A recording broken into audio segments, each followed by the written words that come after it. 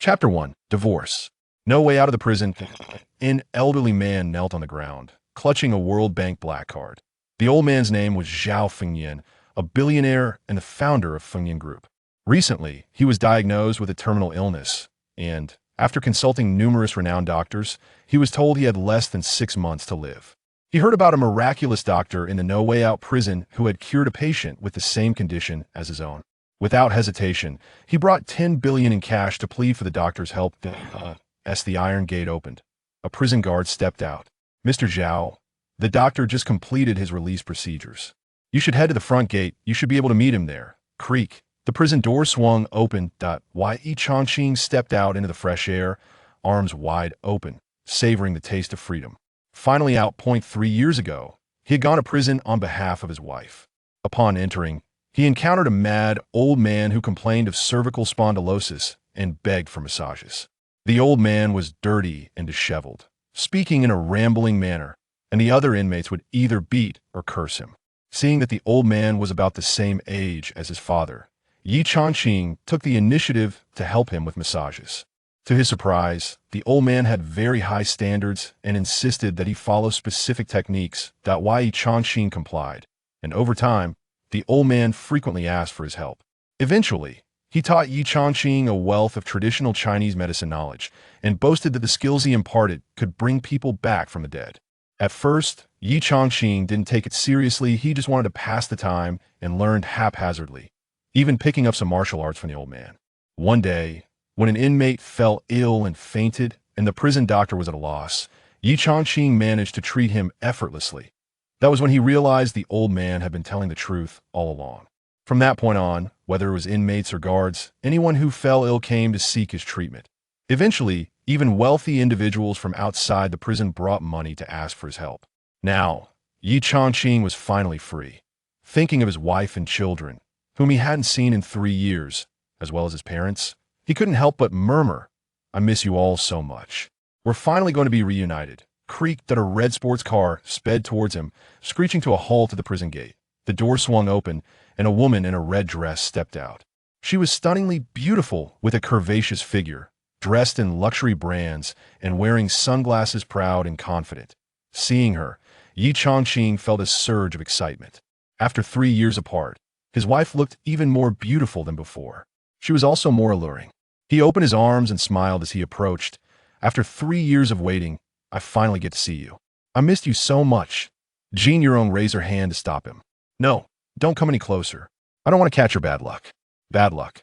The joy in Ye Changqing's eyes dimmed, and he halted. He had gone to prison for his wife, but to think she would be so disdainful. Then he remembered that he had just been released. It might be seen as inauspicious. Then he'll go home, take a shower, and jump over a fire pit to shake off the bad luck before we hug. Jean Yurong frowned. "Ye Changqing, I don't have time to indulge in these ridiculous rituals. I visited you in prison multiple times, and you refused to see me. Today, you can't avoid me any longer. I want a divorce." "Divorce?" Ye Changqing was stunned, staring at Jean Yurong in disbelief. With an uncertain tone, he asked, "You want a divorce?" Jean Yurong's expression was resolute. "Divorce." Ye Changqing felt as if he had been struck by lightning. It was as if his world had collapsed. He had spent 3 years in prison for his wife, hoping to spare her the pain of incarceration. Yet, instead of gratitude or a deeper bond, he was met with divorce. It felt like his wife had plunged a dagger into his heart. His heart was bleeding. His thoughts were a chaotic mess. "Do you really want to divorce me?" Jean Yurong looked at Ye Changqing and shook her head slightly. "Over the past 3 years, the gap between us has only widened. Time has pushed us in 2 different directions. I have increased the company's profits tenfold. Changqing Company is now worth nearly 100 million. I am a well-known beauty CEO in Songjiang City, living a life of luxury. Meanwhile, you are a convict despised by everyone. The disparity between us is too great. You no longer deserve me. No longer deserving."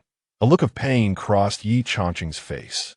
For 3 years, he had hoped to reunite with his wife and live a good life after his release. In prison, he had diligently studied medicine and martial arts under his mentor, making progress that astonished him. Over the past 3 years, dozens of wealthy individuals had sought his medical expertise, each willing to pay a fortune for a chance at life. He had earned more than 10 billion, believing that such wealth would provide a better life for his wife and daughter. But to his shock, his wife, now wealthy, only wanted a divorce. Ye Changqing felt a surge of anger and considered announcing the divorce on the spot. However, thinking of his daughter softened his heart. For her sake, he decided to plead once more. Actually, I've made a lot of money around over 10 billion. You? Jean Euron's face twisted in mockery. Are you dreaming? 10 billion? Take away billion and maybe $100 sound about right? Furious, Ye Changqing gritted his teeth. You can choose not to believe me and think I'm bragging. But what about our daughter, Lingling? Have you considered her feelings? Jean Euron scoffed. Don't mention Lingling. Even though she doesn't live with me and I rarely see her, I'm still her mother. Yet, she seems to side with her grandparents. I don't want Lingling, I only want Changqing Company. Ye Changqing was utterly disheartened. What kind of woman would abandon her own daughter? Enraged, he shouted, divorce. Let's do it right now. As for Changqing Company, I founded it, so it's joint property half for each of us. Jean Euron coldly reminded him, Ye Changqing, before you went to prison, you transferred the company's legal ownership to me. If you want a share of Changqing Company, forget about your daughter. I warn you, your parents might not survive without their granddaughter. At that moment, Ye Changqing finally understood that Jean Euron had planned everything from the start. Although Changqing Company was his creation and now valued at billions, it paled in comparison to his daughter. That I want my daughter. I only want my daughter. Jean Euron was somewhat taken aback. It was easier than she had anticipated. She didn't even need to use her backup plan. Pulling a document from a car, she said, hey, erase the divorce agreement. Just sign it. Ye Changqing took the paper and pen, signing his name with a few strokes. Jean Euron, you will regret your decision today. Jean Euron took the contract with a hint of skepticism, glancing over it dismissively. Regret? The one who should regret is you. If you end up struggling to find a job, don't come begging me for help. By the way, I forgot to mention, there's a 30 million project happening today. I don't have time to deal with the divorce now. Well, finalize the paperwork at the Civil Affairs Bureau tomorrow morning at 8. She had arranged to meet Zhao Fengyan, the new president of Fengyan Group.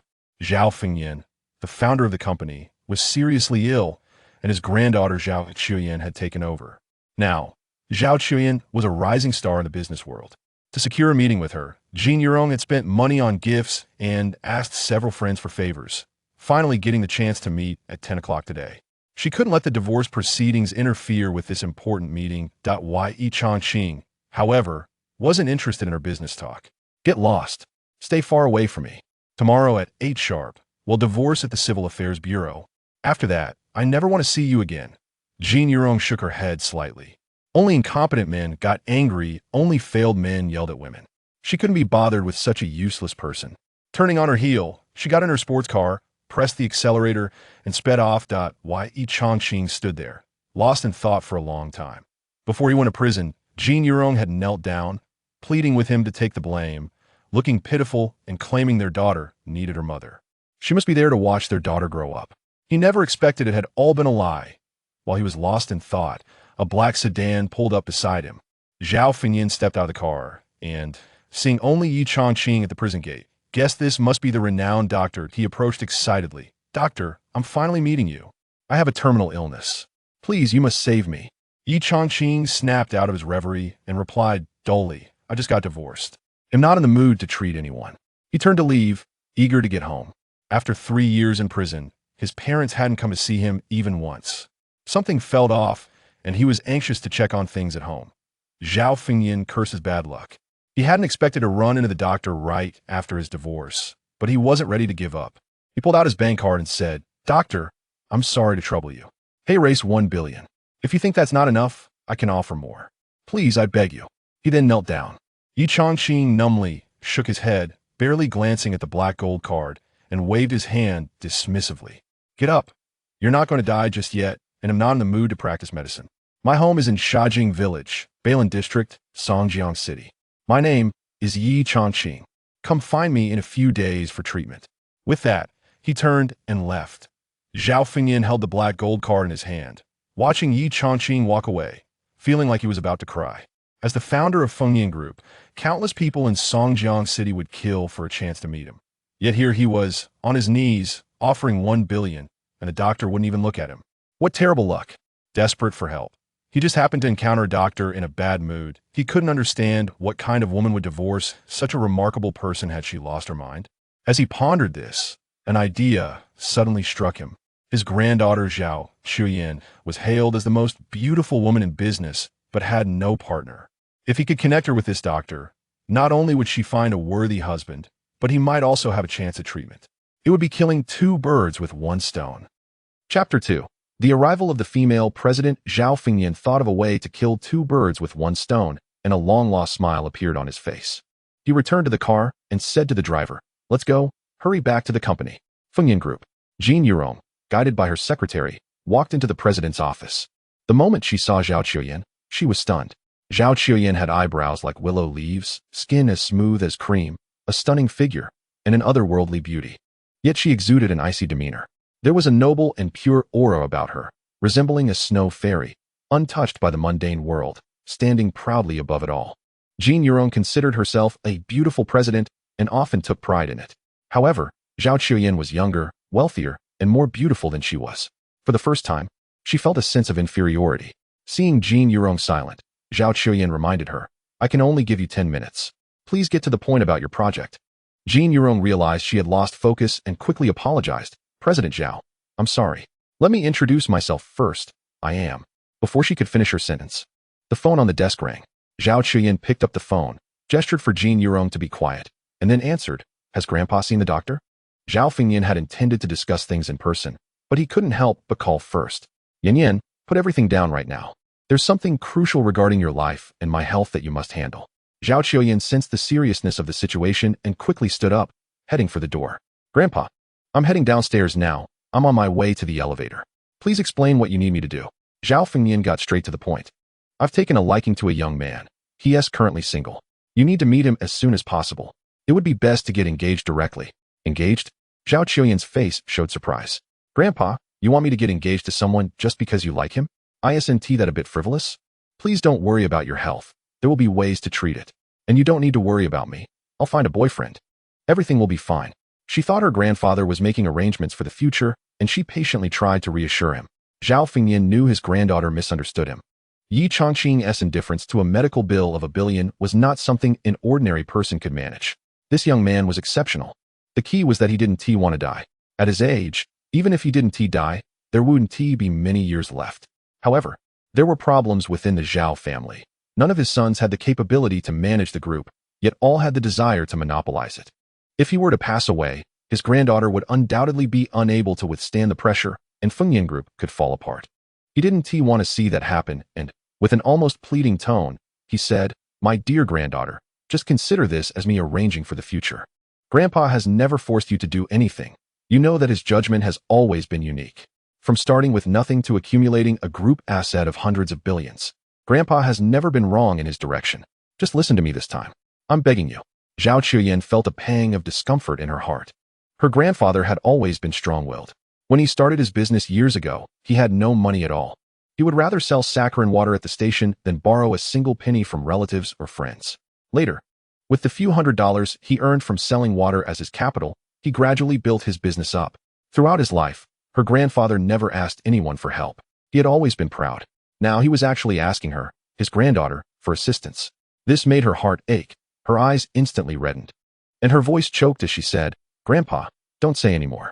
I'll listen to you. Whoever you want me to be engaged to, I'll do it." In the office, Jean Yurong watched Zhao Changqing leave, stunned. She had asked a friend to make an appointment and waited 10 days for the chance.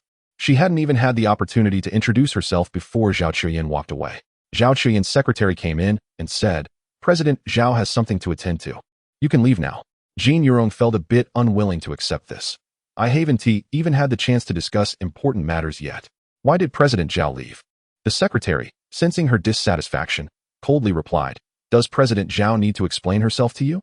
You should know your own worth." Jean Yurong felt her face flush with embarrassment, but didn't dare to retort. Though just a secretary, she worked for Fengyan Group, and a single word from her could make it impossible for Jean Yurong to find a foothold in Songjiang. She could only force a smile and apologize. "I'm sorry. I was too anxious and spoke out of turn. May I ask when I can meet with President Zhao again?" The secretary replied coldly, "You'll need to make another appointment." This time, it had taken 10 days to secure the appointment, and now she would have to wait another 10 days. Jin Yurong's anger simmered beneath the surface, but she didn't dare show it. She managed to pull a strained smile and said, "I'll make another appointment. Sorry for the trouble. Goodbye." With that, she left in a fluster. In Shajing village, Ye Changqing looked at the small village he hadn't seen in 3 years, feeling a mix of emotions. When he encountered a few familiar faces, he tried to greet them, but they avoided him as if he were a plague. The village was still the same, and the people were still those he recognized, yet he felt like an outsider in their eyes. When he ran into more acquaintances, he stopped trying to greet them and headed home with his head down. As he reached his front door, he froze. Was this still his home? The gate had collapsed, and the yard was littered with broken furniture. Each time he returned home, he habitually washed his hands at the faucet, but now that faucet was deformed, and the sink was smashed, with concrete debris scattered on the ground. It looked as if robbers had ransacked the place. But what worried him most was the absence of his parents and daughter. Ye Changqing's heart sank, and he anxiously called out, "Mom, Dad, are you home?" With a creak, the door opened, and 2 elderly figures with graying hair emerged. Upon seeing Ye Changqing, they rushed forward, excitedly saying, "Son, you're finally back." Ye Changqing was momentarily stunned at the sight of the 2 elderly people. When he left, his parents had full heads of black hair. But now his father's hair was white, and his mother's was half gray. They looked as if they had aged 10 years. Overwhelmed with guilt, Ye Changqing fell to his knees, saying, "Dad, Mom, I'm an unfilial son. I've caused you both worry." Lu Yulan quickly reached out to help him up, saying, "Why are you kneeling? Quickly get up. It's good to have you back. You've had a tough 3 years. Just look at how much weight you've lost. You must be hungry. I'll go make you some food and roll out some noodles for you." Ye Changqing grabbed his mother's arm and said, "Mom, I'm not hungry. Where's Lingling? Is she sleeping?" Lu Yulan's expression changed slightly as she hesitated before saying, "Son, you just got out. Don't act impulsively. Your uncle took Lingling away." Yi Shun corrected her. Not just took her, he snatched her away. Jin Yoshin brought a dozen people and started smashing things, taking Lingling with them. They even said that if you don't get a divorce, you won't be able to see her. Ye Changqing clenched his fists upon hearing this. This is too much. Yi Shun sighed and said, "You don't know. Jin Yurong hasn't been able to see you in prison these past 2 years. Every now and then, she comes to our house to cause trouble, saying that as long as you don't get divorced, we want to have a good life. Just look at what they've done to our home. It's a disaster." Ye Changqing's eyes burned with anger. "I'm going to find them." Lu Yulan quickly interjected, "Son, don't act rashly. You just got out. You can't get into more trouble." Wanting to ease his mother's worries, Ye Changqing changed his tone. "Mom, I just want to bring Lingling back. Don't worry, I've already signed the divorce agreement. I want to get into any conflicts with them." Lu Yulan sighed upon hearing about the divorce. "Divorce is fine. Let us just hurry and bring the child back." Ye Changqing nodded and left quickly. After he left, Lu Yulan still felt uneasy. Just now, Changqing was silently cleaning, not saying a word. "I'm worried. Our son is too sentimental. He went to prison for Jin Yurong, and now he's getting divorced. I fear he won't be able to handle it and might struggle to get over this." Yi Shun sighed. "I'm worried too. If we could find him a partner to distract him, it might help. In a few days, you should talk to a matchmaker and see if they can introduce someone." While they were talking, a luxury car pulled up in front of their house.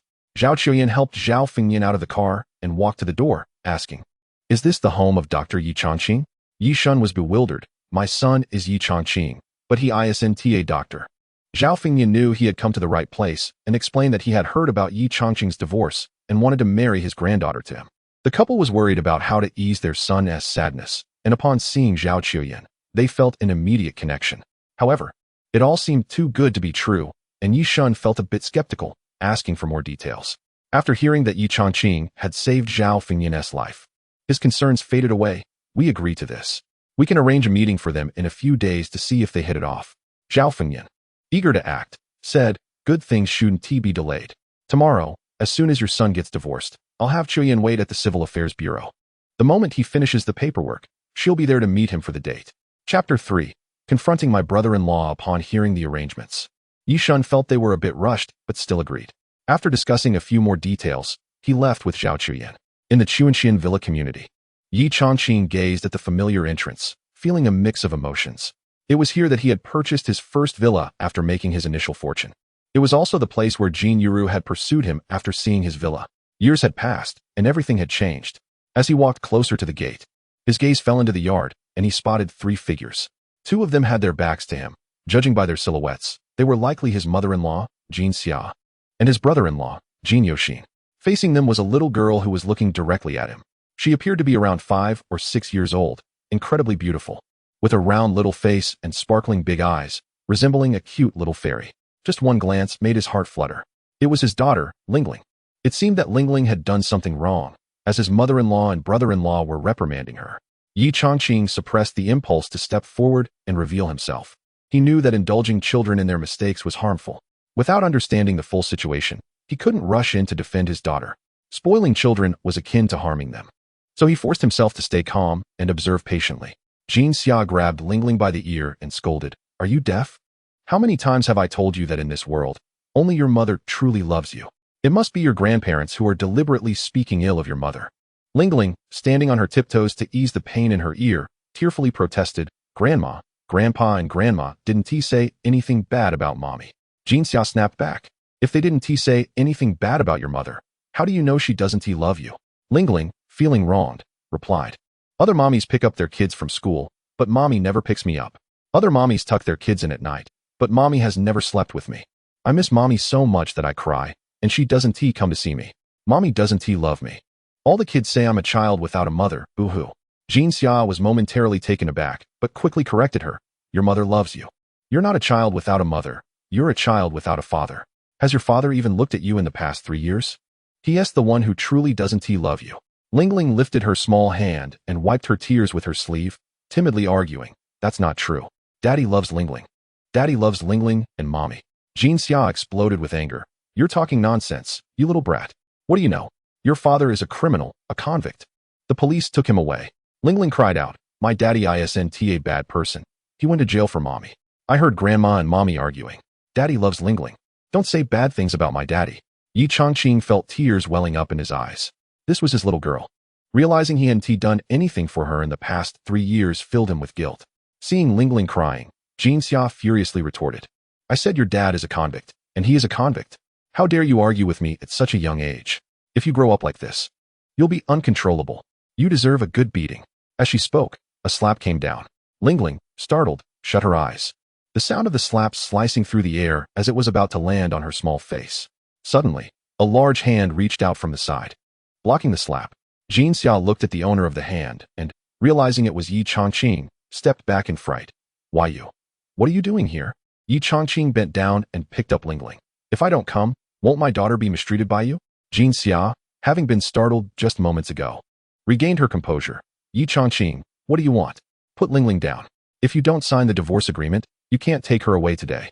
Hearing the mention of the divorce agreement, Ye Changqing instinctively glanced at Lingling, fearing that she would be upset by the news. But to his surprise, Lingling was staring at him. "Daddy, are you really my daddy?" Ye Changqing felt a pang of guilt at the question. "I am. I'm sorry. Daddy hasn't taken care of you for the past 3 years. From now on, with Daddy around, no one can lay a finger on you." Lingling wrapped her arms around Ye Changqing's neck. "I want to go home. I don't want to stay here. Grandma scolds me and even hits me. I'm scared. Let's hurry and leave." Ye Changqing tightly held Lingling's small body in his arms, feeling her tremble, his heart aching like it was being stabbed. "All right. Daddy will carry you away." Jin Xia reached out to block him. "Ye Changqing, I told you, no signing the divorce agreement. You can't take Lingling." At her words, Ye Changqing's anger boiled over. But seeing Lingling in his arms, he forced himself to hold back. "I have already signed the divorce agreement." Jin Xia scoffed. "Do you really think you can fool me? If you signed the agreement, why hasn't my daughter called to tell me?" Ye Changqing, "Do you think my daughter is worth nearly 100 million now, being the beautiful CEO of Sanjiang City, and you want to cling to her? I warn you, whether you want a divorce or not, it's not up to you. If you don't sign the divorce agreement today, don't even think about taking your daughter." Ye Changqing was about to explode with rage. Jin Yurong had taken his company, and now she was accusing him of clinging on.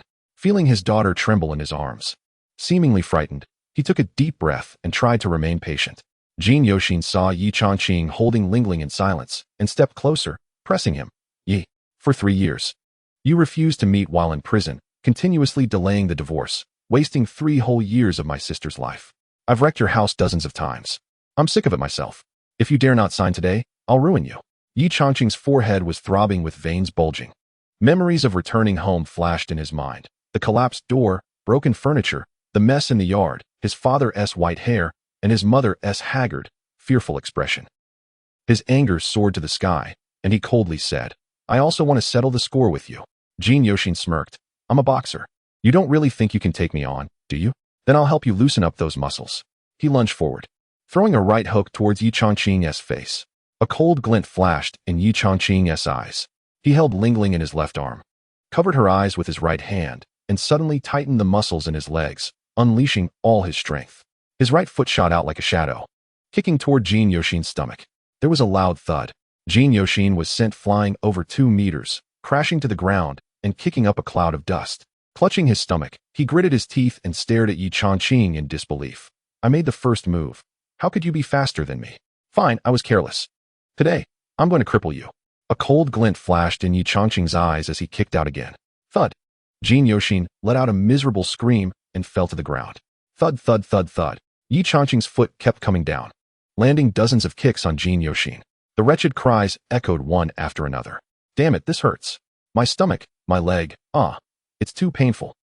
I can't take it anymore. Stop hitting me. I beg you, just let me go. I'll even agree to not divorce my sister. Please, just stop. Ye Changqing halted his assault, looking down at Jin Yoshin, who was begging for mercy, and coldly replied, if you dare to cause trouble at my house again, I'll make sure you don't even get a chance to beg for mercy. I've already signed the divorce agreement. This marriage is over. Already signed the agreement? Jin Yoshin, clutching his stomach, was taken aback. If Ye Changqing had said this earlier, he wouldn't have believed it. Now, realizing he was no match for Ye Changqing, he understood there was no reason for him to lie. Feeling the wave of excruciating pain coursing through him, he regretted it immensely. He had taken this beating for nothing. Jin Xia thought her son was practicing boxing, and with Ye Changqing being so thin and weak, she believed he wouldn't dare to fight back. So she kept her distance. Little did she expect that in the blink of an eye, her son was being beaten to the point of howling. Habitually, she summoned her maternal authority, grabbed a broom nearby, and charged at Ye Changqing, shouting, how dare you hit my son, you useless scum. I'll make you pay. Chapter 4. Shut up. Ye Changqing watched as the broom fell, a cold glint flashing in her eyes. She hadn't yet settled the score for the abuse towards her daughter, and now they dared to lay hands on her. She reached out, snatched the broom away with a sharp tug, and shouted, give it back. Jin Xia stumbled forward a few steps before crashing to the ground. There was a pile of dog feces on the ground that she hadn't cleaned up, and her face landed right in it. When she lifted her head, a few stick-like pieces of dog poop stuck to her face. The foul smell hit her, and as she wiped her face, she realized what it was. Anger and humiliation surged through her. Ye Changqing, how dare you take the broom? You're asking for it. Watch me slap your face to pieces. She got back up and charged at Ye Changqing once more. A cold light flashed in Ye Changqing's eyes as she suddenly raised the broom high, her posture suggesting a fierce confrontation was imminent. Jin Xiao's expression changed in fear, and she halted her steps. The reason she had never been afraid of Ye Changqing was because of her status as her mother-in-law. Ye Changqing had always been dutiful to her before, and she had grown used to bossing her around. But now, seeing Ye Changqing ready to fight, she felt a rush of fear. Jin Yuxin grabbed Jin Xia, saying, Mom, I can't even handle her. Don't go making a fool of yourself. Jin Xia still felt reluctant, shouting with a voice filled with defiance, I don't believe she would dare to lay a hand on me. Jin Yuxin reminded her, Mom, she's not the same Ye Changqing anymore. Didn't you see what happened to me? Suddenly, Jin Xia was jolted awake. Looking at Ye Changqing again, she realized she really was different from before. Ye Changqing, holding the broom, had a fierce look in her eyes that sent chills down Jin Xiao's spine. The thought that Ye Changqing had just come out of prison made her shiver. Even if someone had been a good person before, coming out of prison could change them into someone ruthless. She stepped back in fear as Ye Changqing approached her step by step. You were once my mother-in-law. You've been unreasonable, bullying me, and making trouble. I tolerated it all. But now, I've signed the divorce agreement with Jin Yurong, and you're just a passerby to me. Do you still dare to make a scene? As she spoke, Ye Changqing suddenly raised the broom, appearing ready to strike. Jin Xia shrank back in fear, hurriedly retreating, but tripped and fell again. She didn't have time to get up, wrapping her arms around her head, eyes shut tight, and cried out in a panic. Don't hit me, don't hit me. I know I was wrong. I promise I won't cause trouble again. I won't hit Ling Ling anymore. After a long pause with no response, she opened her eyes to find that Ye Changqing had already vanished. Ye Changqing left with Ling Ling in her arms. Ling Ling, from now on, Daddy will protect you. No one will dare to bully you again. Ling Ling tilted her little face up, her dark eyes looking at Ye Changqing. Can you protect Grandpa and Grandma too? Ye Changqing felt a pang in her heart. The little girl must have seen her grandparents being bullied. She gently patted Ling Ling's little head and replied firmly, I can protect Grandpa and Grandma too. Ling Ling hugged Ye Changqing and kissed him on the cheek, exclaiming, Just like on TV, Daddy is a hero. Ye Changqing felt increasingly guilty. He had owed too much over the past 3 years. Today, he had only done a small thing, yet his daughter viewed him as a hero. He wanted to do something for her and gently asked, "Sweetheart, do you have any wishes?" He was ready to do anything for her, even if it meant spending more money or risking his life. As long as his daughter was happy, he was willing to go all out today. Lingling tilted her head for a moment and said, "I want you to take me to school. I want all my classmates to know that I have a dad." "Take you to school," Ye Changqing murmured, surprised by the simplicity of her wish. "Okay, I promise. Tomorrow, Dad will take you to school. From now on, I'll take you every day." The next day, the weather was bright and sunny. Ye Changqing carried Lingling to school. When they arrived at the kindergarten, he reluctantly kissed her on the cheek. Carefully setting her down, he said softly, "Lingling, you can go in now." Lingling reached out and grabbed Ye Changqing's shirt, her dark, grape-like eyes fixed on him as she pouted, "Daddy, don't go. Just stand still. I want to introduce you to all my friends in class 1. I want them to know that I have a dad." Ye Changqing glanced at the time. It was almost 8 o'clock. He had an appointment at 8 with Jean Yurong at the Civil Affairs Bureau to finalize the divorce. If he didn't hurry, he would definitely be late. But since it was his daughter's request, he decided to be late. He smiled and squatted down, saying, "All right, Daddy will listen to you. Remember, if anyone asks what your dad does, just say that he is a doctor.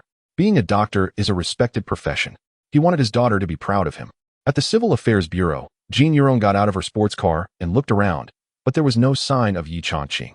Taking out her phone, she prepared to call him, but then remembered she didn't have his number anymore. After waiting for a while and still not seeing him, she suddenly felt a bit anxious. Had Ye Changqing, after being forced to sign the divorce agreement, regretted it once he calmed down? Glancing at the divorce papers in her hand, she showed a determined expression. "It's too late to regret. If he dares not to divorce, he can't blame me for using other means." After waiting another 10 minutes without seeing him, she started her car, determined to drive to Shajing village to find Ye Changqing. Even if he didn't want a divorce, she would drag him to the Civil Affairs Bureau. This divorce was going to happen. Just as she started the car, a taxi pulled up. The door opened, and Ye Changqing stepped out. "Finally, he is here." Jean Yurong, furious, threw her car keys onto the passenger seat and shouted at him, "Ye Changqing, what do you mean? I'm the company president now. Do you know how precious my time is? I waited for a whole hour." Ye Changqing had just met a few of his daughter's classmates and parents and was in a decent mood. Upon hearing Jean Yurong's words, anger flared up inside him, and he coldly replied with a few words, "I had something to do this morning." "Something to do?" Jean Yurong retorted with irritation. "What could a former convict like you possibly have to do? As the president of the company, I'm indispensable. Are you busier than I am?" Ye Changqing felt anger rising. "Yes, you're the company president, and that's enough for you. You don't need a daughter. Nor do you need to take her to school. I'm different. I still have to take my daughter to school." "Take your daughter to school?" Jean Yurong was taken aback, having forgotten about that responsibility. Her expression darkened. Was this a jab at her for not wanting Lingling? Furious, she shot back, "Ye Changqing, even if you take your daughter to school, she needs to be at school by 8. What time is it now? Don't use the child as an excuse. Aren't you just dragging your feet because you don't want a divorce? We're both adults here. Do you think this is effective?" Ye Changqing was irked. Lingling had taken some time to introduce him to a friend who was late. This woman actually thought he didn't want a divorce. Without saying another word, he headed straight for the Civil Affairs Bureau, eager to get the paperwork done. Seeing Ye Changqing walk away without a word, Jean Yurong called out, "Stop. I know what you're thinking. You believe that since I'm the company president, attractive and capable of earning money, if we divorce, I might struggle to find a wife. You just want to cling to this marriage. Did I hit a nerve? Can't you handle the truth? Stop right there." Ye Changqing entered the Civil Affairs Bureau and, hearing her ramble on, turned around and shouted, "Jean Yurong, everything you have was created by me. Don't overestimate your worth. One day, you'll regret this. Don't you want a divorce? Hurry up and come in to handle the paperwork." With that, he walked towards the service hall of the Civil Affairs Bureau, determined to end their marriage with a woman who was ungrateful and even willing to give up her own daughter. He wanted to sever their ties immediately. Chapter 5. Are you Ye Changqing? You. Jean Yurong was taken aback. Ye Changqing was actually urging her to hurry up. How could this be? Shouldn't it be Ye Changqing who made various excuses to avoid the divorce? Had she misunderstood everything? Seeing that Jean Yurong was frozen in place, Ye Changqing coldly said, "Stop dawdling and hurry up. I don't want to maintain this marriage for another moment." Heartbroken, he just wanted to cut ties cleanly. A few passers-by walked by the entrance, casting strange looks at Jean Yurong. Feeling embarrassed, she realized it seemed like she was the one unwilling to divorce. She felt utterly humiliated and angrily walked towards the Civil Affairs Bureau, muttering to herself, "I'm the one initiating the divorce, you." She was halfway through her sentence when she noticed Ye Changqing had already reached the counter, so she hurriedly quickened her pace to catch up. With the divorce agreement ready, both of them brought their household registration books and IDs, both insisting on going through with the divorce. The staff made a symbolic effort to dissuade them, but soon completed the paperwork.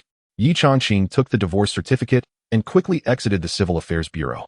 Seeing Ye Changqing leave, Jin Yurong shouted after him, "Ye Changqing, stop." Just divorced, Ye Changqing felt a mix of emotions.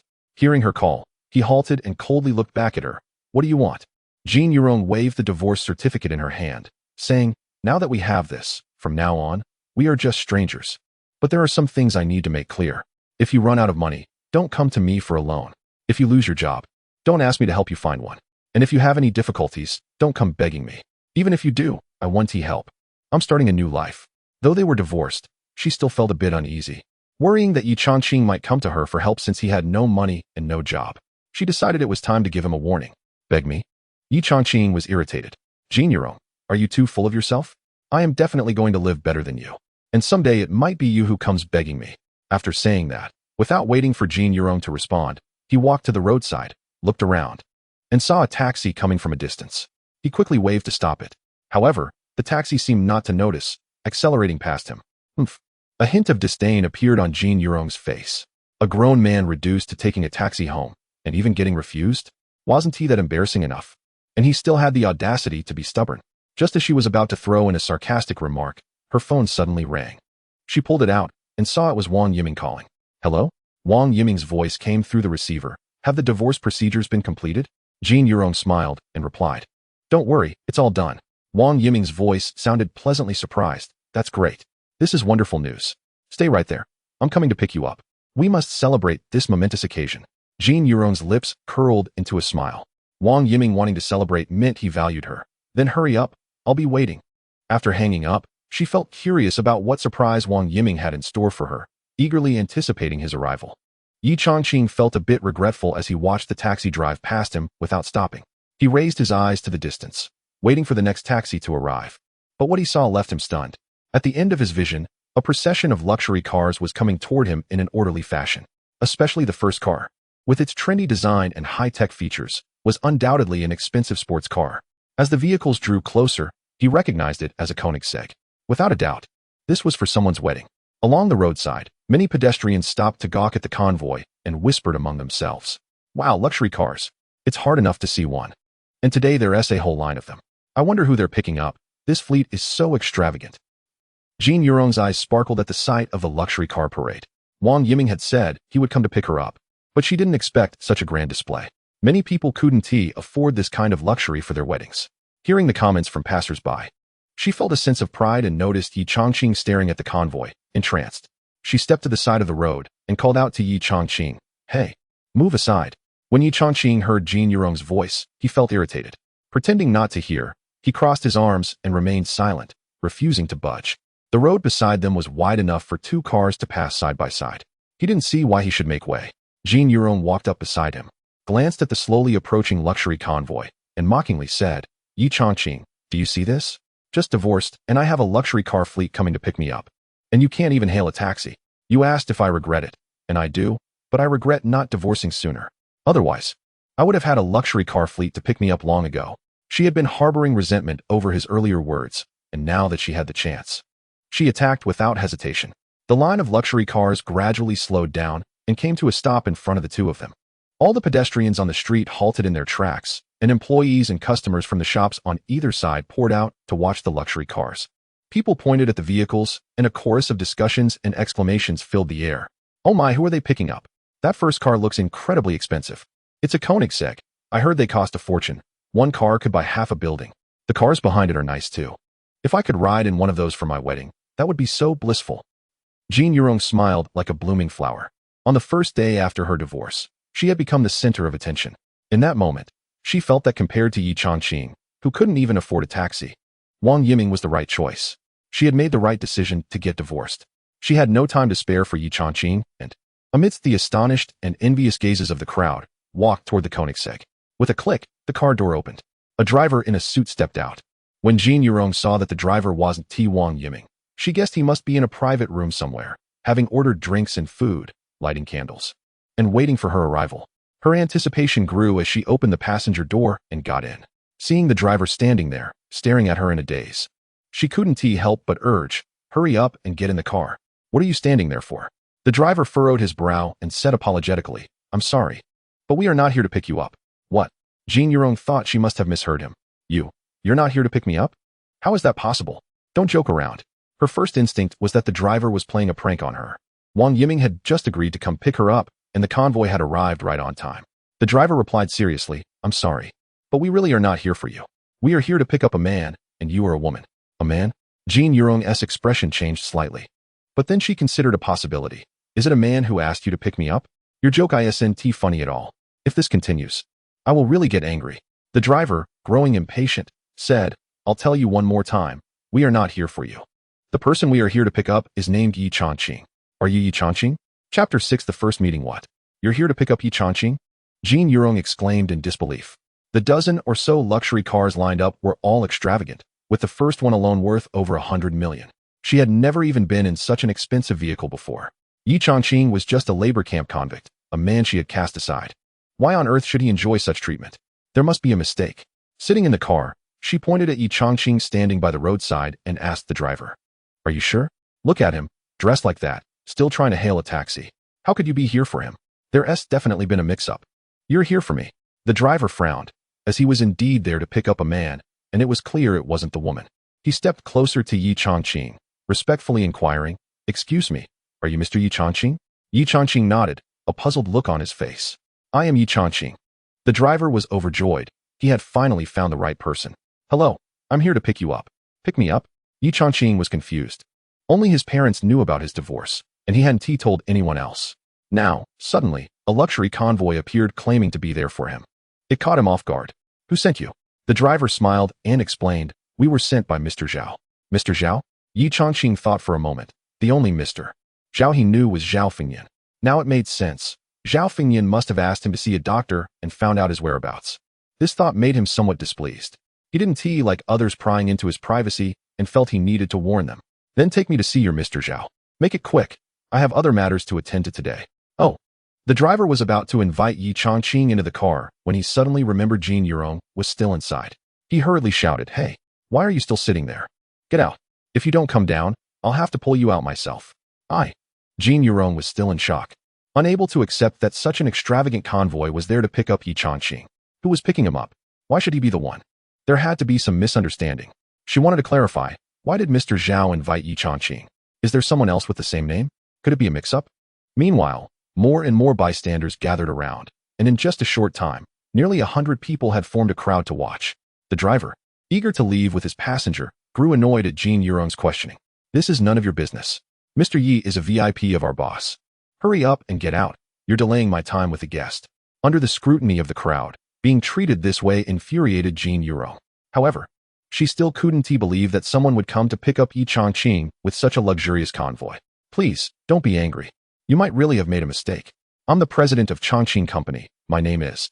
The driver had completely lost his patience and shouted angrily, "If you don't get out on your own, don't blame me for being rude." As he spoke, he strode directly towards the passenger's seat, looking ready to pull Jin Yurong out of the car.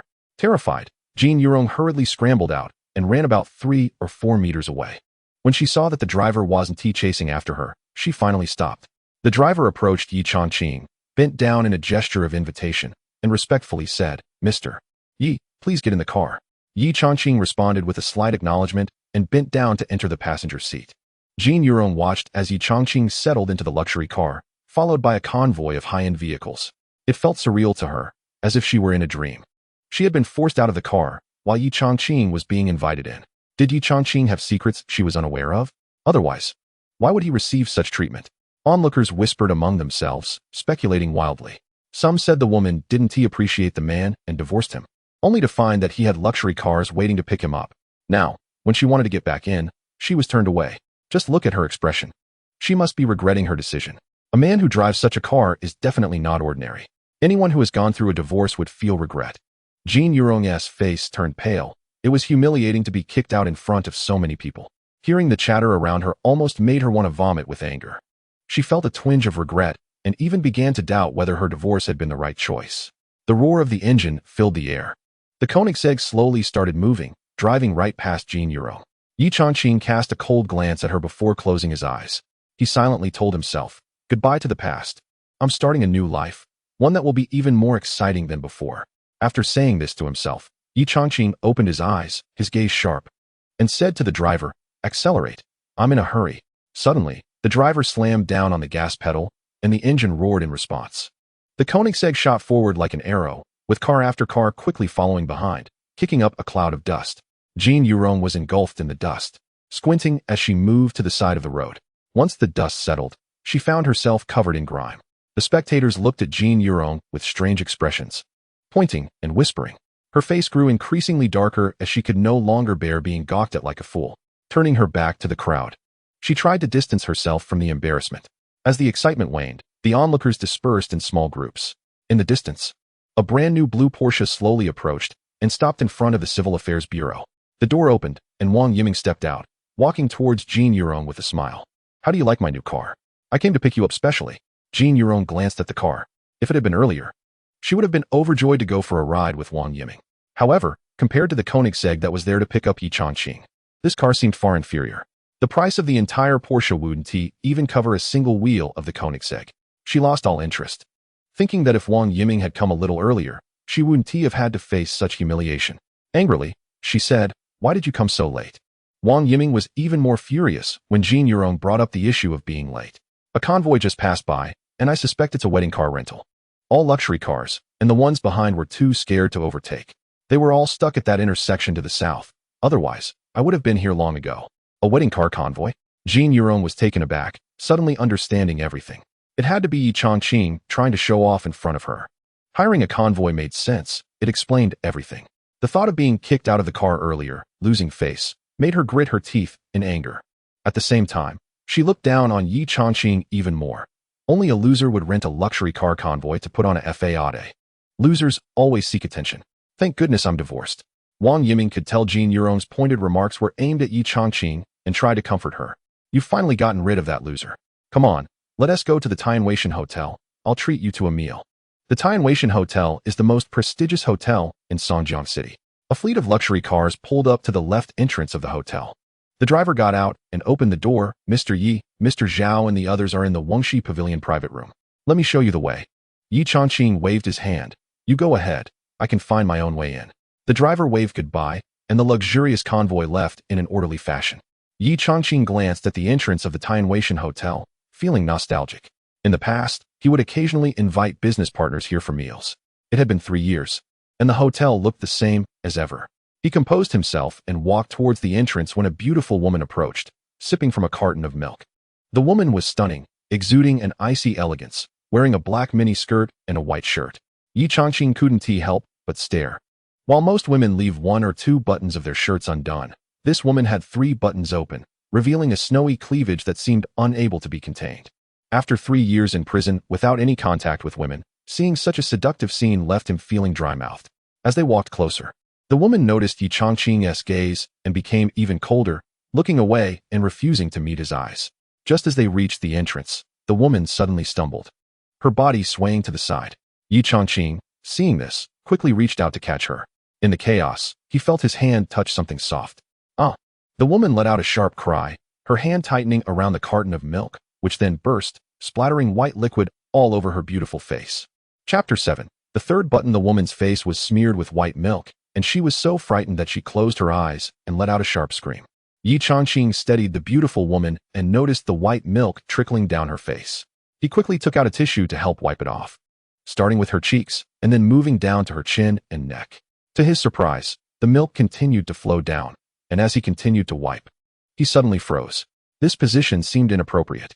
Zhao Qian opened her eyes just in time to see a stranger's hand near her chest, and she instinctively raised her hand to slap him. Bang! Ye Changqing caught her wrist with his left hand and exclaimed, "What are you doing hitting me?" Zhao Qian, furious, retorted, "How dare you act like a creep? Who else should I hit?" Ye Changqing was somewhat speechless as he held the damp tissue up to her face. "Look at this. If I hadn't helped you, you would have fallen. You spilled milk on your face, and now you're blaming me? Don't go too far." Ignoring the tissue, Zhao Qian angrily pointed at her button. "How can you even say that? What did you mean by unbuttoning my third button?" Ye Changqing frowned. That button was already undone. Maybe it was just too tight. It has nothing to do with me. You think I loosened it? Zhao Chuyin ground her teeth, about to unleash another round of insults, when her phone suddenly rang. Seeing it was her grandfather calling, she hurriedly answered, "Hello, Grandpa." On the other end, her grandfather's voice urged, "Did you pick him up? Are you there yet?" Zhao Chuyin had been tasked with picking up Ye Changqing and was required to meet him personally at the entrance of the Civil Affairs Bureau. She had agreed without thinking much, but upon arriving downstairs, she regretted it. As a woman, especially a beautiful one, she was used to being pursued by men. The fact that her grandfather wanted her to meet a divorced man at the Civil Affairs Bureau was something she simply couldn't do. So she had sent a driver instead. The driver had just informed her that he had dropped Ye Changqing off, and he was probably on his way upstairs now. If she hurried, she might catch up. Thinking this, she hurriedly replied, I'm coming. After hanging up, she pointed at Ye Changqing and said, "You creep. I have urgent business today, don't let me see you again." With that, she rushed into the lobby to chase after him.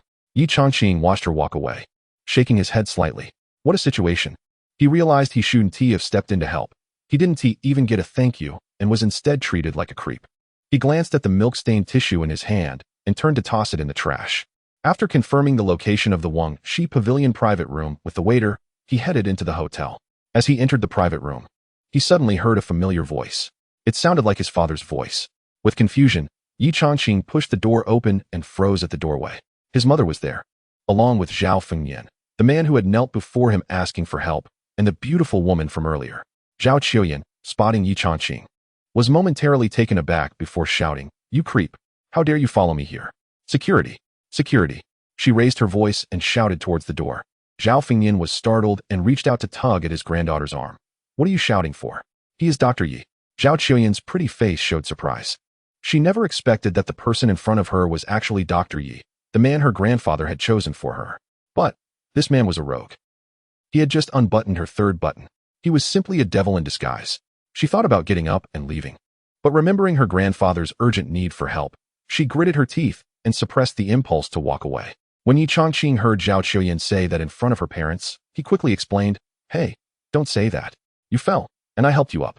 You spilled milk on your face, and I wiped it off for you. You didn't even thank me and instead are slandering me." Seeing this, Lu Yulan stood up to defend her son. "It must be a misunderstanding. Chuyin, you might not know, but Changqing is very shy. He can't even say a complete sentence in front of a girl." Zhao Chuyin scoffed inwardly. Every parent thinks their child is the best. A scoundrel who dares to unbutton a woman's third button in broad daylight is being described by this mother as a shy and honest man. It was simply too ironic. Seeing that his granddaughter wasn't speaking, Zhao Fengyan smiled and tried to smooth things over. "It's a misunderstanding.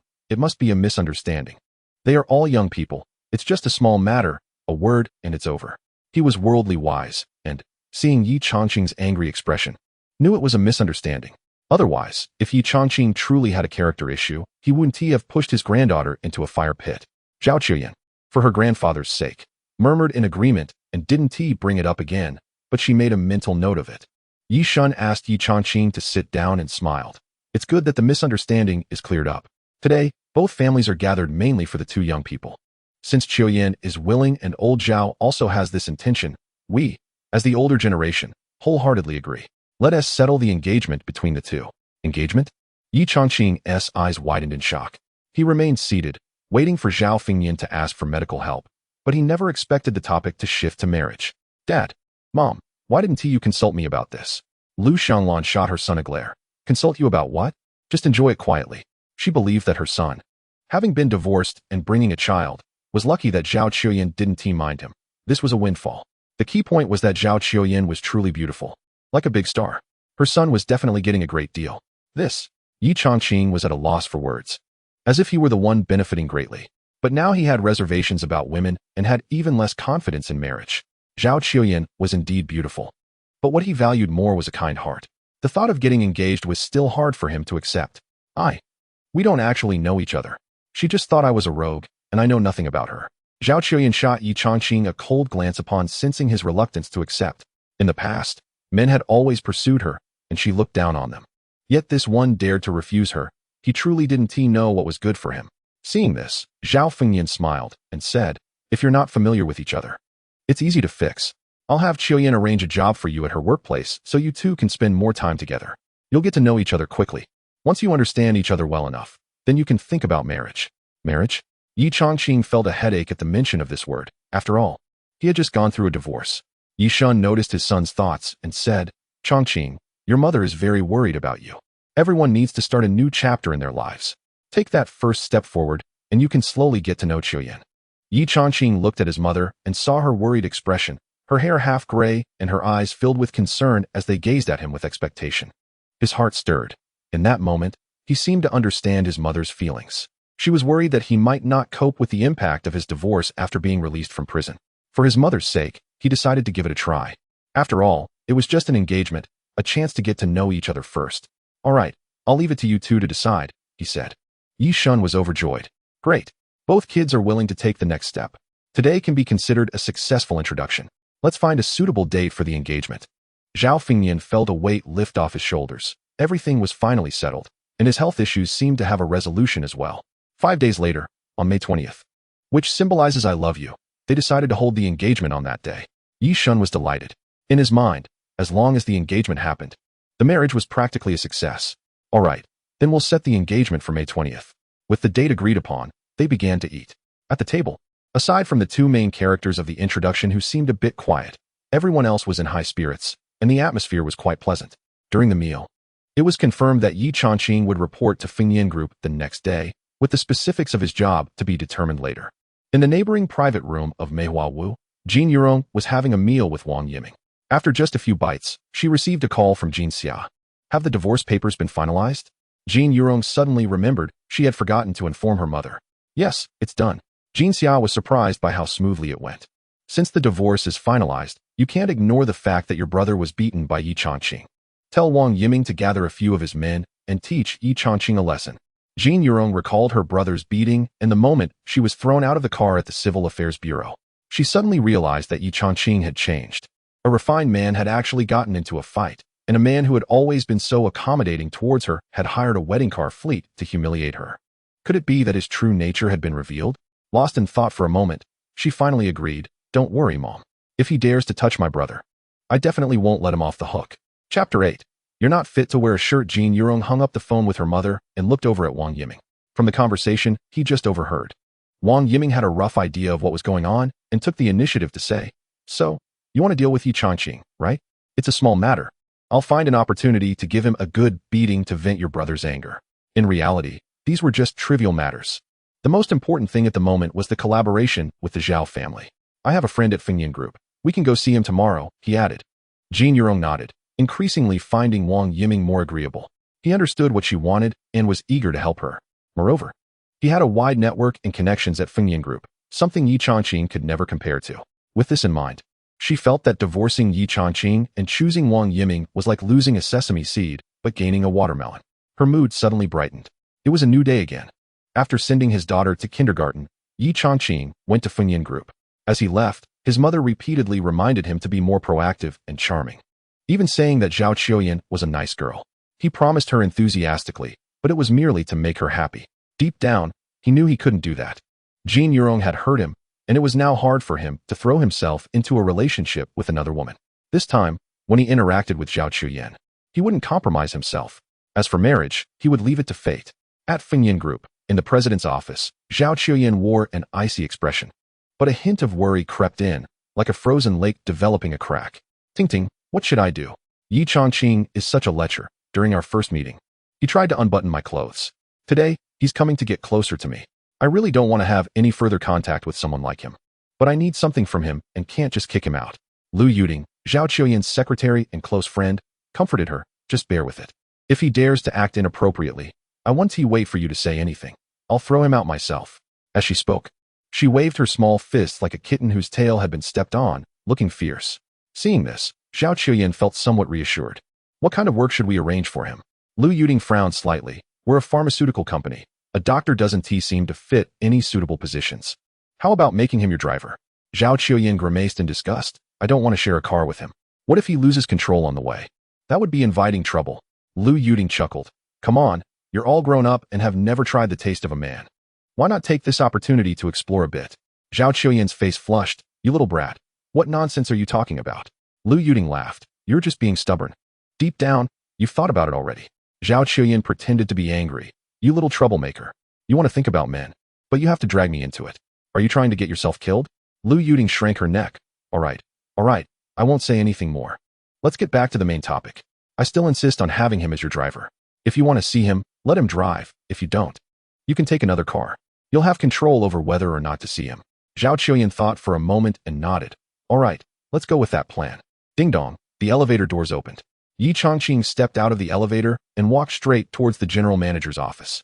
As he reached the door, he saw Zhao Qiuyan writing something. Today, she was wearing a suit, had applied light makeup, and her red lips looked enticing. She appeared even more confident and beautiful than yesterday. He stood there for a while, unsure of what to say first. Zhao Qiuyan casually looked up and, upon seeing Ye Changqing, was momentarily taken aback before her expression turned cold as ice. You're here. Ye Changqing responded with an "oh," entered the office, and sat down opposite her. You look beautiful today. Following his mother's advice, he tried to flatter her. He started with a compliment. Zhao Qiuyan's expression grew even colder. Oh. Ye Changqing instinctively glanced at the third button of Zhao Qiuyan's shirt. Zhao Qiuyan raised an eyebrow, clearly sensing his gaze. What are you looking at? After the last misunderstanding, Ye Changqing was cautious. He simply glanced at her shirt button. She was wearing a white shirt again today, which was quite snug, and the buttons looked like they might pop open at any moment. Realizing she had misunderstood, he added, just a reminder, you might want to avoid wearing shirts. Sometimes they can be too tight, and the buttons might pop open. Zhao Qiuyan's face flushed with anger. You still dare to say that? Seeing her reaction, Ye Changqing realized he had been misunderstood again and quickly changed the subject. I came to get more involved, but I can't just sit around doing nothing. Please arrange a task for me. Zhao Qiuyan gritted her teeth. A driver, my personal driver. Here are the car keys. She placed the keys on the table and pushed them forward, causing them to slide across the smooth surface towards Ye Changqing. Just as the keys were about to fall off the edge, Ye Changqing caught them. Where's the car? Zhao Qiuyan was somewhat surprised that he caught the keys. She scoffed inwardly. It's on B1, in the underground parking lot. Hurry up and go. She waved her hand dismissively, as if shooing him away, eager for him to leave. Oh, Ye Changqing got up to leave, but at the door, he turned back and reminded her again. Yours is really too big. It's not suitable for wearing a shirt. You pervert. Zhao Qiuyan gasped, her chest rising and falling dramatically. Just then, Lu Yuting walked in. What were you two talking about? Why are you so angry? Zhao Qiuyan huffed. That pervert said that mine is too big and not suitable for wearing a shirt. Lu Yuting stared at Zhao Qiuyan's chest for a moment, uncertainly saying, it does seem bigger. How did you manage that? Zhao Qiuyan snapped. Get lost. Lu Yuting chuckled. I'll roll away, round and round. After saying that, she skipped away. Ye Changqing took the elevator down to B1 and pressed the key fob. A brand new pink car flashed its lights. Pink. Ye Changqing frowned. For a man, driving such a car seemed too feminine and, frankly, a bit gaudy. He felt embarrassed to even drive the car out. At that moment, a car pulled into the parking lot and stopped next to the pink sedan, its door swinging open. Jin Yurong stepped out and immediately spotted Ye Changqing. What are you doing here? She asked. Ye Changqing shot her a cold glance, but remained silent. After the divorce, he didn't want to maintain any connection, ideally. They would never cross paths again. Seeing that Ye Changqing wasn't responding, Jin Yurong suddenly recalled her brother being beaten. Ye Changqing, you used to be a man. At least you wouldn't resort to violence. I never expected that after just signing the divorce agreement, your true nature would come to light. Even if you didn't want the divorce and were angry, you shouldn't take it out on my brother. Take it out? Ye Changqing's eyes grew colder. You're thinking too much. I hit him simply because he deserved it.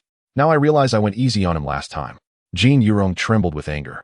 Ye Changqing had become unrecognizable. He was unruly, unreasonable, violent, and cold-blooded. Just because he had become her former brother-in-law, he was already resorting to hitting people. You've disappointed me so much. You had no right to touch my brother. He may be a bit of a jerk, but he is my brother. The more Ye Changqing listened, the angrier he became. He is your brother? I'd hit him just the same if he were your father. Jin Yoshin had come to their home and caused so much trouble that their parents looked a decade older, and he had even abused their sister, Lingling. No matter who it was, he would not hold back.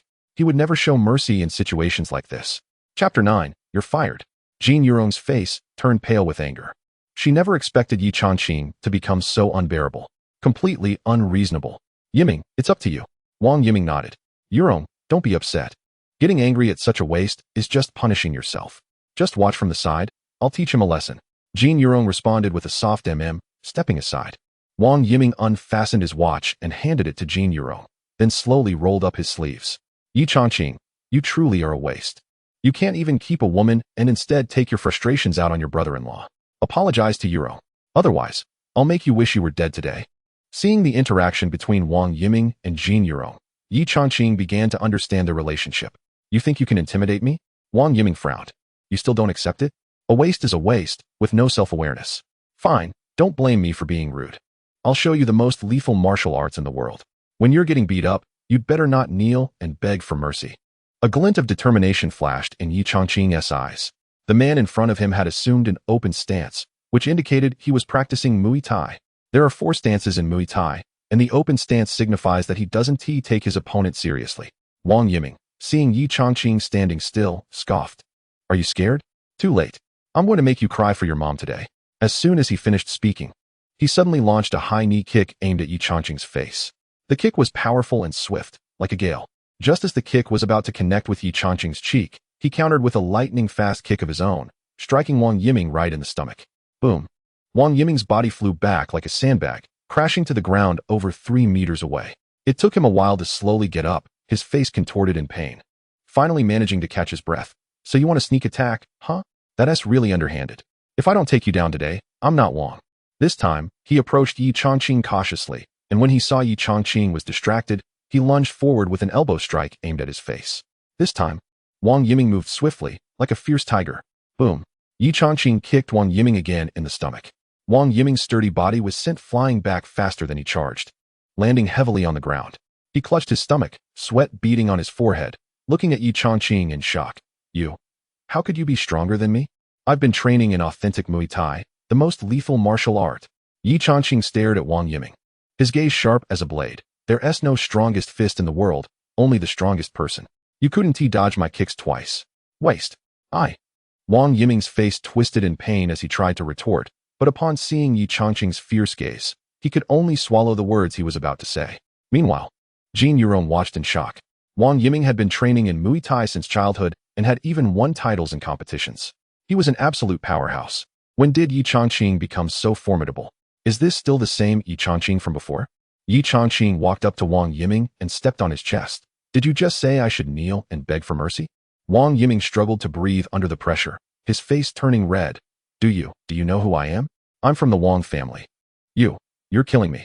Jin Yurong, standing nearby, exclaimed, Ye Changqing, what are you doing? You could kill him. Do you know the consequences of attacking him? You're just asking for trouble. Bang. Ye Changqing kicked Wang Yiming in the head, knocking him out cold. He then turned to Jin Yurong, who was too shocked to speak. Getting involved with me is the biggest trouble he could have. Ye Changqing stood tall, his gaze icy.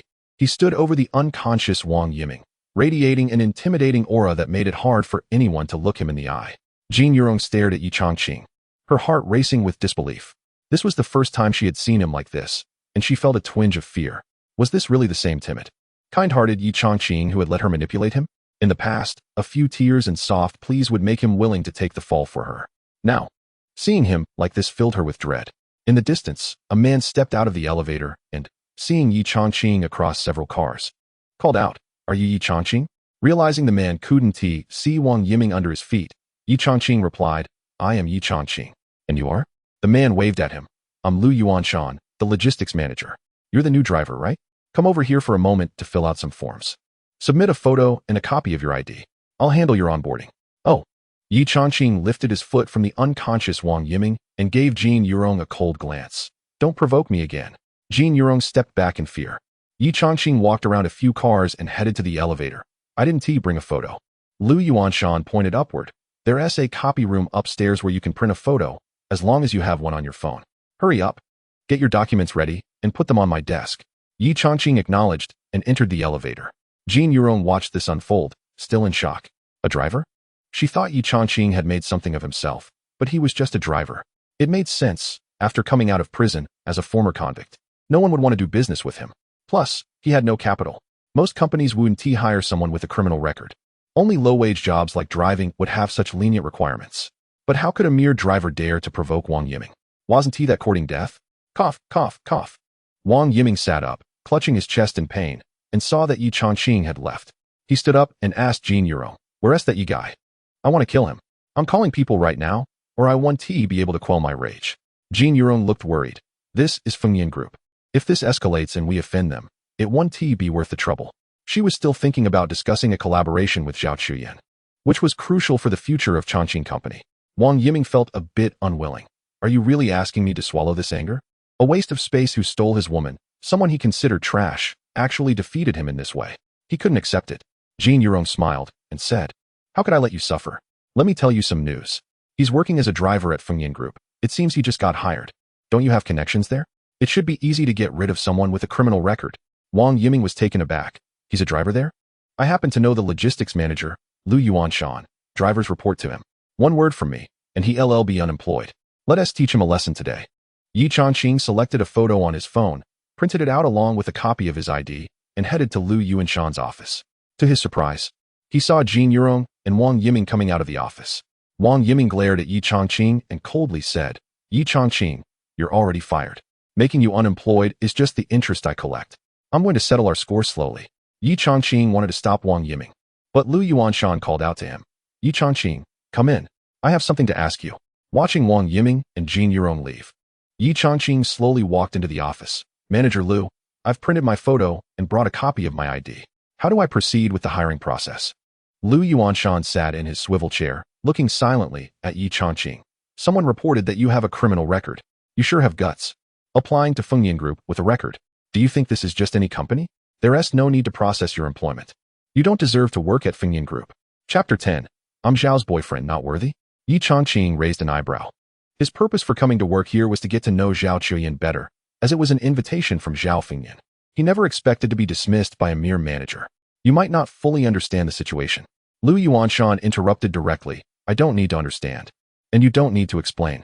I'm the manager of the logistics department, responsible for over 100 employees. I'm busy.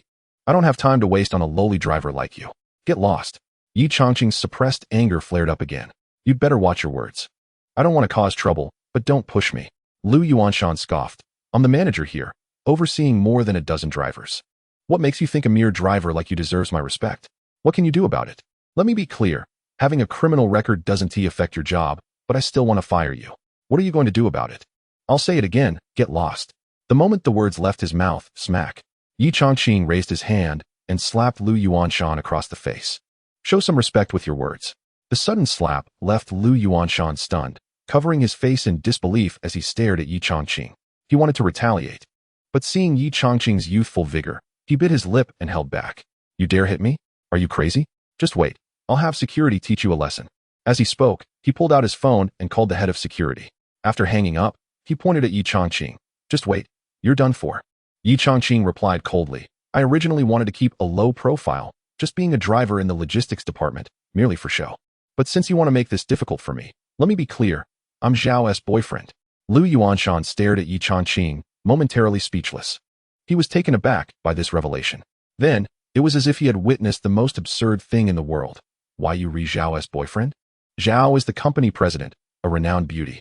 The wealthy heirs and rich kids chasing her could line up from here to the suburbs. None of them stand a chance with her. And you think you can be her boyfriend? Are you delusional? Ye Changqing felt a bit helpless. I'm telling the truth. If you don't believe me, you can ask Zhao herself. Lu Yuanshan snorted coldly. Do I really need to call her? Ye Changqing, do you think no one knows your past? You're mistaken. I know everything about you. Just got out of prison. Your wife left you. And you have a child. With your circumstances, Zhao wouldn't pick someone like you as her boyfriend unless she was blind. Ye Changqing pulled out his phone. If you want to call her. I will. As he spoke, he dialed Zhao Chuyan's number. Hey, where are you? Zhao Chuyan frowned and put down the documents in her hand. I'm in the office. What is up? Ye Changqing didn't hold back and directly revealed what had happened. I was in the office of the logistics manager. And Lu Yuanshan was about to fire me. Fired? Zhao Chuyan was a bit taken aback. She had just started her job. So what could she have done to deserve such harsh treatment? Surely, it couldn't be that he had committed some lewd act towards a female colleague again. The reason Zhao Chuyan thought so poorly of Ye Changqing was simply due to her first impression of him. During their first meeting, he had pulled her and touched her chest, even unbuttoning her third button. After a moment of silence, she finally asked, So, what exactly did you do? Ye Changqing gathered his thoughts and replied, I didn't do anything. He just wanted to fire me on the spot. Didn't he do anything? She was skeptical about Ye Changqing's words. Give me Lu Yuanshan's number. I need to have a word with him. She wanted to get to the bottom of what Ye Changqing had supposedly done. If he had acted inappropriately, there was no way he could stay in the company. Oh, Ye Changqing handed the phone to Lu Yuanshan. Here's Zhao's number. You should take it. Lu Yuanshan scoffed. What a performance. You're just a driver. How do you have Zhao's contact information? Not to mention, I don't even have it. Ye Changqing felt helpless and picked up the phone, saying to Zhao Chuyan, "He wants he pick up. He doesn't he believe I have your contact." She replied, "You'd better come down here personally." Zhao Chuyan glanced at the thick stack of documents on her desk, frowning. She was busy today and didn't he have time to deal with trivial matters. But since Lu Yuanshan wouldn't he answer the phone, she finally conceded. "All right, hang up. I'll come down right now." Ye Changqing hung up and turned to Lu Yuanshan, saying, "Just wait." She said she's coming down right away. At that moment, hurried footsteps approached from a distance. Tap, tap, tap. 3 security guards were quickly running toward them. Seeing the guards, Lu Yuanshan pointed at Ye Changqing and shouted, "That's him. Get him out of here." The security team leader, holding a retractable baton, didn't he act rashly. What is going on? Lu Yuanshan, having just been slapped, was eager for revenge. He pointed at Ye Changqing and said, "This is our department's new driver. I fired him for making a mistake, but he refuses to leave. He even claims to be Zhao's boyfriend. He is completely insane. Get him out." The security team leader was shocked. How bold could this driver be to impersonate Zhao's boyfriend? Realizing the seriousness of the situation, he knew that if Zhao found out, she would be furious. He couldn't just stand by. With a wave of his baton, he ordered his 2 subordinates, "If you want to keep your jobs here, you better take him out." The 2 security guards moved in on Ye Changqing. He shook his head slightly, saying, "I don't want to fight. Zhao is coming down any minute now. You should stop." The security team leader sneered, "Don't want to fight? You just don't want to get hit. You don't have a choice. Both of you, go." At his command, the 2 guards charged at Ye Changqing. The security captain followed closely, wielding a retractable baton. Seeing this, Lu Yuanshan also moved in. Thinking that with 3 security guards against Ye Changqing, victory was assured.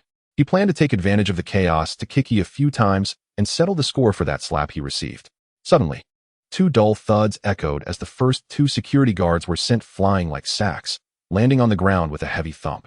The security captain raised his baton, but seeing his 2 subordinates taken down, he was too scared to strike. At that moment, Ye Changqing delivered a kick to the captain's stomach. With a loud thud, the captain was propelled over a meter away before crashing to the ground. Lu Yuanshan, just arriving at the scene, was taken aback to see all 3 security guards sprawled out on the floor and quickly backed away, stammering, "Why you?" He repeated the word "you" twice, but couldn't say anything else. Suddenly, the sound of hurried footsteps approached. Ye Changqing listened closely and recognized them as women's footsteps. He turned around to see Zhao Chuyan walking briskly toward him. "You finally made it. I told them you were my boyfriend, but they didn't believe me." Chapter 11. Dismissal. Zhao Chuyan was taken aback. Ye Changqing, that lecher, actually claimed they were in a romantic relationship. It was the first time she had ever experienced something like this. Was he declaring ownership? She felt her face flush, a mix of embarrassment and anger. More than anything, she was upset. She was merely trying to accommodate her grandfather's illness and didn't want anyone to know she was involved with someone like him. With a hint of anger on her delicate face, she said, "There's no need for you to tell them about us." Despite her irritation, her beauty shone through, making her look almost charming, like a spoiled child throwing a fit. Lu Yuanshan, witnessing this, was left dumbfounded. The usually cold and aloof CEO, Zhao Chuyan, was displaying such a youthful side. Employees around them began to murmur, speculating whether Zhao Chuyan would smile. To their surprise, they were witnessing a softer side of her. As Lu Yuanshan processed this, he realized that Ye Changqing was indeed Zhao's boyfriend, which left him even more stunned. A mere driver being the boyfriend of a billionaire beauty? It was unbelievable.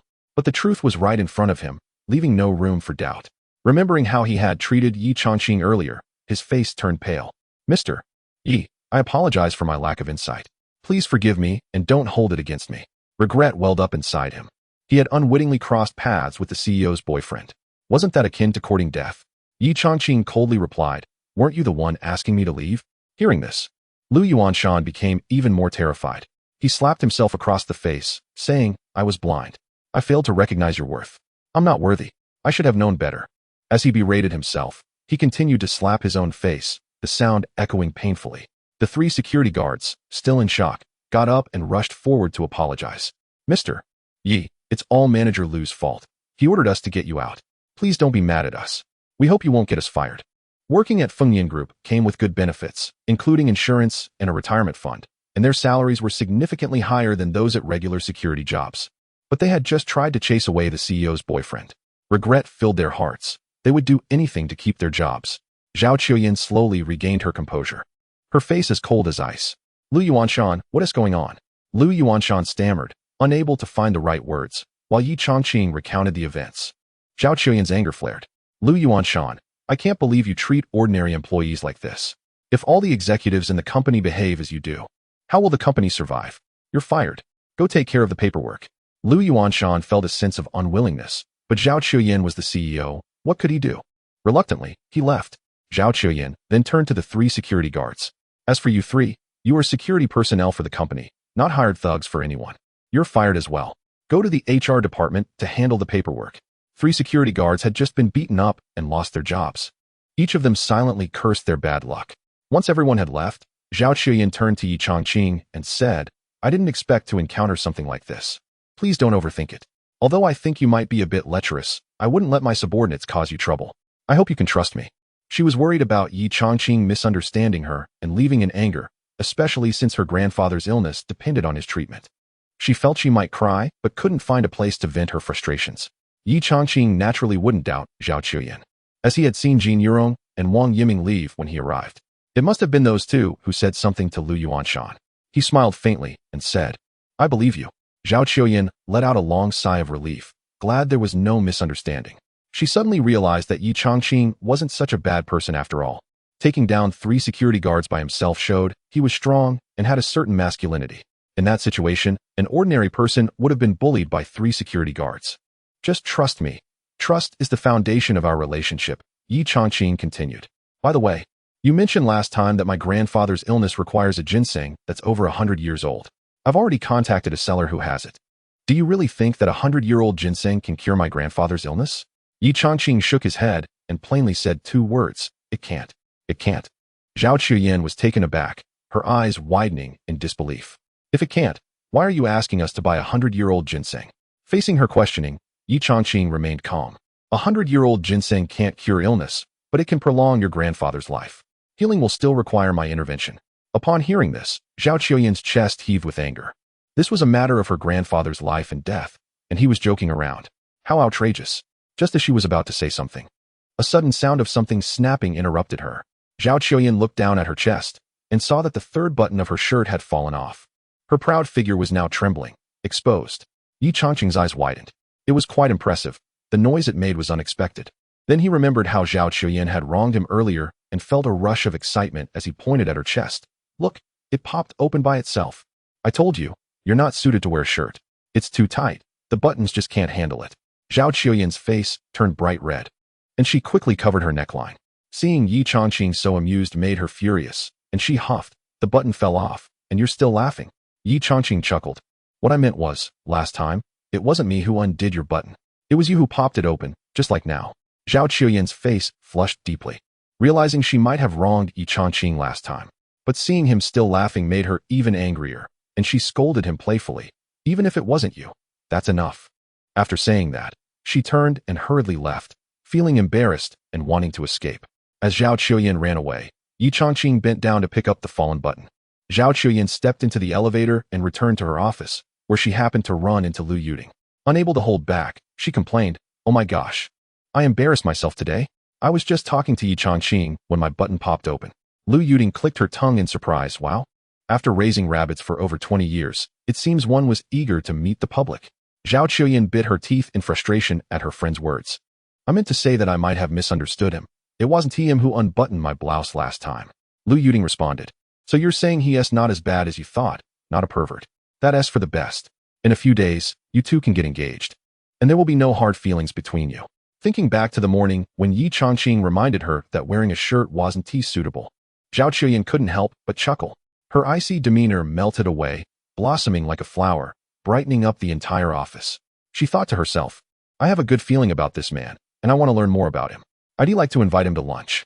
Lu Yuding was a bit surprised. You're actually taking the initiative. At the CAF, Jin Yurong raised her coffee cup to Wang Yiming and said, thank you. If it weren't for you knowing Lu Yuanshan, I wouldn't have been able to schedule a meeting with General Zhao in such a short time. Wang Yiming took a sip of his coffee and replied, "Once you're away from Ye Changqing, your good days will begin. With me around. Securing a collaboration with Fengyan Group will be a piece of cake." Just then, Wang Yiming's phone rang. He set down his coffee, took out his phone, and said to Jin Yurong, "Look, it's a call from Lu Yuanshan. He must be calling to confirm the meeting time with General Zhao." Chapter 12. Jin Yurong exposes Ye Changqing. Jin Yurong gave a thumbs up. "Impressive, you wrapped it up in just 20 minutes. Wang Yiming felt a bit proud. For others, it's a big deal. For me, it's just a small matter. In truth, he didn't know Lu Yuanshan personally. He was introduced through a friend. But he had money, and a $1,000 lighter smoothed things over. He put a finger to his lips. "Shoo, let me have a word with Lu Yuanshan. You keep quiet." Jin Yurong stopped talking and slowly sipped her coffee. Wang Yiming pressed the call button, using speakerphone so Jin Yurong could hear clearly. Lu Yuanshan's voice came through on the line. "Hello?" Wang Yiming smiled. "Hey, it's me. Have we finalized the meeting time?" Lu Yuanshan was furious. "I just got fired. How can I make arrangements for you?" "Wang Yiming, you've ruined me." Wang Yiming's expression changed slightly. "When I left, weren't you doing fine? What happened?" Lu Yuanshan yelled. "It's all because of you. You had me deal with that Ye Changqing. Now I've lost my job. Do you even know who he is?" Wang Yiming was perplexed and nonchalantly replied, "Isn't he just a reformed-through labor convict? A useless guy who got divorced and has a kid?" Lu Yuanshan's anger flared up at those words. "You're still lying to me. I trusted you too much. And now I'm done for. Ye Changqing is the boyfriend of our president, Zhao Qiuyan. I got fired because of your mess. What do you think we should do about it?" "What?" Wang Yiming and Jin Yurong exclaimed simultaneously. "Ye Changqing is Zhao Qiuyan's boyfriend? No way." This news was more unbelievable than the sun rising in the west. Wang Yiming coughed. "Manager Lu, are you joking? Ye Changqing just got out of prison. Someone like him would have a hard time finding an ordinary person, let alone your beautiful president." Jin Yurong chimed in. "Exactly. He is a convict. I wouldn't even look at him, which is why I divorced him. Someone as stunning as President Zhao would never go for him.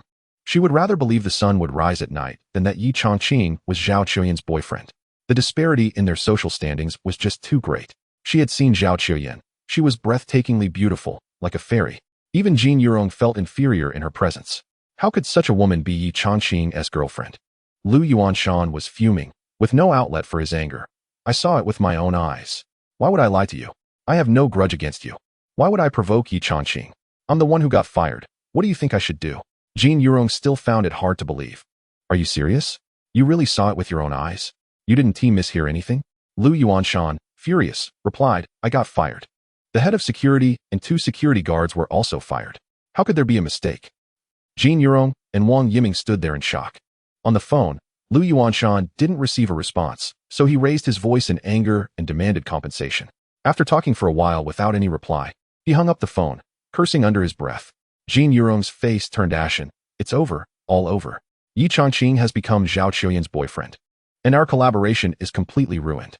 From now on, my Changqing company will have no foothold in Songjiang. How could this happen? Why does that useless guy get to climb the social ladder?" Wang Yiming's expression was also grim as he looked at Jin Yurong, his eyes flickering. If Ye Changqing really became Zhao Qiuyan's boyfriend, he wouldn't dare to marry Jin Yurong. Otherwise, he would be opposing Ye Changqing. The Wang family couldn't afford such an enemy. Suddenly, Jin Yurong had a thought. "Do you think it's possible that Ye Changqing is deceiving Zhao Qiuyan? Otherwise, how could he possibly reach the Zhao family?" Bam! Wang Yiming suddenly realized, slapping the table, it must be. He must have concealed his identity as a reformed-through labor convict and hidden the fact that he is divorced with a child. Otherwise, President Zhao would never have taken a liking to him. Even if he did hide it, it's still impossible. Perhaps he even fabricated a lofty identity for himself, like that of a wealthy heir or a high-ranking official's son. Jin Yurong felt she had found the reason. Yes, that must be it. Let us go find Zhao Qiuyan and expose Ye Changqing's true identity. With President Zhao's gratitude, our collaboration will be secured. Wang Yiming stood up. "Let us go right now? We can't let that useless guy succeed." At noon, Ye Changqing was having a meal at a restaurant when Zhao Qiuyan called. "Where are you?" Ye Changqing swallowed his food. "Do you need a ride?" As a driver, he had not forgotten his responsibilities. Zhao Qiuyan paused for a moment before saying, "I'd like to invite you to dinner. There was a misunderstanding when we first met. So let us have a meal and get to know each other again." Her intention was to build a better understanding. If Ye Changqing turned out to be decent, she might just go along with her grandfather's wishes. Ye Changqing felt a bit speechless. How unfortunate. "I'm sorry, I'm currently eating." He was actually rejected. How could he be so foolish? Zhao Chuyan secretly blamed Ye Changqing for being so oblivious to her intentions. Couldn't he just lie? She had to adjust her approach. After you finish eating, I'll treat you to a cup of coffee. Of course, if you prefer tea, that works too. Worrying about being rejected again, she added another option. Ye Changqing glanced at the time on his phone and regretfully replied, I don't have time to join you for coffee. Maybe next time. Zhao Chuyan felt a bit awkward. It was her first time taking the initiative, and she had been turned down twice. She stood there for a long time, still unable to regain her composure. Can you give me a reason? She was curious about why this man rejected her. Ye Changqing scratched his head. In an hour, a century-old ginseng will arrive, and I need to go treat your grandfather. He told me not to tell you. Zhao Chuyan frowned. Her grandfather always had such a temper. Now that she knew, she had to stay by his side. Where are you eating? I'll drive over to pick you up. Ye Changqing finished the last bite of his meal. I'm heading back to the company now. You can come downstairs to pick me up. Zhao Chuyan hung up the phone, picked up her small bag, and headed to the elevator. Ye Changqing walked out of the restaurant and made his way to the entrance of Fengyan Company across the street. Just as he reached the door, he spotted two familiar faces, Jin Yurong and Wang Yiming. He couldn't help but frown. These two always seemed to linger around, and now he ran into them again. Jin Yurong and Wang Yiming had been talking to the security guard at the entrance for a while, but still hadn't managed to get a chance to see Zhao Chuyan. Upon seeing Ye Changqing, Jin Yurong yelled as if she had spotted a thief. Ye Changqing, I've finally caught you. You're done for. I'm going to expose your true identity to General Manager Zhao. You, a former convict, still think you can climb the Zhao family ladder? Dream on. Ye Changqing felt a surge of anger rise within him. They were divorced and living their own lives. He hadn't even settled the scores from the past. How dare Jin Yurong meddle in his life? Jin Yurong, I have things to do, so I don't have time for you right now. But let me warn you. Don't push your luck. Jin Yurong thought Ye Changqing was afraid and felt she was on the right track. You're the one who's digging your own grave. Just wait. When I see General Manager Zhao, you're finished. A luxury car slowly approached and came to a stop beside Ye Changqing, the door opening automatically. Zhao Chuyan called out to him, get in. Chapter 13, Ruthless and Unyielding. Seeking the phoenix, Ye Changqing was stirred with anger by Jin Yurong's words and saw Zhao Chuyan driving over. He furiously asked Jin Yurong, now that Zhao Chuyan is here, what are you going to do? Jin Yurong was taken aback by Ye Changqing's blatant attitude. A con artist, yet she was not afraid of her being exposed. She felt confused and somewhat dazed. Knowing that Ye Changqing's girlfriend was Zhao Chuyan was one thing, but seeing it with her own eyes was another. She found it hard to accept. Ye Changqing, a former convict who was a useless man she had discarded, had no money, no job, no power, nothing at all. How could he possibly be dating such a beautiful CEO like Zhao? She couldn't wrap her mind around it. When Ye Changqing saw that Jin Yurong had fallen silent, he snorted coldly and got into the passenger seat. Zhao Chuyan sensed that Ye Changqing's relationship with Jin Yurong was unusual. After he sat in the car, she asked, "What's your relationship with that woman?" Ye Changqing didn't hide it. Ex-wife. He only said 2 words and then fell silent. Jin Yurong was momentarily stunned, but then suddenly remembered her purpose for approaching Zhao Chuyan. She rushed to the car and knocked on the window, saying, "Zhao. Hello, I have something to discuss with you." Zhao Chuyan hesitated for a moment and rolled down the window. "What do you want?" Jin Yurong pointed at Ye Changqing and said, "Zhao, you might have been deceived by him." Zhao Chuyan's expression hardened. Deceived? Am I that easy to fool? Jin Yurong's face changed slightly. She had come to expose Ye Changqing's identity, hoping to win favor with Zhao Chuyan in the process. Seeing Zhao Chuyan getting angry, she quickly explained, "That's not what I meant. I meant to say that Ye Changqing has deceived you. Do you know what my relationship with him is?" Zhao Chuyan shook her head. "No, and I don't want to know." Ye Changqing silently observed, realizing that up to this point, Zhao Chuyan had the upper hand and seemed to be defending him. He decided to remain quiet. Seeing this, Jin Yurong decided to take the initiative. "I'm Ye Changqing's ex-wife. The reason I divorced him is that he is nothing now, still a labor." Before she could continue, Zhao Chuyan cut her off. "Stop. I know what you're trying to say. You want to say he is worthless and that you don't want him anymore. You want me not to be deceived, right?" Jin Yurong's face lit up with joy. She had come to mend fences, and Zhao Chuyan could understand her intentions, making the conversation simpler. "Yes. That's exactly what I mean." Zhao Chuyan replied coldly. "Have you ever heard the saying, not recognizing the value of gold inlaid with jade? In your eyes, he may be worthless, but in mine, he is like gold inlaid with jade. He is the only one who can save my grandfather, and regardless of personal feelings. His medical skills are rare talent. Besides, he is a remarkable person in my grandfather's eyes, and I believe my grandfather's judgment is not wrong." Jin Yurong slightly shook her head. "Zhao, I know you are knowledgeable and come from a good family, but I am a few years older than you. Gold inlaid with jade, a combination of gold and jade. How could I not recognize it? Zhao Qiuyan's face showed a hint of sarcasm. Do you know what gold inlaid with jade really is? In fact, these three characters should be Jingshan Jade, which refers to the he sure by that comes from Jingshan. How many people in the world can recognize the he sure by hidden in stone? It's perfectly normal that you can't see it. Ye Changqing is like Jingshan Jade. Some short-sighted women simply cannot appreciate it. Jin Yurong's expression changed dramatically. Zhao Qiuyan was actually saying that Ye Changqing was a he sure by, that Ye Changqing was a treasure. How could this be? What made her even angrier was that Zhao Qiuyan had the audacity to call her short-sighted. She wanted to explode in anger, but in front of Zhao Qiuyan. She didn't have the courage to do so, because she needed something from her. Zhao Qiuyan continued, their essay saying, with eyes but unable to recognize gold inlaid with jade, and their another line. Without affection, it's hard to play the beautiful tune of Feng Qiu Huang. You are unfeeling, so you cannot play the enchanting melody of Feng Qiu Huang. I believe I can, so thank you for letting go of Ye Changqing. This he sure by. Goodbye. With that, she pressed the accelerator, and the sports car sped away. In the blink of an eye, it was already 100 meters down the road. Jin Yurong watched the car disappear, lost in thought for a long time. Zhao Qiuyan was the president of Fengyan Group. Stunningly beautiful, and in terms of looks, status, and wealth, far surpassed her, Jin Yurong. What kind of man wouldn't such a woman be able to find? Yet she took on the man Jin Yurong didn't want, and even thanked her. Was Ye Changqing really that good?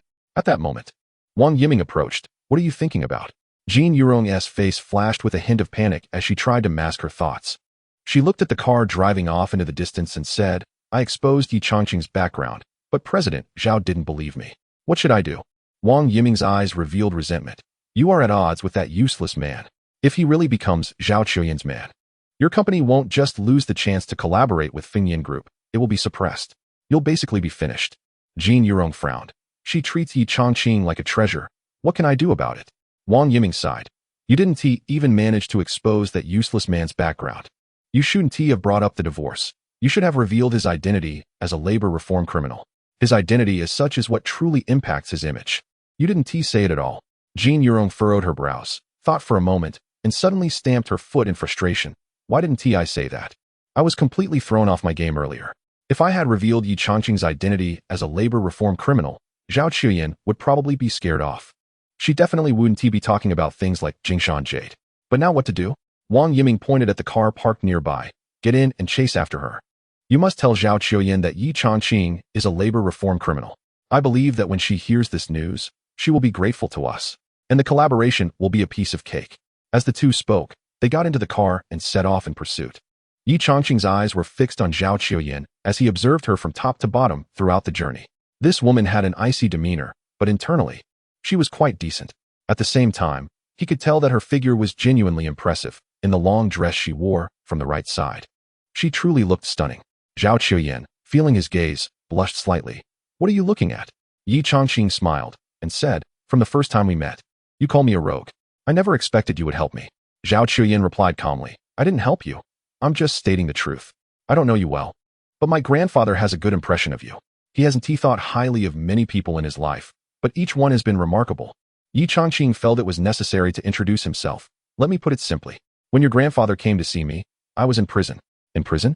Zhao Qiuyan's grip on the steering wheel wavered for a moment, but quickly steadied. If I ask why you were in prison, would you think I'm prying into your personal life? Ye Changqing shook his head. You don't need to ask. I'll tell you myself. I was in prison because of financial issues my ex-wife had. She begged me to take the fall for her. I believed that as a man, I should bear the burden for her, so I went to prison. Unexpectedly, when I got out, she divorced me. Zhao Qiuyan shook her head slightly. Your ex-wife really lacks foresight. As they were chatting, the car stopped in front of a villa. Zhao Fengyan was already waiting at the door. When he saw Zhao Qiuyan, he was a bit surprised. Why are you back? Zhao Qiuyan didn't answer directly and asked, did you receive the ginseng? Zhao Fengyan took out a gift box. Just received it. I haven't looked at it yet. Ye Changqing took the box and opened it. The century-old ginseng has arrived. We can start the treatment now. During my diagnosis, I need complete silence. Please find a quiet room. Zhao Fengyan led Ye Changqing to the second floor. Zhao Qiuyan sat on the first floor waiting. After a moment of thought, she instructed a few bodyguards, you all stay at the door. No one is allowed to enter when visiting my grandfather. We refuse all guests. Chapter 14.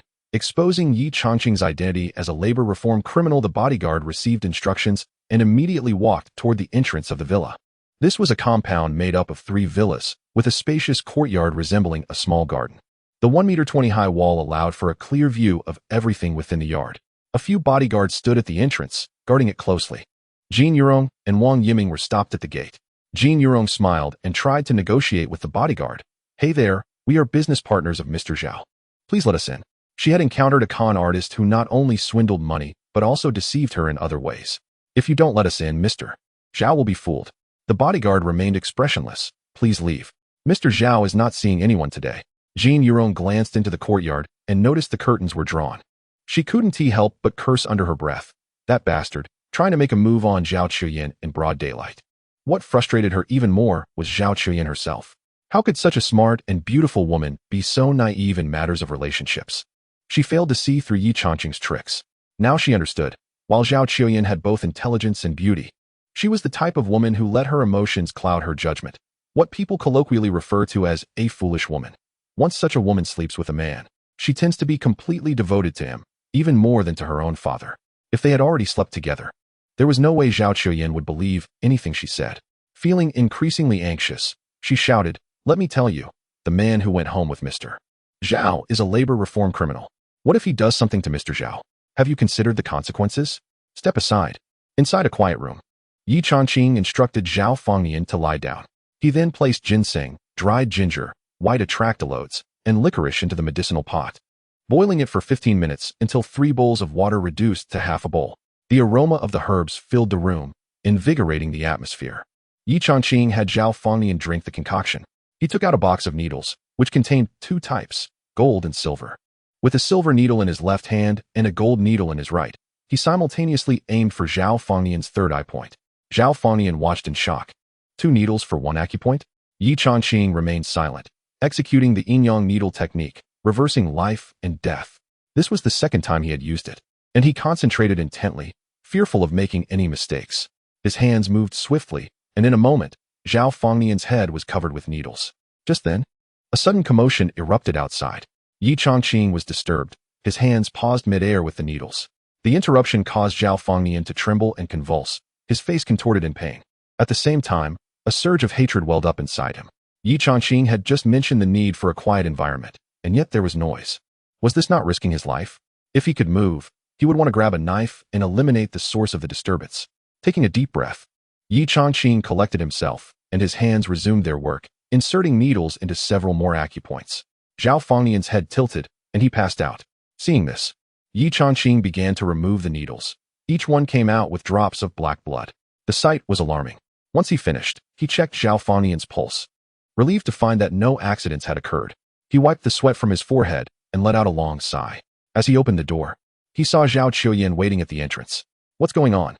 Zhao Chuyin asked, standing on her tiptoes to peer past Ye Changqing into the room. "How is my grandfather?" Ye Changqing snapped. "We almost had a crisis just now. Didn't I tell you to keep it quiet? What is all the noise outside?" Zhao Chuyin looked a bit helpless. "Your ex-wife showed up, and I didn't want to see her. I told the bodyguard to keep her quiet, and it's not noisy anymore." Jin Yurong again. Ye Changqing frowned. "I'll go see what she wants." As soon as he stepped outside, he saw Jin Yurong arguing with Wang Yiming and the bodyguard. It seemed she was trying to force her way into the villa. Fuming, Ye Changqing exclaimed, "Jin Yurong, what do you think you're doing? You almost ruined everything for me just now." Seeing Ye Changqing come out, Jin Yurong shouted even louder, "Ye Changqing, I'm here to ruin your plans. What are you going to do about it?" Ye Changqing felt a surge of anger, his right hand trembling slightly. "Do you even realize this is about a life?" Jin Yurong was momentarily taken aback, then she erupted in a tirade. "Ye Changqing, so you're this sinister and despicable. You want to marry Zhao Chuyin and are trying to get her pregnant." "Pregnant?" Ye Changqing was so enraged he felt a bit dazed. "What do you mean by pregnant?" Jin Yurong sneered. "Don't play dumb. We all know what you're up to. Pulling the curtains during the day. What do you think you're doing?" Ye Changqing, take a look in the mirror. You're a convict, a failure, and you're divorced. I wouldn't even look at you. And you think you can climb up to Zhao Chuyin? You're just a toad wanting to eat swan meat. After saying that, she turned towards the entrance and saw Zhao Chuyin helping an elderly man come over. Seeing Zhao Chuyin, she quickly waved her hand. "Zhao Chuyin, I'm Jin Yurong. I didn't finish what I was saying earlier. I'm worried you might be deceived, so I came to warn you." Zhao Chuyin, Supporting her grandfather, replied coldly. I don't want to hear it, and I certainly don't want to see you. Jin Yurong's expression stiffened. You misunderstood. Once you know the truth, you'll be grateful to me. Ye Changqing just got out of 3 years in prison. He is a convict, which is why I divorced him. You shouldn't jump into the fire pit. Don't trust him. After she finished speaking, she looked at Zhao Qiuyan with hopeful eyes, waiting for her to show surprise and then express gratitude. That was what she wanted to achieve. In her mind, she was already envisioning signing a cooperation agreement. Zhao Qiuyan's expression grew even colder. She had heard Ye Changqing mention this before, and her grandfather had told her the reason for his imprisonment. She wasn't surprised at all. Coldly, she looked at Jin Yurong and said, I should thank you. Jin Yurong's heart raced with excitement. She had finally heard those words. After all her efforts, she had finally arrived at this moment. Next would be the collaboration with Fengyan Group. Her career was about to take off. Divorcing Ye Changqing was the right decision. Shedding the burden would allow her to move forward quickly. Her voice trembled slightly as she spoke. It's my honor to assist you. We're both women, and I hope we can collaborate more in the future. Wang Yiming beside her nodded in agreement. Yes, let's work together more often. Zhao Qiuyan coldly replied. What I'm grateful for is your divorce from Ye Changqing. That's how I can get engaged to him. What? Jin Yurong looked at Zhao Qiuyan in disbelief, her eyes wide, as if they might pop out of her head. You're going to get engaged to him? Did you hear what I just said?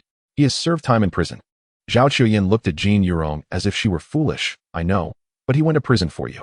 That proves he is a responsible and accountable man. It wouldn't be an exaggeration to call him an extraordinary good man. I just can't understand how someone could be foolish enough to divorce such a man. Jin Yurong's face stiffened, realizing that Zhao Qiuyan already knew everything. But she couldn't comprehend why Zhao Qiuyan would be interested in Ye Changqing. You are the female CEO of a billion-dollar group. Your status is prestigious, and you are beautiful. Ye Changqing is an ex-convict, with no savings and no career. He is utterly lacking in every way. With so many good men in the world for you to choose from, why would you want Ye Changqing? Chapter 15. My wife pleads for reconciliation, worthless? Zhao Qiuyan looked at Jin Yulong as if she were a fool. You think Ye Changqing is worthless? My grandfather is willing to pay him 10 billion for a life-saving treatment. He can easily earn 10 billion. Do you really think such a man has no skills? 10 billion? Jin Yulong was stunned into silence. She knew Ye Changqing's abilities, but she had never heard of him having any medical skills. In disbelief, she asked, Is that true? A person like Zhao, who is so influential, could find any medical expert willing to take 10 billion. Why would he seek out Yi? Wang Yiming's eyes widened in shock. 10 billion. The entire Wang family might not even have that much in assets. He only had access to a few million. The thought that Ye Changqing could earn 10 billion for treating a patient made him envious. Zhao Qiuyan coldly replied, because Ye Changqing's medical skills are worth 10 billion. Really worth 10 billion? Jin Yulong was taken aback. When did Ye Changqing learn to heal? How could she not know this? Seeing Jin Yulong silent, Zhao Qiuyan continued. You say Ye Changqing isn't worthy of me, but that's not true. It was my grandfather who took me to propose to him. At that time, you had only signed the divorce agreement, and since you hadn't finalized the divorce, we had to wait for you. As soon as he stepped out of the Civil Affairs Bureau, I sent the most luxurious convoy to pick him up for a blind date. Jin Yulong's mouth dropped open in shock, her mind blank. So that luxurious convoy wasn't from a wedding planning company, but was actually sent by Zhao Qiuyan to pick up Ye Changqing for a date. How could this be? She thought the man she dismissed as worthless was in fact a hot commodity in Zhao Qiuyan's eyes. She turned to look at Ye Changqing, who had once treasured her but now stood there coldly, seemingly indifferent to her presence. She couldn't accept this outcome. She couldn't understand how Ye Changqing, who had spent 3 years in prison, could have medical skills. He must have lied to deceive the Zhao family. Yes, that had to be it. Ye Changqing definitely couldn't possess such abilities. Determined to expose Ye Changqing's lie, she said, Mr. Zhao, as far as I know, Ye Changqing has never studied medicine. Why are you seeking treatment from someone who has no medical training? Wang Yiming also felt something was off. Mr. Zhao is seriously ill, and I've heard that even renowned doctors are at a loss. Is it really useful to ask him for help? Zhao Fengyan spoke up. He is a renowned doctor. If I don't seek him, who should I ask? Jin Yulong's voice became hysterical. He is a renowned doctor? How is that possible? I've been married to him for so long and never knew he could heal. You must be being deceived by him. Zhao Fengyan replied coldly. The reason I had the bodyguard stop you earlier is that Mr. Yi is currently treating me. He has cured my illness. His medical skills are beyond doubt. This Jin Yulong was stunned. Ye Changqing had actually cured Zhao Fengyan. How could this be? Zhao Fengyan said coldly. Just now, you two were entangled at the door, preventing Mr. Yi from treating me properly. I almost died at your hands. I will not let you off today. From now on, any organization or individual that collaborates with the Zhao family is forbidden from working with you. Anyone who has business dealings with you will be my enemy. Jin Yurong's face turned pale, and her legs felt weak. Zhao Fengyan had issued a ban. Who would dare to work with her in the future? It was over. The company was finished. Her career was ruined. How would she repay her debts to the bank? Zhao Fengyan turned to Wang Yiming and asked, "Which company are you with?" Wang Yiming, terrified, quickly stepped back, saying, "This has nothing to do with me. I'm just a regular friend of Jin Yurong. Your matters have nothing to do with me. Really, I swear I will never have any business dealings with her company again. Nor will I have any connection with this woman." After he finished speaking, he opened the car door as quickly as possible, started the engine, and drove away as if fleeing. He could not afford to be an enemy of the Zhao family. Otherwise, his older brother and father would skin him alive. Zhao Chuyin looked at Jin Yurong with sympathy, saying, "Ye Changqing was willing to go to prison for you. Yet you divorced him and sought out such a coward who runs away at the first sign of trouble. People as foolish as you are rare in this world." Jin Yurong stood there, stunned. Wang Yiming had run away, and the Zhao family had cut her off. She had no place to stand in Songjiang anymore. In an instant, it felt as though she had fallen from the clouds to the ground, regretting deeply. If she had known it would turn out this way, she never should have come here. Ye Changqing glanced at Jin Yurong, his cold eyes showing a slight flicker of emotion, but then hardened as he turned to walk towards the villa with Zhao Chuyin. "Changqing." Jin Yurong saw Ye Changqing about to leave, and, like a drowning person seeing a lifeline, shouted, "Ye Changqing, don't go, please don't go yet." Ye Changqing paused for a moment, but continued to walk away. Jin Yurong quickly raised her voice, "Changqing, I beg you, don't leave yet." Ye Changqing stopped and asked, "Why shouldn't I leave? To watch you cry?" Jin Yurong forced a bitter smile and said, "Changqing, the company is growing too fast, and I've taken out a lot of loans. If the company doesn't make money for even a day, it will lose money. If Zhao's words get out, the company will definitely go under." Ye Changqing slightly raised his chin, looking at the white clouds in the sky for a long time before retracting his gaze. "It deserves to go under. It has nothing to do with me." Jin Yurong looked at Ye Changqing with pleading eyes, "But the company still has your name. You created it. It's your hard work." Ye Changqing nodded. "Yes, it's my hard work. But it was taken from me by you." Jin Yurong begged desperately. "You can't just ignore it. The company has grown so fast in the past 3 years, and I borrowed a lot from the bank. If the company goes bankrupt, I can't repay those loans. I might be sent to jail. Please, let Mr. Zhao spare the company." Ye Changqing's expression was complex and quickly turned cold. "If you don't want to go to jail, I can think of a way for you." Jin Yurong's face lit up with joy, thinking that Ye Changqing had finally agreed to help her. "What is the way?" she asked eagerly. Ye Changqing replied coldly, "You can find another husband to take your place in jail." Jin Yurong's expression froze. Wang Yiming, seeing her in distress, turned and ran without even glancing back. Where would she find someone willing to take the fall for her? She felt as if she had fallen into an ice cave, and an overwhelming fear washed over her. She remembered the days when Ye Changqing had smiled and promised to take the blame for her. Now she finally understood how much he loved her. Overwhelmed by these thoughts, her legs gave way, and she collapsed to the ground, tears streaming down her face. "I'm sorry. I was wrong. I know you're the one who loves me the most in the world. I know you've always loved me. We shouldn't have gotten divorced. I'm begging you. Let us get back together." Chapter 16. Go buy some regret medicine reconciliation? Ye Changqing muttered these words, a hint of sarcasm appearing on his face. He scoffed, "Huh? I once begged you not to divorce. I pleaded with you for our daughter's sake not to divorce. Yet, you insisted on going through with it. I warned you not to regret it later. Did you think I was joking?" Jin Yurong hurriedly cried out, "Changqing, I was just confused at that time. I didn't think it through at all. I regret it now, let's remarry." Ye Changqing shook his head slightly. "You regret it? Then go buy some regret medicine." After saying this, he turned and strode toward the villa, feeling truly disappointed in Jin Yurong. He walked away with determination. Watching Ye Changqing walk away felt like the entire world was leaving her. In a moment of desperation, she broke into tears, calling out loudly, "Changqing, I know you love me. I remember when you just got out of prison, you walked towards me with a smile, wanting to hug me. That proves you love me. I realize my mistakes now. Changqing, don't go, please." No matter what she said, Ye Changqing did not stop. As he disappeared from view, she finally silenced her cries. Slowly, she stood up, gazing at the villa still shrouded in curtains, and said to herself, "You clearly love me in your heart. And I've apologized. Why shouldn't we remarry? Have you thought about how our divorce affects our child? Just wait. I refuse to believe we can't reconcile." Inside the villa, Ye Changqing sat in silence. Zhao Fengyan brought over a cup of tea. Changqing, thank you for saving me. If it weren't for you, I might have reached the end of my life. Ye Changqing took the cup and replied, no need to be so polite. There are a few things I need to remind you about. You can't do any more mental work, no late nights, no extreme emotions, and certainly no drastic mood swings. Zhao Fengyan frowned. The issues Ye Changqing mentioned might be easy for an ordinary person to manage, but not for him. The Fengyan group may seem prosperous, but the problems are significant. More critically, there isn't a suitable successor. His son and grandson are both incapable, and while Zhao Qiuyan has exceptional abilities, she's just a girl. His son and grandson are resentful of this. Suddenly, he had a bright idea as his gaze fell on Ye Changqing. Tomorrow, Qiuyan is coming back to the capital. Can you accompany her to meet her parents? Meeting the parents didn't matter much. As the head of the family, he could decide Zhao Qiuyan's marriage. His real intention was to have Ye Changqing help Qiuyan secure her position as CEO. Ye Changqing hesitated. I just got out a few days ago and haven't had time to spend with my parents. I still need to take Lingling to school every day. Zhao Fengyan smiled. Tomorrow I'll go play chess with your dad, and I can help you take Lingling to school. Don't worry. Ye Changqing glanced at Zhao Qiuyan. We've only just begun to get to know each other. Isn't meeting the parents a bit too soon? Zhao Fengyan chuckled. I still think it's too slow. It's been so many days, and there hasn't been any progress. We must speed things up. In the past couple of days, Zhao Qiuyan had gotten to know Ye Changqing better and felt that he was a decent man. At the same time, Grandpa has always had high hopes for Zhao Qiuyan, and she trusts his judgment.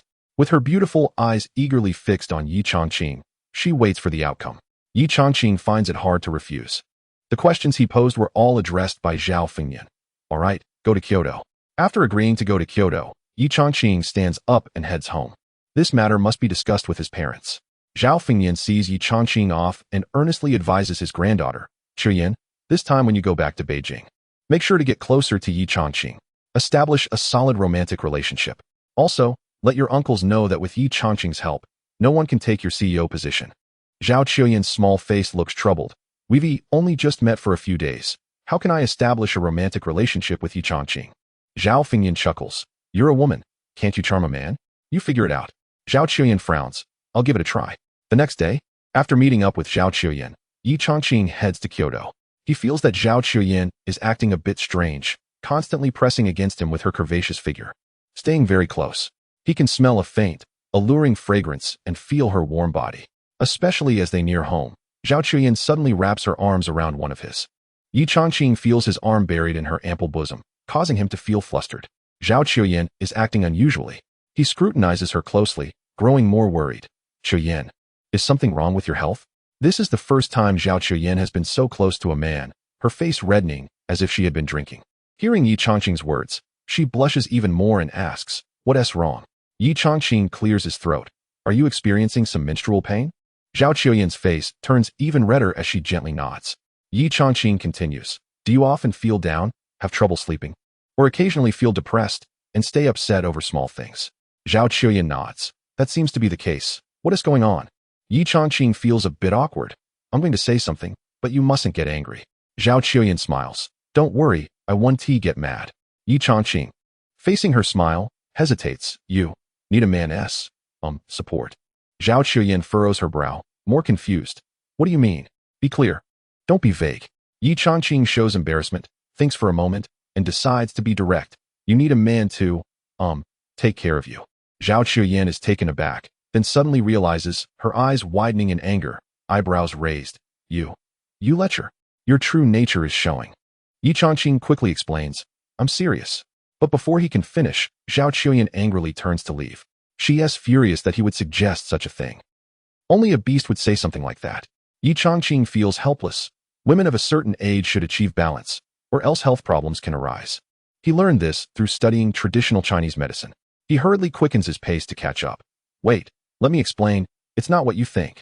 When Zhao Qiuyan reached about 4 or 5 meters from the Zhao family's entrance, she recalled her grandfather's instructions to establish a genuine romantic relationship with Ye Changqing. This seemed like an opportunity. However, she blushed at the thought.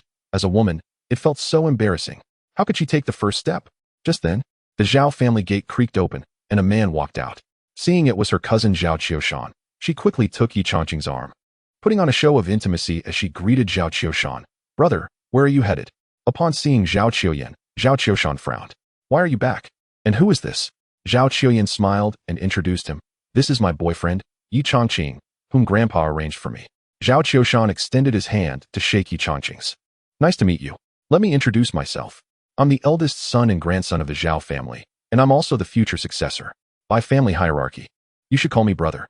If you ever encounter any issues in the Zhao family, just let me know, and I'll help you out.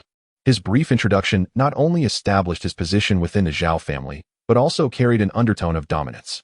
Ye Changqing pretended not to understand, smiling as he replied, sure. He politely nodded before heading into the courtyard with Zhao Qiuyan. As soon as the two entered, the smile on Zhao Qiushan's face vanished, replaced by an expression of resentment. He pulled out his phone and dialed a number. Hello, old Lu. Can you help me look into someone? There's a guy named Ye Changqing next to Zhao Qiuyan. I want all his information, how many relationships he has had, how much money he has, what he likes to eat and drink, who his family is, and what their background is.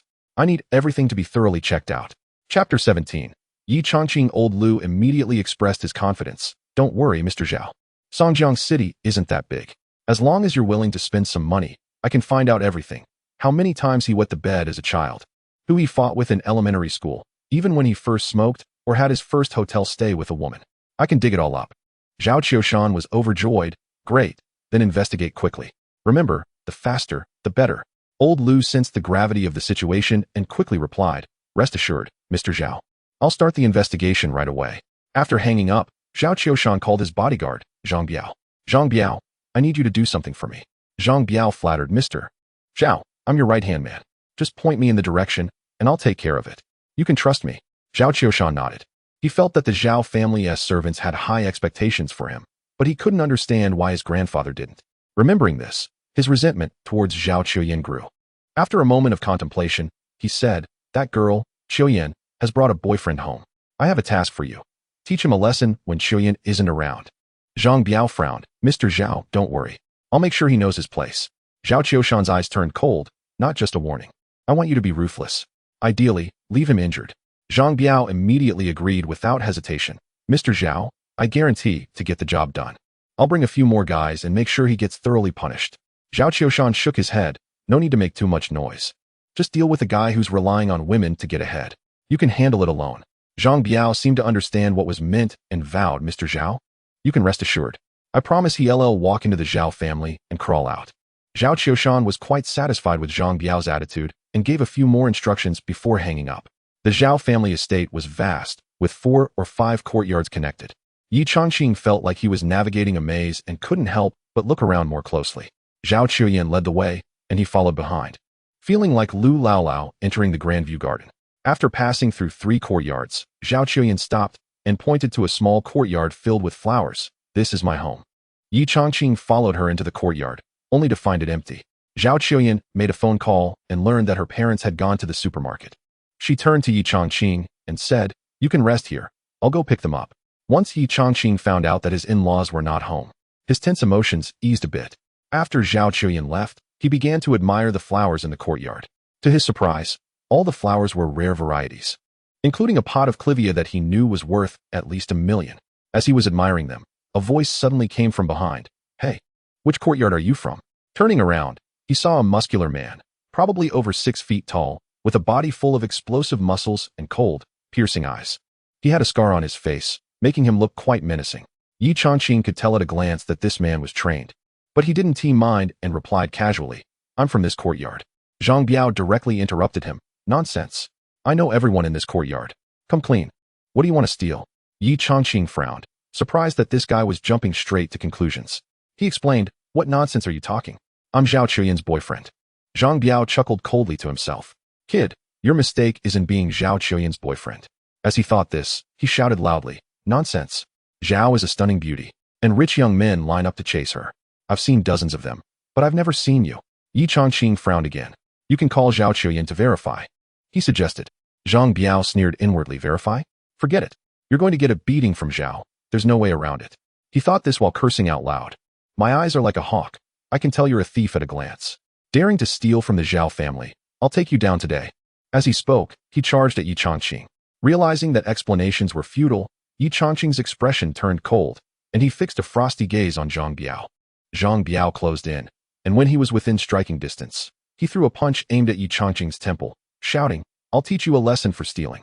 Ye Changqing instinctively stepped back, feeling something was off. This guy wasn't willing to call Zhao Chuyin to verify, and was attacking right away. He retreated several steps until his back hit the wall, with no place left to go.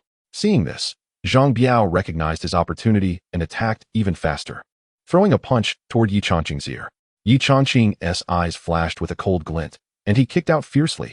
There was a loud thud as Zhang Biao's body flew back like a rag doll, crashing down 2 meters away with a painful groan escaping his lips. Nearby, Zhao Qiushan was watching with excitement when he suddenly witnessed the scene, his mouth agape in shock. Zhang Biao had been taken down in a single move. At the entrance of the courtyard, Zhao Chuyin had just arrived with a middle-aged couple when she saw this unfold. Confused, she asked, "What is going on?" Seeing Zhao Chuyin return, Zhang Biao's expression changed, realizing he was in trouble. Suddenly, he had an idea and clutched his stomach, wailing, "Zhao, I thought a thief had entered the yard. I tried to catch him, but he claimed to be your boyfriend and attacked me. With such ridiculous claims and violent tendencies. He doesn't deserve to be your boyfriend." Zhao Chuyin frowned slightly. She knew this would lead to misunderstandings with her parents. Zhao Mingtao, with a dark expression, asked, "Chuyin, is this really your boyfriend?" Zhao Chuyin nodded, about to explain to her parents, but it was too late. Zhao Mingtao, furious, shouted at Ye Changqing, with violent tendencies. "You're not fit to be my daughter's boyfriend. Leave." Ye Changqing patiently tried to explain, it was just a misunderstanding. But Zhao Mingtao interrupted him sharply. "Shut up. A misunderstanding? You resort to violence? My daughter is looking for a partner, not a brainless thug." Chapter 18. The secret of Ye Changqing's identity is exposed. Ye Changqing furrowed his brow. His future father-in-law's tone clearly indicated that he believed that man's lies. This situation was going to be difficult to handle. "Uncle, let me explain. He attacked first. I was forced to defend myself," Ye Changqing said. Zhao Mingtao's face darkened. "Why did he attack first? It's obvious he saw your inappropriate behavior. Let me ask you one more thing. Where are you from?" Zhao Chuyin interjected, "Dad, didn't I already tell you? Why are you asking again?" Zhao Mingtao shot her a glare. "Shut up." Zhao Chuyin fell silent, frowning with concern as she looked at Ye Changqing. Ye Changqing had no choice but to introduce himself. "I'm from Shajing Village in the Bailin district of Songjiang City." Shajing Village? Zhao Mingtao raised an eyebrow, his tone dripping with disdain. "A rural area?" Ye Changqing nodded. "Yes, it's rural." A hint of scorn appeared on Zhao Mingtao's face. "So you're from the countryside. No wonder you have a tendency toward violence." Shaking his head in disappointment, Zhao Mingtao turned to Zhao Chuyin. "I've always said that you should only date someone from Kyoto. No one from outside Kyoto, especially not from the countryside." With that, he ignored Ye Changqing and walked straight into the yard. Zhao Chuyin's mother hesitated for a moment, glanced at Ye Changqing, sighed, and followed her husband into the yard. Zhao Chuyin walked up to Ye Changqing and whispered in comfort, "Don't be angry. Come on, let us go back to my house." Ye Changqing's expression darkened. He had never thought there was anything wrong with being from the countryside, and Zhao Mingtao's words were deeply offensive. Even though Zhao Chuyin had said so, he followed her inside in silence.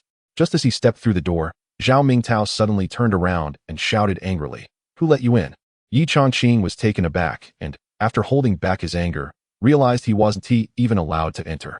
He couldn't hold it in any longer and turned to leave. Zhao Mingtao scoffed, "With someone like you, you think you can step into the Zhao family's door? Dream on." Zhang Biao saw Ye Changqing being kicked out and felt that the kick had not been in vain. He had sabotaged Zhao Chuyin's relationship. Zhao Qiushan would surely reward him for this. When Zhao Chuyin saw Ye Changqing leave, she panicked. Her grandfather had instructed her to solidify her relationship with Ye Changqing as his girlfriend. She hadn't expected her father to block Ye Changqing at the door first. "Dad, it wasn't Ye Changqing who pursued me. It was my grandfather who brought me to Ye Changqing's house to propose." Zhao Mingtao exclaimed in surprise. His father, Zhao Fengyan, was an extremely proud man. For him to give up his dignity and personally take Chuyin to propose was unheard of. Who exactly was this Ye Changqing? However, he couldn't ruin his father's plan. Seeing that Ye Changqing hadn't walked far, he hurriedly shouted, "Hey, Ye Changqing, don't go yet. Wait, I have something to say." Ye Changqing paused at the sound of the shout, his expression turning cold. "What is it?" He felt unwelcome, and it was clear he wasn't going to stick around to be treated like an unwanted guest. He had already decided to leave. Zhao Mingtao's expression was awkward as he forced a smile. Come on in." Ye Changqing stood still, unable to move. Zhao Mingtao's attitude just now had been too harsh. He couldn't just walk in after that. "Forget it, I'm not from Kyoto. I might as well go back to my rural hometown." Zhao Mingtao dared not let Ye Changqing leave.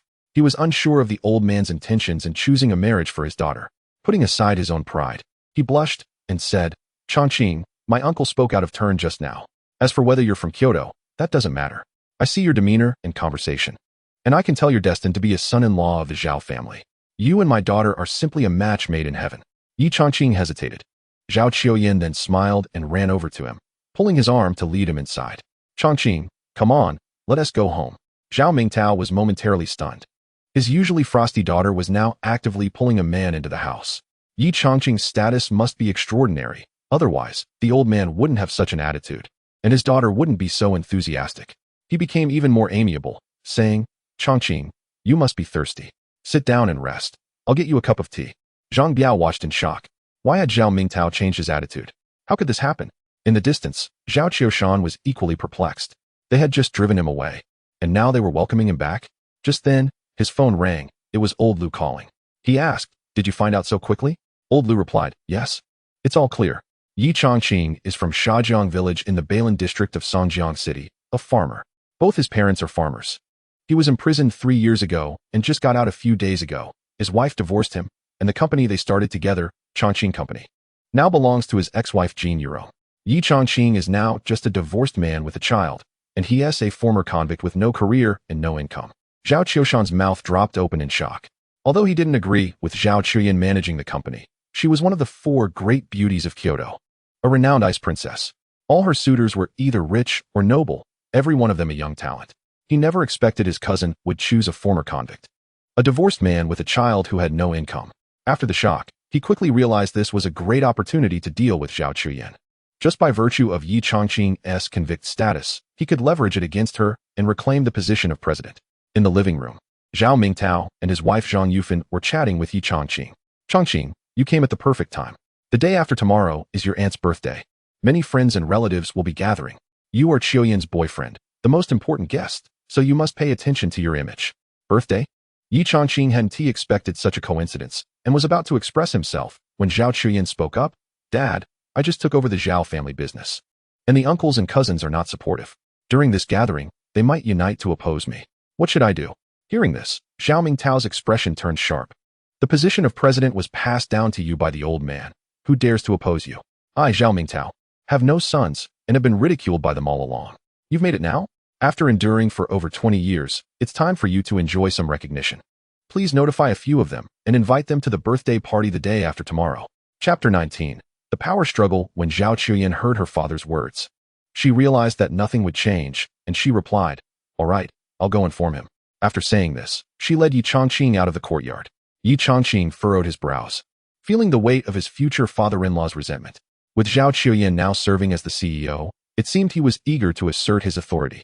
However, Zhao Qiuyan's uncles opposed her position, and the upcoming birthday banquet in 2 days might turn into a battleground for the CEO position. Noticing Ye Changqing's concern, Zhao Qiuyan explained, I have everything under control at the company. Once I'm home, my words won't carry any weight. She continued, take the conflict with Zhang Biao earlier as an example. I knew someone was deliberately stirring trouble, which is why you reacted. But my dad actually took the opportunity to create more issues for you. Is this his way of apologizing or explaining? Ye Changqing couldn't figure it out. Zhao Qiuyan's tone was cold and lacked any hint of remorse. It felt like a desolate, frigid iceberg, impossible to approach. He couldn't help but recall the earlier diagnosis.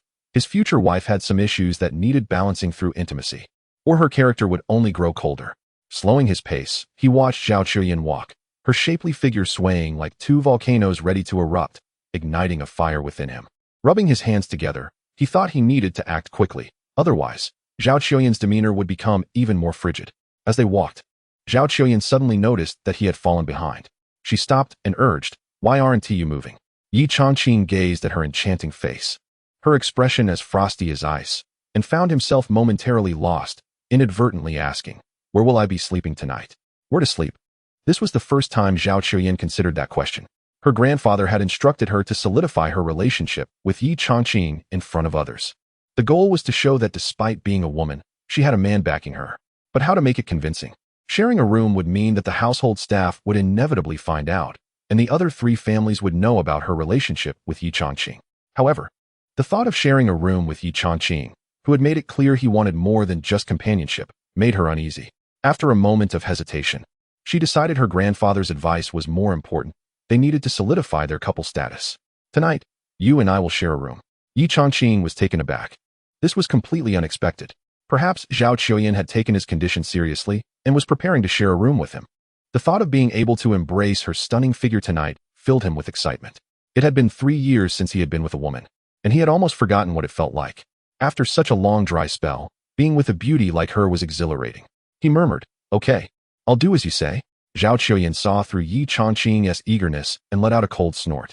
They arrived at the entrance of a traditional courtyard, and Zhao Qiuyan linked her arm with Ye Changqing's, saying, "This is my uncle Zhao Mingfeng's house. Once we go in, keep your words to a minimum." Ye Changqing nodded. In the study, Zhao Mingfeng was taken aback by the information his son shared, a reformed convict, divorced, with a child, and no career. How could Qiuyan, so proud and ambitious, settle for such a loser? You must be mistaken.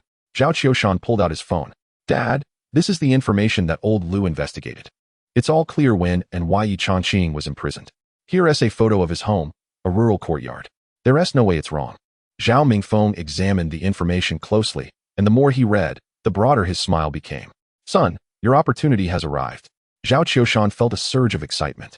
Dad, are you saying we should seize this chance to reclaim the position of CEO? But Grandpa is still alive. Isn't that inappropriate? Zhao Mingfeng shot his son a glare. You fool, the old man doesn't have much time left. That is a fact. Once Ye Changqing's situation comes to light, the Zhao family will definitely support you. Those families we've partnered with, they will only choose you. Zhao Qiushan was increasingly excited. Dad, when should we reveal Ye Changqing's true identity? Zhao Mingfeng declared firmly. Let us do it while Qiuyan is back. We'll host a gathering with our friends, family, and partners, and expose Ye Changqing's identity. This is our chance to take back the CEO position. Zhao Qiushan felt a rush of emotions. All right, let us do it. Suddenly, there was a knock on the study door. A voice from outside called out, Qiuyan has brought her boyfriend to visit. Zhao Mingfeng glanced at his son. Just as I was looking for her, she shows up at the door. In the living room, Ye Changqing surveyed the surroundings of the house. The courtyard had a classic charm. The furniture in the room was all made of pure wood. Zhao Qiuyan furrowed her brow again, appearing somewhat restless. Ye Changqing noticed that she had been frowning since returning, clearly indicating that the Zhao family was putting too much pressure on her. Realizing they would be sharing a bed tonight, he felt it was his duty as a man to take some responsibility. Smiling, he tried to reassure her, "Don't worry. I'm here for you." Zhao Qiuyan's frown deepened. "You're just a doctor." She said this and fell silent. Ye Changqing continued to smile. "So what if I'm a doctor? With me around, no one can bully you." Zhao Qiuyan's expression darkened further. After all, Ye Changqing was merely a doctor. In the family power struggle, he was nothing and could offer her no help. Footsteps echoed at the door. Zhao Mingfeng and Zhao Qiushan entered. Zhao Qiuyan stood up. "Uncle, I'm sorry for the trouble. I came in a hurry." Ye Changqing also stood up. Realizing from Zhao Qiuyan's polite words that the relationship between the two families was more like that of strangers, perhaps even worse than that. Otherwise, there wouldn't be such formality in a conversation between an uncle and his niece.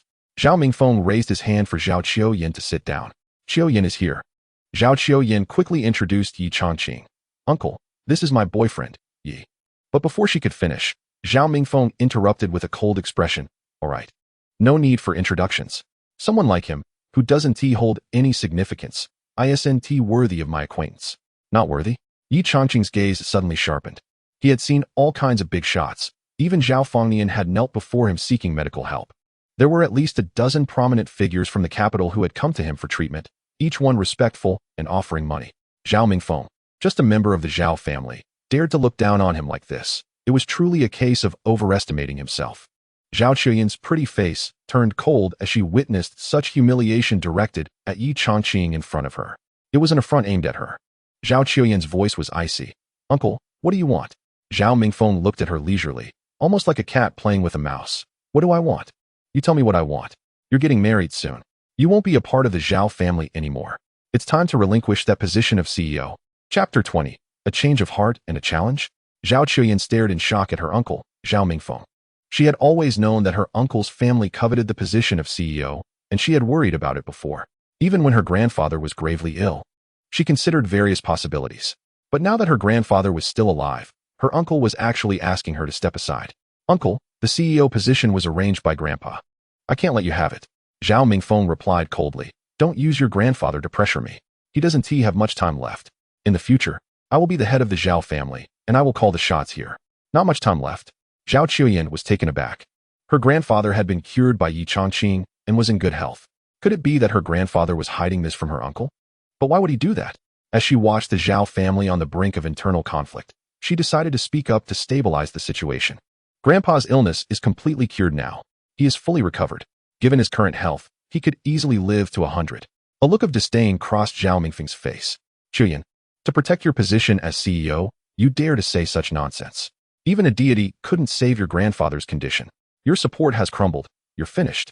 If you voluntarily step aside, I might spare you some dignity. But if you refuse, don't blame me for being ruthless. Furious, Zhao Qiuyan gritted her teeth. Her uncle didn't care about her grandfather's health and was only focused on seizing the CEO position. His threats ignited her anger. Fine. I want to see just how ruthless you can be. Seeing Zhao Qiuyan standing up to him, Zhao Mingfeng's anger intensified. Good, since you refuse to back down. Don't blame me for what comes next. Your second uncle and fourth uncle 1T support a married woman like you. The companies we work with are all my friends. What do you have to compete with me? Just wait to be ousted. Zhao Qiuyan abruptly stood up. The day after tomorrow is my mother's birthday. I will invite family and friends, as well as our partners, to the celebration. We'll see whom they support then. How dare you? Zhao Mingfeng sneered. If you lose, you and your boyfriend can get lost. The Zhao family will not welcome you any longer. Slamming her hand on the table in frustration, Zhao Qiuyan retorted, the Zhao family is not just yours. I also bear the Zhao surname, and so does my father. What I do when I go home is none of your business. With that, she called out to Ye Changqing and stormed off. Zhao Qiushan was dissatisfied with Zhao Qiuyan's attitude. Dad, this girl is becoming more and more unruly. She dares to challenge you for the CEO position and even slam the table. Zhao Mingfeng chuckled, seemingly having forgotten the earlier dispute. It's good that she's angry. It shows she hasn't matured enough. Just a few words hit her where it hurts, and she loses her composure. The birthday banquet the day after tomorrow will be the perfect stage for you. Finally, you will take the spotlight. Zhao Qiushan increasingly admired his father's cunning. What should we do now? Zhao Mingfeng replied. The Zhao family's most important partners are the Liu family and the Wang family. Let's go visit the Liu and Wang families while that girl is still flustered. As long as we have their support, taking over the CEO position will be a done deal. Ye Changqing followed Zhao Qiuyan, noticing her fuming with anger. He wanted to offer some words of comfort. But suddenly a smile appeared on Zhao Qiuyan's face, looking like a little fox that had just succeeded in its scheme. Ye Changqing was bewildered. What are you smiling about? Zhao Qiuyan seemed to forget he was there. Upon hearing the question, she quickly masked her smile, returning to her icy demeanor. It's nothing. My uncle wants to help Qiushan compete for the CEO position, and I want to consolidate the scattered Zhao family. The day after tomorrow, I'll make sure my uncle loses convincingly. Oh, Ye Changqing thought differently of her now. This girl had the chops to be a CEO. The only thing he was curious about was what methods she would use. Having started from scratch himself, he knew that Zhao Mingfeng must have solid confidence to contend for the CEO position. He asked, what is your plan? Zhao Qiuyan pulled out her phone. As long as my grandfather is still around, I'll give him a call. Once he steps in, the Zhao family will back me up, and my partners will too. She started dialing as she spoke. Ye Changqing nodded. This was the simplest and most effective approach. Standing by, he watched as Zhao Qiuyan began the call. Initially, she was smiling and even looked a bit smug. But gradually, her expression changed, and when she hung up, her face was ashen. He became concerned. What happened? What did your grandfather say? A frown appeared on Zhao Qiuyan's delicate face. My grandfather said he wanted to get involved. This is a test for me. If I can't even secure the CEO position, how can I face the competition ahead? Ye Changqing secretly admired the old man's strategy. But it was a bit late for that realization. All he could do was reassure her. It's okay, don't be afraid. I'm here for you. I'll help you if anything comes up. Zhao Qiuyan glanced at Ye Changqing, feeling even less confident. This isn't about healing someone. This is a business war. You're just a doctor. You wouldn't understand. Sighing, she felt overwhelmed, and it was frustrating that Ye Changqing was still trying to boast. Ye Changqing thought it was necessary to reveal a bit of his background. I know a few capable people in Kyoto. If you need help, I can introduce you to them.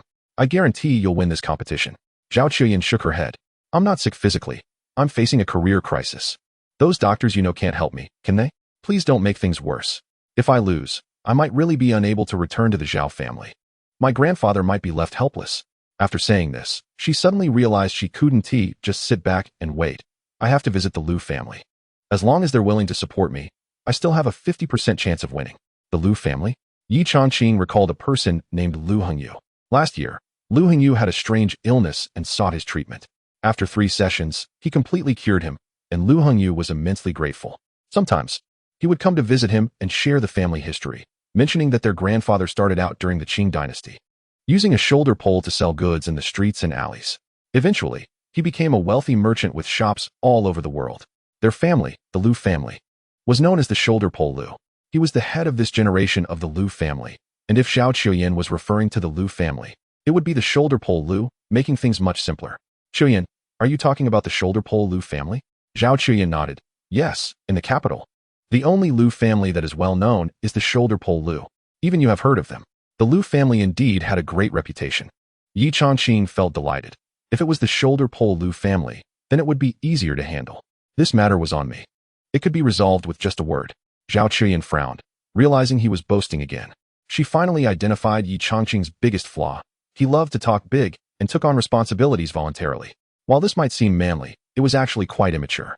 Even her grandfather Zhao Fengyan would have no confidence negotiating cooperation with a family like the Lu family.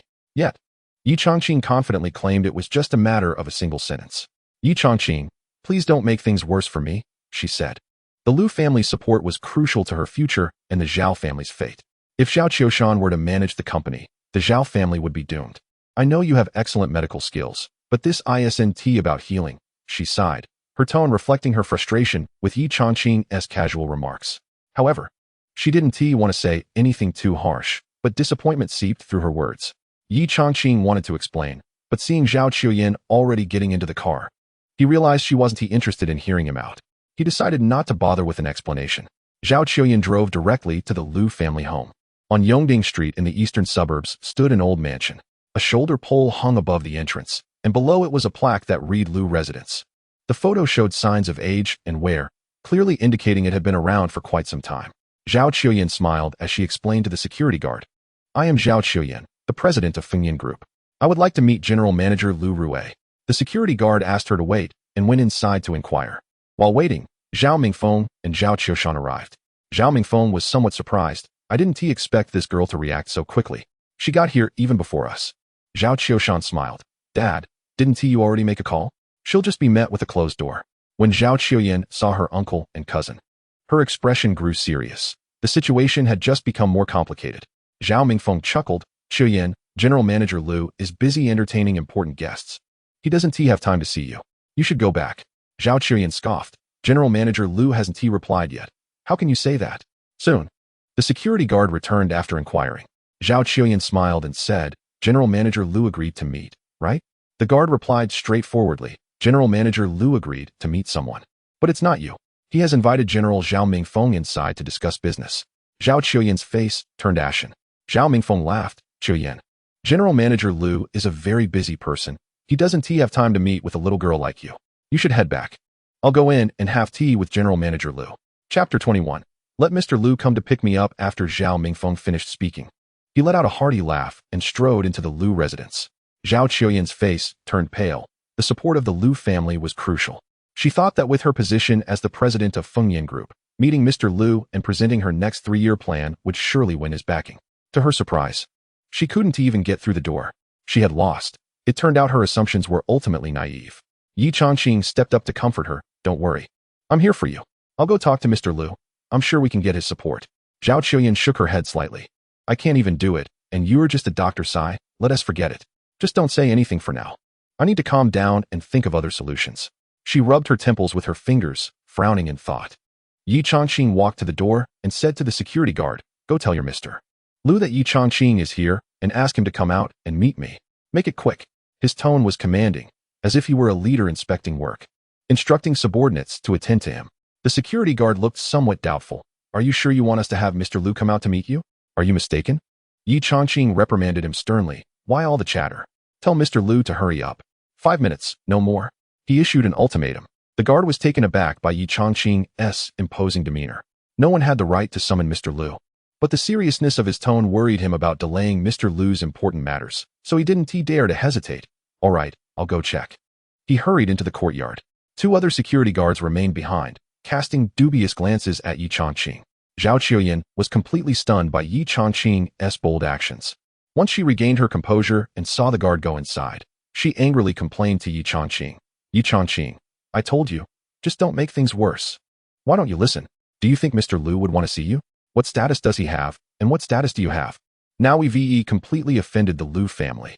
The two security guards exchanged strange looks, shaking their heads at Ye Changqing, as if to suggest he was in for trouble. Ye Changqing remained calm. He didn't want to explain. Sometimes, no amount of explanation was as convincing as having Lu Hongyu greet him personally. He glanced around the courtyard, still not seeing the old man appear. Frowning, he murmured, "Is he not home?" Zhao Chuyan shot Ye Changqing a glare. Mr. Lu is busy receiving guests. How could he not be home? Ye Changqing realized. Maybe the guard didn't dare disturb Mr. Lu because he saw him entertaining guests. This guard is too timid. Let us wait a bit longer. The other two security guards showed their displeasure, clearly unhappy with Ye Changqing. Zhao Chuyan remained skeptical, but Ye Changqing's words sounded convincing. A glimmer of hope arose in her heart, wishing it were true. This was her only chance to meet Mr. Lu. After another 10 minutes, footsteps echoed in the courtyard.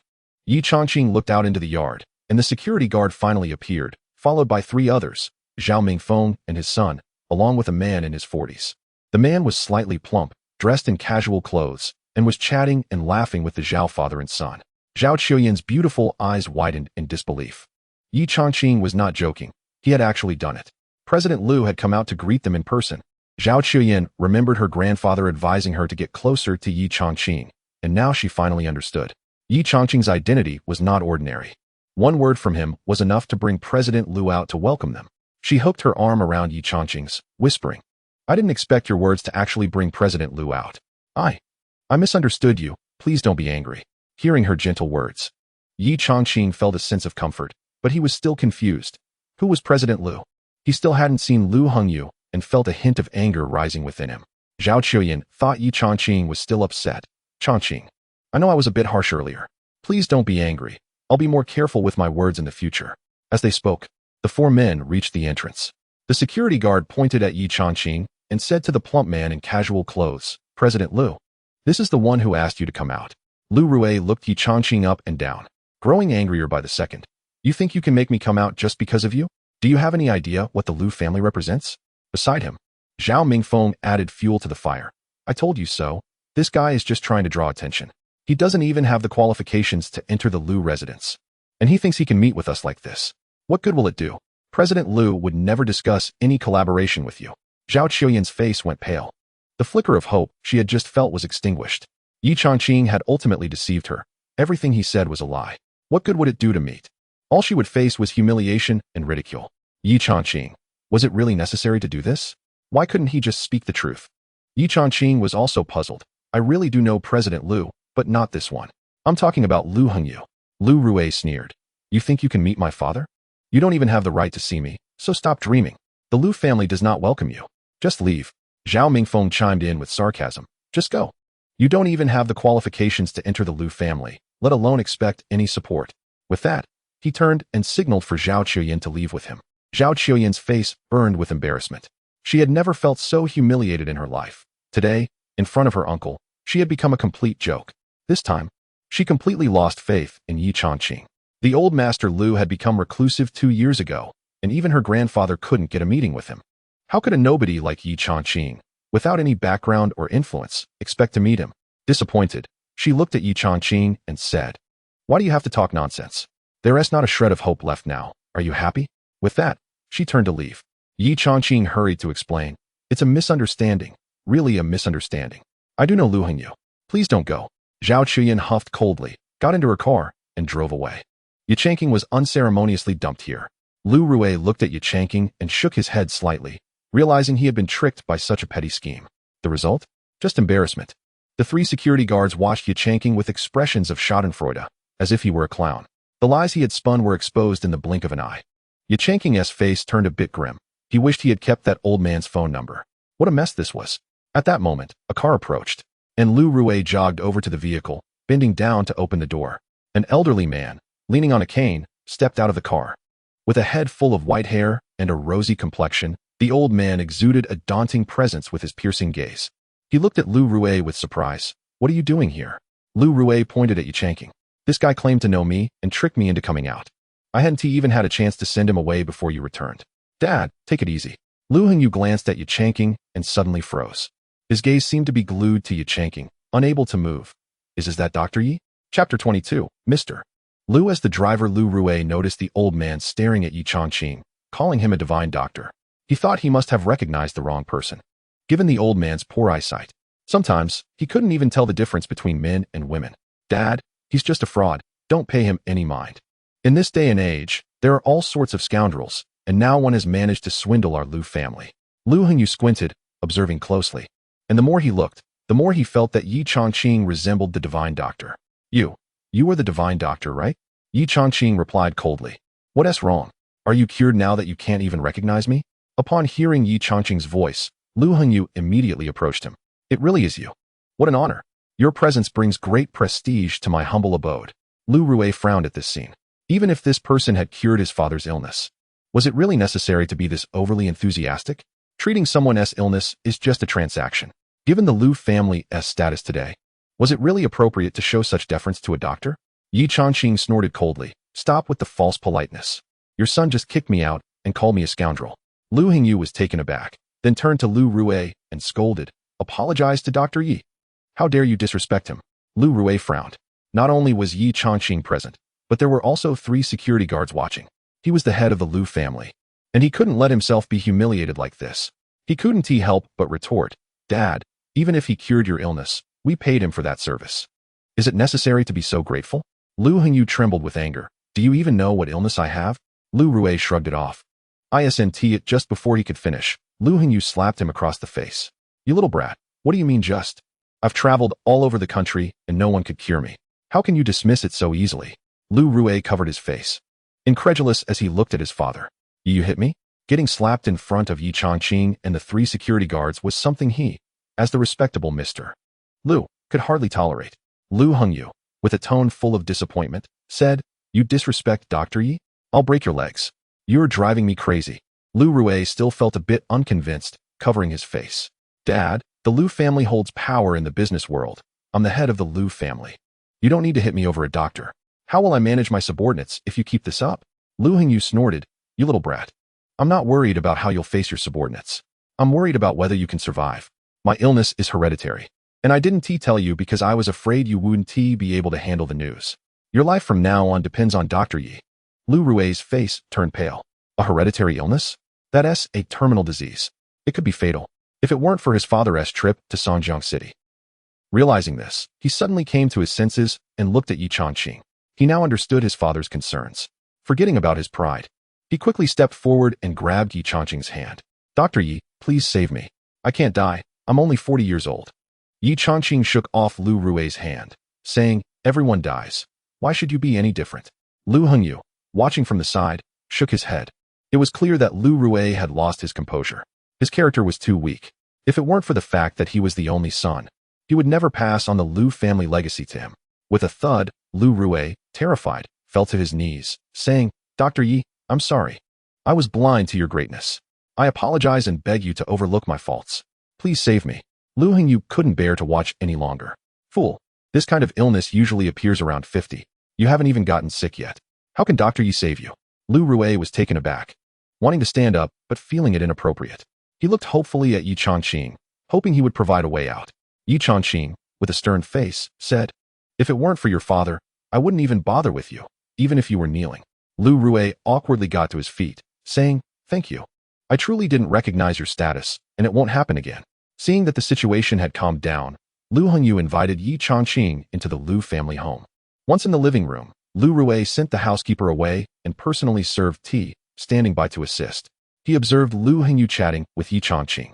After exchanging a few words, the conversation turned to the matter at hand. Dr. Yi, at the door, the unfilial son says you have something to discuss. I don't know what it is. Lu Hongyu, declare that whatever you need, the Lu family will go through fire and water for you. Ye Changqing smiled. There's no need to go that far. My girlfriend's name is Zhao Qiuyan. She's currently the head of the Zhao family, but there are some members who are not compliant. I just need you to show your support and make a statement. Lu Hongyu immediately stood up. I haven't made an appearance in the business world for a long time. Let's go now. I will personally visit the Zhao family. With the Lu family's influence, just a word from me will give Zhao Qiuyan the greatest support. With Lu Hongyu going himself, the Zhao family would surely be greatly honored. Ye Changqing approached him and shook his hand. Thank you for your support, but there's no rush. The day after tomorrow is my girlfriend's mother's birthday. Let's go then. Lu Hingyu nodded. Then we'll go the day after tomorrow. And let's prepare a gift. Dr. Yi, with your status, marrying into the Zhao family is truly a stroke of luck. Ye Changqing smiled, chatted a bit longer, and then stood to take his leave. Lu Hingyu also got up, saying, let Xiao Rui drive you. He has nothing to do these days. You'll definitely need a car in Kyoto. So let him be your driver. Ye Changqing wanted to refuse, but Lu Rui quickly stated, Dr. Yi, it's not easy for you to come to Kyoto. I must show my hospitality. His enthusiasm, compared to their first meeting, was like heaven and earth. Ye Changqing nodded. All right, I do need a car. Please take me to the Wang family first. Lu Hongyu understood Ye Changqing's intentions. Dealing with the Wang family would be challenging as they had military connections. They were quite arrogant and wouldn't give face to anyone. Ye Changqing walked to the door and paused. Is it the military? He knew nothing about the Wang family and wanted to learn more. Lu Hongyu took out a business card. Here is my card. Give it a try. I can't guarantee anything. Ye Changqing took the card, which was surprisingly made of jade, thin as a cicada's wing, with Bien Dan Lu inscribed on it. He casually tucked it into his pocket. I'll give it a shot. Lu Rui was taken aback. There were only 5 jade business cards in the Lu family. This represented not just the Lu family, but also a commitment that couldn't be measured in money. It seemed his father was pulling all the stops to help Ye Changqing. A car pulled away from the Lu residence. Lu Rui drove slowly and steadily. In the back seat, Ye Changqing called Zhao Chuyan. Hello, have you seen Wang Zhongyue? At the entrance of the Wang family, Zhao Chuyan was pacing. No, I'm waiting for news at the door. She wasn't the only one. Zhao Mingfeng and Zhao Qiushan were also waiting. The guard said Wang Zhongyue was entertaining guests and wouldn't be available anytime soon. Ye Changqing played with the jade business card and said, just wait, I'll be there shortly. I have a way to see him. Upon hearing that Ye Changqing had a plan, Zhao Chuyan furrowed her brows. She had already faced setbacks with the Lu family once. Ye Changqing mentioned he could get Mr. Lu to come out to greet them, but later Lu Rui came out, and it was to shoo them away. This time, she was determined to keep Ye Changqing out of it. Don't come over, whatever you do. Just go home and wait for my news. With that, she hung up the phone. Ye Changqing put his phone in his pocket and said to Lu Rui, head to the Wang family, and pick up the pace a bit. Chapter 23. Zhao Chuyan shocked. Zhao Chuyan didn't give Ye Changqing a chance to speak and quickly hung up the phone. She was worried that if Ye Changqing came over and didn't find Wang Zhongyue, it would only add to her troubles. She looked up at the sky. It was getting dark, and her anxiety grew. Zhao Mingfeng was in stark contrast to Zhao Chuyan. He was leisurely smoking a cigarette. After checking the time, he said to Zhao Chuyan, stop waiting. It's almost dark. Dinner time is coming up, and bothering people during their meal will only be more annoying. He said this with a hint of pride. With the support of the Lu family secured today, he felt confident of victory. Zhao Chuyan's face darkened in silence. Her uncle was clearly showing off. Wang Zhongyue was going to a military meeting tomorrow, and today was their last chance. If they couldn't meet him today, the position of CEO would really change hands. Her mother's birthday banquet was the day after tomorrow, and it was the only grand celebration her mother had ever had. Her father had no sons. Although she was a daughter, she had become the CEO. She wanted to shine at her mother's birthday banquet. If she lost the CEO position, her mother's birthday would become a joke, and her father would be humiliated. The Zhao family's business could even suffer a huge setback. Uncle, Grandpa gave you all opportunities. But what's the result? After you 3 families messed around, losing so much money, the Zhao family is already weak despite appearances. I just can't understand why I can't focus on building my career in peace. Zhao Mingfeng glared at Zhao Chuyan. Are you calling me useless? Zhao Chuyan. We are set on that CEO position. The day after tomorrow's birthday banquet will be a celebration for my son becoming the CEO. After saying that, he turned and called for his son to leave. Zhao Qingshan pointed at the door of the Wang family. Aren't we going to see President Wang? Zhao Mingfeng glanced at the time. The Wang family has distinguished guests today, and it's dinner time. There's no way they would meet with us. With the Lu family's support, we've already won. Let's go home and celebrate. Zhao Chuyan's face was ashen as she silently waited, even knowing there was no chance left. She still didn't want to leave. The Wang family was hosting distinguished guests, and when they left, Wang Zhongyue would surely personally see the guests off. That was the moment she was waiting for. Just as her impatience was growing, she heard footsteps approaching from her right. She instinctively turned her head and was stunned. Ye Changqing had actually come. He had already offended the Lu family. She truly didn't want him to stir up more trouble. What are you doing here? Ye Changqing smiled. Aren't you looking for Wang Zhongyue? I have a way to see him. Zhao Chuyan felt anger rising at the mention of this. Ye Changqing, can you please understand your position? You're just a doctor. In front of such wealthy and powerful families, you're nothing. They wouldn't even spare you a glance. What sort of way do you think you have? Ye Changqing took out the jade business card that Lu Hingyu had given him. I have this. Maybe it could work. Zhao Qiuyan's expression turned cold, her eyes filled with disappointment. Haven't you learned your lesson from the Lu family? You said you had a way to get Lu Zong to see you, and when he finally did, he just told you to get lost. Ye Changqing felt a bit awkward. He never expected that General Lu wasn't Lu Hingyu, but rather his son, Lu Rui. It turned out to be a misunderstanding. Everything was clarified when Lu Hingyu returned. Lu Rui even apologized to me. Zhao Qiuyan was utterly speechless, her pretty face showing clear disdain. She no longer wanted to talk to Ye Changqing. The little good impression she had of him was completely exhausted. Taking a deep breath and holding back her anger, she said, "Could you please not tell such an obviously flawed lie? Do you really think I can't see through this? Lu Rui apologized to you? Why not say the sun rose in the west?" Seeing that Zhao Qiuyan didn't believe him, Ye Changqing pointed to a car parked in the distance. "Do you see that car? Lu Rui is the driver. He brought me here." Zhao Qiuyan shook her head slightly. "The more you talk, the more ridiculous it sounds. I really can't take it anymore. Lu Rui is your driver? You really dare to think that? I have to expose your lie today. Come on, let's go see who's driving the car." Just as she was about to walk over, the car drove up and stopped in front of them. Lu Rui stepped out of the car. Zhao Qiuyan's mouth fell open in disbelief as she looked at Lu Rui. It really was General Lu. Could it be that what Ye Changqing said was true? Lu Rui really drove Ye Changqing here? While she was still in shock, Lu Rui walked to the back door, opened it, and respectfully said, "Please, General Zhao, Dr. Yi, get in." Zhao Qiuyan felt as if she were dreaming. Lu Rui's demeanor was that of a true chauffeur. Yet, Lu Rui was someone her Zhao family had to look up to. The fact that he was acting as Ye Changqing's driver left her stunned, her mind blank. Ye Changqing smiled and said, "General Lu, we're not leaving just yet. My girlfriend heard you were my driver and came over to say hello." "Oh." Lu Rui quickly stepped forward to shake hands with Zhao Qiuyan. "General Zhao, today's misunderstanding at my doorstep should be forgotten. Please don't take it to heart. The day after tomorrow is your mother's birthday, and my father will personally deliver the birthday gift. He will also express his support for you." Zhao Qiuyan was thrilled. Having the elder personally come to celebrate was indeed a great honor. Just this alone made her mother's birthday banquet a splendid affair. It's kind of the elder to make that trip. We'll be sure to give him a warm welcome. And thank you for bringing Ye Changqing here. You've worked hard. Lu Rui humbly replied. "Driving for General Yi is an honor for me. You don't need to be so polite." After a bit of courteous exchange, Ye Changqing told Lu Rui to return to the car and wait. He then led Zhao Qiuyan towards the Wang family's entrance. "Maybe I have a way to meet Wang Zhongyue. Let's give it a try." He felt confident because he had a jade business card from the Lu family in his hand. He believed the Wang family would show them some respect. Zhao Qiuyan recalled the card that Ye Changqing had taken out. "Are you talking about that business card?" Ye Changqing pulled out the card and handed it to Zhao Qiuyan. "Yes, this is it. You should take it and give it a shot." Zhao Qiuyan took the card and rubbed it in her hands. It was already dark. The business card was hard to see clearly, but it felt great, cool, and smooth to the touch. A jade business card? I hadn't heard of that before. I should give it a try. Zhao Qiuyan felt quite confident now, and she was also very curious about Ye Changqing. She thought she understood him, but to her surprise, Ye Changqing revealed something unexpected. There seemed to be an air of mystery about him that made her want to explore further. As she walked to the door with the business card in hand, she handed it to the security guard. "Hello, I'm Zhao Qiuyan. I would like to see Mr. Wang." The guard refused to take it, directly rejecting her. "I've told you several times already. Don't you understand?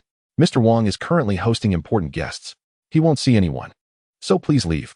Chapter 24. The dragon carver Zhao Qiuyan wasn't upset. She handed the jade business card over again, saying, "Gentlemen, please deliver this to Mr. Wang. Perhaps seeing this card will persuade him to meet with me. Don't be too quick to refuse. Take a good look at the card." The two security guards at the Wang family residence were seasoned and quickly recognized the significance of the card. They took it, examining it under the light. Both were taken aback. It was a white jade card, made of mutton fat jade. It felt warm and cool to the touch, quite comfortable. They exchanged glances, each reflecting their astonishment, and soon came to a decision. "Ms. Zhao, we're risking criticism by running this errand for you. If it doesn't work out, please don't make things difficult for us," one of them said. Zhao Qiuyan smiled in gratitude. "Regardless of the outcome, I appreciate your help." In the grand living room of the Wang family, two people sat across from each other. One was Wang Zhongyue, the head of the Wang family.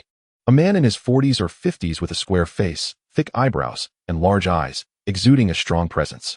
Opposite him sat an elderly man with a head full of silver hair, full of vitality, sitting with an imposing demeanor that commanded respect. Wang Zhongyue addressed him with great respect.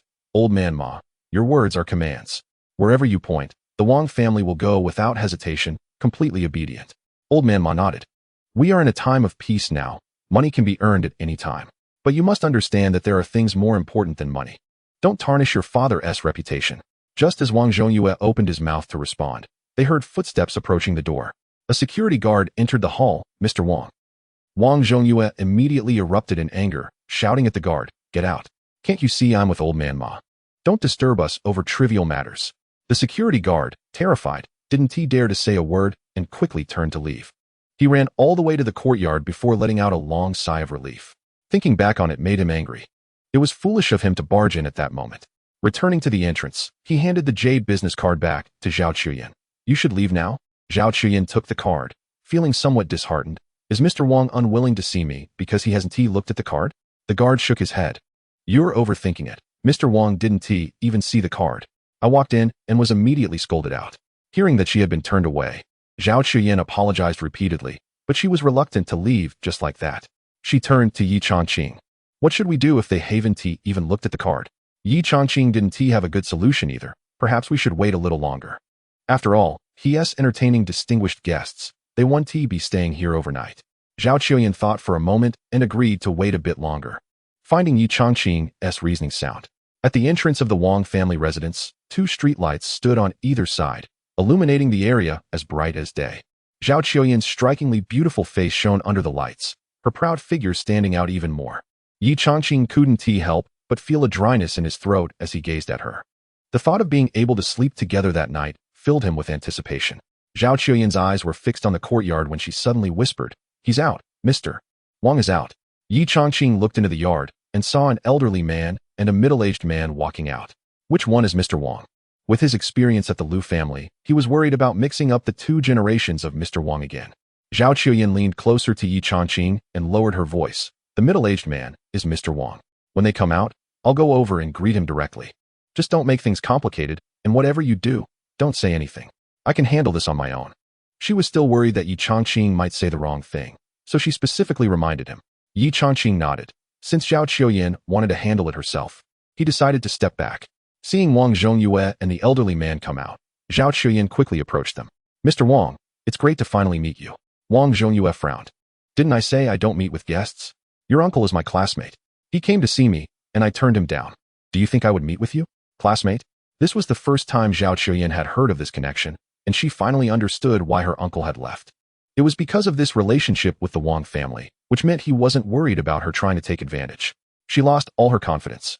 What to do now? Suddenly recalling the jade business card Ye Changqing had given her, she hurriedly handed it over with both hands. Mr. Wang, I was introduced by him. Wang Zhongyue took the card, saw the emblem on it, and immediately understood the situation. He casually handed it back. The Lu family may have my respect for old master Lu Hongyu, but my family doesn't take orders from the Lu family. This. Zhao Chuyin hadn't expected that presenting the business card would backfire and anger Wang Zhongyue.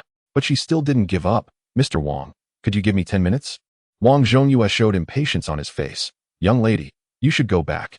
If the Zhao family wants to do business, I only negotiate with Zhao Mingfeng. After refusing Zhao Chuyin, he turned to the elderly man beside him and said, Mr. Ma, I apologize. I didn't expect 2 naive ones to show up. Come, I'll take you to the airport. Mr. Ma nodded and stepped out the door, but his eyes inadvertently caught the glint of the ring on Ye Changqing's hand. And he suddenly stopped. Looking at the ring on Ye Changqing's hand, he asked, Young man, may I see the ring on your hand? Huh. Ye Changqing was puzzled as to why he was interested in it and extended his left hand. This was the ring his master had given him. It didn't look like anything special, just a dull black color that glimmered faintly under the light. The design was also rather unusual. Mr. Ma held Ye Changqing's hand, carefully examining the ring, and gradually, the expression on his face became serious. His hand began to tremble slightly as he spoke, his voice quivering. Is this a dragon engraving ring? Young man, who gave you this ring? A dragon engraving ring? This was the first time Ye Changqing had heard the name. When his master gave it to him, he had just tossed it to him, saying it was a keepsake. Now he understood the ring's name and realized it must have special significance. It was given to me by my master. Your master? Old Ma was even more excited, bowing slightly and clasping his fists. So you are the dragon carver of this generation. I never expected to meet a dragon carver in my lifetime. It's truly a stroke of luck. My name is Ma Hongdao, and I am a small leader in the military. Whatever you command, just say the word, and I will go to any lengths." Wang Zhongyue, who was standing nearby, was dumbfounded. How could someone of old Ma's status show such respect to a young man? If this got out, it would be explosive news. He was extremely curious about the dragon carver. What exactly did a dragon carver do? Ye Changqing was equally perplexed. What on earth was a dragon carver? His master had never mentioned it. The old man's excitement suggested there must be some significant background. However, this wasn't the time to ponder such matters. He pointed at Wang Zhongyue and asked Ma Hongdao, "I have something to discuss with him. I'd like to ask for his support for my girlfriend's career. Could you help with that?" Ma Hongdao turned and grabbed Wang Zhongyue by the arm, pulling him directly in front of Ye Changqing. "You just let us know what you need. No matter what you ask him to do, I guarantee with my life that he will get it done." Chapter 25. Don't move. Wang Zhongyue knew who Master Ma was. However, he was shocked that this man would stake his life on it. Who exactly is Ye Changqing? Why does Master Ma value him so highly? Seeing Master Ma's enthusiasm, Ye Changqing felt a bit embarrassed. "It's not that serious. It's just a matter of showing support. If you have the time. The day after tomorrow is my girlfriend's mother's birthday. It would be great if you could attend the celebration." Wang Zhongyue frowned when he heard it was the day after tomorrow. "I fully support your girlfriend, but I want to be available that day. I have important matters to attend to, and I'm leaving Kyoto tomorrow." His mission was unyielding. Even if his own father passed away, he would still have to go. Even though Master Ma held Ye Changqing in high regard, he refused without hesitation. Master Ma raised his hand to interrupt Wang Zhongyue. "You don't need to go back tomorrow. That is a minor issue. I'm giving you a break. You don't have to do anything. Just wait to attend the birthday party the day after tomorrow. And when you go, please bring a gift for me." Wang Zhongyue was completely dumbfounded. In the military, there are no small matters, and his mission was crucial. Rain or shine, it was unchangeable. But Master Ma was actually giving him a day off. At that moment, he truly realized the status of this young man in Master Ma's eyes. He immediately stated, "All right, I will be there on time the day after tomorrow." Ye Changqing stepped forward to shake Master Ma's hand. "Thank you, I appreciate your support." Master Ma held Ye Changqing's hand tightly. "I'm very happy to be able to help you. It's an honor." Ye Changqing then shook Wang Zhongyue's hand again. "I look forward to your presence the day after tomorrow." Wang Zhongyue solemnly promised, "You're too polite. I will definitely be there." Ye Changqing waved his hand and left with Zhao Qiuyan in a car. As the vehicle slowly drove away, nearly out of sight, Master Ma continued to wave. Wang Zhongyue could no longer contain his curiosity. "Who exactly is that person named Ye? Why do you treat him with such respect?" Master Ma shook his head. "I can't say. Just remember, when you see him, you must be respectful. You won't regret it." The black car cruised along the road, with the streets quickly retreating on both sides. Zhao Qiuyan felt like she was dreaming. Things had worked out so easily. She found it hard to believe. Who is Master Ma? Why does Wang Zhongyue listen to him so obediently? And why does Master Ma treat you with such respect? What is the Zhanlong ring? Who are the Zhanlong people? She asked a series of questions, each one a burning curiosity. As for Ye Changqing, she was even more intrigued. Ye Changqing knew that his master was no ordinary person and that there might be things he had never been told. But he couldn't explain to Zhao Qiuyan. "I'm not really sure. Maybe it was a case of mistaken identity, or perhaps my master found the ring somewhere. But no matter how it happened, the important thing was that the matter was settled. That was what made him happiest." Zhao Qiuyan nodded. "Thank you. Without you, I might not have been able to invite anyone by myself." Her icy, beautiful face broke into a faint smile, blooming like a flower, radiant and dazzling. Ye Changqing felt a stir in his heart. No need to be polite. It's just a small matter. Zhao Qiuyan smiled bitterly inside.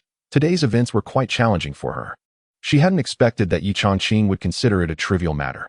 When she first arrived, she thought Ye Changqing was powerless and could do nothing but treat patients. It turned out she had underestimated the man before her. Now, her curiosity about him was growing. What else was there about him that she didn't know? Upon returning to the Zhao family home, Ye Changqing asked Lu Rui to drive them back while he and Zhao Qiuyan entered the courtyard. The night was thickening, and a few lights illuminated the yard, making the classical architecture appear even more elegant. Ye Changqing was momentarily lost in thought, slowing his pace as he walked. He vaguely noticed someone approaching, and suddenly felt a tightening on his arm, accompanied by a faint floral scent at his nose. Turning to look, he saw Zhao Qiuyan linking her delicate arm through his. This scene made him want to laugh. Her posture was somewhat awkward and stiff as she clung tightly to his arm, holding on firmly. Ye Changqing felt his arm enveloped in warmth, and his heart stirred. It was as if his arm had sunk into a gentle embrace, and as they walked, Zhao Qiuyan swayed back and forth, creating a sensation akin to a massage. After walking a few steps, They encountered members of the Zhao family, and Zhao Chuyin chatted cheerfully with them before parting ways. It wasn't until they entered their own yard that she blushed and released his arm, feeling her face warm to the touch. Once his arm was free from the warmth, Ye Changqing felt a slight sense of loss. It seemed Zhao Chuyin was only putting on a show for others. Everything felt superficial. But he could understand. They had known each other for too short a time, and things were moving too quickly. In truth, he didn't have strong feelings for Zhao Chuyin yet. He was still unfamiliar with her.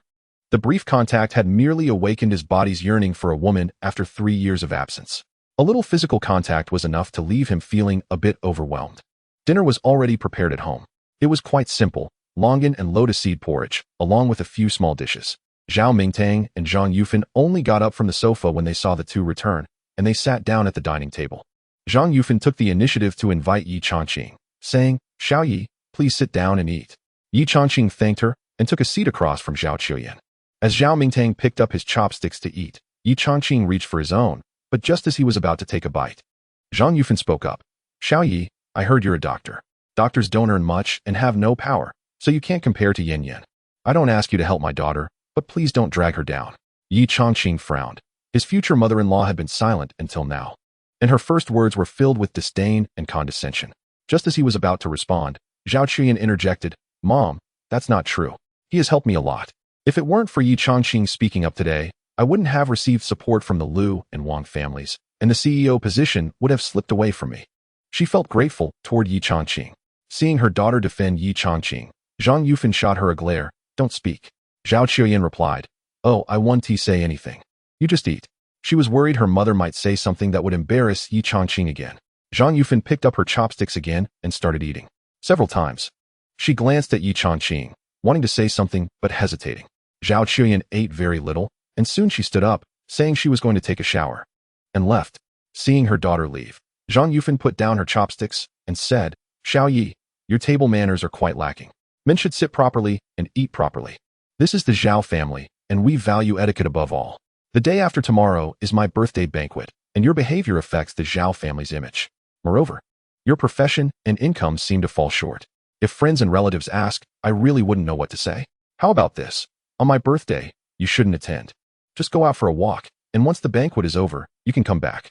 Ye Changqing felt angry upon hearing this. It was too much.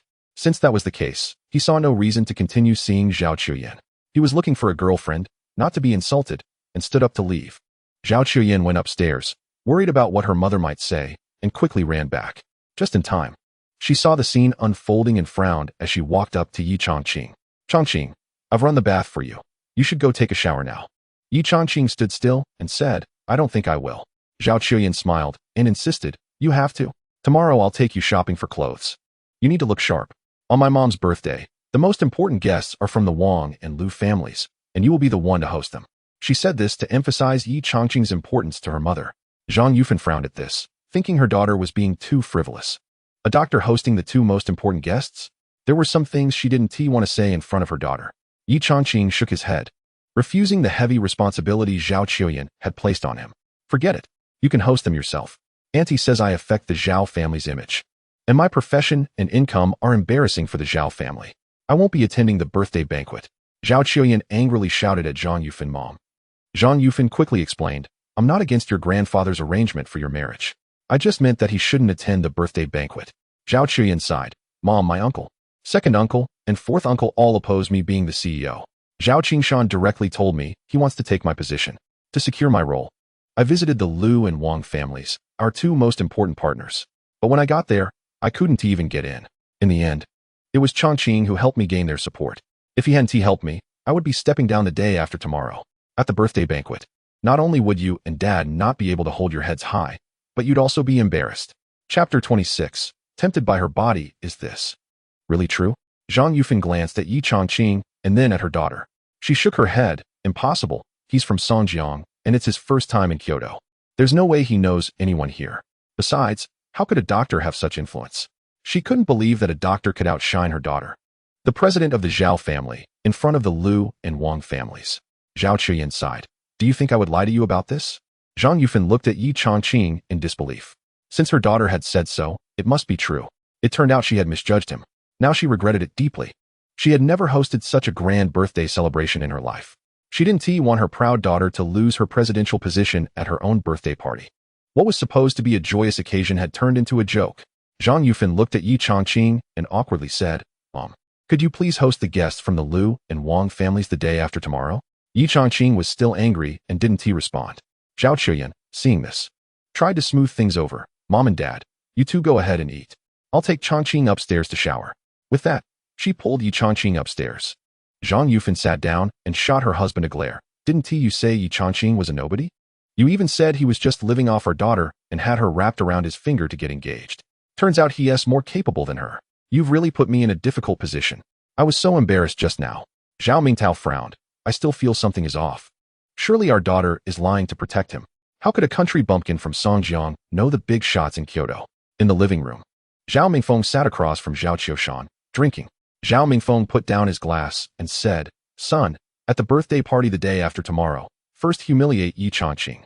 Then expose his divorce, his child, and his criminal background. Make Zhao Qiuyan lose face. In the end, get Lu Rue to back you up.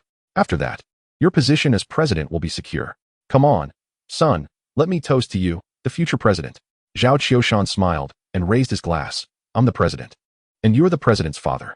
Cheers." Ha ha ha. Zhao Mingfeng found his son's words amusing and laughed heartily. Upstairs, at the bathroom door, Zhao Qiuyan stopped and said, "Changqing, I'm sorry. I'll find a time to talk to my mom. Please don't be upset about what happened today." Although Ye Changqing still felt a bit uneasy, he couldn't hold on to his anger after hearing Zhao Qiuyan say that. "Okay, I won't be mad at them." Zhao Qiuyan looked intently at Ye Changqing. Noticing he was still somewhat displeased, she smiled and said, "When I'm not happy, I take a shower. It always makes me feel better. I'll go in first, and you can shower afterward." With that, she waved her hand and entered the bathroom. 20 minutes later, Zhao Qiuyan emerged with a towel wrapped around her hair and a long bath towel draped over her body, accentuating her alluring figure. Water droplets clung to her fragrant shoulders, and her fair skin glistened. Her cheeks were flushed, radiating vitality. Ye Changqing felt parched, like a person who had been thirsty in the desert for 3 days. Seeing a juicy peach and wishing to take a bite, Zhao Qiuyan noticed Ye Changqing's reaction and her face flushed. "I've washed it. You should go wash up." "Oh." Ye Changqing then withdrew his gaze and entered the bathroom. As soon as he stepped in, he was once again taken aback. Red bikini briefs hung from the edge of the bathtub, and on the clothes rack, there was a woman's bra. All of it was red, dazzling like flames. He hadn't expected this woman to like wearing red. It was completely at odds with her icy demeanor. After looking for a while and thinking about the possibility of further contact after his shower, he quickly stripped off his clothes and reached in to test the water temperature. Just then, he suddenly heard footsteps outside. Then, with a bang, the bathroom door swung open. Zhao Qiuyan rushed in, wrapped in a towel. "Sorry, I just need to grab some clothes." When she saw that Ye Changqing had already undressed, her eyes widened in surprise. "You? How did you get undressed so quickly?" Realizing something was off, she hurriedly grabbed her clothes and awkwardly fled the bathroom. Ye Changqing felt a bit disappointed. It seemed he had missed out, but it didn't matter, as she would have to come back soon anyway. He hurriedly took a shower and stepped out of the bathroom, only to realize there were several bedrooms on the second floor. He had no idea where Zhao Qiuyan's room was, so he had to go from room to room, pressing his ear against the doors to listen for any sounds. Finally, he heard noise from one of the rooms and pushed the door open. Zhao Qiuyan was combing her hair, and when she saw Ye Changqing enter, she recalled the scene from the bathroom, causing her face to flush again. Seeing her silent, Ye Changqing felt the atmosphere was a bit strange and wanted to break the ice, but he didn't know what to say. He noticed that the bed in the room seemed much larger than a usual bed and couldn't help but exclaim, "Wow, it's huge." Zhao Qiuyan's face turned even redder, and she coldly replied, "You, don't go too far." Ye Changqing was a bit puzzled. "I just said it's big. How is that going too far? This bed really is huge." "Bed?" Zhao Qiuyan realized she had misunderstood. "You meant the bed? I thought you were talking about." She trailed off, realizing she had misspoken, and let out a soft huff.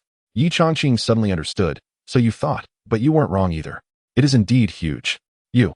Zhao Qiuyan glared at Ye Changqing with her captivating eyes. "You are too much. Pervert." Ye Changqing shrugged nonchalantly. "You've seen me. I didn't say anything. Why are you angry? Besides, we're going to be sleeping together soon." "Not happening." Zhao Qiuyan's beautiful eyes were filled with anger. "Who is sleeping with you? We'll be in the same room, but we'll each sleep in our own beds." Before coming back, her grandfather had advised her to act a bit closer to Ye Changqing. This was the closest way she could think of. After tonight, The maid who cleans and the one who cooks would surely spread the word that she and Ye Changqing slept in the same room. Whether it was the Zhao family or her parents, they all believed that the marriage was settled. What? Sleeping separately? Ye Changqing felt a bit disappointed. I might as well sleep in my own room. It's been 3 years since I've been with a woman, and finally, there's an opportunity. How can they expect me not to act on it? Isn't that just torture? Zhao Qiuyan shook her head. No way, you have to sleep in this room. Even if it's just for show, we need to see it through. In truth, her opinion of Ye Changqing had changed significantly, but she wasn't at the point of sharing a bed yet. At the same time, she felt a strange fear about sleeping with a man. It felt like, by sharing a bed, all the things she had guarded for so many years would vanish like bubbles. She didn't want that. Ye Changqing looked at Zhao Qiuyan's figure, which her loose pajamas couldn't hide, and he felt dry-mouthed. They weren't allowed to leave or move. How could he withstand it? Suddenly, he remembered something. If they were going to sleep together, it was actually for her own good. You have menstrual pain, often feel down, struggle with insomnia, and get upset over little things for a long time. That's why you always have a cold expression. Just one night of sleeping together could cure your ailments. Just one night. Zhao Qiuyan's face turned crimson, and her breathing quickened. You're talking nonsense. She had ignored his last excuse. She hadn't expected him to try that again. She realized that Ye Changqing was just after her body. To satisfy his desires, he was using the excuse of helping her health, which was a disgrace to the sacred profession of a doctor. Chapter 27. Humiliation. Ye Changqing noticed that Zhao Qiuyan still didn't believe him. Looking at her charming demeanor, he felt even more tempted. You have to trust me. Since we met, have I ever lied to you? As a doctor, I need you to listen to me. Cooperate with me. Zhao Qiuyan's pretty face turned cold, and she was genuinely furious.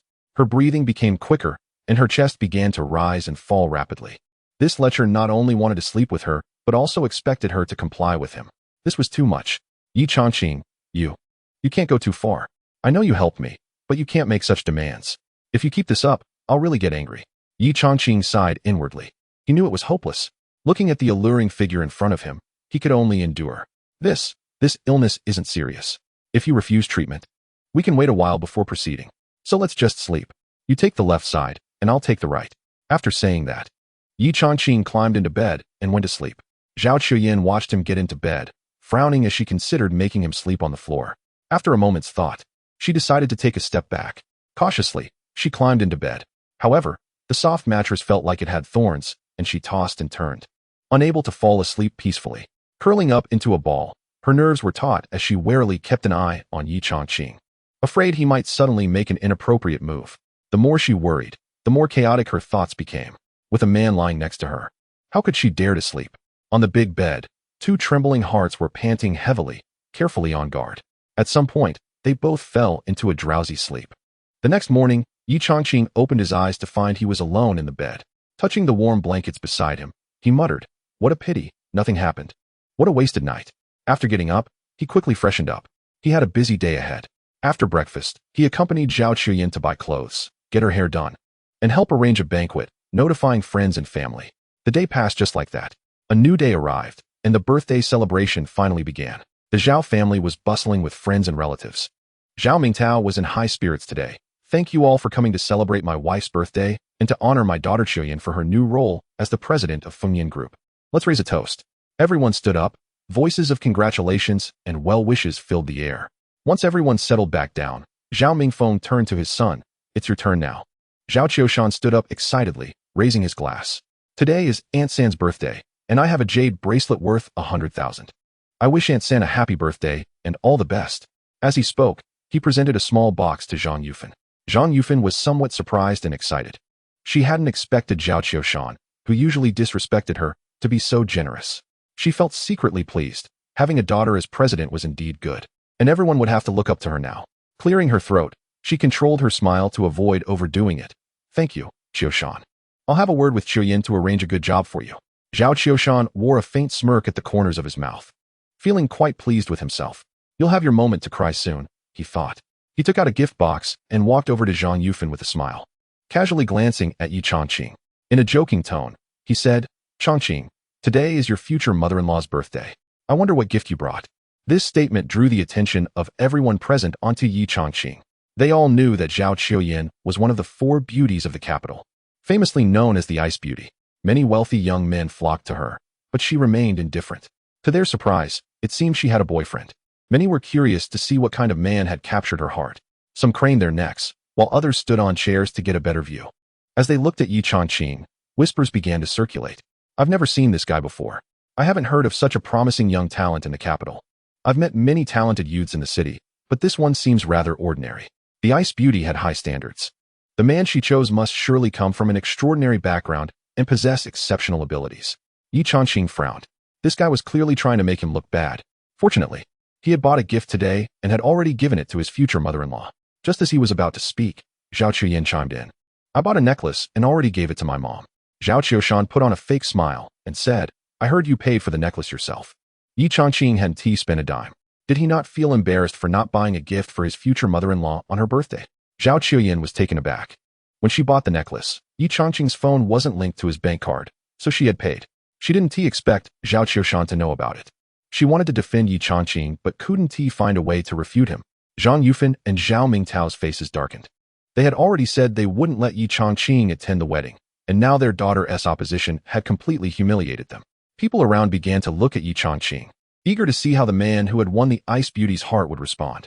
Ye Changqing felt grateful to Zhao Qiuyan for helping him out.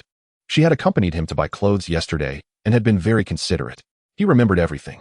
Under the gaze of the crowd, he slowly stood up and looked at Zhao Qiushan. My gift isn't worth much. I was going to present it after the banquet, but since you mentioned it, I'll give it to you now. Zhao Qiushan curled his lip. I know you're from Songjiang City. I bet you can't come up with a decent gift from such a small place. Just go ahead and show us. We want to laugh at you. Though he said this, his face was full of sarcasm. Ye Changqing's gaze suddenly sharpened as he looked at Zhao Qiushan. All right, it's just a little trinket. You can take a look. The crowd grew even more curious. Many stood up, worried they would miss the exciting moment. Zhang Yufan's face turned pale, just as she expected. Ye Changqing was about to embarrass himself. She regretted hosting the birthday banquet today. Zhao Mingtao's expression darkened even further. He had never had a son, and now that his daughter had finally become a CEO, she had outshone the boys from several other families. After finally enjoying a moment of glory, he never expected it to be ruined by a worthless son-in-law. Ye Changqing raised his left hand, rolled up his sleeve, and revealed a worn-out watch on his wrist. He slowly took it off and placed it in Zhang Yufan's hand, declaring loudly, This is the gift I prepared. An old watch taken straight off his wrist? The guests stared wide-eyed, and a commotion erupted in the crowd. Various whispers filled the air. Oh my God, a gift for the mother-in-law, and it's an old watch? And it was just taken off his wrist. How insincere. Gifts should be new and valuable. This guy is giving a used, shabby watch, showing he doesn't care about his mother-in-law at all. Zhang Yufan trembled with anger, wishing the ground would crack open and swallow her whole, then close up again. Unfortunately, there was no crack in the ground, and she could only sit there, enduring the cold stares and ridicule. Zhao Qiushan stood up excitedly. He had been waiting for this moment. Raising his voice, he thundered, This broken watch isn't even worth collecting as scrap, and he dares to present it as a gift? Being poor is already embarrassing enough, and he has no upbringing. Qiuyan, is this the boyfriend you found? Among the crowd, an elderly man stood up and coldly remarked, You are blind. This watch is worth a fortune, and you dare to call it junk. Zhao Qiushan was taken aback when he realized it was Qian Shibei speaking. Qian Shibei was a wealthy man who had made his fortune in antiques, and Zhao couldn't understand why he was defending Ye Changqing. Uncle Qian, are you mistaken? Qian Shibei looked at the watch, reached out to touch it, then withdrew his hand. I can't be wrong. If I am, I'll never work in antiques again. This is a true treasure, a meaningful antique. Back in the day, Napoleon wanted to give a gift to his beloved, and to please her, he creatively designed a bracelet that could tell time. Many noble women followed suit, and thus the wristwatch was born. This is the very bracelet that Napoleon gifted to his lover. The first watch in the world. Its value is beyond measure. Chapter 28. Identity revealed. Oh my God. The first bracelet. This is absolutely priceless. I seem to have heard that 50 years ago, this watch was worth 20 million pounds. It's truly hard to estimate its value now. So isn't it worth even more now? The guests at the scene were buzzing with discussion. Zhang Yufan's frosty expression melted away, and by the end, she was all smiles as she stepped forward to take the watch, opening the gift box that Zhao Qiushan had given her, taking out the jade bracelet and placing it on the table. Then she gently put the watch into the gift box. This is too precious. It must be well preserved. Zhao Mingtao was equally excited. This watch was worth more than his entire fortune. After carefully putting the watch away, Zhang Yufan personally poured a cup of tea and placed it in front of Ye Changqing. Son-in-law, have some tea. Eat a bit more today. Don't be shy. Consider this place your home. Her warmth at that moment was a stark contrast to her earlier demeanor. Zhao Qiuyan let out a long sigh of relief. At least she hadn't embarrassed herself. She was now even more curious about Ye Changqing. Her beautiful eyes were fixed on him, lost in thought. Just how many secrets does this man have? Zhao Qiushan's face cycled between green and red. He wanted to make Ye Changqing look bad, but ended up making him the center of attention instead. Looking at the bracelet on the table made his face feel hot. He was almost driven mad. Since that's the case, don't blame me. He cleared his throat and said loudly, Qiuyan, I don't know how your boyfriend got this watch, but I've heard that your boyfriend's background isn't exactly glorious. Don't blame me for being nosy. I'm actually doing this for your happiness. Zhao Qiuyan's charming face instantly changed, glaring at Zhao Qiushan. What are you trying to do? This is my mom's birthday. Don't go too far. The people around sensed the underlying tension and became curious about Ye Changqing's identity. Anyone who could present an antique watch must have some remarkable background. But why was it not glorious? Zhang Yufan, the birthday celebrant, was basking in the spotlight with such an expensive gift from her future son-in-law. Seeing Zhao Qiushan's sarcastic remarks, she became genuinely angry. Qiushan, today is my birthday. You're not allowed to talk nonsense anymore. Your mother passed away early, and no one raised you properly. Today, I'm going to take on that responsibility. Zhao Qiushan's face turned wild with madness. Aunt San, I'm actually doing this for my sister Qiuyan. She's inexperienced and short-sighted. I'm afraid she'll get taken advantage of. You probably don't even know Ye Changqing's true identity. I've investigated, and he is a former labor reform inmate. And he just got divorced. As Zhao Qiushan's words fell, the entire scene fell silent. Everyone looked at Ye Changqing in disbelief. A labor reform inmate, a divorced man. Zhao Qiuyan was known as the ice beauty of the capital, pursued by countless wealthy young men. How could she choose such a man?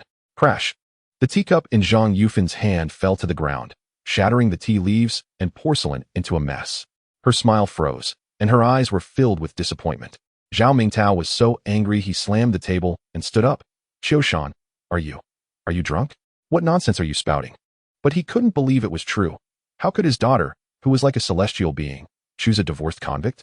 It wasn't just him. Even the guests present found it hard to believe. Zhao Qiuyan could have any man in Kyoto. How could she settle for such an unworthy one? Zhao Qiushan raised his phone. I have detailed information on Ye Changqing. From his birth to his imprisonment, it's all very comprehensive. And everything can be verified. Every word is true. I think Qiuyan lacks life experience and judgment. She can't even choose a man properly, let alone be a competent president of Fengyan Group. The Zhao family is due for a change in leadership. He didn't want to linger on Ye Changqing, directing all his attacks at Zhao Qiuyan instead, revealing his true intentions. Everyone in the room understood, and all put down their chopsticks, their gazes shifting between Zhao Qiuyan and Ye Changqing. Zhao Mingtao slumped in his chair, realizing the gravity of the situation. This was not just about Ye Changqing's identity. His daughter's position as president was also at stake. Having no sons and only a daughter, he had finally hoped to take pride in her success, only to end up the subject of ridicule. He wanted to scold his daughter, but felt too weak to utter a word. Ye Changqing sat quietly, seemingly unaffected by Zhao Qiushan's words. The fact that he had been imprisoned was true, and so was his divorce. There was no need to defend himself. He had never aspired to be with someone of a higher status. His relationship with Zhao Qiuyan was somewhat abrupt, thanks to Zhao Fengyan's enthusiastic matchmaking and his parents' worries about the impact of his prison experience and divorce. They had worked hard to find him a partner, so they ended up together, and it was still just the initial stage of their relationship. Now that his identity had been exposed, if Zhao Qiuyan couldn't handle the pressure and chose not to accept him, he would understand. But if Zhao Qiuyan was brave enough to defy public opinion and accept him, then she was a woman worth cherishing for a lifetime. Zhao Qiuyan stood up and looked around at her family and friends, sweeping her gaze across the room. With poise, she said, "Marriage is a significant matter that I have always approached with caution. In fact, I've been overly cautious. I haven't even had a boyfriend until now. Yes, Ye Changqing has been to prison, but that was because he is too responsible and too committed. As for his divorce, I believe that woman lacked insight. Ye Changqing and I are still in the stage of dating, and from what I know about him, he is quite decent, aside from a few minor flaws." As she spoke, her face flushed slightly. Ye Changqing's minor flaws included a bit of lechery and impatience. But she couldn't bring herself to say that in front of everyone. After a brief pause, she continued, "I don't know if we can walk down the aisle together, but I want to continue our relationship.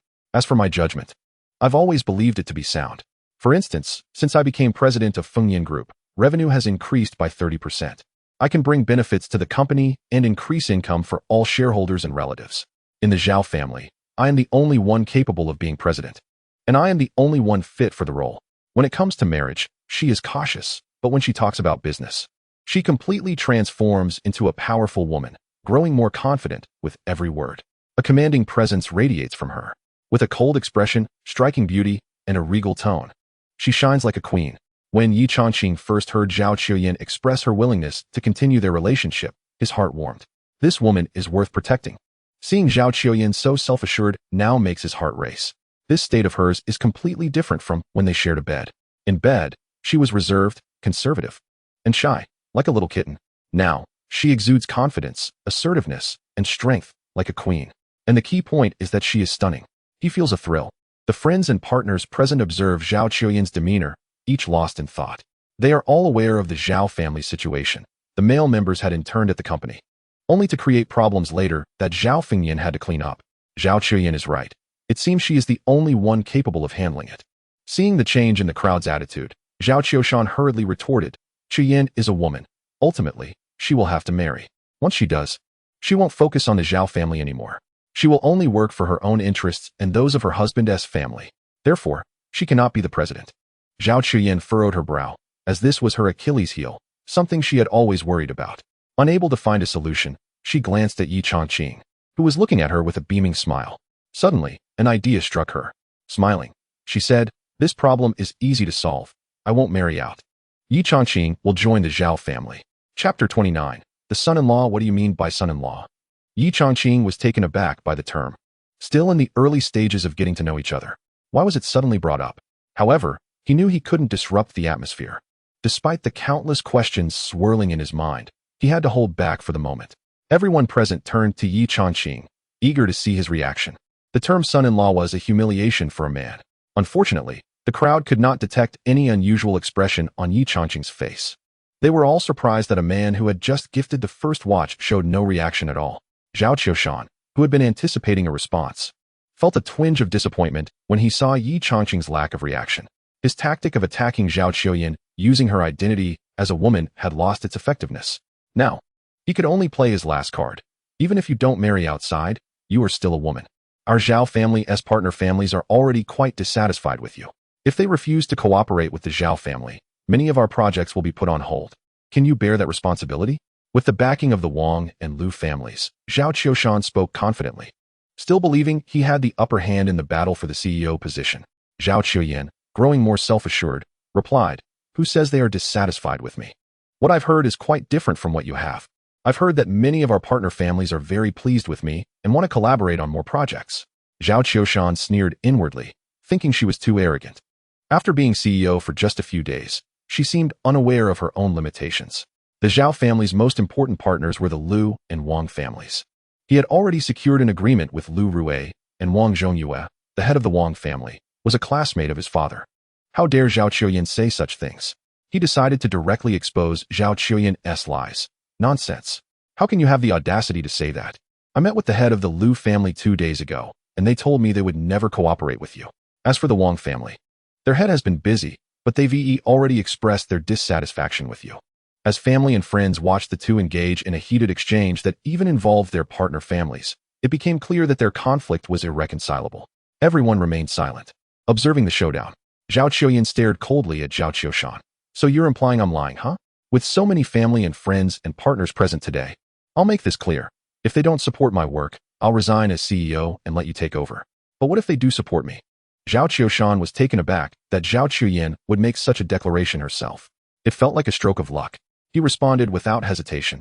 If they support your work, I will never compete with you for the CEO position. But that's impossible. The person they support is me. You should resign. From now on, I will be the CEO of Fengyan Group.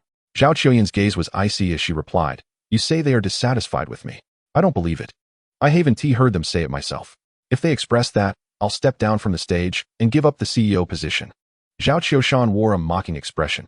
Since you want to give up, I'll let General Manager Lu say it himself, so you can completely lose hope. With that, he walked over to Lu Rui and said with a smile, General Manager Lu, you must have heard our conversation just now. I want you to state clearly who you support, so that she gives up her ambition of becoming president. Lu Rui stood up, glanced around, and declared loudly, I am Lu Rui, the head of the Lu family. Since you both are asking me whom I support, I'll make it very clear, I support Zhao Qiuyan. Zhao Qiushan was stunned. Just the day before, Lu Rui had clearly promised to support him. Why had he suddenly changed his mind? General Lu, did you make a mistake? Have you thought it through? Are you sure you support Zhao Qiuyan? Lu Rui raised his voice again. I've thought it through very clearly and calmly. I will not cooperate with you. In business, you partner with whoever can make money. You and your father are like waste. If Fengyan Group falls into your hands, it will be bankrupt sooner or later. Zhao Qiushan's face turned ashen. Not only did Lu Rui refuse to support him, but he even insulted him by calling him waste. He wanted to retort, but the Lu family was too powerful. He really didn't dare to offend them. Even Zhao Mingfeng, who had been silent, was now attacked. His face darkening as he remained silent, forced to swallow this humiliation. Zhao Qiuyan's icy beautiful face revealed a hint of a smile. Now that General Lu has made his stance clear, what do you have to say? Zhao Qiushan was still somewhat unwilling. The Lu family only has 1/3 of the cooperative projects. The Wang family has more projects with us. The head of the Wang family is at a meeting and doesn't have time to make a statement. Without Mr. Wang's input, this bet doesn't count. As soon as he finished speaking, someone stood up from a corner seat. Zhao Qiushan, I didn't attend a meeting. I just simply didn't want to see you. I used the meeting as an excuse to dodge you. I'm here to make a statement. I support Zhao Qiuyan, and I believe that with her as president, our two families' cooperation will reach new heights. Zhao Qiushan felt as though he had been slapped several times in the face. After being humiliated by Lu Rui, he didn't expect Wang Zhongyue to disregard their family's friendship. The humiliation was unbearable. Feeling the gazes of relatives and friends, he felt a burning shame on his face. He didn't dare to offend Lu Rui and Wang Zhongyue, so he could only point at Zhao Qiuyan to vent his resentment. Zhao Qiuyan, just wait. We were not done. In front of many relatives and friends, he felt like his face was being rubbed in the dirt. Unable to bear the humiliation any longer, he stood up in anger and left. Zhao Mingfeng's face was even more unsightly. He knew that staying would only lead to further humiliation, so he hurriedly followed his son out. Seeing this, Zhao Qiuyan realized that her position as president was secure. A smile broke through her icy demeanor as she raised her glass again. Thank you, General Wang, for your support. And thank you, General Lu, for your encouragement. I will continue to work hard to lead Fengyan Company to new heights. Thank you all for being here. Now, let us raise our glasses for the future of the Zhao family and my mother's birthday. Cheers. After saying that, he raised his glass and downed it in one go. Everyone present lifted their glasses and followed suit. With Zhao Qiushan and his son gone, the atmosphere in the room instantly became lively. Many people approached Zhao Qiuyan to toast and congratulate her. Ye Changqing sat quietly, watching. He observed the cold, proud woman now full of life, chatting and laughing. His feelings were complicated. Ever since Zhao Qiuyan announced his marriage into the Zhao family, the way people looked at him had changed. No one even bothered to acknowledge him anymore. As he sat there in a daze, Zhang Yufan walked over and tossed a watch onto his table. Here's your broken watch, she said. Ye Changqing picked it up and handed it back to her. This was a birthday gift I gave you. Humph, Zhang Yufan scoffed. My daughter is the president of Fengyan Group. I wouldn't wear a fake watch. Ye Changqing quickly explained. It's real. I helped someone, and as a token of gratitude. Zhang Yufan raised her hand to interrupt him, clearly uninterested in his explanation. She smiled and called over Qian Shibei. Mr. Qian, do you think this watch is real? Qian Shibei looked somewhat embarrassed. If a member of a prominent family presented this watch, I would believe it. But he is a convict. The people he associates with are unreliable. You know how it is in our line of work. Fakes and forgeries abound. Appraising treasures is really about appraising people. If a person's not trustworthy, then the treasures they hold cannot be trusted either. Zhang Yufan waited for Qian Shibei to finish before turning to Ye Changqing. Mr. Qian has spoken. You're unreliable. And so are your treasures.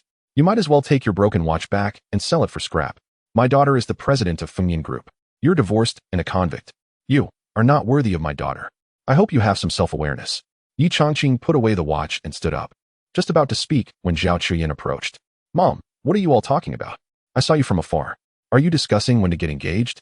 At that moment, the lively guests around them fell silent, all eyes turning to their direction. Zhang Yufan wanted to say something, but Zhao Mingtao tugged at his wife's sleeve, subtly reminding her to stay quiet. He smiled and changed the subject. We weren't talking about that, just a casual chat. Before their daughter could ask anything else, he pulled his wife back to their original seats. Once she was seated, he quietly explained to her, our daughter's marriage arrangement was forced by Zhao Qiushan. It's a last resort to stabilize the Zhao family's interests. We can't complicate things for her. Zhang Yufan was somewhat reluctant. Regardless, I can't let my daughter marry a good-for-nothing. Zhao Mingtao whispered, I have a plan. That Xiao Qingfeng from the Xiao family has been pursuing our daughter for 4 or 5 years. She never agreed. I heard he just returned from abroad yesterday. Zhang Yufan's eyes brightened. Xiao Qingfeng is a good match. His family background is even higher than the Wang family. He is 1,000 times better than Ye Changqing. If Chuyin marries him, who would dare to cause trouble for our daughter? Zhao Chuyin noticed that Ye Changqing had a dark expression and quietly asked, "Did my parents say something to you?" Ye Changqing felt it was necessary to discuss the matter, but there were too many people around. So he decided to wait until the banquet was over. Once the guests leave, I'll talk to you. Later that evening, after the birthday banquet had concluded, Zhao Chuyin was sitting cross-legged on her bed, looking at Ye Changqing.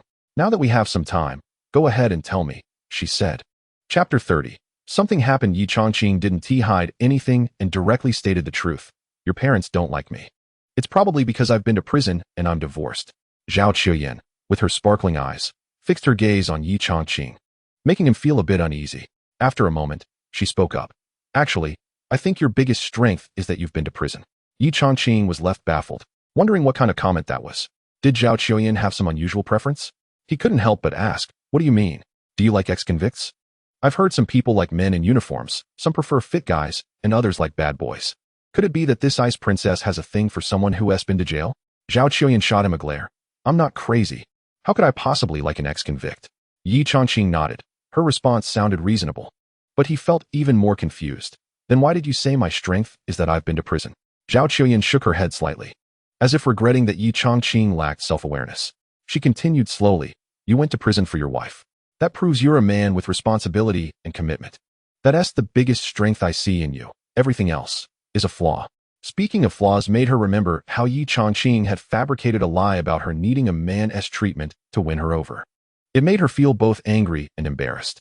Ye Changqing felt a mix of emotions. He had gone to prison for Jin Yurong, yet she had asked for a divorce.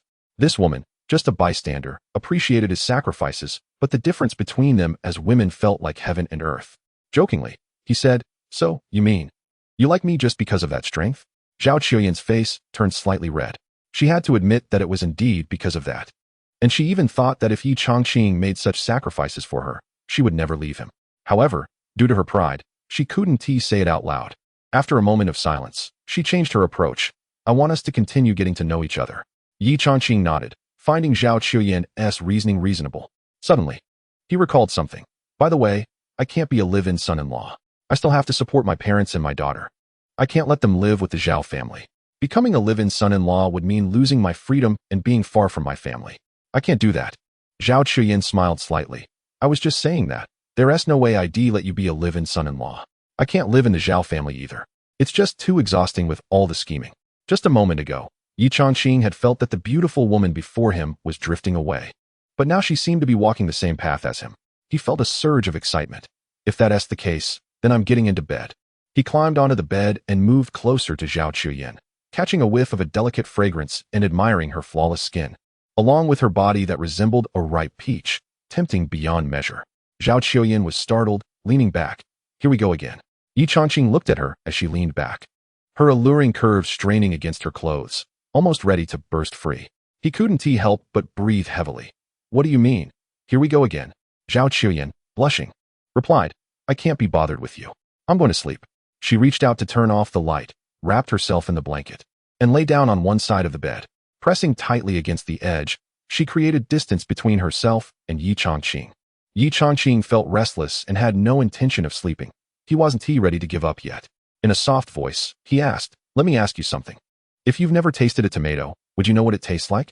Zhao Chuyin was taken aback by the abruptness of the question, and in the darkness, hearing him breathe heavily beside her, her heart raced. "I don't know." Ye Changqing continued, "And if you've never eaten a cucumber, would you know what it tastes like?" Zhao Chuyin was even more curious. "I don't know. What are you trying to say?" Ye Changqing smirked, a knowing smile that only a man could understand spreading across his face. "It's the same for men. If you haven't experienced it, you wouldn't know what it's like. Here I am, a living, breathing man right next to you. Don't miss this opportunity." "You." In the darkness, Zhao Chuyin gritted her teeth in anger. This man was so shameless, saying such things under the pretense of wanting to help her with her health. Now he had laid his intentions bare. "You've finally revealed your true purpose." Ye Changqing chuckled. "I knew you would misunderstand. I'm actually concerned about your health. As a doctor, it pains me to see you unwell and not treated. I'm truly anxious. Zhao Qiuyan raised an eyebrow. Here we go again. Using the guise of treating her health. Just as she was about to explode in anger, her phone rang. She got up to answer it. It was her secretary calling. Hello? What is going on at this hour? Lu Yuding sounded frantic. We have a problem with one of the new drugs we produced. You need to come back quickly to take a look. Zhao Qiuyan had just settled into her role as president and was ready to make a mark when she heard this news, her heart leaping into her throat. What kind of problem? Be clear. The issue with the medication was serious. She couldn't afford to take it lightly, especially with a new drug. Sometimes one batch could impact many lives. Lu Yuding's voice was tense. 2 people are currently in the hospital fighting for their lives. I don't know if there are more. Without you here, no one knows what to do. You need to take a flight back right now? I've already booked a ticket for you. Zhao Qiuyan hung up the phone, immediately shedding her pajamas and rushing to the wardrobe to find something to wear. Ye Changqing sat there, stunned, watching Zhao Qiuyan. Goodness, had she forgotten there was a man in the bedroom? The red fabric hugged her curves, revealing half of her stunning figure. The sight made Ye Changqing swallow hard. As Zhao Qiuyan slipped on a shirt, she continued the call. When she inadvertently turned her head and made eye contact with Ye Changqing, she suddenly screamed, "Oh my you!" She remembered there was indeed a man in the room. In her haste to change, she had completely forgotten about him. Ye Changqing, feeling dry-mouthed, quickly defended himself. I was just looking. I didn't mean anything by it. Don't overthink it. Zhao Qiuyan crossed her arms and scolded playfully. You're still looking. Pervert. Ye Changqing chewed his lips and said, You took it off yourself. How did I become the lecherous one? From a doctor's perspective, that little outfit you're wearing is a bit too tight. It's not good for your health, and I suggest you. Suddenly, a piece of clothing flew over and landed on Ye Changqing's head. You jerk. You're just a scoundrel of a doctor. Ye Changqing hurriedly pulled the clothing off, only to find that Zhao Qiuyan was mostly dressed and was smiling as she explained, You've misunderstood me. I'm definitely a serious doctor. It's just that I've studied a lot and have a broad knowledge base, covering all sorts of difficult and miscellaneous illnesses. For example, gynecological issues, infertility, and so much more. As Zhao Qiuyan packed her belongings, she urged, Hurry up and get your things together. We need to head back to Songjiang right now. Ye Changqing felt a bit regretful that, despite being alone together in a room, they hadn't had a deeper conversation. He wondered if he was being too honest. Suddenly, he regretted it. One shouldn't be too straightforward, or else they wouldn't get anywhere. Seeing that Zhao Qiuyan had finished packing, he started to gather his things as well. In the lobby downstairs, Zhao Mingtao and Zhang Yufan were welcoming Xiao Qingfeng. Zhang Yufan smiled and said, Auntie knows you're interested in my daughter Yin Yin, and I think highly of you too. As for that Ye Changqing, he's been pestering Yin Yin nonstop. Just think about it. He's an ex-con and a divorced man. How could Yin Yin possibly like him? She's never even given him the time of day. He must have a thick skin. A hint of menace flashed in Xiao Qingfeng's eyes. That little loser. I have ways to deal with him. Zhao Mingtao nodded in agreement. Sometimes, a man has to use some tactics to win a woman over. Don't hold back with that Ye Changqing. I've heard that your family has several projects related to medicine. There's one that's being produced in Songjiang. You could discuss cooperation with Yin Yin. It would be a good opportunity to strengthen your relationship. Just then, Zhao Qiuyan and Ye Changqing came down from upstairs. Zhao Mingtao quickly called out to his daughter, Yin Yin, your classmate Qingfeng is here. It's been a while since you've seen each other. You should catch up. Zhao Qiuyan looked surprised. I didn't know an old classmate was here. But today isn't a good time. There's something at the company that I need to take care of. Zhang Yufan quickly interjected. It's perfect that Qingfeng drove here. Let him take you to the airport. Chapter 31. Love rival seeing her mother so enthusiastic. Zhao Qiuyan sensed something was off. Mom, let the driver take me. It's no trouble for him. Xiao Qingfeng stood up with a smile. I just happened to be heading to the airport to pick someone up. She then introduced the person beside her. Ye Changqing, let me introduce you to this. Before she could finish, Zhang Yufan interrupted. No need for introductions. Qingfeng is the second son of the Xiao family, someone who accomplishes great things. He associates with important people. Ye Changqing came from a small place and has a criminal record. He is not qualified to befriend Qingfeng. Zhao Qiuyan's expression changed slightly. Mom, what are you talking about? Zhang Yufan raised an eyebrow. Am I wrong? Xiao Qingfeng smiled and said, Auntie, it's fine. I must know the friends that Yin Yin introduces to me. With that, he walked up to Ye Changqing, tilted his chin slightly, and looked at him. I'm Xiao Qingfeng from the Xiao family in the capital, just returned from studying abroad. Currently, I'm the general manager of the Shiri Group's Songjiang branch. Ye Changqing's expression remained calm, sensing the disdain in Xiao Qingfeng's eyes. He didn't feel the need to say much. Hello, I'm Ye Changqing. And then he fell silent. Xiao Qingfeng waited for a moment. But since Ye Changqing didn't respond, a smirk of sarcasm appeared on his lips. He had heard from Zhang Yufan that Ye Changqing was Zhao Qiuyan's driver, which was why he introduced his profession. Ye Changqing didn't say anything, but he decided to expose the truth. I heard you work as a driver for Fengyan Group. With your background and your history as a labor reform convict, being a driver is already quite lucky. You should work hard. Ye Changqing raised an eyebrow and replied coldly, when it comes to driving my woman, I certainly put my heart into it. My woman. Xiao Qingfeng's face darkened with rage. His purpose in flaunting his identity was to show Ye Changqing that he was unworthy of competing for Zhao Qiuyan. What Ye Changqing said was too harsh. The woman he cherished the most had already become Ye Changqing's. That single remark inflicted 1,000 points of damage on him. Seeing this, Zhang Yufan quickly intervened to ease the tension. Ye Changqing, what are you talking about? You and Qiuyan are just friends. And you've only known each other for a short time. Zhao Qiuyan, feeling anxious about an issue at work, couldn't stand it any longer. She said, I'm leaving, and quickly turned to head for the door. Seeing this, Ye Changqing could only follow her out. Zhang Yufan pushed Xiao Qingfeng. Hurry up and catch up. Drive Qiuyan to the airport. Xiao Qingfeng followed behind, watching Ye Changqing's back with a resentful glance, secretly cursing, you worthless thing. Don't you know your own worth? Competing with me for a woman. Just wait. I will make you regret this. He quickly reached the entrance and pointed to a Porsche. Qiuyan, this is my car. Get in. As he spoke, he gentlemanly opened the car door. Zhao Qiuyan said, thank you, and bent down to get into the back seat. Xiao Qingfeng saw Ye Changqing preparing to enter the back seat from the other side, and quickly called out, Ye Changqing, what are you doing? Ye Changqing, holding onto the car door handle, stopped and replied, aren't you supposed to take us to the airport? I'm getting in the car. He was puzzled, unsure of what trouble Xiao Qingfeng was about to stir up again. Xiao Qingfeng pointed at the Porsche and said, this is my new car, the latest model Porsche, worth 8 million. Do you know how to drive it? Ye Changqing detected the sarcasm in his tone and replied coldly, just say what you want to say. Xiao Qingfeng pulled out the key and pressed the unlock button. The Porsche's lights flashed as it unlocked. He gestured towards the driver's seat. You're Qiuyan's driver. So go ahead and drive. But remember, this is my new 8 million car. Be careful, or you'll have to pay for the damages. A cold light flashed in Ye Changqing's eyes as he said, last night, Qiuyan's bed was too soft. I drove all night, and I'm really tired. Now I just want to sleep. With that, he climbed into the car. Xiao Qingfeng was struck dumb, standing there in shock. Ye Changqing drove all night. Those words kept flashing in his mind. He had mocked Ye Changqing for being a driver, for being poor and never having driven a luxury car. Yet, Ye Changqing was now bragging about driving Qiuyan's car, the woman he loved the most. It was too painful to bear. Zhao Qiuyan, sitting inside the car, understood what Ye Changqing meant and was immediately filled with anger and embarrassment. She raised her small fist and pounded on Ye Changqing's shoulder. Ye, what nonsense are you talking? We slept separately last night. Ye Changqing smiled and apologized. I'm sorry, I shouldn't have said that. There are other people here, after all. Let me explain. I didn't express myself clearly. What I meant was, we were both in the same bed, but we slept separately. However, I did have a dream about driving all night. It might be a habit from my job, so even in my dreams, I was driving. Now my back hurts. Please stop hitting me. Let me sleep for a bit. Zhao Qiuyan's face turned red with anger. It would have been better if he hadn't explained.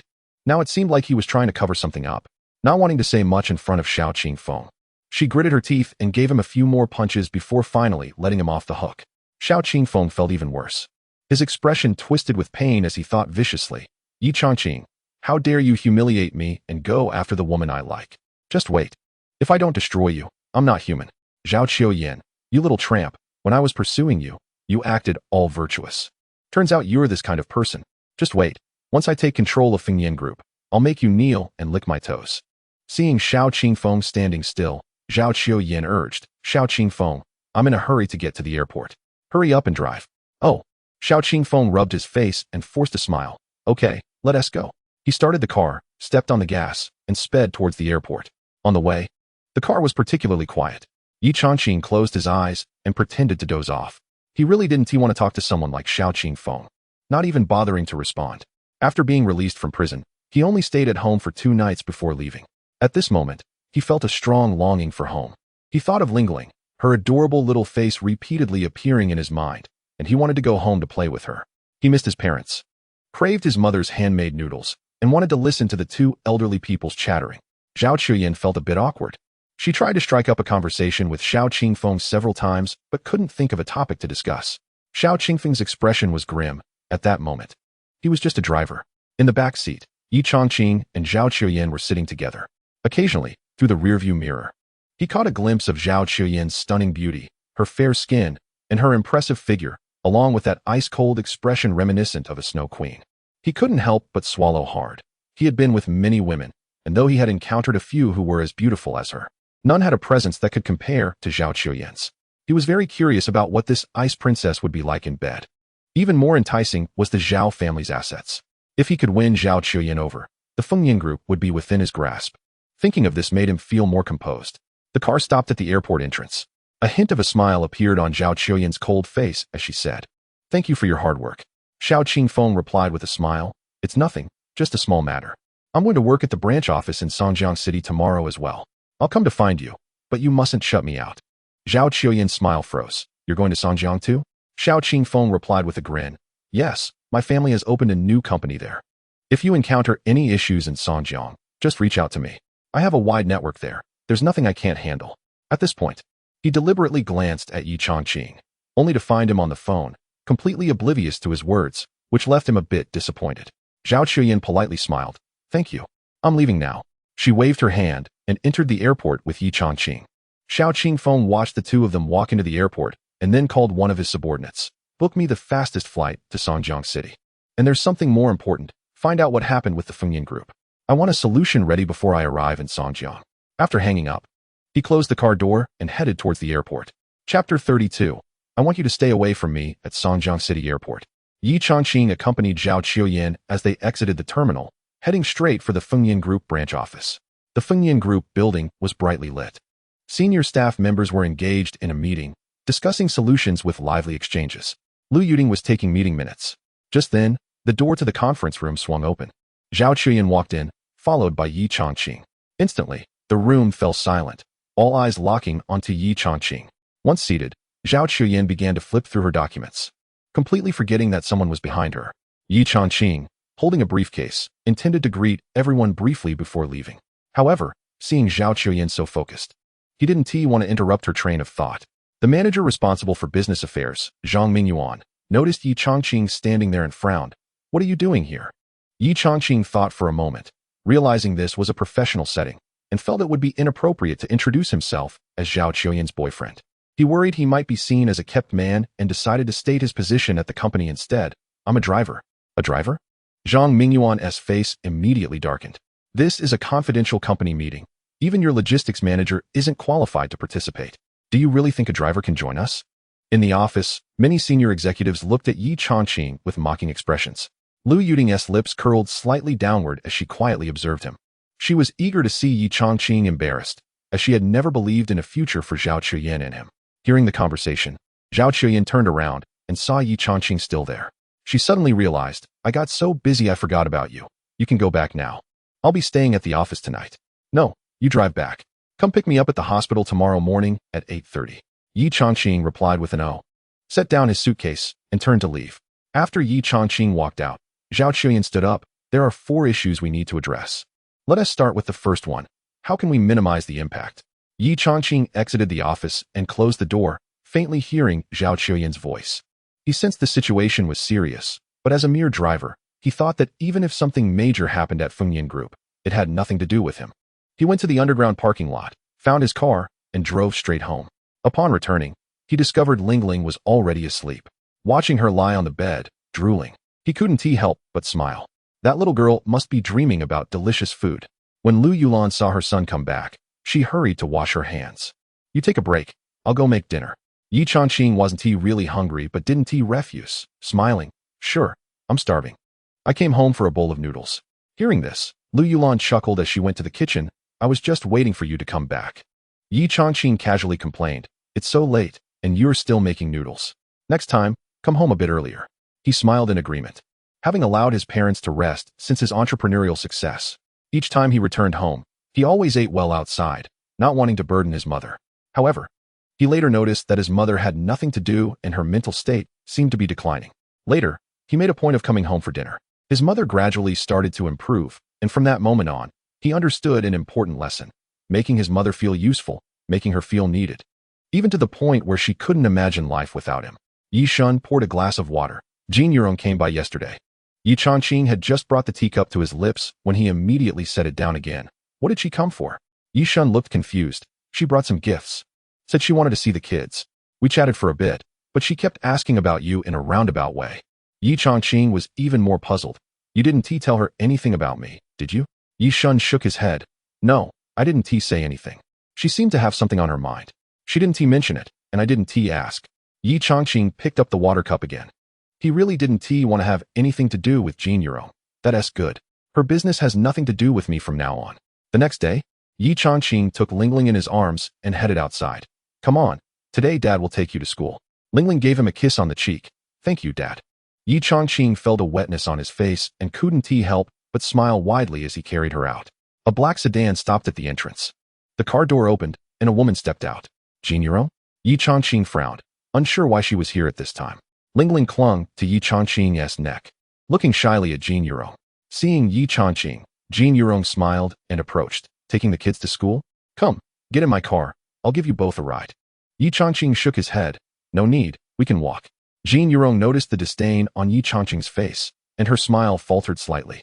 But she still tried to maintain her cheerful demeanor. Walking to school isn't a good look.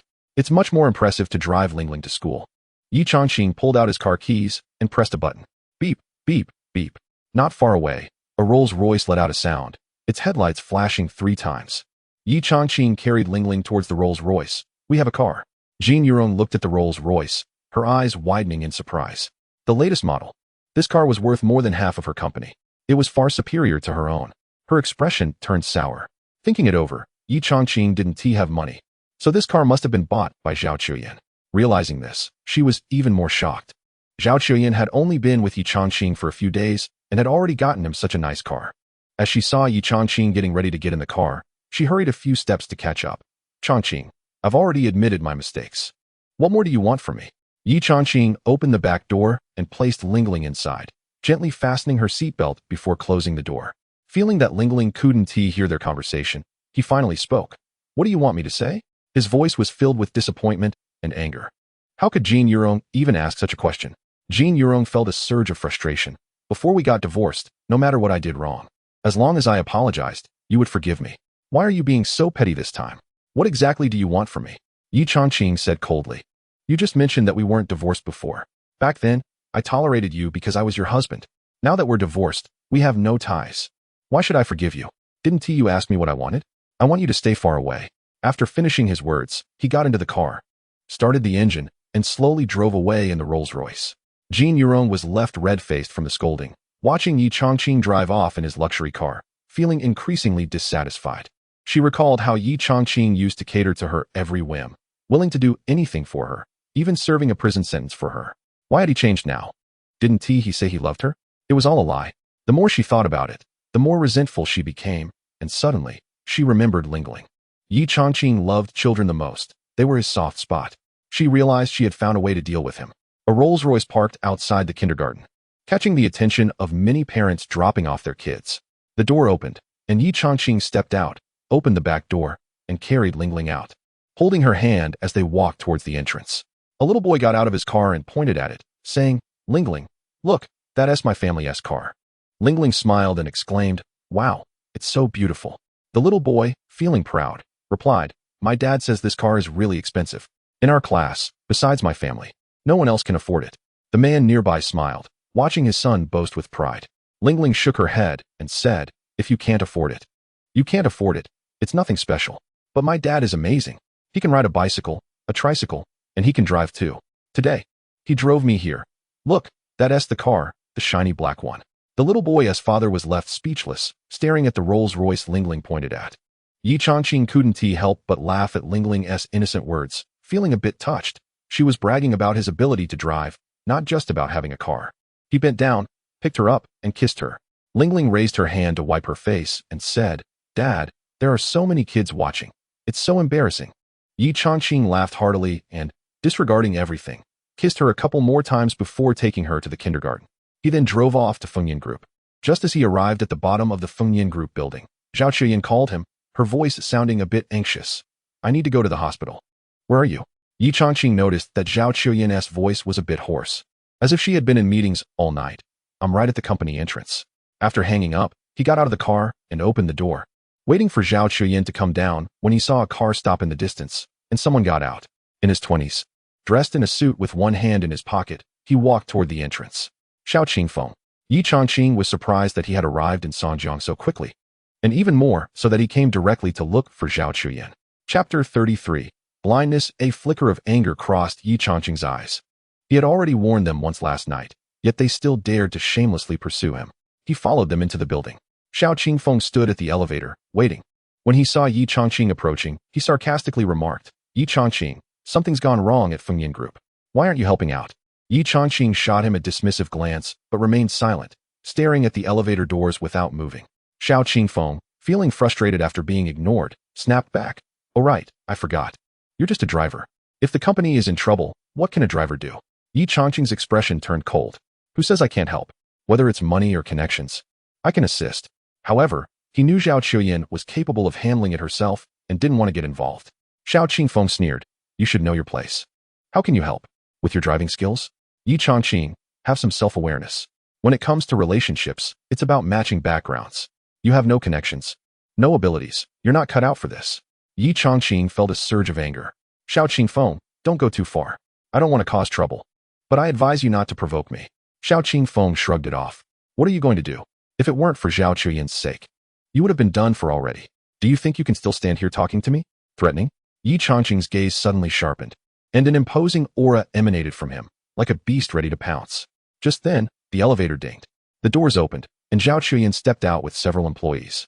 Ye Changqing's intensity dissipated, and he shot Xiao Qingfeng a cold glance before falling silent.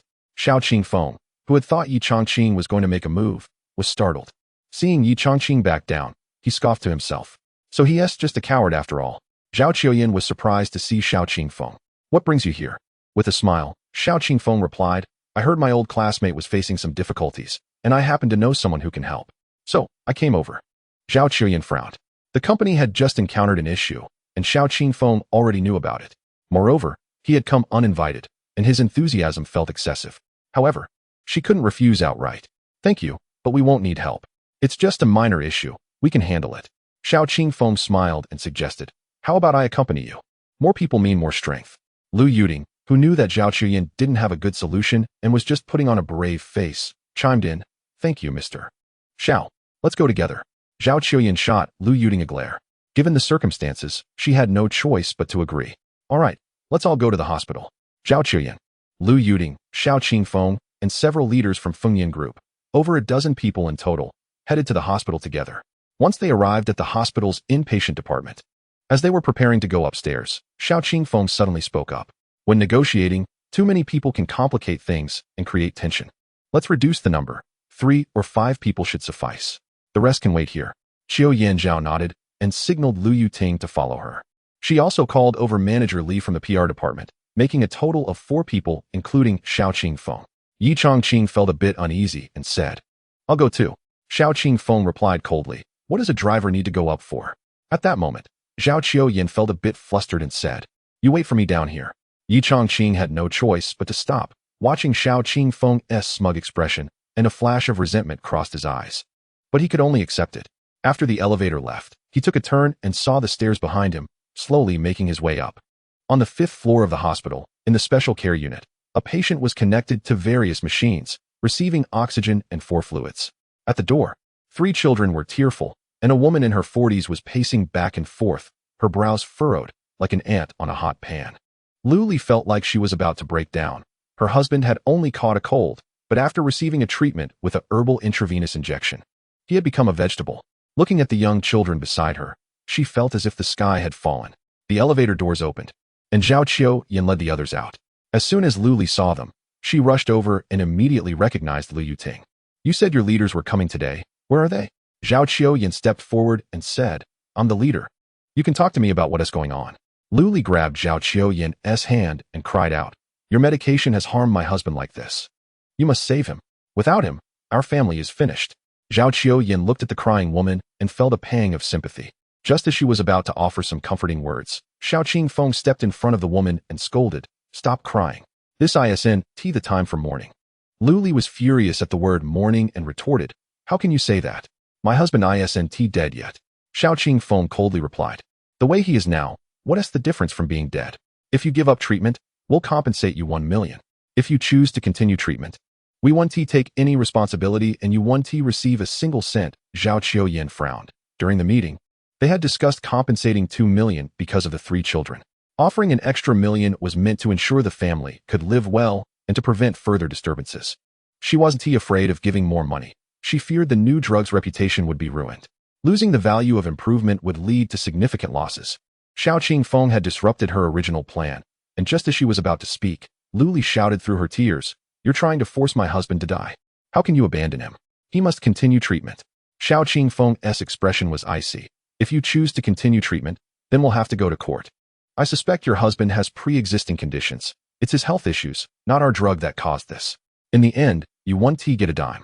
Lu Li was nearly driven to madness. "You're trying to force my husband to die. You're making it impossible for him to live. Get lost, all of you. I'm going to sue you. I refuse to believe there's no place to reason with." Ye Changqing could no longer watch and said, "Let me handle this." He had just arrived, and Xiao Qingfeng was being too ruthless. This wasn't a solution. It was just bullying and forcing the other party to comply. "You?" Xiao Qingfeng sneered. "What qualifications do you, a mere driver, have to talk? Can you negotiate lower than 1 million? Ye Changqing replied, emphasizing each word, "Yes. And I can definitely negotiate a price lower than what you've offered." Xiao Qingfeng looked at Ye Changqing as if he were an idiot. 1 million was the lowest price his subordinates had calculated multiple times.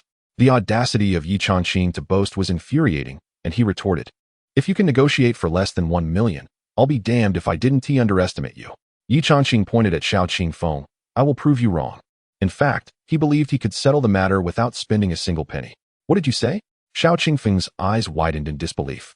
This waste of space had gone mad, daring to claim he could resolve the issue without spending a dime. This wasn't just bragging, it was absurd. Xiao Qingfeng suddenly wanted to see Ye Changqing embarrass himself.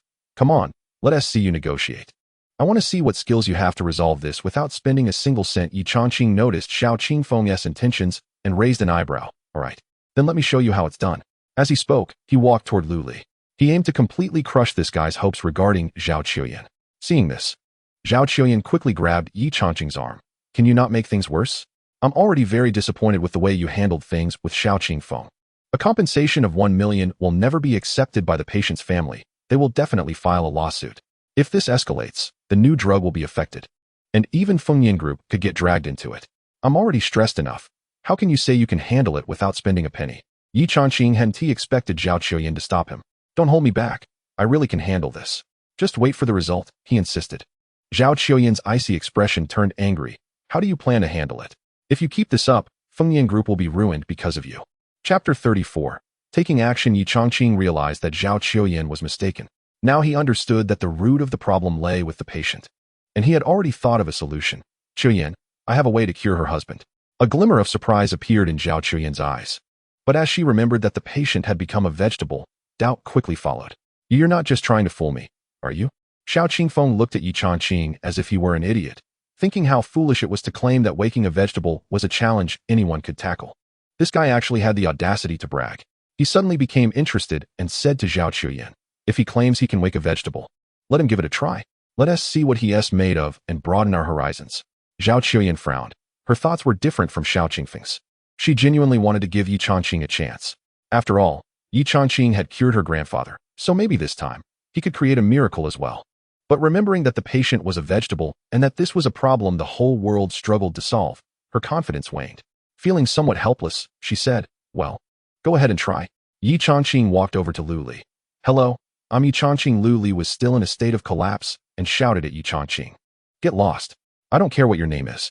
Just go away. I don't want your money. All I want is for my husband to wake up." Ye Changqing observed the woman's desperate outburst and felt a hint of admiration. She wasn't after money. She just wanted to save her husband. She was a good woman. He thought of his ex-wife, Jean Yurong, who would have chosen money in the same situation. He didn't take her insults to heart and softly said, "I can save your husband." His voice was barely audible, but Lu Li reacted strongly. She grabbed Ye Changqing's hand as if she had found a lifeline, her grip tightening with all her strength. Her voice trembled as she spoke. "Is that true? Can you really wake my husband?" Ye Changqing felt her nails digging into his hand and frowned slightly. He nodded seriously. "Yes, if you believe in me. I can help him right now." Lu Li pulled Ye Changqing toward the hospital room. "I believe you. Thank you so much. Even if there's just a 1 in 10,000 chance, I want you to try. Don't worry about the results. If you can't wake him, I won't blame you. I'm not looking to exploit anyone. As she spoke, tears streamed down her face. Ye Changqing felt moved. Her declaration of not seeking to exploit him gave him peace of mind. When they reached the bedside, he took a deep breath, clearing his mind of distractions. He carefully observed the patient's symptoms. The man was in his 40s, with dry hair and cracked lips. Next to the bed, there was a disposable cup half filled with water, with a cotton swab lying across the top. It was clearly meant for moistening the patient's lips, yet they remained cracked, which seemed abnormal. After checking the lips, he lifted the patient's nose, noting the dry, hard mucus in both nostrils. He then gently opened the patient's eyes, noticing the dryness in the eye sockets. The more he looked, the more serious his expression became. The patient's skin was also very dry, with flakes peeling off his face. Everything turned out just as he expected. It wasn't a problem with medication or the patient's body, but rather an issue with the doctor. Chaihu injection is known to treat colds and influenza, which is why it's often used as an antipyretic and anti-inflammatory medicine. However, the composition of Chaihu injection is quite complex, as it is a traditional Chinese medicine that cannot be used in certain situations. For instance, this patient was in a state of yin deficiency with yang hyperactivity, which clashed with the properties of the medicine. It would be surprising if using this medication didn't lead to complications. Clearly, the one administering the treatment was a Western-trained doctor. Once the cause was identified, it became easy to address. He reached into the acupuncture needle case and pulled out a silver needle. Opening the patient's mouth, he inserted the needle into the tongue. Xiao Qingfeng crossed his arms, surprised to see Ye Changqing resorting to acupuncture. He hadn't expected that a mere driver would actually be a doctor. But soon, a look of derision crossed his face. Not to mention that Ye Changqing was just in his 20s. Even the most renowned traditional Chinese medicine practitioners couldn't awaken a comatose patient. He looked forward to Ye Changqing making a fool of himself. Zhao Chuyin felt a lump in her throat. The idea of awakening a comatose patient was already absurd. The hope seemed too slim. She felt utterly uncertain.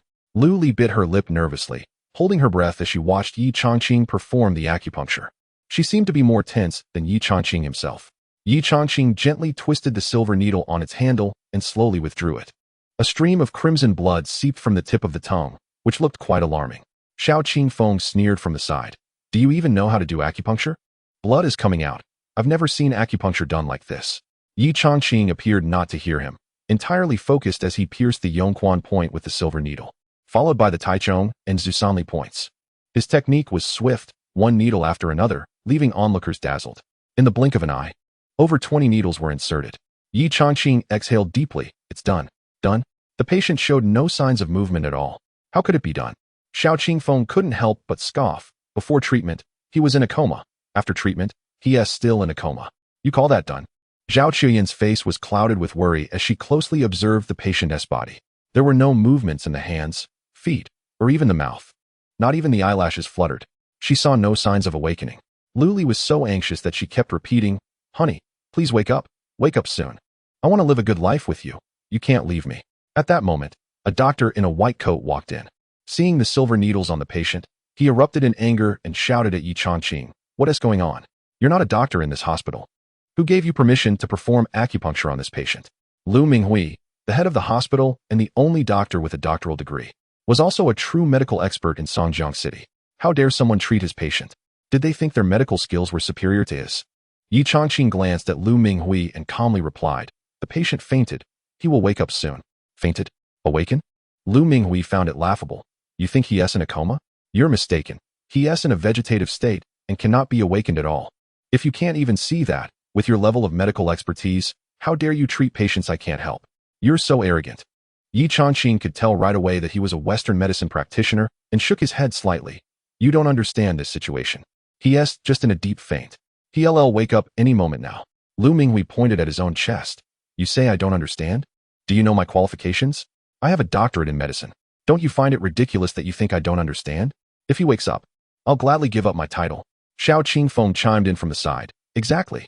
If a medical doctor can't do it, how can you think you can awaken a patient in a vegetative state? You may be ignorant, but don't be so foolish. Suddenly, a coughing sound echoed through the ward. Lu Li, seeing her husband cough, exclaimed excitedly, "He is awake. My husband is awake," he coughed. Chapter 35. How could you not have the ability to deceive me? You're awake?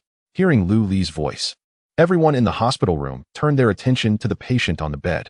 The patient was coughing violently, as if something had lodged in his throat. After a few coughs, he slowly sat up, reached for a cup of water, and took a sip. He appeared completely normal. Everyone was in shock. The comatose patient had truly been awakened. Each person wore an expression of disbelief, as if they had seen a ghost in broad daylight. Ye Changqing's eyes nearly popped out. This patient was a vegetative state. How could anyone possibly wake someone from that condition? Zhao Qiuyan was stunned. Ye Changqing had managed to awaken a vegetative person. It was indeed true. He had really done it. The public relations crisis had finally passed. She became even more curious about Ye Changqing. How had he accomplished this? What other abilities did he possess? Lu Minghui watched the patient drinking water on his own. Looking as if he had seen a specter, he repeatedly voiced his doubts, appearing almost possessed. I have no way to wake a vegetative person. How can he do it? How is that possible? Ye Changqing didn't know how to respond. The patient's current state was due to his lack of understanding of the patient's condition and the specific properties of the Chihu injection. He had used the wrong medication. Because of his negligence, he had almost harmed the patient. Yet, Lu Minghui still had the audacity to question him. Without hesitation, he replied, "You want to know why I can wake the patient? I'll tell you why. It's because my medical skills are better than yours." Lu Minghui was taken aback, then angrily retorted, "Your medical skills are better than mine? Are you out of your mind? I have a doctorate in medicine. Where did you study? What qualifications do you have?" Upon hearing this question, Zhao Qiuyan also looked curiously at Ye Changqing. She had checked his personal information before. During that time, the third button had been unbuttoned. She had a strong aversion to Ye Changqing and had sent people to thoroughly investigate his past. The result revealed no history of him ever being inappropriate with women or engaging in any kind of lewd behavior. He had married a wife without any hint of flirtation with subordinates. Given Ye Changqing's clean past, she felt comfortable bringing him home. Otherwise, mere trust in her grandfather would not have been enough. Ye Changqing had never been trained in medicine. Not only had he never attended a medical university, but he had also never been exposed to medicine. It was as if he had suddenly acquired medical skills overnight. Therefore, she was very curious about how he had learned his medical expertise. Ye Changqing recalled his master when asked. He had learned medicine purely out of pity for the old man, who was the same age as his father and was plagued with ailments. He helped with massages to alleviate the old man's pain. Unexpectedly, he had learned a whole set of medical skills, and the old man had been released from prison a year ago. He had no idea where that old man had gone after his release. Returning his thoughts to the present, he looked at Lu Minghui and said, "I learned medicine in prison." "What? Prison?" Lu Minghui's eyes widened as he stared at Ye Changqing. After a long moment, he finally spoke. "You didn't seriously mean you never formally studied medicine at a university, did you?" In his eyes, medicine is the most rigorous discipline and requires formal medical education. Nowadays, doctors and hospitals typically have at least a graduate degree. To him, practicing medicine without having learned it in school is nothing short of child's play. Ye Changqing nodded. "That's right. I haven't studied medicine in school." Lu Minghui probably guessed this answer, but hearing it directly still left him extremely shocked. Not having studied medicine in school means you lack credentials. A PhD, can't awaken a comatose patient? How could someone without qualifications possibly do it? Ye Changqing was speechless. What kind of logic was this? Traditional Chinese medicine has both apprenticeship and family inheritance. He didn't want to engage with this guy any further. His focus shifted to the patient's body. The patient was in a serious state of yin deficiency and yang excess. He needed to prescribe several doses of medicine to help stabilize the condition.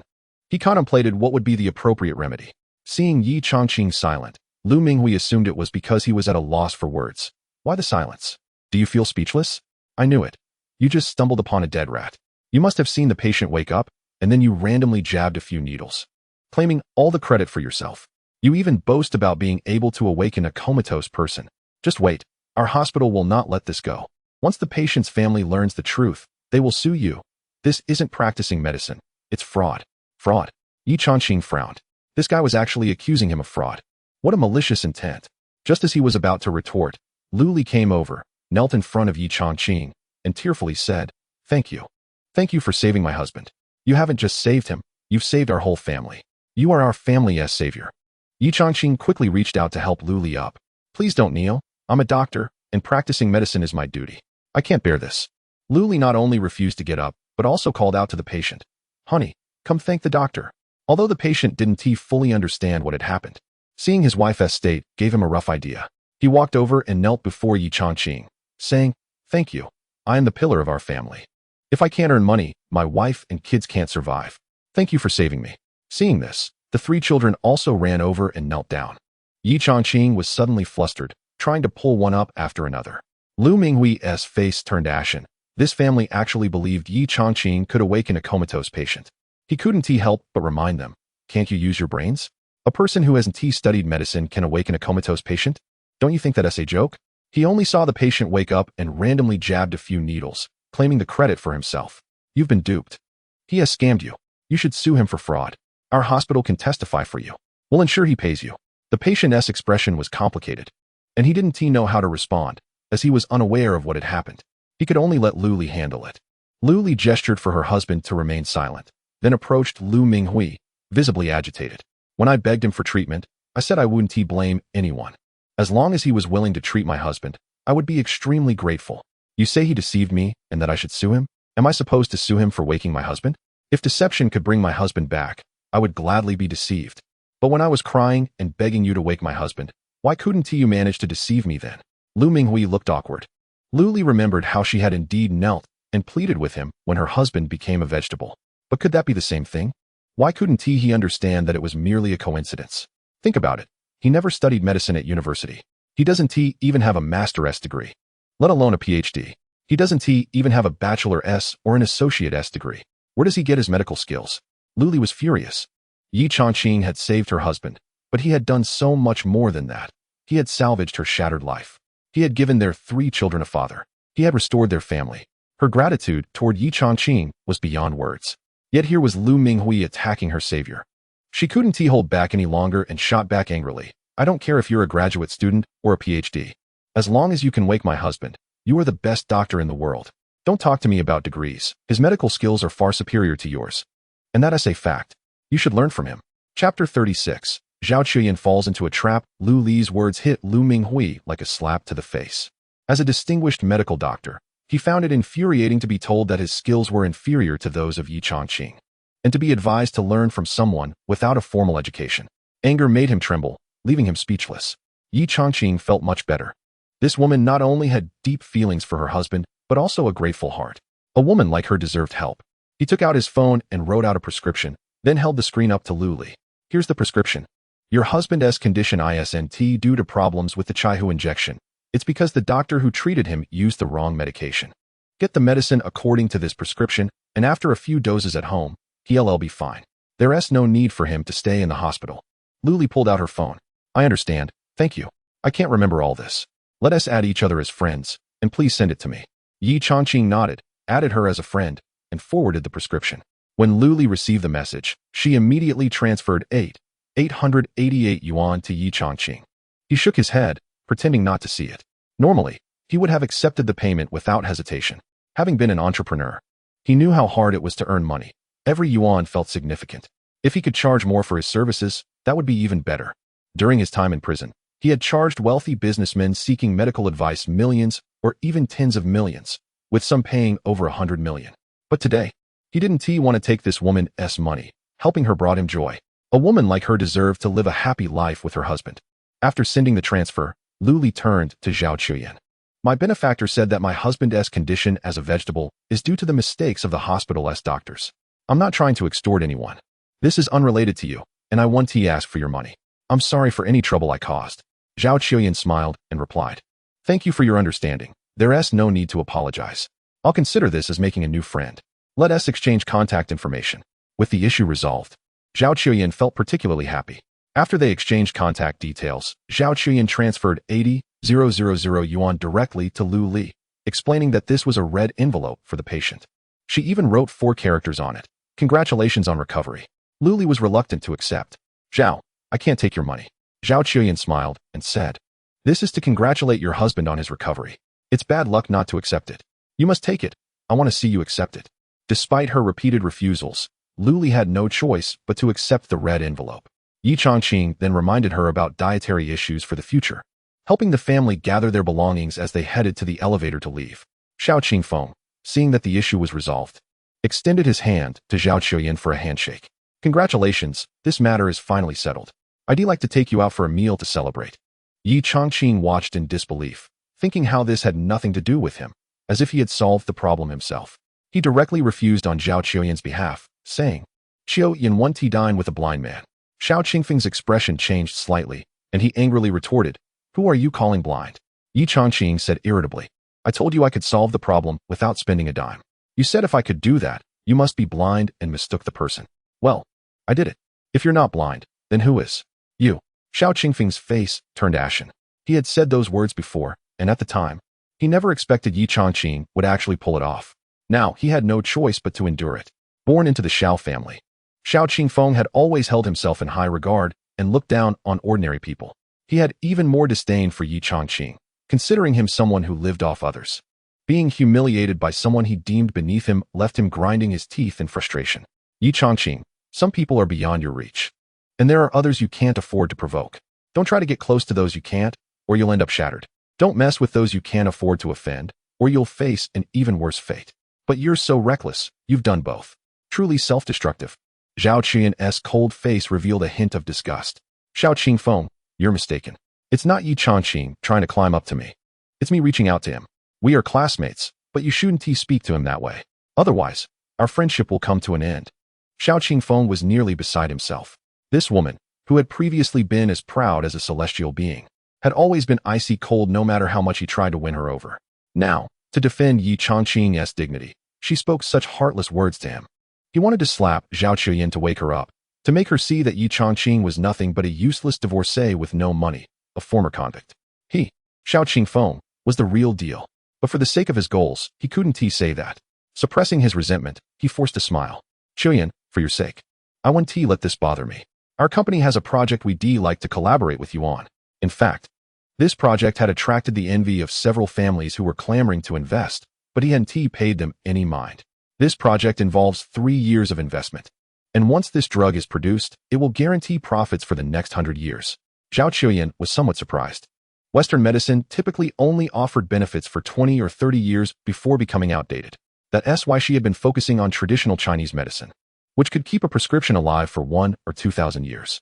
Investing in traditional Chinese medicine was a long-term plan for a century of returns. But Xiao Qingfeng had proposed a project promising 100 years of profit. Were they also eyeing traditional Chinese medicine? Her expression returned to its usual icy demeanor. "Is your project related to traditional Chinese medicine?" Xiao Qingfeng shook his head. "What traditional Chinese medicine? No one uses it anymore. The most popular is Western medicine. This project is for authentic Western medicine. The advantage is that it works quickly, and the greater advantage is that once you take it, you'll need to continue taking it for life. It's hard not to make money." Zhao Qian felt a bit of disdain for this classmate. But the project did sound promising. Fast-acting medication was what patients loved most, and it was also the most popular. A lifetime of medication meant that patients would be contributing profits to the pharmaceutical company for their entire lives. She couldn't help but be intrigued. "I'd like to learn more." Xiao Qingfeng wore a smile on his face. Everything was indeed proceeding as planned. He clearly understood that when Zhao Qian said she wanted to get to know more, it was just an act. In reality, she was taking it very seriously and was only putting on a show for him. He felt a sense of control over the situation and said with a smile, "How about we find a CAF to sit down and chat? I can fill you in on the details." Zhao Qian shook her head. "I don't have time today. I have other matters to attend to. You should head back, and we can reschedule for another day." A smile crept onto Xiao Qingfeng's lips. He knew Zhao Qian would definitely look into the project and consult others, like Zhao Fengnian, who was seriously ill and had little time left. "All right, I'll be in Songjiang City. Just give me a call whenever. Of course, I'll also drop by to catch up with our old classmates over tea." After Xiao Qingfeng left, Zhao Qian turned to Ye Changqing and Lu Yuding and said, "Let us go meet Lu Minghui." Lu Minghui? Ye Changqing suddenly remembered the doctor who claimed to be a PhD earlier. His name tag read Lu Minghui. What do we need him for? A trace of worry crossed Zhao Qian's cold face. Lu Minghui has leaked information to the media. He stated that Chaihu injection has a certain probability of leaving patients in a vegetative state. This could significantly impact the company. We need him to retract his statement. Chapter 37. You're even worse. Ye Changqing was somewhat surprised. Is that really the case? Then we should hurry and find him. With his reputation as a renowned doctor, if Lu Minghui were to claim in the media that a certain medication could leave patients in a vegetative state, that drug would be doomed, even if it had no side effects. He took the lead and walked toward the medical office, but after just a few steps, he heard Lu Yuding shout from behind. "Stop! Don't go yet." Ye Changqing halted and looked back at Lu Yuding, puzzled. "What's the matter?" Lu Yuding shook her head slightly. "You can't go. You just had a conflict with him. If you go now, it'll only make things worse." You'll only complicate the situation. Ye Changqing didn't understand the logic behind Lu Yuting's words, but he felt it was necessary to go. Neither of you understands medicine. If I don't go, you won't be able to resolve this. Lu Yuting confidently replied, you going will only make things worse. What can you do besides escalating the conflict? Can't you just not make things more complicated? Ye Changqing believed that his medical expertise could provide some insight. He didn't expect that in Lu Yuting's eyes, he seemed utterly useless except for causing trouble. This was too much. Zhao Qiuyan felt a bit guilty and managed to show a slight smile. Thanks for waiting here for a bit. Lu Yuting was taken aback by this scene. Zhao Qiuyan actually smiled at a man. Goodness, it was like the sun rising from the west. As she and Zhao Qiuyan headed toward the doctor's office, Lu Yuting leaned closer and quietly asked, what made you change your attitude? You actually smiled at him. Did something happen when you two went back to Kyoto that I don't know about? Zhao Qiuyan frowned. Let us not gossip about my personal matters. We need to focus on the main issue. Lu Yuting dismissed it casually. Just spend a little money to resolve it. It's not that difficult. In my opinion, you don't even need to be personally involved. I could handle it. Zhao Qiuyan's brows were tightly knit. Taking over Fengyan Group felt like carrying a heavy burden. I can skip the public appearance, but this is a matter that could plunge the company into an irretrievable situation if mishandled. I absolutely must handle this myself. Lu Yuting grinned. Got it. You're a strong woman with a strong sense of ambition. But tell me, did you and that lecher actually, you know? Her question was meant to tease Zhao Qiuyan. Previously, Zhao Qiuyan had been cold toward men, and now, after becoming the president, she was cold toward Lu Yuting as well. If this continued, she would really turn into an ice queen. Zhao Qiuyan's face flushed. This girl spoke so bluntly, especially when they were alone. She had no way to counter it, knowing that if she didn't say something, Lu Yuting would just keep probing. Reluctantly, she confessed, we just share a bed. What? Share a bed? Lu Yuting was incredulous. The proud and aloof Zhao Qiuyan, who typically viewed men as insignificant, had actually slept with that lecher. The key point is that Ye Changqing has been to prison, has been divorced, and is raising a child. He's still a rogue. Yin, what would you think? You actually let him sleep with you? Her exclamation was somewhat loud, drawing the attention of passing patients and nurses. They looked at Zhao Qiuyan with strange expressions. Zhao Qiuyan's face turned red all the way to her neck. Angrily, she lightly punched Lu Yuting. Stop talking nonsense. It's not what you think. It was just sharing a bed. Lu Yuting realized her voice was too loud and shrank her neck, sticking out her tongue. Is that true? Just sharing a bed? A 20-something old virgin meeting a man. Do you really think you can resist? Zhao Qiuyan pretended to hit her again, scaring Lu Yuting into quickly changing her tone. Can you resist? Can Ye Changqing resist? With a beauty like you lying beside him, any man would struggle to keep his composure, unless he is completely incapable. As they talked, they reached the door of the doctor's office. Shoo! Zhao Qiuyan put her finger to her lips, signaling Lu Yuting to be quiet. They both changed their expressions in an instant. One turned back into an ice queen, and the other took on a serious demeanor. Together, they entered the doctor's office. It was a shared office, with 7 or 8 doctors in white coats working in front of computers. But Lu Minghui was not there. Lu Yuting had to speak up. Excuse me, sorry to interrupt. May I ask where Dr. Lu Minghui is? She deliberately used a high-pitched voice, sweet like a character from an anime. This caught the attention of the group of men in the office, who all looked towards the door. Even the 2 women couldn't help but glance at the speaking Lu Yuting. 2 beauties, one cold and stunning, the other charming and alluring.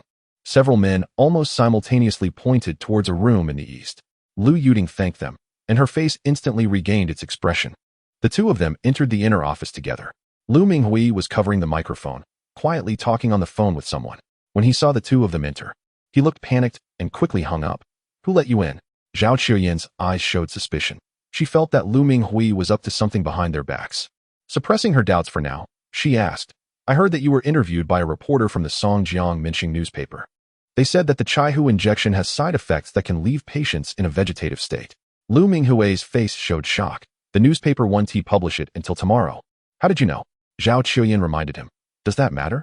Our medication has been proven safe. If you make such statements, it would be slander.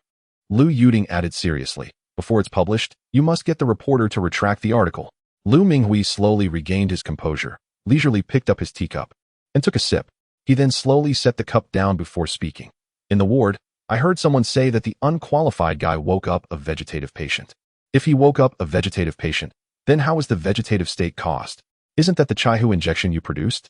Lu Yuting was left speechless. Ye Changqing woke the patient up, and she was so thrilled that she shouted a few slogans. something along the lines of exceptional medical skills capable of reviving a vegetative state. This became a leverage for the other party. Zhao Qiuyan furrowed her brows, realizing she was dealing with a tough character this time. However, she was already prepared to resolve the issue with money. I know you're busy, and asking you to withdraw your article might delay your work. Just tell me how much compensation you need. Her words were meant to give Lu Minghui face. Even though it was clearly the other party's mistake, she expressed it in a very tactful manner. A trace of smugness appeared on Lu Minghui's face. Weren't you just saying I was slandering you? I'm not going to withdraw it. What are you going to do about it? Zhao Qiuyan's expression suddenly turned serious. Soft and hard tactics were both ineffective, and things were getting serious. Aren't you after money? What do you want? A cold smile crept onto Lu Minghui's lips. Don't ask me what I want. Ask yourselves what you want. Traditional Chinese medicine is just an outdated relic from thousands of years ago. People back then were ignorant and backward, resorting to using random herbs and tree barks to treat illnesses. This is not real medicine. What era are we in? Humanity has ventured into space. And yet you still produce traditional Chinese medicine. Don't you find that ridiculous? Zhao Qiuyan realized there was no point in continuing the conversation. She had encountered a quack doctor. If they kept talking, it would probably drive her to frustration. She had no choice but to lead Lu Yuding away. Ye Changqing was pacing in the hallway when he saw the two women come out and approach them. Did you sort it out? Zhao Qiuyan sighed. No. Ye Changqing smacked his lips. I'll go talk to him. Lu Yuding, in a foul mood, snapped. Neither of us could handle it. You definitely can't. Don't make things worse. Ye Changqing ignored Lu Yuding. He turned to Zhao Qiuyan and said, Give me a minute. I'll sort it out in a minute. Chapter 38. I won't let you off in 1 minute. Lu Yuding curled her lips. In her eyes, Ye Changqing was nothing but a loser. He was in jail, lost his fortune, and his wife had run away. He had no money, no skills, and a plethora of bad habits. She was a graduate of a prestigious university, a talent that top Fortune 500 companies would scramble to recruit. She joined Fengyan Group purely because of her connection with Zhao Qiuyan. She had never thought much of Ye Changqing, but now, the problem that she and Zhao Qiuyan couldn't solve, Ye Changqing claimed he could fix. And in just 1 minute. It was simply outrageous. Ye Changqing, you say you can solve it, right? Fine.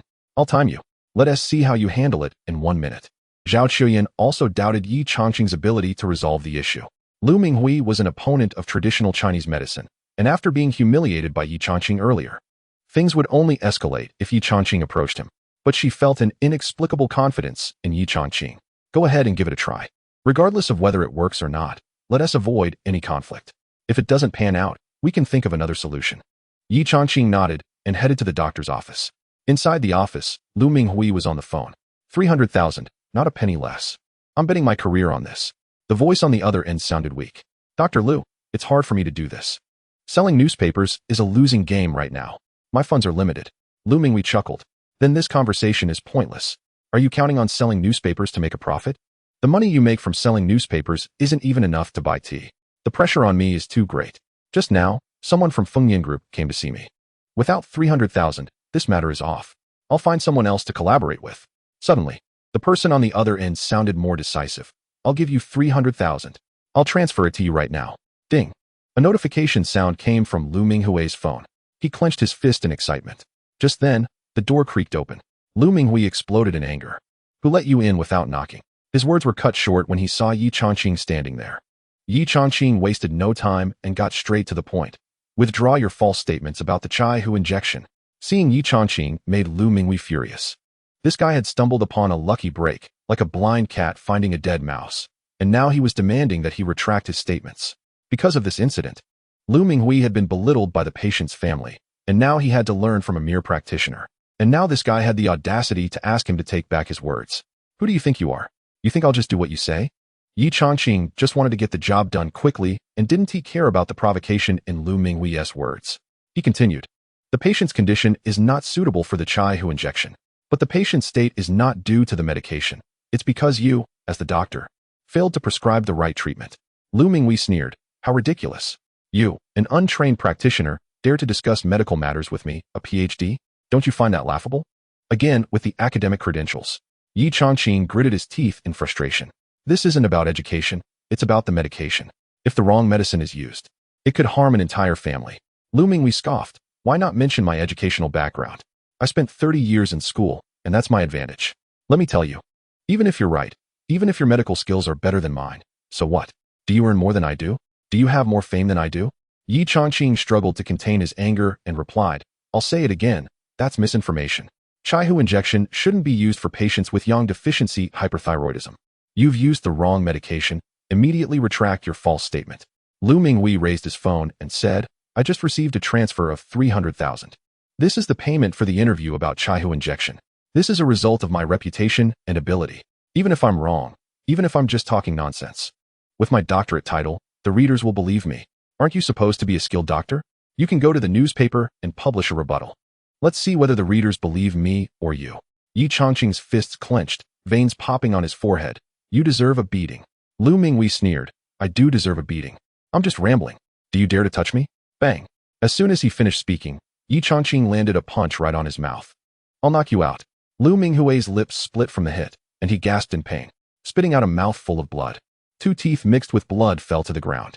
His expression turned vicious as he shouted, You dare hit me. You you're done for. Bang, bang, bang. Before he could finish his sentence, Ye Changqing unleashed a flurry of punches, leaving Lu Minghui's face bruised and bloodied as he begged for mercy. Stop, please. Don't hit me anymore. I'm a doctor. I can't show my face anymore. Please, it hurts. It really hurts. I know I was wrong. I'll retract my false statement right away. Ye Changqing stopped, retracted in front of me, wiping the blood from his mouth. Lu Minghui saw the fierce look on Ye Changqing's face, which seemed ready to strike at any moment. He pulled out his phone and returned the 300,000. Then he dialed a number and put it on speaker. Hello, Wei, I've returned your 300,000. I want to retract my statement. Please don't publish it. Ye Changqing glared at him coldly, and after a moment of silence, a distant voice responded, Dr. Lu, I've already submitted the article. Whether you return the money or not, it's too late to retract it. I have other matters to attend to. Goodbye. Lu Minghui was stunned, looking up at Ye Changqing. Ye Changqing snapped, What are you staring at? Keep calling. Lu Minghui complied, but the person had already blocked him. Ye Changqing's face turned pale with anger as he reached for a chair beside him. Lu Minghui, terrified, felt his legs go weak and knelt down, pleading, Please. Don't hit me anymore. If you do, I really might die. I've done my best. I returned the money. I made the call. But if they want to retract the article, I really can't do anything. Just then, footsteps echoed at the entrance. Several security guards rushed in. The doctor, who had initially hesitated to enter, finally mustered the courage thanks to the security guards and stepped inside. Zhao Qiuyan and Lu Yuding rushed in as well, sensing that something was off when they saw the security. The moment they laid eyes on Lu Minghui's face, which was swollen and bruised like a pig's head, both of their expressions changed dramatically. Zhao Qiuyan's face turned pale with anger. She had specifically warned against escalating the situation.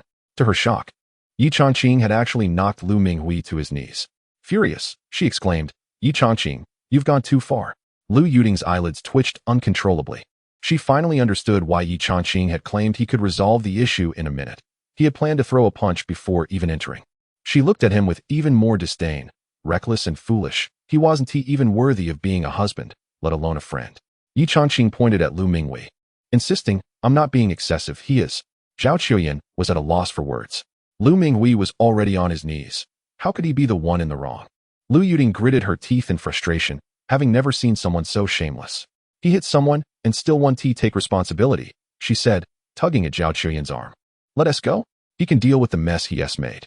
Zhao Qiuyan stood her ground. I'm going to help sort this out before I leave. Lu Yuding huffed in annoyance. Fine, you handle it here. I'll be waiting outside. Several security guards surrounded Ye Changqing, demanding, You have to stay? We're calling the police. This needs to be reported. Lu Minghui felt as though he might faint. The sight of him kneeling had been witnessed by all his subordinates. He tried to stand but felt weak and unsteady. It wasn't until one of the security guards helped him up that he managed to regain his footing. Surrounded by the guards, he finally felt a surge of confidence. Call the police. This is medical malpractice.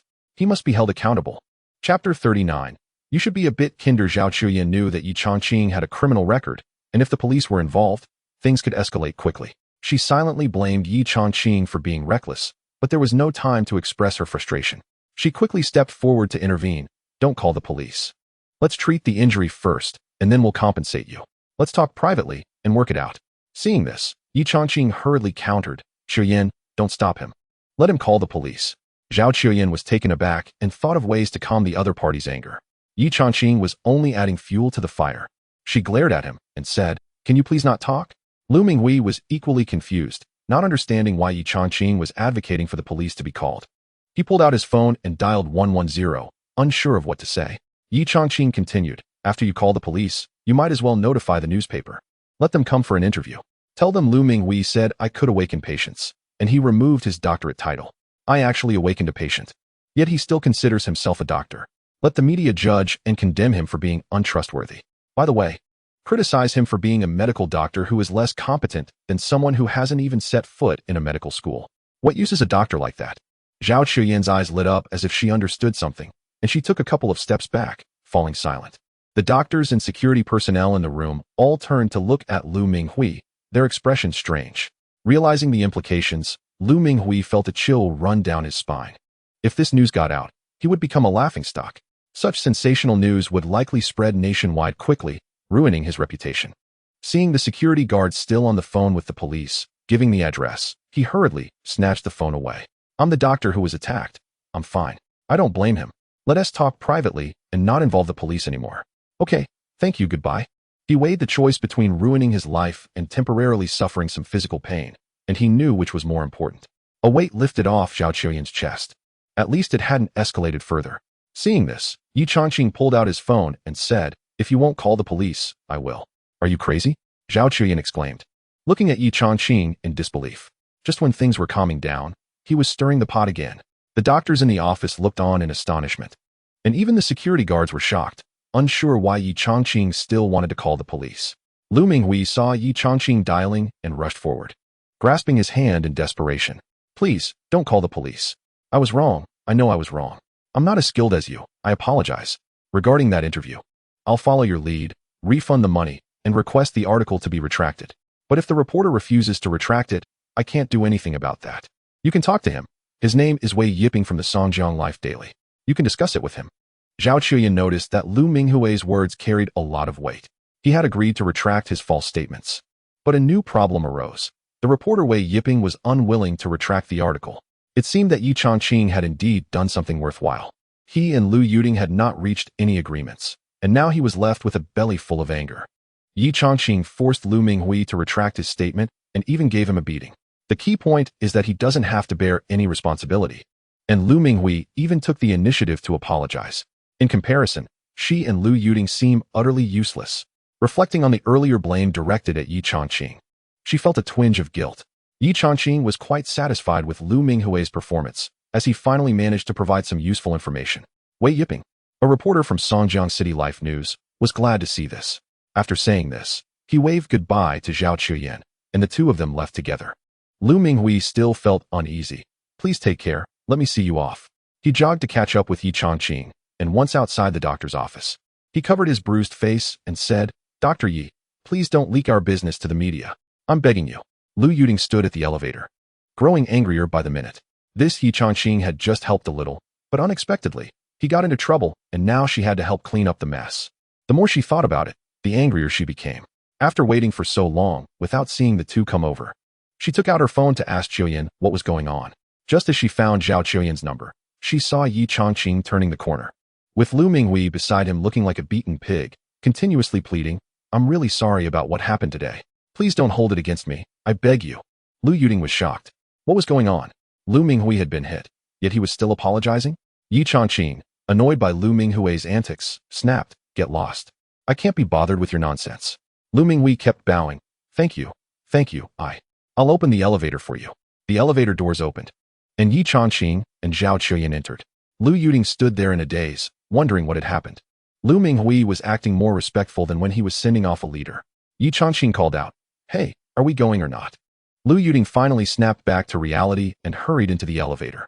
The doors slowly closed, and that pig-faced man stood at the entrance, watching them leave. It wasn't until the elevator doors completely shut that his pig-faced expression finally vanished. Lu Yuding was full of questions and wanted to ask Zhao Qiuyan what had happened, but she couldn't bring herself to do so in front of Ye Changqing. Inside the elevator, the only sound was the friction of the descending lift. Finally, after stepping out of the elevator, Ye Changqing spoke up, Are we going to find Wei Yiping now? Zhao Qiuyan thought for a moment and shook her head. Let's not. The advertising department knows him through their business dealings with the Life News. I'll make a call to have them reach out. It's time for lunch. I'll treat you both. Oh, Ye Changqing replied. As just a driver, He felt it was up to Zhao Qiuyan to make such decisions. On top of a tall building, an old man and a young man were seated. The elderly man wore a traditional Tang suit. His silver hair and rosy complexion made him look like a birthday star. The young man, Xiao Qingfeng, had a furrowed brow and a gloomy expression. Proud and arrogant since childhood, he had faced setbacks twice with Ye Changqing and was now filled with murderous intent. Why? Why can't I just kill him? Xiao Wanshi said thoughtfully, there are 4 types of people. First, those who rely on strength to make a living. Second, those who rely on skills. Third, those who rely on intellect. And fourth, those who rely on their heart. Those who depend on strength live a hard life, barely making ends meet. Those who rely on skills achieve just enough to get by. Those who use their brains enjoy a comfortable life, while those who rely on their heart attain wealth and glory. Which type do you want to be? Xiao Qingfeng replied without hesitation, I want to be the 4th type. We are the Xiao family, and even if I do nothing, I can still live in luxury. Xiao Wanshi shook his head. Every type of person must work hard. Doing nothing makes you a pig. The 4th type is a predator who sees the other 3 types as targets, snatching away the fruits of their labor. This is the fastest way to get rich. The Zhao family has accumulated hundreds of billions in assets. It's time to reap the rewards. Just marry Zhao Qiuyan. And with other means to assist, in 2 or 3 years, all of that will be yours. Xiao Qingfeng understood all of this, but he still couldn't comprehend why his grandfather forbade him from taking action against Ye Changqing. Why can't I move against Ye Changqing? Xiao Wanshi sighed. You're too young. Everyone likes kind people, especially women. It's not just because they are kind and enjoy being around kindness, but because kind people don't hurt them. It's an instinctual form of self-protection. You need to appear a bit kinder. If you kill Ye Changqing, even if Zhao Qiuyan doesn't realize it was you, Zhao Fengyin will have a good idea of what happened. At that point, you'll be completely cut off from those hundreds of billions. Oh, Xiao Qingfeng nodded, I understand. Anyway, Zhao Fengyin won't be around for much longer. I'll stick to the original plan, luring her in with high profits, and then leading her step by step into the trap. Though he said this, there was a hint of reluctance in his eyes. Zhao Qiuyan would eventually be his, but as she was currently Ye Changqing's girlfriend, he felt that every day he waited was another day Ye Changqing got to enjoy her company. It felt like a loss. Inside a restaurant, Jin Yurong was having a meal with the president of the Bay Bank in Songjiang, Zhao Hangzhong. She lifted her glass with a bright smile. President Zhao, I would like to ask for your assistance once again. This time, I'm borrowing a bit less, 5 million. As usual, you can take a 10% cut. President Zhao did not lift his glass, showing no interest in a 50,000 cut. This month's quota is already used up. You'll have to wait until next month. You need to repay the interest for this month. At that moment, Ye Changqing, Zhao Qiuyan, and Lu Yuding walked in through the door. Chapter 40. Regret and tears. Jin Yurong's expression changed dramatically. No wonder Ye Changqing had been so indifferent to her when she went to help pick up and drop off her daughter in the morning. It turned out he was already involved with Zhao Qiuyan. Watching the 2 beautiful women by Ye Changqing's side made her heart ache. Zhao Xingchang noticed Jin Yurong's gaze drifting towards the door, and he turned to look as well. He recognized Ye Changqing as a longtime client of the company. After Ye was imprisoned, Zhao had only dealt with Jin Yurong. Knowing that Ye Changqing had left with nothing, he hadn't thought much of it. Just as he was about to look away, he instinctively glanced at the 2 beauties. When he caught sight of Zhao Qiuyan's face, his eyes lit up. Zhao Qiuyan, the female president of Fengyin Group. He had tried countless connections to meet her, but had never succeeded, and now, unexpectedly, she was right here, with Ye Changqing around. He finally had a chance to strike up a conversation. He stood up and walked over to Ye Changqing, saying, Mr. Ye, long time no see. I didn't expect to run into you here. Ye Changqing smiled and shook his hand. Ah, it's you, President Zhao. It's been a while. What brings you here? Zhao Xingchang hesitated for a moment. President Jin invited me. Back in the day, when you were the boss, I used to come to you for deposits. Now that there's a new general manager, the loans have piled up too high, and we've exceeded the warning line. Only then did Ye Changqing realize that Jin Yurong was also at this restaurant. However, he felt that her matters were not his concern, so he immediately expressed his stance. Let's not bring up the past. Zhao Xingchang nodded with a smile, and then shifted the topic. Could you introduce me to your 2 friends? Zhao Qiuyan extended her hand first. Hello, I'm Zhao Qiuyan. It's a pleasure to meet you. Since she recognized Ye Changqing's acquaintances, she had to maintain her politeness. Otherwise, with her personality, she wouldn't be able to be so courteous to a stranger. Zhao Xingchang was flattered and excited as he took her hand. Oh, so you're President Zhao. Your name is well known. If there's anything my bank can assist you with, please don't hesitate to ask. Lu Yuding glanced at Ye Changqing's acquaintance nearby and felt no desire to engage. After a few polite exchanges, Ye Changqing bid farewell We're off to dinner now. We can chat later. With that, the three of them went to find a table. Zhao Xingchang watched Ye Changqing leave, feeling somewhat reluctant. He wanted to chat a bit more to deepen their connection, but unfortunately, time was too short. With a sense of regret, he returned to his seat. Jin Yurong watched Ye Changqing walk away, her feelings complicated. She had once thought it would be difficult for him to find a partner. She never expected that today he would have two stunning beauties dining with him. Feeling a bit jealous, she considered going over to say hello. But her self-esteem held her back. She truly lacked the courage to stand next to Zhao Chuyan. When Zhao Xingchang returned, she collected her thoughts and brought up the loan matter again. President Zhao, could you help me out? Would you consider a 2% increase? Zhao Xingchang seemed tempted and thought for a moment before proposing a condition.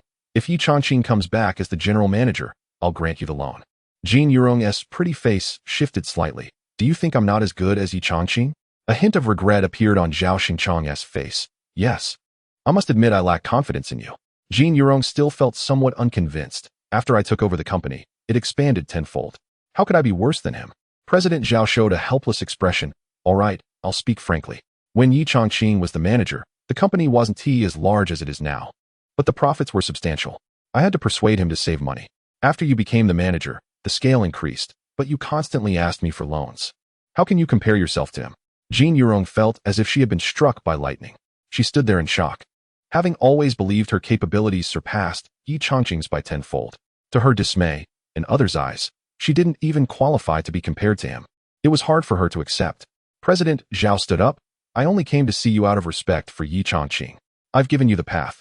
Whether you take it or not is up to you. With that, he turned and left. With Zhao gone, the last avenue for the company's loan was cut off. Jin Yurong felt utterly hopeless. What hit her even harder were President Zhao's words. It turned out that without Ye Changqing, she was nothing. Yet, she had foolishly divorced him. And now the company was on the brink of collapse, facing imminent auction. Selling the company wouldn't even cover the debts. She couldn't bear to imagine that outcome. She looked 10 meters away, where Ye Changqing was happily chatting with two beautiful women, basking in success. Meanwhile, her business was in dire straits, with no solutions in sight. Her heart felt like ashes. Silent tears fell, tears of regret. If only she hadn't divorced him, she could have simply indulged in shopping, pampering herself, and counting money at home. Ye Changqing would have listened to her every word. Even if she craved a bubble tea in the middle of the night, he would go to the 24-hour shop to fetch it for her. Now, she wanted nothing more than to remarry him, wishing she could stand up right now, walk over to him, and plead for reconciliation. But seeing Zhao Chuyan, she quelled that thought. Zhao Chuyan was just too beautiful. Approaching her would only be self-humiliating. She needed to find a more suitable opportunity. Ye Changqing finished his meal, set down his chopsticks, and waited silently. He noticed Zhao Chuyan was eating slowly. At this rate, he'd have to wait another 20 minutes. He felt a bit restless, wanting to leave sooner. Jin Yurong's presence was distracting, constantly reminding him of unhappy memories. Dingling. Lu Yuting's phone rang. She put down her chopsticks, smiling as she answered. Hello, you say? After a few moments, her smile faded, and her expression grew serious. Hanging up, she turned to Zhao Chuyan. Wei Yiping wants to see you in person. This guy has quite the audacity. Zhao Chuyan put down her chopsticks. Since he wants to see me, I'll go.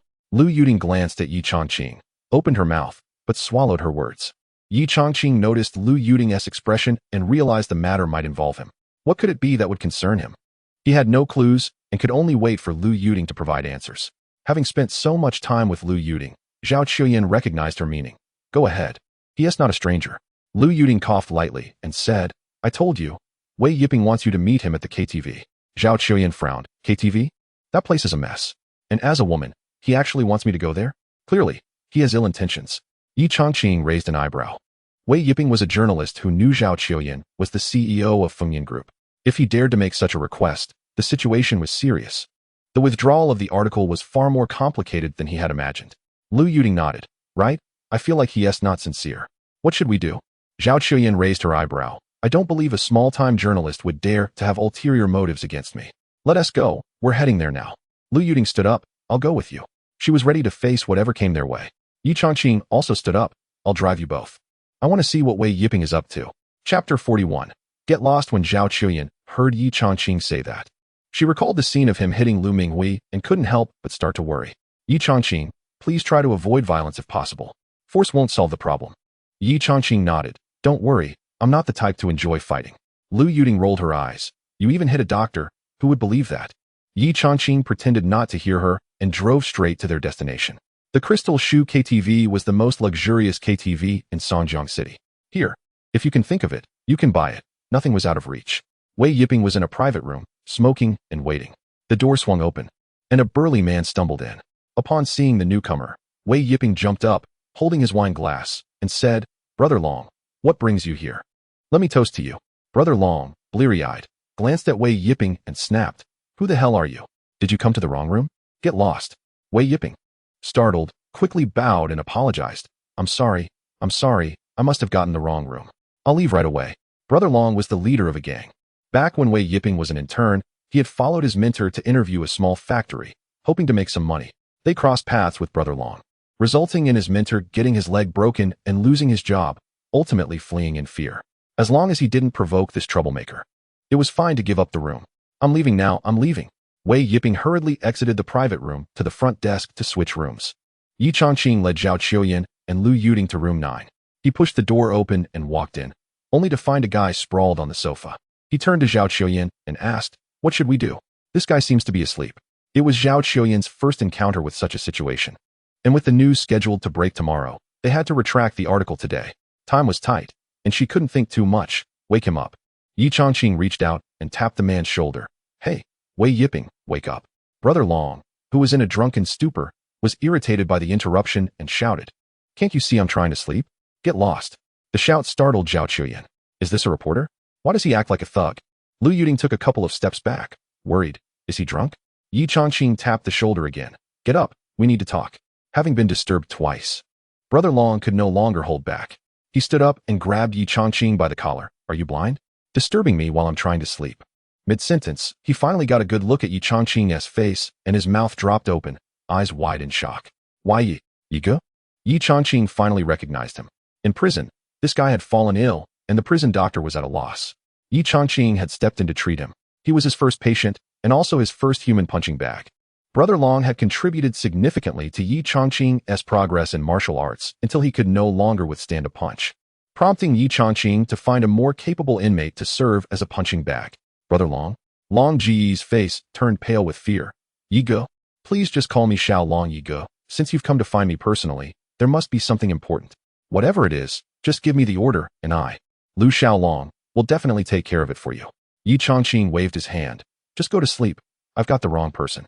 Longa seemed a bit disappointed. "Ye Go, you're not here to find me?" Ye Changqing beckoned to Zhao Qiuyan and the two of them to head outside. "Let's go ask at the front desk." Lu Xiaolong shouted from behind. "Ye Go, if there's something, please don't hold back. I'll make sure you're not disappointed." Ye Changqing turned back and waved his hand. "You should drink a little less for now." Once they left the private room, Lu Yuting looked at Ye Changqing with disdain. "Look at the kind of shady friends you have. They don't seem like good people at all." Ye Changqing replied calmly, "These are people I met in prison. Who goes to prison if they're a good person?" Zhao Qiuyan noticed Lu Yuting seemed about to say something, so she quickly changed the subject. "Let us hurry and find Wei Yiping. Let us not discuss this right now." Ye Changqing led the two of them to the front desk to inquire, and only then did they find out that Wei Yiping had changed rooms. They pushed open another private room. Ye Changqing entered first and saw a man in a white shirt and glasses. "Are you Wei Yiping?" Wei Yiping arrogantly replied, "I only talked to Zhao Qiuyan."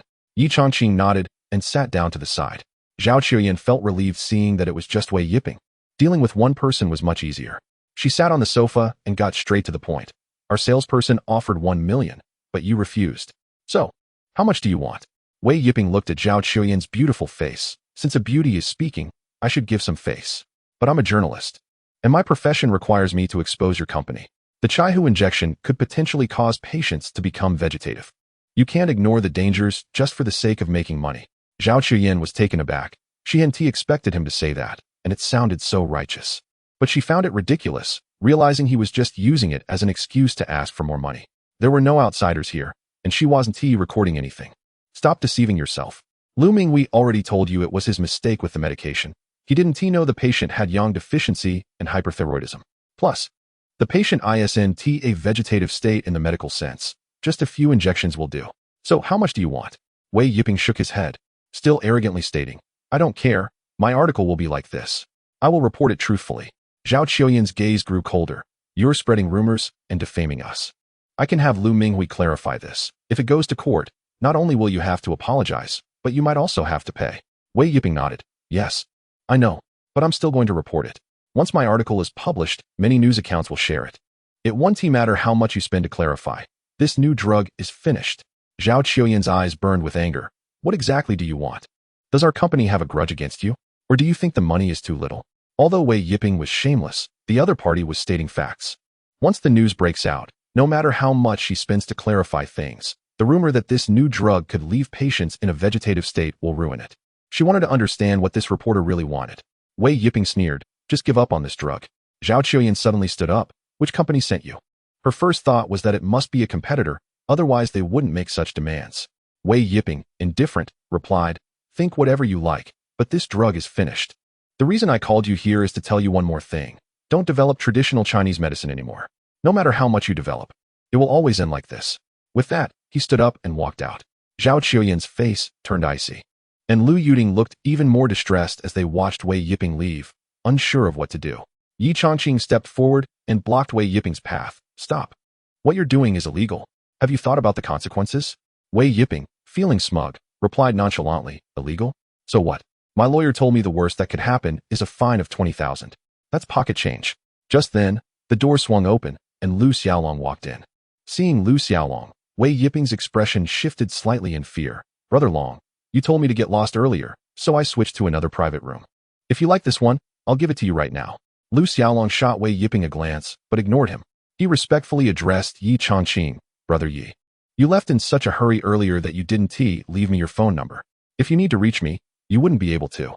I'm here to give you my number. Ye Changqing understood he was trying to repay a debt of gratitude. But he had matters to attend to. Can't you see I'm in a bad mood? Get lost. I'm dealing with important business. Lu Xiaolong's eyes widened in anger. Who dared to make you angry? Brother Yi, just say the word, and I'll take care of him. Chapter 42. Here come two beauties. Ye Changqing pointed at Wei Yiping, saying, that's him. Do what you need to do. He was getting tired of this guy constantly chasing him for favors, so he decided to give him a chance. Better to deal with it now than have him bothering him later. Lu Xiaolong grabbed Wei Yiping by the hair and yanked him up, questioning, you want to die? How dare you mess with my brother Yi? Wei Yiping grimaced in pain. Dragon brother, it hurts. I beg you, please let go. I didn't know you knew him. I really didn't. Lu Xiaolong slapped him twice on the face, then slammed his head against the wall. With just one blow, Wei Yiping's head was split open, blood gushing down his face. Zhao Qiuyan was so scared she didn't know what to do. She had heard about people getting beaten up over business disputes, but this was the first time she had seen it in person. Her body trembled slightly. Lu Yuding was terrified and kept shouting, stop hitting him. Stop. If you keep going, something bad will happen. Ye Changqing walked over to the couch, sat down slowly, and watched silently. In his past business dealings, he had seen reporters extort money, but they always left a way out. Just pay them off, and it was over. This guy was too ruthless. If Lu Xiaolong didn't stop, he would have to intervene. Wei Yiping was so frightened he collapsed to his knees in front of Lu Xiaolong, pleading, Dragon brother, please don't hit me anymore. If you do, I might die. I was forced into this. I was just following orders. Please, spare me. Lu Xiaolong looked at Ye Changqing. Brother Yi, do you have any questions? Ye Changqing shook his head. No. Lu Xiaolong immediately understood. He was supposed to keep beating Wei Yiping until he revealed who was behind all this. He lunged at Wei Yiping, raining down punches like a storm. He didn't stop until he was exhausted. You gonna talk? If not, I'll keep going.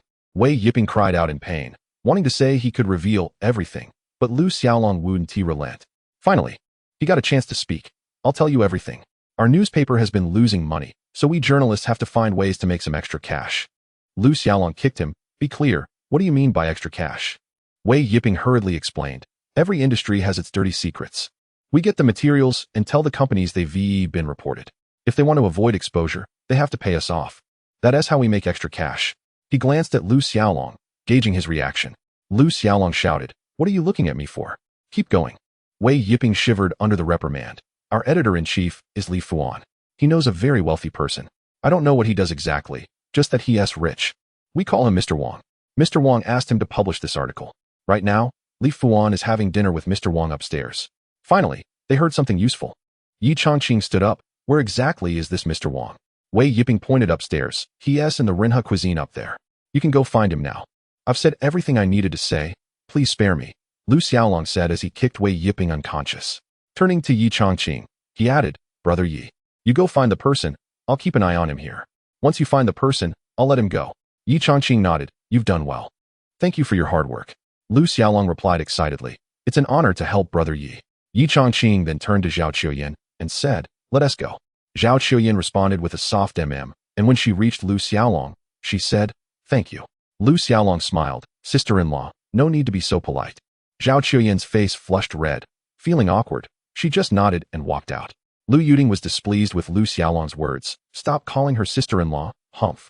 Lu Xiaolong chuckled and bowed. Got it, second sister-in-law.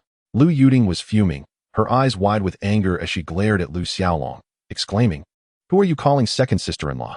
Lu Xiaolong quickly apologized. I'm sorry, it's my first time meeting you, I got it wrong. Sister-in-law, I meant to call you sister-in-law. You. Lu Yuding trembled with anger, wanting to say more, but when she saw Ye Changqing, she got even angrier, muttering, not a decent one among them. With that, she stormed out. Lu Xiaolong sighed. Brother Yi, I'm more and more impressed by you. You've only been out a few days, and you've already won over 2 beauties. Ye Changqing, not wanting to explain, just smiled and said, you should work hard too. I'm leaving. With that, he opened the door and walked out. He caught up with Zhao Qiuyan and Lu Yuding, and the 3 of them entered the elevator. As the elevator slowly ascended, none of them spoke, creating a bit of an awkward atmosphere, with only the sound of the elevator's ascent filling the space. Lu Yuding ground her teeth, finally unable to hold back. Ye Changqing, don't speak carelessly in front of your friends. Otherwise, don't blame me for being rude. Ye Changqing's face showed a hint of displeasure. When Wei Yipeng was being unreasonable earlier, you couldn't come up with a solution.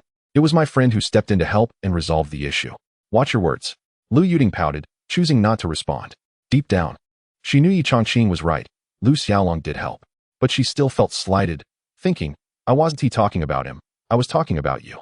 Don't speak carelessly in front of them. Yin Yin is not your first wife, and I am certainly not your second wife. Ye Changqing felt a bit speechless. Lu Yuding, he helped out, and you're giving him the cold shoulder. He.s. just teasing you because you were rude. You brought this on yourself. Lu Yuding thought about it for a moment, realizing he had a point, but she couldn't let it go easily, and let out a cold huff. As the 3 of them exited the elevator, they spotted the sign for Rinha Cuisine. 2 girls in kimonos stood at the entrance. Ye Changqing approached the doorman directly and said, we were invited by Mr. Wang. The doorman cheerfully replied, you must be Mr. Wang's friends, please follow me. He led the 3 to the entrance of a private room and left.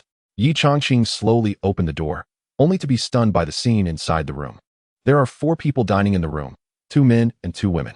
One man is in his 40s with a bald head, while the other is in his 30s with slicked back hair. The 2 women have curvy figures and are dressed revealingly, clearly resembling escorts. The bald man, upon seeing Ye Changqing enter with Zhao Qiuyan and Lu Yuding, lights up with a lascivious smile and exclaims, Boss Wang, I didn't expect you to be so generous. You've brought in 2 beautiful ladies. How lovely. I, Li Fuan, am truly fortunate today. Wang Yinzu gazes at Zhao Qiuyan with gleaming eyes and says, they are not the guests I invited. Zhao Qiuyan's expression darkens, and she replies coldly, I am Zhao Qiuyan from Fengyan Group. Lu Minghui realizes his earlier comments were inappropriate and wishes to retract his statement. I heard that Editor Li won't retract, but I'm not sure what Editor Li means by that. Chapter 43. The first cut. Li Fuan's eyes showed a hint of panic. Oh, it's you, General Manager Zhao. This matter has already been finalized by the newspaper. We can't just withdraw the article based on your word. Zhao Qiuyan gritted her teeth in anger. Isn't it a mistake to slander our company's products? Shouldn't you retract the article? Do you want to persist in your mistake? Or are you trying to bring down Fengyan Group? Think carefully before you answer. We are a large company, with tens of thousands of employees relying on us. What will happen if you destroy their livelihoods? Zhao Qiuyan spoke with righteous indignation, exuding the authority of someone in power, making Li Fuan unable to meet her gaze.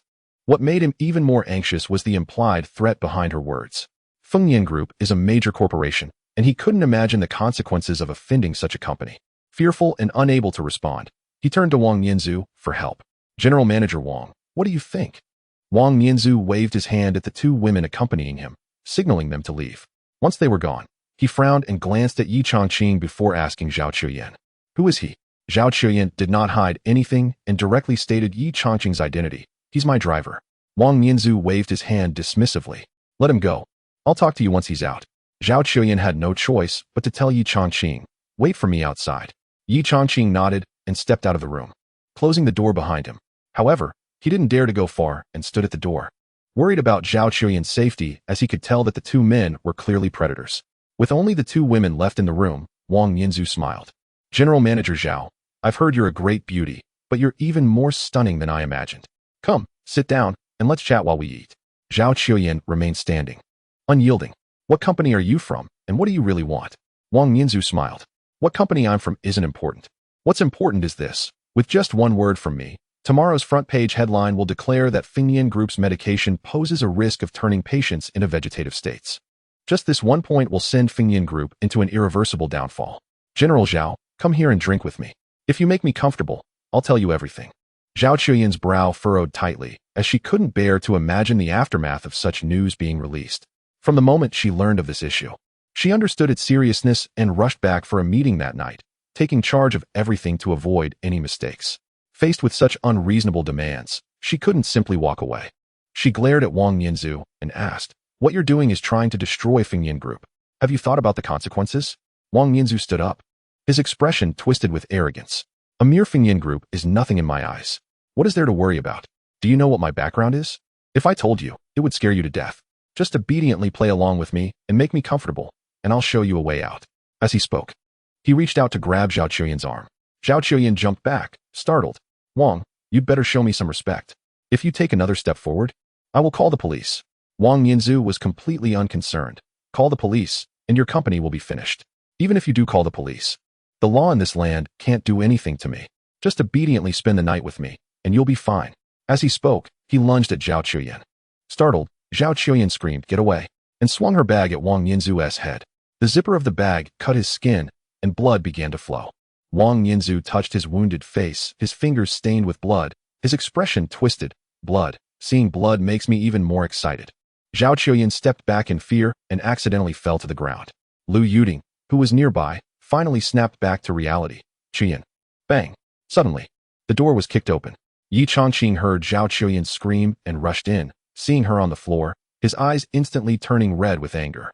Wang Yinzu, seeing Ye Changqing burst in, cursed, "Get lost. Who do you think you are, ruining my fun? You're asking for trouble." Slap. Ye Changqing delivered a swift slap to Wang Yinzu's face. The shouting stopped abruptly. The slap was too quick. Wang Yinzu was caught off guard, and by the time he realized what happened, his mouth was filled with the taste of blood, and he bent over to spit out some saliva. His teeth mixed with blood fell to the ground. You dare hit me? A mere driver. You must be tired of living." As he spoke, he drew a short knife from his waist. A Japanese short knife? Ye Changqing's pupils contracted as he coldly stared at Wang Yinzu. Zhao Qiuyan, getting up from the floor, warned in fear, "Changqing, he has a knife. We can't fight him. Let us get out of here." Wang Yinzu, blood dripping from his mouth, revealed a crazed look. "Leave? No one is leaving. Damn it, if you dare to lay a hand on me, I'll break your hands today." As he spoke, he suddenly raised the short knife and charged at Ye Changqing. Bang! There was a dull thud. Wang Yinzu's body was sent flying back faster than he charged, crashing directly into the wall with a loud bang before falling to the ground. Clang! The short knife fell to the floor. Ye Changqing bent down to pick it up and walked over. "You want to break my hands?"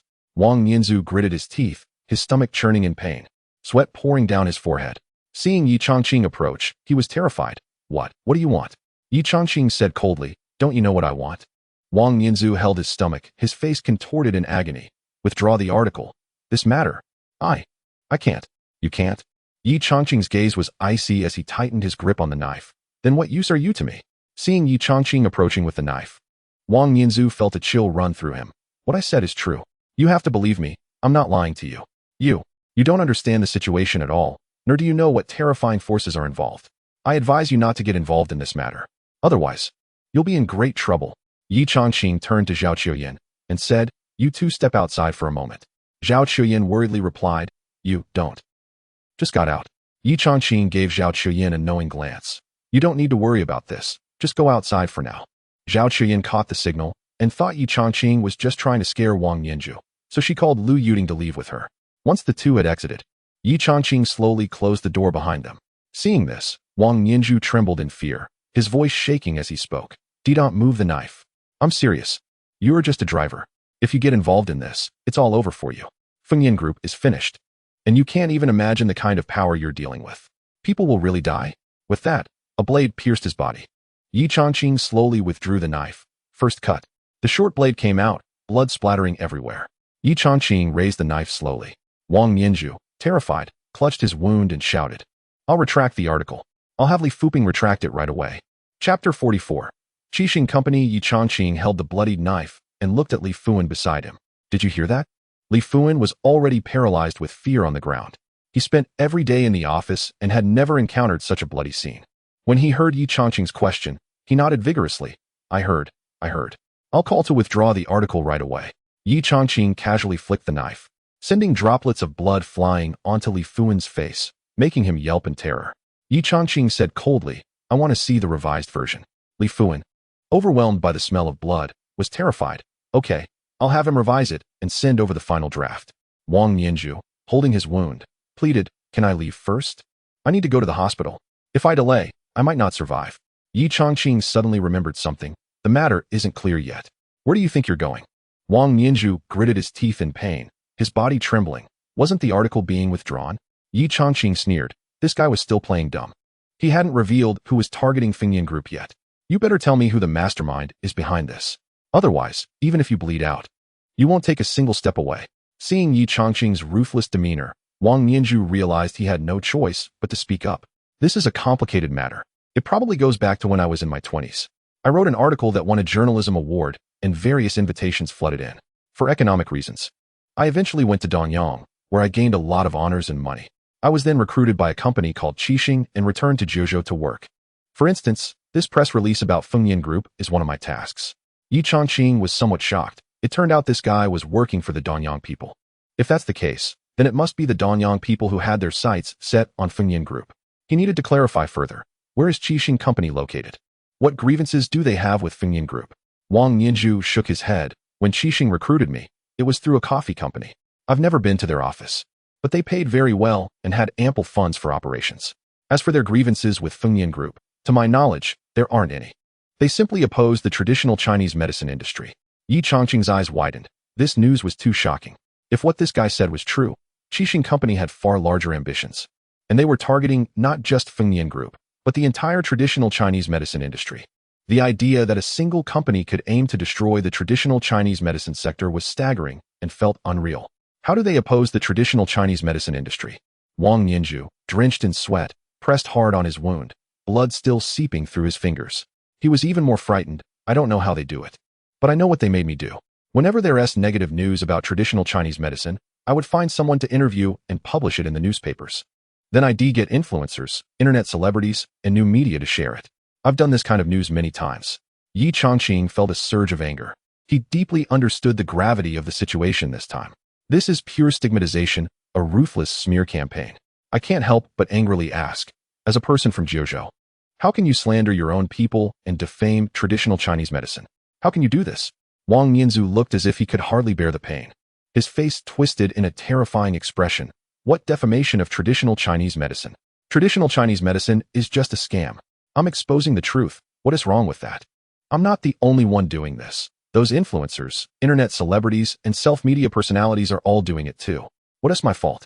Ye Changqing shook his head slightly. Since you don't believe in traditional Chinese medicine, then you're beyond saving. My stab at you isn't fatal. What truly is fatal is that you're already in critical condition. You're doomed. Wang Nianzhu's pained expression turned to confusion. How is that possible? I just had a physical examination. You must be lying to me. Ye Changqing replied coldly. A physical exam isn't foolproof. If it could detect every illness, there wouldn't be cancer, and no one would die suddenly at a young age. I know you don't believe me, but let me ask you. Do you feel dizzy and swollen every morning? Are your lips numb? And do you have no sense of taste? Do you wake up in the middle of the night drenched in cold sweat, that murky yellow sweat? Wang Nianzhu's complexion changed drastically, and in that moment, he seemed to forget the pain. How do you know this? He indeed had these symptoms and had consulted several doctors, but none could find the cause, and eventually, it was dropped. He never expected someone would notice today. Ye Changqing said coldly. During this time, have you felt that your vision has deteriorated significantly? For example, do you often see things becoming blurry? Wang Nianzhu was still somewhat skeptical. Isn't it just a vision problem? Ye Changqing shook his head slightly. No, it's your health that's the issue. You have at most half a month to live. Go home and buy a coffin. Wang Nianzhu looked as if his soul had left his body, his gaze vacant, mumbling to himself. How is this possible? My health is perfectly fine. I can't die. I just got my green card, and I want to live a good life. I can't die. When he came to his senses and saw Ye Changqing preparing to leave, He hurriedly covered his wound and crawled up, kneeling in front of him to block his path. Pleading, "Doctor, divine healer, please don't go. I beg you to save me. I'll pay you anything. Whatever amount you want, just please save me." Ye Changqing's expression remained cold. "Didn't you say that traditional Chinese medicine is a scam? Why would you give your money to a scammer?" Wang Nianzu quickly shook his head. I was just speaking casually. I know traditional Chinese medicine has real skills. Because Ye Changqing Company is also collecting traditional Chinese medicine prescriptions and case studies. They even offer $1 million for good prescriptions. The high price they're offering shows that traditional Chinese medicine is valuable. I'm begging you, please save me. Ye Changqing coldly replied, just like with heat stroke. Western medicine can't treat it. Your illness can only be saved by traditional Chinese medicine. Do you have any more information about Ye Changqing Company? Ye Changqing was eager to learn more about Ye Changqing Company. The more he knew, the better. He sensed that he would cross paths with them in the future. Wang Nianzu said with a sorrowful face, "I really don't know. The Seven Stars Company is very mysterious. I don't even know their address. I don't know how many people work there, and I've never met any colleagues or supervisors. I truly don't know anything. Please, help me. I'll give you all my money. I just want you to save me." Ye Changqing replied coldly, "I like money, but more than money. I'd prefer for you to die." After saying that, he kicked Wang Nianzu aside and walked out the door. Wang Nianzu, feeling utterly hopeless, stared blankly ahead, his wound still bleeding, seemingly unaware of it. Li Fuan slowly got up and said, "President Wang, let us just pretend we never met in this lifetime. Please don't contact me again." Wang Nianzu's gaze slowly focused. "You don't want to make money anymore?" Li Fuan shook his head. "I do want to make money, but I don't want to end up like you. I've always opposed traditional Chinese medicine. What if it disappears? If I get sick, I want to even be able to find someone to help me." With that, he hurriedly ran out, looking as if he were fleeing from a plague. Furious, Wang Nianzu slapped himself in the face, seemingly blaming himself for cutting off his own path to survival. Zhao Qiuyan saw Ye Changqing approaching and asked worriedly, "How did it go? Did you withdraw the article?" Ye Changqing nodded, but furrowed his brow. "Yes, I withdrew it." Zhao Qiuyan asked in confusion, "Then why the frown?" Ye Changqing wanted to say that while one small problem was resolved, a much bigger issue had arisen. With an enemy like the Seven Stars Company lurking in the shadows, the Fengyan Group was facing significant challenges.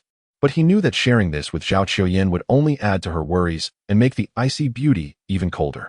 He shrugged and said, "I've solved your problem. Shouldn't you show some appreciation?" Chapter 45 Zhao Qiuyan. What's that supposed to mean? Zhao Qiuyan's charming face immediately flushed with embarrassment as she playfully scolded, "Stop it. Don't act like that. How could he flirt right in front of me?" Lu Yuding felt a surge of anger. Ye Changqing, this lecherous guy, had clearly developed a crush. What surprised her even more was that Zhao Qiuyan was actually shy. The icy goddess persona she usually had in front of men had vanished, and she was acting like a cute little wife, being playful. Could it be that Yin really had feelings for this ex-convict who had been divorced and was still so lecherous? But how could that be possible? Ye Changqing raised an eyebrow and replied, "What do you mean by don't act like that? I'm just a driver. That's not part of my job description. I've helped you withdraw the article. You want to be left without any bonus, right?" Oh, Zhao Qiuyan suddenly understood what Ye Changqing meant. "Sorry, I misunderstood. I thought." Realizing that such words were inappropriate, she quickly shut her mouth. Ye Changqing caught on to Zhao Qiuyan's implication. "Oh, I get it. You thought I wanted you to kiss me? Why would you think that? Is your condition acting up again and you need me to treat you?" "Condition?" Hearing this, Zhao Qiuyan's face turned crimson. This guy was bringing it up again. He clearly wasn't giving up on her body. Gritting her teeth, she remained silent. Lu Yuding, sensing the mention of a condition, grew worried. Yin, what's wrong?" Zhao Qiuyan dared not mention it. Don't listen to him rambling. There's no such condition. She truly had no face to speak of it. It was too embarrassing. The only way to cure that condition was through intimacy with a man. She had never heard of such a thing, believing that Ye Changqing was just fabricating a lie to get close to her. So she never took it seriously. Lu Yuding felt that something had happened between the two and decided to find a time to clarify things. Upon returning to Fengyan Group, Zhao Qiuyan and Lu Yuding went back to the office. Ye Changqing headed to the logistics department alone, which consisted of security, cleaning staff, and the driver's lounge. With the security captain gone and the logistics manager dismissed, it was chaotic. In the lounge, some people were watching videos on their phones, some were sipping tea, and others were chatting. Zhang Hai was there counting votes when he saw Ye Changqing and was startled. This guy had a different aura from the people in the office. Could he be the newly appointed security captain? He decided to dig a little deeper and approached him with a cigarette. "Haven't seen you before, are you new?" Ye Changqing took the cigarette and tucked it behind his ear. Ever since having a daughter, he had quit smoking. "Yeah, I guess I'm new. Zhang Hai smiled and said, you don't look like a security guard. Are you applying for the captain position? Ye Changqing shook his head. I applied to be a driver. Oh, Zhang Hai felt relieved. His hopes of being promoted to security captain were still alive. If you need anything in the company, just look for me. There's no one here I don't know. You know Zhao, right? She's famous for being an ice-cold beauty. She smiled at me once. So I've definitely got some charm. On Zhao Qiuyan's first day at work, he had helped her carry her suitcase. Zhao Qiuyan smiled and said thank you. This guy boasted about it to everyone he met. Ye Changqing noticed that this guy was using Zhao Qiuyan to elevate his own status and worried that he might say some inappropriate things about her.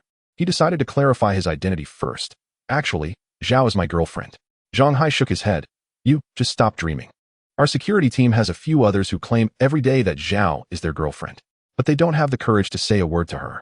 Let me ask you, have you ever spoken to her? Ye Changqing, didn't he expect this? I've even been to her house, met her parents. Of course I've talked to her. Zhang Hai scoffed. Been to her house. Can you stop joking? Even boasting has its limits. This is too exaggerated. Why don't you say you've slept in Zhao's bed? Ye Changqing nodded. I've been on the bed, but it's not comfortable at all. Too soft. Zhang Hai raised his hand to interrupt. Stop. I really can't listen to this anymore. How many bottles of fake liquor did you drink to dare dream like this? Ye Changqing shrugged. If you don't believe it, that's fine. The noisy break room suddenly fell silent. Everyone turned to look at the door, where a man in a suit walked in. Lu Mingyuan, looking furious, complained.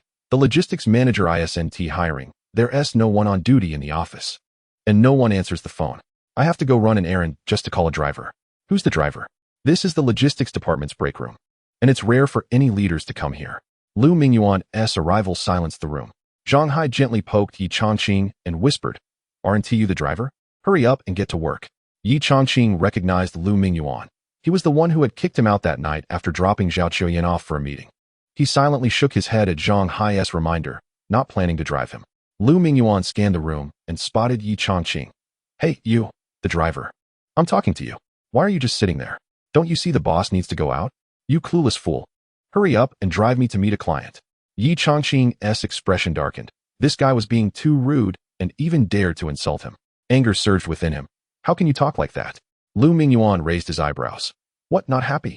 Do you even know who you are? You're just a driver. Someone who drives cars. I could have you lose your job with a single word. Want to keep your job? Hurry up and drive. Ye Changqing coldly replied. You look down on drivers, huh? Why don't you drive yourself? Lu Mingyuan's face turned red with anger. In front of so many lower-level employees, a mere driver actually dared to confront him. Do you really not want your job anymore? Ye Changqing shrugged. Suit yourself. All right. Very good. I'm calling the HR manager right now. Lu Mingyuan said, pulling out his phone. Hello, Manager Li. This is Lu Mingyuan. There's a driver here. The one who just arrived, I don't know his name. I asked him to drive, but he refused. I suggest we fire him right now. This was the first time Manager Li had heard of such a thing. Where are you? I'll come over now. Lu Mingyuan immediately reported the location, logistics department. Break room. Hurry over. I'll be waiting for you. After hanging up the phone, Lu Mingyuan pointed at Ye Changqing and said, just wait. The HR manager will be here soon. Ye Changqing replied coldly, I'll wait, but no matter who comes, I'm not driving for you. In the break room, the security guards were left dumbfounded. Everyone in that room was a low-level employee. When they encountered someone from upstairs, they had to show utmost respect. No matter how poor the attitude of the higher-ups, they had to obediently accept it. Even if they were insulted, they wouldn't dare to retort. This person actually dared to stand up to them. Some were worried, while others were indignant at Lu Mingyuan's attitude, but they only dared to feel angry in silence. Zhang Hai was particularly concerned and nudged Ye Changqing, lowering his voice to remind him, bro, don't confront him. We're in a low position. If this escalates, we'll be the ones to suffer. Just back down and keep your job. Ye Changqing patted Zhang Hai on the shoulder and reassured him, don't worry. It'll be fine. Zhang Hai shook his head slightly, thinking, how can it possibly be fine? When the HR manager comes down, firing an employee is just a matter of a single sentence. Tap, tap, tap. The sound of footsteps approached the door. Soon, a man in his 30s walked in. Lu Mingyuan stepped forward. Manager Li, this is the driver, the new one. I asked him to drive for me, and he actually dared to refuse. He must be fired. Manager Li nodded and walked over to Ye Changqing, asking, did Manager Lu ask you to drive, and you refused? Ye Changqing nodded. Yes, I have something to do. Why shouldn't I refuse? A hint of anger flashed in Manager Li's eyes. As a driver, when a leader asks you to drive, what right do you have to refuse? Do you think you're in a position to refuse? Ye Changqing replied calmly. Manager Zhao told me to wait for her. She needs the car. I have a task. Why shouldn't I refuse? Manager Li's expression changed dramatically. Which manager Zhao? Ye Changqing enunciated clearly. Zhao Chuyan. Chapter 46. Apology. When Manager Li heard that name, his expression turned extremely awkward. The highest authority in the company was Zhao Chuyan. The entire company belonged to her family. If she needed a car, of course, she would come first. Zhao Chuyan. Lu Mingyuan's sinister smile froze instantly. He stared blankly at Ye Changqing, disbelief written all over his face. I can't believe this coincidence. Ye Changqing pulled out his phone. Then I'll call her and tell her to hold off on her matters for now. I'll drive you. Is that okay? Lu Mingyuan's expression changed drastically in fear. No need to call, really. Just wait to drive her. I'll drive myself. Ye Changqing coldly replied, You drive? Have you grown a pair of hands? Lu Mingyuan's face turned pale at the question, but he had no choice but to respond. I'm sorry, I misspoke earlier. I apologize. Please don't tell President Zhao about this. Okay. Ye Changqing snapped back. Get lost. I couldn't care less about your petty issues. Lu Mingyuan's face turned an even darker shade, but he dared not retort, fearing Ye Changqing would embellish the story to President Zhao. With many security guards and cleaners watching, he felt like he was being pricked with needles, hot and uncomfortable. Without saying a word, he left in disgrace. Seeing this, Manager Li also turned to leave.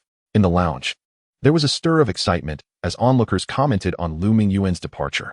Lu Mingyuan is usually unbearable. Last time his water cup fell on the floor, he made me clean it up and then yelled at me as if I had broken it. When he was backing his car, I shouted for him to stop, and he complained I was too loud.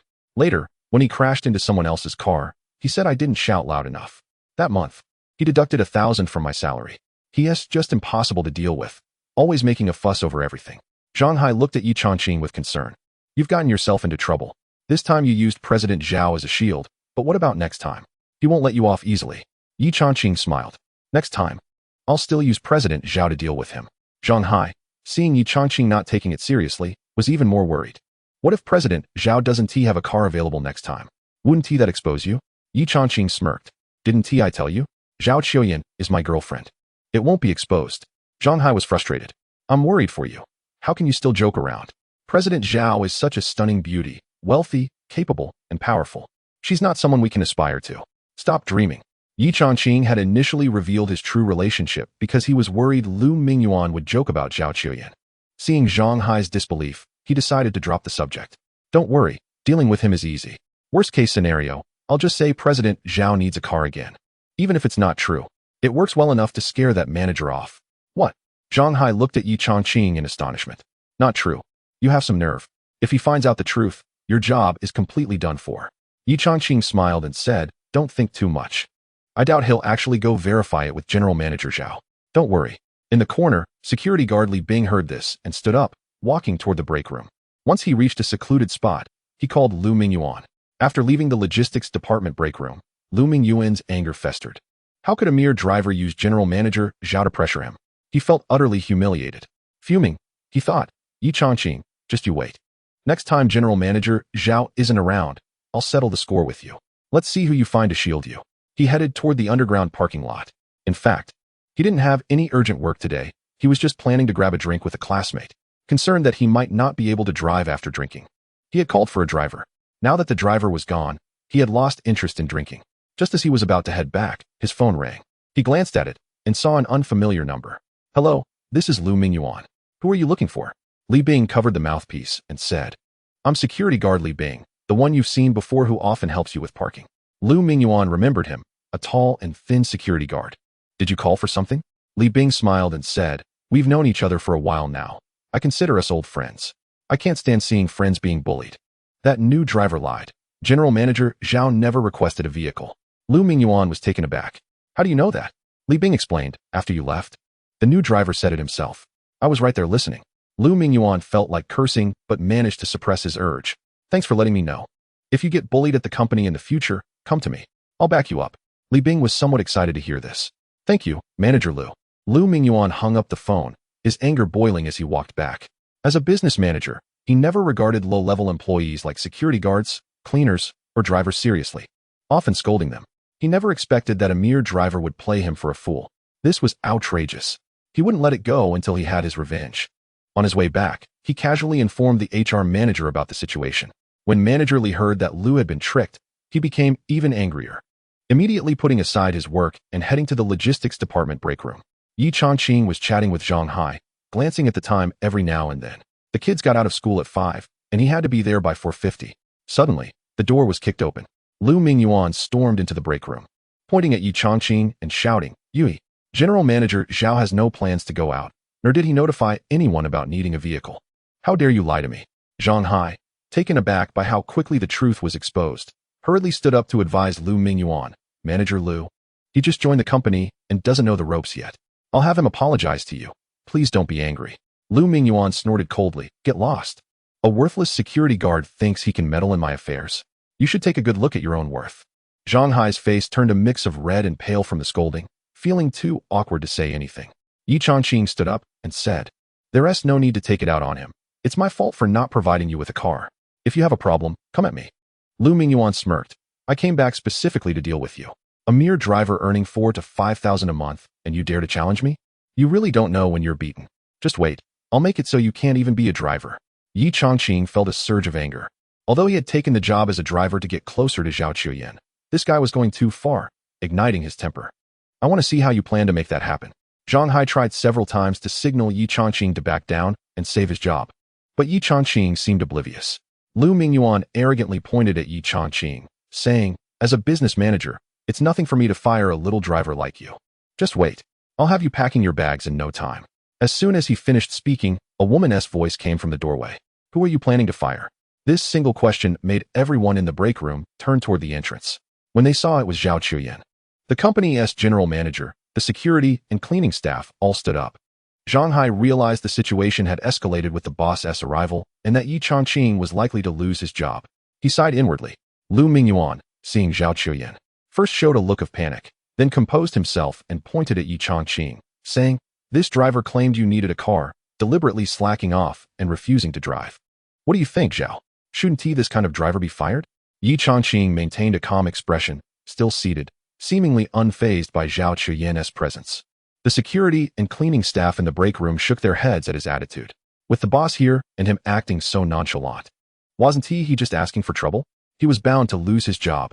Zhao Chuyan glanced at Ye Changqing, her brows slightly furrowed, then said coldly, "I do indeed need a car." Chapter 47. Besides, nothing happened in bed. Lu Mingyuan was stunned. How could this be? He clearly thought that Ye Changqing was lying. Had he really been fooled? Soon, he came to his senses and realized that he might have been tricked. In a panic, he forced a smile and said, "General Manager Zhao, I'm sorry. I made a mistake. I didn't mean to compete with you for the driver." He decided to admit his fault on the spot, hoping to downplay the situation. As long as General Manager Zhao wasn't angry, it wouldn't be a big deal. Ye Changqing coldly replied, "Aren't you the one who wanted to fire me? Do you think this company is your family business? You can do whatever you want." Lu Mingyuan's face turned pale. He hadn't expected the company's general manager, Zhao Chuyan, to be there. How could Ye Changqing, a mere driver, dare to speak like that? However, he couldn't avoid answering the question. "I thought you were just idling around and deliberately not taking any jobs. It's a misunderstanding." Ye Changqing responded coldly, "This isn't a misunderstanding. Your attitude is terrible and your language is rude. Even if I were idle, I wouldn't drive for you." Everyone present was shocked. Had Ye Changqing lost his mind? How could he say such bold words in front of the general manager? Lu Mingyuan felt a surge of pleasure. He had been looking for a mistake on Ye Changqing's part, and now he had delivered it himself. He immediately reported to Zhao Chuyan, "General Manager, did you see that? This is his attitude. What use is it to keep someone like him around?" Zhao Chuyan glared at Ye Changqing in anger. Now she understood why he was so upset. It was no wonder he was angry. When he entered, Lu Mingyuan's words were indeed quite unpleasant. Clearing her throat, she spoke again, "Keep him as my driver." Zhang Hai was also taken aback. Ye Changqing had not only avoided being fired, but had instead become the private driver of the beautiful CEO. That was incredibly lucky.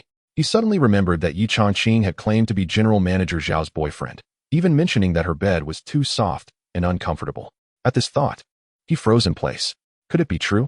The others looked on in astonishment, all realizing that General Manager Zhao was indeed defending Ye Changqing. They were curious about the relationship between Ye Changqing and Zhao Chuyan. Feeling the strange expressions of those present, Zhao Chuyan felt her face flush and turned to Lu Mingyuan coldly, saying, "Lu Mingyuan, as a business manager, Why are you so aggressive towards people from other departments? Are you trying to flaunt your authority as a manager? Last time, regarding the patient in a vegetative state, you could have contacted the department head with whom you had business relations to resolve it. In the end, it was Ye Changqing who helped you. What good are you as a manager? Lu Mingyuan's face turned red with embarrassment. He wished the ground would open up and swallow him whole. He wanted to jump in and disappear completely. Being reprimanded by the boss in front of so many lower-level employees was too humiliating. The key point is that it was a driver who helped solve the problem for this business manager, making him seem utterly useless. Zhao Chuyan said coldly. You had no solution when the incident occurred, and you haven't discussed any future countermeasures with me afterward. You should resign. Lu Mingyuan felt like he had been struck by lightning. No matter how much he had calculated, he never expected that the one losing their job would be him. This was hard for him to accept. Zhao, I was wrong. I shouldn't have been so aggressive with my colleagues. I admit my mistake. Please don't fire me. At that moment, Manager Li entered the room and, seeing the scene, was too scared to speak. Zhao Chuyan noticed the HR manager had arrived and pointed at Lu Mingyuan, saying, You came at the right time. Take him to process his resignation. Manager Li broke into a cold sweat. Realizing he had been delayed by chatting with a colleague on the way, or he might have faced the same fate as Lu Mingyuan. To appear proactive, he said to Lu Mingyuan, Come with me to the HR department. Lu Mingyuan knew there was no way to salvage the situation and didn't want to continue embarrassing himself. So he left with Manager Li, looking dejected. Once everyone had left, Zhao Chuyan turned to Ye Changqing and said, Take me to see someone. Ye Changqing stood up, Okay. I'll go get the car. The two walked out of the break room together. As soon as they left, the break room erupted in chatter. They could hardly believe that a driver had caused a manager to lose his job. It was truly unbelievable. Ye Changqing and Zhao Chuyan went downstairs together. Noticing Ye Changqing's cold expression, as if he was still angry, Zhao Chuyan felt a bit wronged. I just fired someone, and you're still upset with me? Ye Changqing shook his head slightly. You misunderstood. I just think that in such a large company, especially in the leadership, they should be focusing their energy on work instead of nitpicking at the lower-level employees. The company has serious problems. Zhao Chuyan sighed. I've noticed that too. And I'm working on adjustments. I think you have strong capabilities. How about helping me with the HR adjustments? Ye Changqing felt a bit tempted. But then he realized he was there to flirt, not to work. He shook his head. Forget it. I can't even handle you. Managing such a big company would be too much hassle. Handle me? Are you implying something else? It was clear this guy was only thinking about that. Zhao Chuyan stopped in her tracks, biting her lip, her beautiful eyes fixed on Ye Changqing's back. Just when she had finally changed her view of this jerk and thought he was capable and a rare talent, he quickly revealed his true colors. Proving to be just a lecher, only thinking about how to get into her bed. Ye Changqing took a few steps forward, realizing he was alone, and turned to see Zhao Chuyan standing there with a fierce look in her eyes. He smiled and tried to comfort her. I'm just saying I want to work at your company. You don't need to be this angry. Zhao Chuyan was speechless. That wasn't the issue at all. But she didn't feel like explaining, fearing that bringing it up would only encourage him. Ye Changqing found it quite adorable that the iceberg beauty, Zhao Chuyan, was angry. At least she was showing some emotional change. He continued to tease her. I'm now your family's son-in-law. I'm all yours, so you should be content. Even if I don't go to the company, there's no need to be angry. Zhao Chuyan's face turned red again, and she huffed. Who said I'm yours? Speak properly. If someone didn't know better, they might think something happened between us. Ye Changqing stepped closer. You begged me to share a bed with you, and out of helplessness. I did. Why are you acting like nothing happened? You. Zhao Chuyan glanced around, and, seeing no one else, felt relieved. Initially, her grandfather had asked them to act a bit more intimate and affectionate, and she had asked Ye Changqing to cooperate. But hearing those words from him twisted the meaning. It felt as though she had done something to him. In the distance, two female employees were walking toward them. Noticing them, Zhao Chuyan quickly lowered her voice to remind him. Mr. Yi, this is the company. Can we not bring this up? Ye Changqing chuckled. I'm the son-in-law. And sharing a bed is only natural. Besides, we didn't do anything in bed. What are you afraid of? Chapter 48. All patients are treasures. The staff in the distance drew closer. Ye Changqing actually brought this up. It must be deliberate. Zhao Chuyan gritted her teeth in frustration and quickly walked away. She really couldn't bear to stay with Ye Changqing any longer, fearing that she might say something inappropriate that could tarnish her image. It was strange, though. With her aloof personality, the men she knew were always cautious around her, afraid of saying the wrong thing. But unexpectedly, this jerk dared to say anything. Ye Changqing watched as Zhao Chuyan swayed her slim waist while hastily leaving. His eyes fixated on her peach-like figure, unable to look away. Two female employees walked by and noticed Ye Changqing staring at Zhao Chuyan, casting him scornful glances. After walking a distance away, they began to whisper among themselves. He must be an employee of our company, right? How dare he look at General Manager Zhao like that? What gives him the nerve? Such boldness, staring at her like that. Does he not fear getting fired? Ye Changqing vaguely heard their murmurs and withdrew his gaze. He couldn't help but sigh inwardly. After 3 years of avoiding women, seeing a woman like Zhao Chuyin, with her stunning figure, was truly unbearable. He found himself irresistibly drawn to her. It felt like placing a fish next to a cat. He could smell the enticing scent, but wasn't allowed to eat. That feeling was torturous. Chasing her to the underground parking lot, Zhao Chuyin had already gotten into her car. Ye Changqing climbed into the driver's seat. Where are we headed? Still fuming over what had just happened, Zhao Chuyin was reluctant to engage with him. After a moment, realizing she needed to say something to leave, she finally spoke up. Changping Club. Xiao Qingfeng asked me to discuss a collaboration. Xiao Qingfeng. Upon hearing that name, Ye Changqing felt a wave of disgust and decided to warn Zhao Chuyin. It seems he may have ulterior motives. Zhao Chuyin shot him a glare. Though angry, her expression held a certain charm. What do you think I'm calling you for? Ye Changqing smiled. Ah, I see. You're telling me to keep an eye on my precious cabbage. Zhao Chuyin shot him a look. Who asked your cabbage? She started to say, but then thought that if she were the cabbage, Ye Changqing would be the pig. The thought of him calling himself a pig made her chuckle. As she laughed, she lost control, bursting into a delightful giggle. Her captivating figure swayed with her laughter, leaving Ye Changqing feeling parched and his blood rushing. After a long bout of laughter, Zhao Chuyin noticed Ye Changqing's gaze and recognized it was inappropriate. She quickly crossed her arms over her chest and shot him a warning look. Hurry up and drive. We can't be late. Oh, Ye Changqing snapped back to reality. Swallowed hard, composed himself, and started the car. 20 minutes later, the car stopped in front of a large building. Ye Changqing got out and walked alongside Zhao Chuyin toward the entrance. Changping Club? I don't think I've heard that name before. As they walked, Zhao Chuyin explained. This club was established 6 months ago. The owner has a mysterious identity, and the rules here are quite special. The club has a total of 9 floors. The first floor is open to everyone. The second floor is for those with certain assets. The third floor is for people of status. The fourth floor is for those with prestige. So far, no one has ever been to the 5th floor, let alone the 6th, 7th, 8th, or 9th floors. Ye Changqing scoffed. What a mystery. Zhao Chuyin replied earnestly. I'm serious. I can only access the 2nd floor. My grandfather has been to the 3rd floor. It cost him $1 million, and he said it was worth every penny. He longs to reach the 4th floor, but unfortunately, he doesn't qualify. I can't even imagine what the 4th floor is like. Ye Changqing was somewhat shocked by her dramatic description. If that's the case, the 9th floor must be even more expensive? Zhao Chuyin slightly shook her head. Don't even think about the 9th floor. I've heard that no one has the qualifications to go up there. Ye Changqing didn't know what to say. It's just a club with so many rules and a sense of mystery, probably just a gimmick to attract people. Not to mention spending money. Even if it were free, I wouldn't go. Zhao Chuyin shook her head slightly. She used to think the same way, but after actually entering the 2nd floor, she realized it was truly worth it. Come on, you'll know once you go in. Before they reached the entrance, they saw Xiao Qingfeng coming out of the club. Ye Changqing's expression turned cold. I didn't expect this guy to be waiting at the door. Zhao Chuyin said lightly. He must have been notified by the club staff. The service here is very attentive. Half convinced, Ye Changqing noticed a staff member at the entrance speaking to Xiao Qingfeng, gesturing towards them. Ye Changqing believed Zhao Chuyin's words, thinking that as soon as their car entered the parking lot, someone must have informed Xiao Qingfeng. He suddenly became interested in the club. Xiao Qingfeng approached Zhao Chuyin. Old classmate, you finally made it.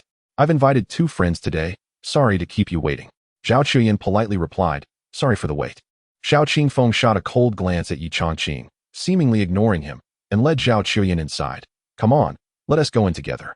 Ye Changqing maintained a calm expression, walking in alongside Zhao Chuyin. Just as they reached the entrance, a security guard stopped Ye Changqing. Sorry, you're not a member of this establishment. Nor are you an invited guest. You can't enter. Ye Changqing was taken aback. What do you mean? Before the security guard could explain, Xiao Qingfeng smirked. Ye Changqing. This is the Changping Club, not a market. Only people with status and identity can come in. You're just a driver. You don't qualify. Ye Changqing was contemplating whether he should apply for a membership when Zhao Chuyin took out her membership card. I'm a member here. I can invite one non-member person to enter. The security guard shook his head. You are the invitee, not the inviter. Zhao Chuyin was puzzled. What's the difference? The security guard explained. As a 2nd floor member, if you are the inviter, you must make a reservation 4 hours in advance. You can invite members into the club, as well as one non-member friend. But you are an invited guest, and can only enter Mr. Zhao's reception room. You don't have the qualifications to bring non-members into the club. Zhao Chuyin was somewhat taken aback. She didn't realize there was such a rule, and it left her feeling troubled. Xiao Qingfeng, standing nearby, said, Chuyin, the few of us are here to discuss business. He.S. just a driver and doesn't he qualify to participate, so let him wait outside. Zhao Chuyin shook her head. Ye Changqing was not just a driver, and she couldn't treat him like one. She took out her bank card and walked up to the security guard. I'd like to apply for a membership card. The guard gestured for her to follow him. Please come with me to the reception area to process your application. After saying that, he led Zhao Chuyin into the lobby. Ye Changqing didn't expect things to get so complicated. He had lost interest in going inside. Seeing Zhao Chuyin going to handle the membership, he didn't feel it was right to stop her. Xiao Qingfeng saw Zhao Chuyin leave and approached Ye Changqing, looking him up and down with disdain. Do you know what the gap is? I have the qualifications to enter the club, while you can only stand at the door. That's the difference. Ye Changqing smirked. You think I want to be here? If it weren't for accompanying my girlfriend, I wouldn't even bother coming. He had over 10 billion. So the membership fee was nothing to him. He just didn't like too many rules. Paying money and being constrained by all the club's regulations made him lose interest in this place. Xiao Qingfeng sneered. Don't be so stubborn when you know you don't qualify to enter. You need to recognize your identity. You're just a driver. A poor wretch living at the bottom. Both Zhao Chuyin and I come from wealthy families. You're not even qualified to enter our circle. Even if you're living off someone else, you can't get through this door. Ye Changqing's gaze grew colder. He didn't want to engage with this guy, but he kept pushing him. Watching Xiao Qingfeng hold his head high with an air of superiority, he decided to provoke him a bit. You're overthinking it. I don't need to step through that door to enjoy the good life. The good life is big and white. It tastes great. Chapter 49. Second floor. Xiao Qingfeng's momentary sense of superiority from being qualified to enter the club vanished completely. The woman he had pursued for so many years, whom he cherished the most, had ended up with Ye Changqing instead. This was the greatest humiliation for him as a man. It felt worse than being killed. He gritted his teeth and glared at Ye Changqing, a voice filled with hatred escaping his clenched teeth. Ye Changqing, you're asking for death. If it weren't for his grandfather advising him not to touch Ye Changqing, he would have sent someone after him yesterday. He never expected this poor fool to have no self-awareness, constantly challenging his limits. The murderous intent in his heart surged once more. Ye Changqing replied coldly, I told you. You'd better not provoke me. I'm not someone who starts trouble or enjoys making enemies, but I won't just stand by and let you push me around. Xiao Qingfeng snorted derisively. Stop with the useless talk. I'm going to provoke you. I'm going to bully you. What are you going to do about it? Without strength. Everything you say is just a joke. If you don't leave Zhao Chuyin, you'll regret it. Seeing that he was still unrelenting, Ye Changqing was about to speak when Zhao Chuyin approached, and he swallowed his words. Zhao Chuyin took out a card and said to Ye Changqing, You can come in now. Ye Changqing refused to take the membership card, saying, I don't want that. I won't be coming to this place again. Zhao Chuyin opened her mouth to say something, but glancing at Xiao Qingfeng, she swallowed her words and put the membership card back in her bag. Xiao Qingfeng watched everything unfold, feeling even more infuriated. Zhao Chuyin, such a cold goddess, had never shown him any respect. Yet she was so accommodating towards someone like Ye Changqing, who was nothing. He couldn't understand where the problem lay. A thought flashed through his mind. Was the shortest route to a woman's heart through the bedroom? As this idea crossed his mind, he felt himself nearly go mad. Zhao Chuyin, who pretended to be aloof in front of others, indifferent to men, turned out to be such a cheap person. Once in bed, she completely degraded herself. Just wait. Once I obtain the Zhao family's fortune, I will make you kneel before me and call me daddy. I will make you wish you were dead. Inside, he felt like a devil was screaming and howling, but his face remained indifferent.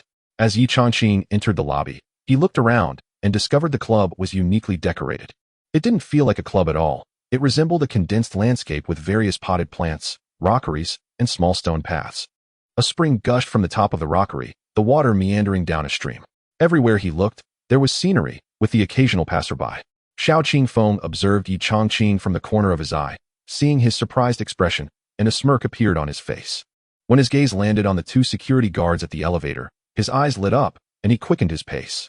He turned back to Zhao Chuyin and said, Hurry up, those two are probably getting impatient. Zhao Chuyin responded with an O, maintaining the same pace as Ye Changqing. My membership card was given to me by my grandfather. I didn't know there were so many rules. Don't think too much of it. Ye Changqing noticed Zhao Chuyin's guilt and comforted her, saying, Don't take it to heart. It's just a small matter, and I really don't mind. Zhao Chuyin relaxed her furrowed brows and replied, That's good. As they spoke, they arrived at the elevator, where Xiao Qingfeng had already entered. Just as Ye Changqing was about to step inside, a security guard blocked his way again, saying, "I'm sorry, sir, but you're not on Mr. Zhao's invitation list. You can't go to the second floor." Ye Changqing was speechless. The rules here were really excessive. Even the second floor had such restrictions, making his earlier effort to get a membership card feel pointless. Zhao Qiuyan looked at Xiao Qingfeng and said, "The inviter can bring one guest. Just give the security guard a heads up." Xiao Qingfeng looked apologetic and replied, "I'm sorry, but my spot has already been taken by someone you know, our old classmate." "Wu Yu?" Zhao Qiuyan frowned. Ye Changqing was her boyfriend, and leaving him outside would be embarrassing for him. However, the project they were discussing was crucial, and if successful, it would become a pillar industry for the Zhao family in the future. As the company president, she didn't want to let it go. At that moment, she truly felt the gap in status, career, and wealth between her and Ye Changqing. Just because she thought it wasn't important didn't mean it didn't exist. Ye Changqing had always been somewhat averse to the rules of this club, and now completely lost the desire to go up. If it weren't for his concern about Zhao Qiuyan's safety, he wouldn't even step through the front door. "You go to the second floor. If you need anything, call me. I'll wait for you on the first floor." Zhao Qiuyan smiled apologetically. "I'll be down quickly." Xiao Qingfeng turned to Zhao Qiuyan and said, "Old classmate, I apologize. It's not that I don't want to bring him to the second floor, but his status is too low. Plus, it's unfortunate that Wu Yu has taken the last spot. Honestly, it might be better if he doesn't go. He wouldn't understand the business we're discussing, and it would just add to the trouble." His tone seemed apologetic, but was actually mocking Ye Changqing. Zhao Qiuyan's expression turned cold again. "I came here to discuss business, so let us not talk about this anymore." She then told Ye Changqing, "Find a place to sit and rest for a bit. Have some water." Ye Changqing felt uneasy. "Call me if you need anything. I'll be on standby." The two security guards at the entrance, though burly, he didn't take seriously. He was confident he could go to the second floor anytime. Xiao Qingfeng scoffed, "You don't have the right to go to the second floor. Just don't worry. Some things are beyond your reach." As he spoke, the elevator doors slowly closed. Ye Changqing glared at Xiao Qingfeng with a cold, warning look. Xiao Qingfeng did not back down, returning Ye Changqing's gaze with a venomous intensity, like a poisonous snake. Until the elevator doors completely shut, they could no longer see each other. Ye Changqing felt an uneasy premonition, but could only take out his phone and wait for a call. When he realized he was still holding the membership card for the Changping Club, he suddenly felt a wave of distaste.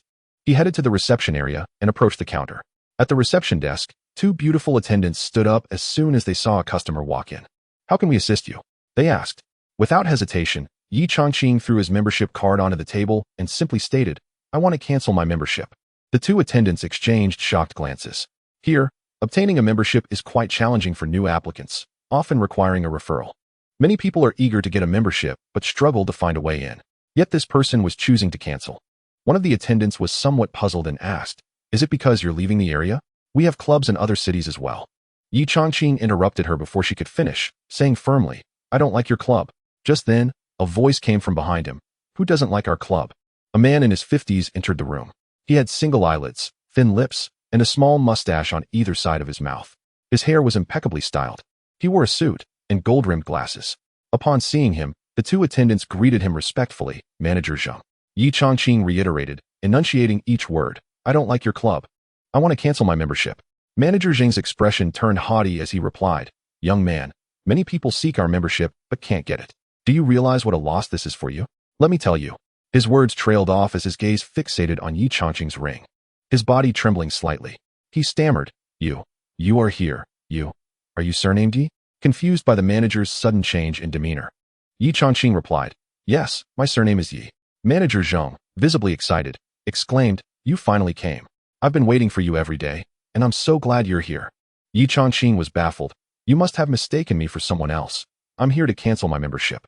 Manager Zheng slightly bowed and said, "Mr. Yi, if you find anything wrong with our service, please feel free to criticize us. We will definitely improve." Ye Changqing was puzzled by his abrupt shift in attitude and had no idea who he thought he was. However, he felt a deep aversion to the club. "Whether you change or not, I will never step foot in this club again."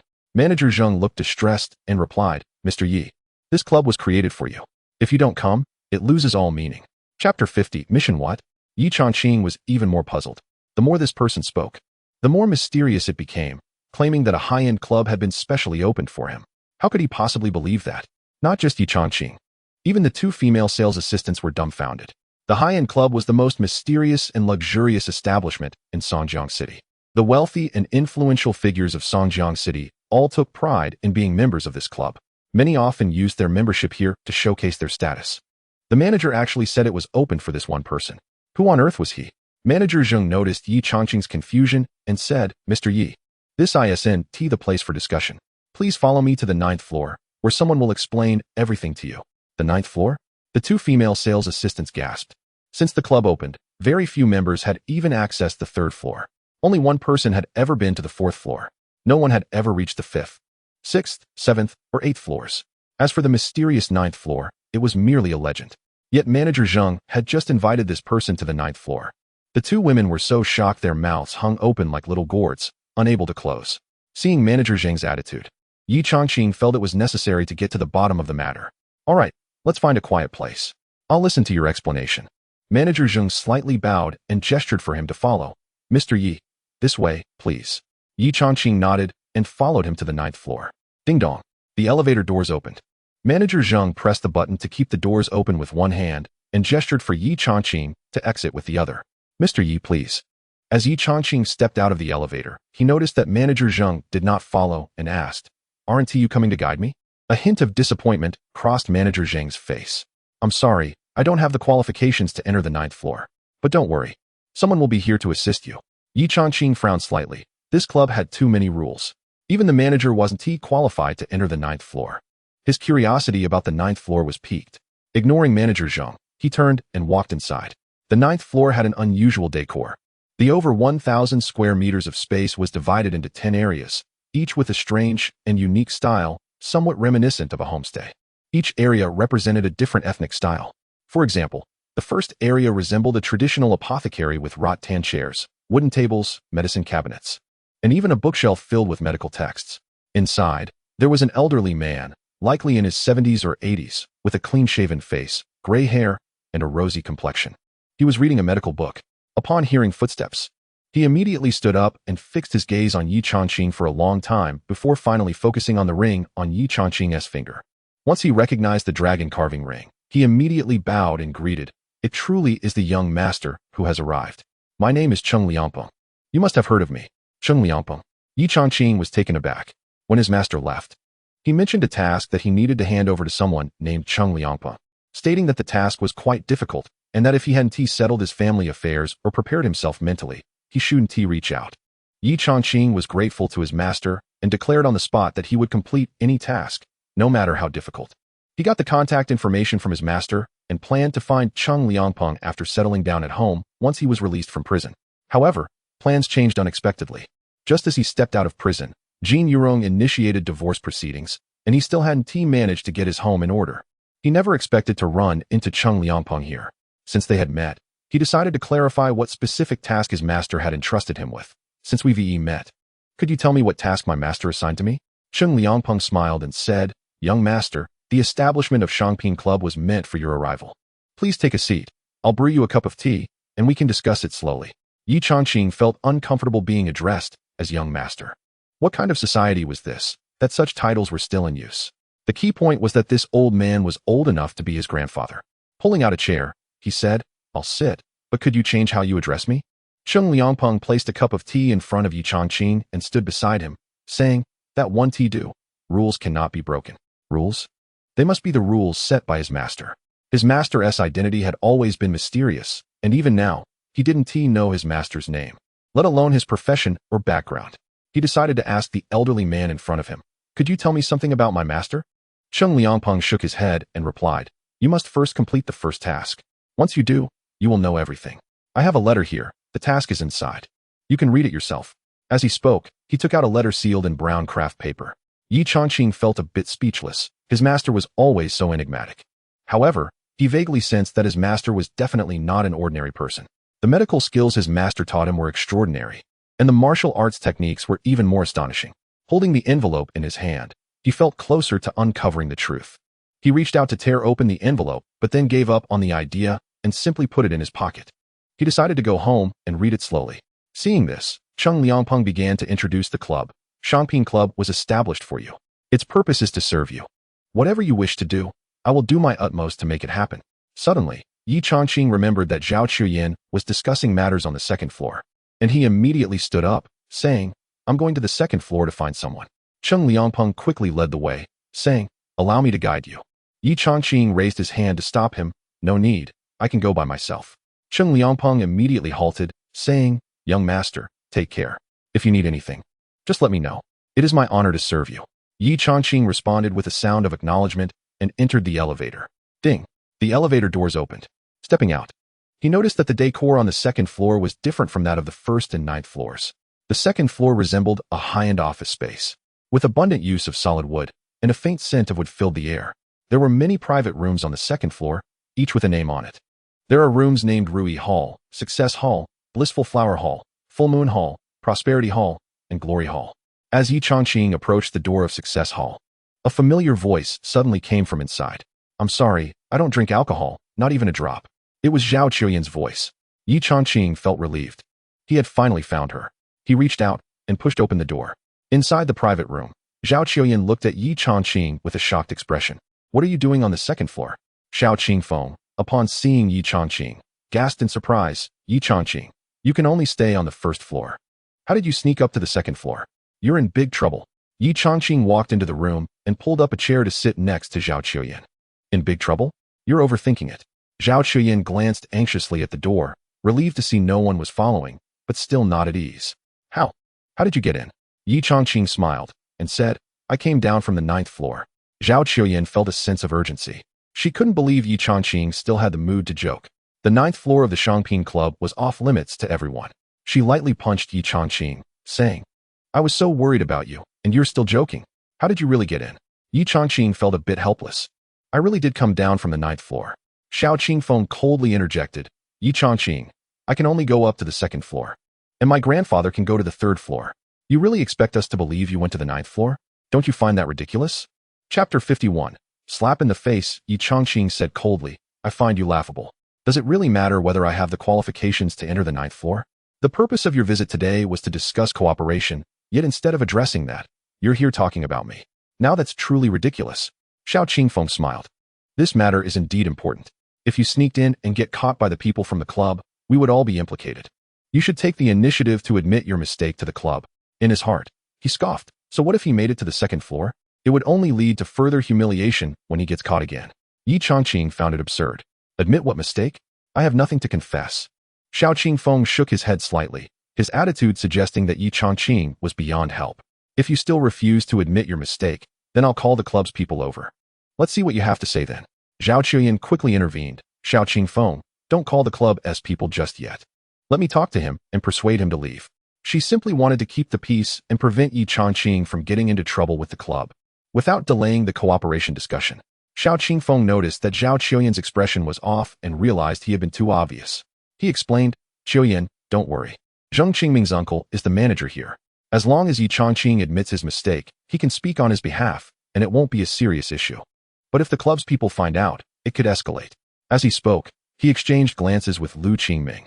Before Ye Changqing arrived, there were a total of 4 people in the room, 2 men and 2 women. The other man was Zheng Qingming. He received the signal from Xiao Qingfeng and smiled. I've already messaged my uncle. He'll be here soon. Although we have our people in the club, I hope Ye Changqing can be more cooperative and admit his mistake. Otherwise, things could get out of hand. Zhao Chuyin became even more anxious and tugged at Ye Changqing's sleeve. How about, you go to the first floor first? Ye Changqing smiled. He could see through the act of Xiao Qingfeng and the others, but he didn't care. He patted Zhao Chuyin's hand reassuringly. Don't worry, it's fine. Creak. The door to the private room opened, and Manager Zheng walked in. His gaze briefly lingered on Ye Changqing before turning to Zheng Qingming. Qingming, you must get along well with your friends. It's a privilege to know them. It was clear that his nephew was sitting in the same room as Ye Changqing, indicating that they were friends. This was good news for him. Although he didn't know Ye Changqing's exact identity, he understood what it meant to enter the ninth floor. Ye Changqing's status was undoubtedly exceptional. If his nephew developed a good relationship with him, the Zheng family would benefit greatly, elevating their status even further. Zheng Qingming stood up. Uncle, Xiao Qingfeng has always been my best friend, and we maintained a good relationship. I'll make sure to get along with him. He then asked, I have a question. What is the punishment for sneaking in without the qualifications to enter the second floor? Manager Zheng felt a bit regretful that his nephew didn't mention Ye Changqing. indicating that their relationship might not be as good as he had imagined. He could only remind his nephew later, hoping he could befriend Ye Changqing. As for what his nephew said about sneaking in, he didn't take it seriously. According to the rules of the Changping Club, anyone caught would be permanently banned from entering. Zheng Qingming pointed at Ye Changqing and said, "Uncle, he doesn't have the right to enter the second floor. I can't believe he sneaked in. This is what I wanted to tell you. You handle it." Manager Zheng was horrified to look at his nephew. Not only had he failed to build a good relationship with Ye Changqing, but he had also gotten involved with this mysterious figure. This was clearly asking for trouble and bringing disaster to the Zheng family. Thinking of this, he became furious and raised his hand to slap Zheng Qingming. Smack! The sound echoed in the room. The whole place froze. Zhao Qiuyan's anxious face showed surprise. Xiao Qingfeng was stunned, his mouth agape, unable to close it for a long time. After a few moments, Xiao Qingfeng stood up, defending Zheng Qingming. "Wait. Don't be violent. It was Ye Changqing who sneaked in. This has nothing to do with Zheng Qingming." Zheng Qingming felt even more wronged. "Uncle, why are you hitting me? I was trying to help you find out who sneaked in. Why hit me?" Zheng Qingming ignored Xiao Qingfeng and glared fiercely at Zheng Qingming. "Help?" This was not helping. This was harming him. Provoking Ye Changqing made him anxious. If it weren't for old Master Cheng forbidding him from revealing Ye Changqing's identity, he would have already apologized to Ye Changqing. All he could do now was hit his nephew, hoping to appease Ye Changqing's anger. He didn't respond and raised his hand again to slap him. "Go home. I brought you here to make friends, not to meddle in my affairs." Clueless fool. This was the first time Zheng Qingming had seen his uncle so angry. He didn't understand where he had gone wrong and was too scared to argue. "I'll go home. I'm going home right now." Xiao Qingfeng stood up. "Uncle Zheng, you said anyone who sneaks in should be thrown out. Ye Changqing is the one who sneaked in. Why don't you kick him out instead of hitting Qingming?" Zheng Qingming's face darkened. "Qingming is my nephew. I can hit him if I want. As for the Changping Club, everyone allowed in is a distinguished guest. You'd better watch your words." Xiao Qingfeng was left speechless, feeling extremely awkward. He couldn't understand what had just happened. He had just confidently stated that anyone sneaking in would be thrown out. In less than a minute, not only had he changed his stance, but he was also being warned. Manager Zheng ignored him further.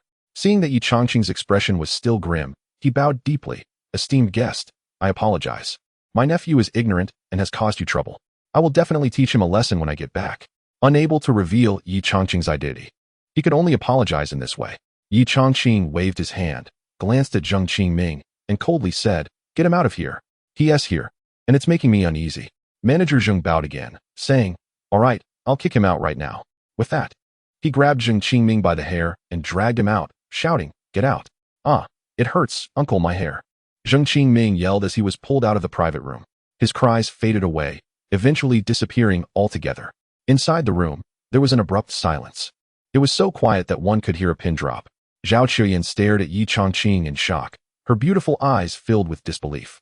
What exactly had he done to make Manager Zheng of the Changping Club so wary of him? Xiao Qingfeng was still in a state of shock. Zheng Qingming reported Ye Changqing, yet he was the one who got kicked out of the club. Why? How did this happen? There was another woman in the room, dressed provocatively, who hadn't said a word. However, her expression kept changing, from disdain when Ye Changqing entered, to surprise, and then to shock. She looked curious now, her eyes scanning Ye Changqing as if trying to decipher something from his face. Zhao Qiuyan quickly regained her composure, her face lighting up with joy. Ye Changqing hadn't been thrown out, and her anxious heart finally settled. But her confusion deepened. "Changqing, how did you get into the second floor?" Ye Changqing replied playfully. "I walked in. How else would I get in?" Zhao Qiuyan didn't expect him to have the leisure to joke around, and playfully scolded him. "I know you walked in. That is not the point." Ye Changqing glanced at the time and urged, "You guys should hurry and discuss the cooperation. Once that is done, we can leave. I really don't want to stay here any longer." Zhao Qiuyan turned her gaze to Xiao Qingfeng. "Let us talk business." Xiao Qingfeng's face was ashen. He had set a trap for Ye Changqing with his friend, and now his friend had been beaten up by his own uncle and thrown out. Originally, he intended to get Zhao Qiuyan drunk, but now that opportunity was completely gone. They could only discuss the cooperation now. "Let us talk about the product for our collaboration. This new drug is called Canglebao.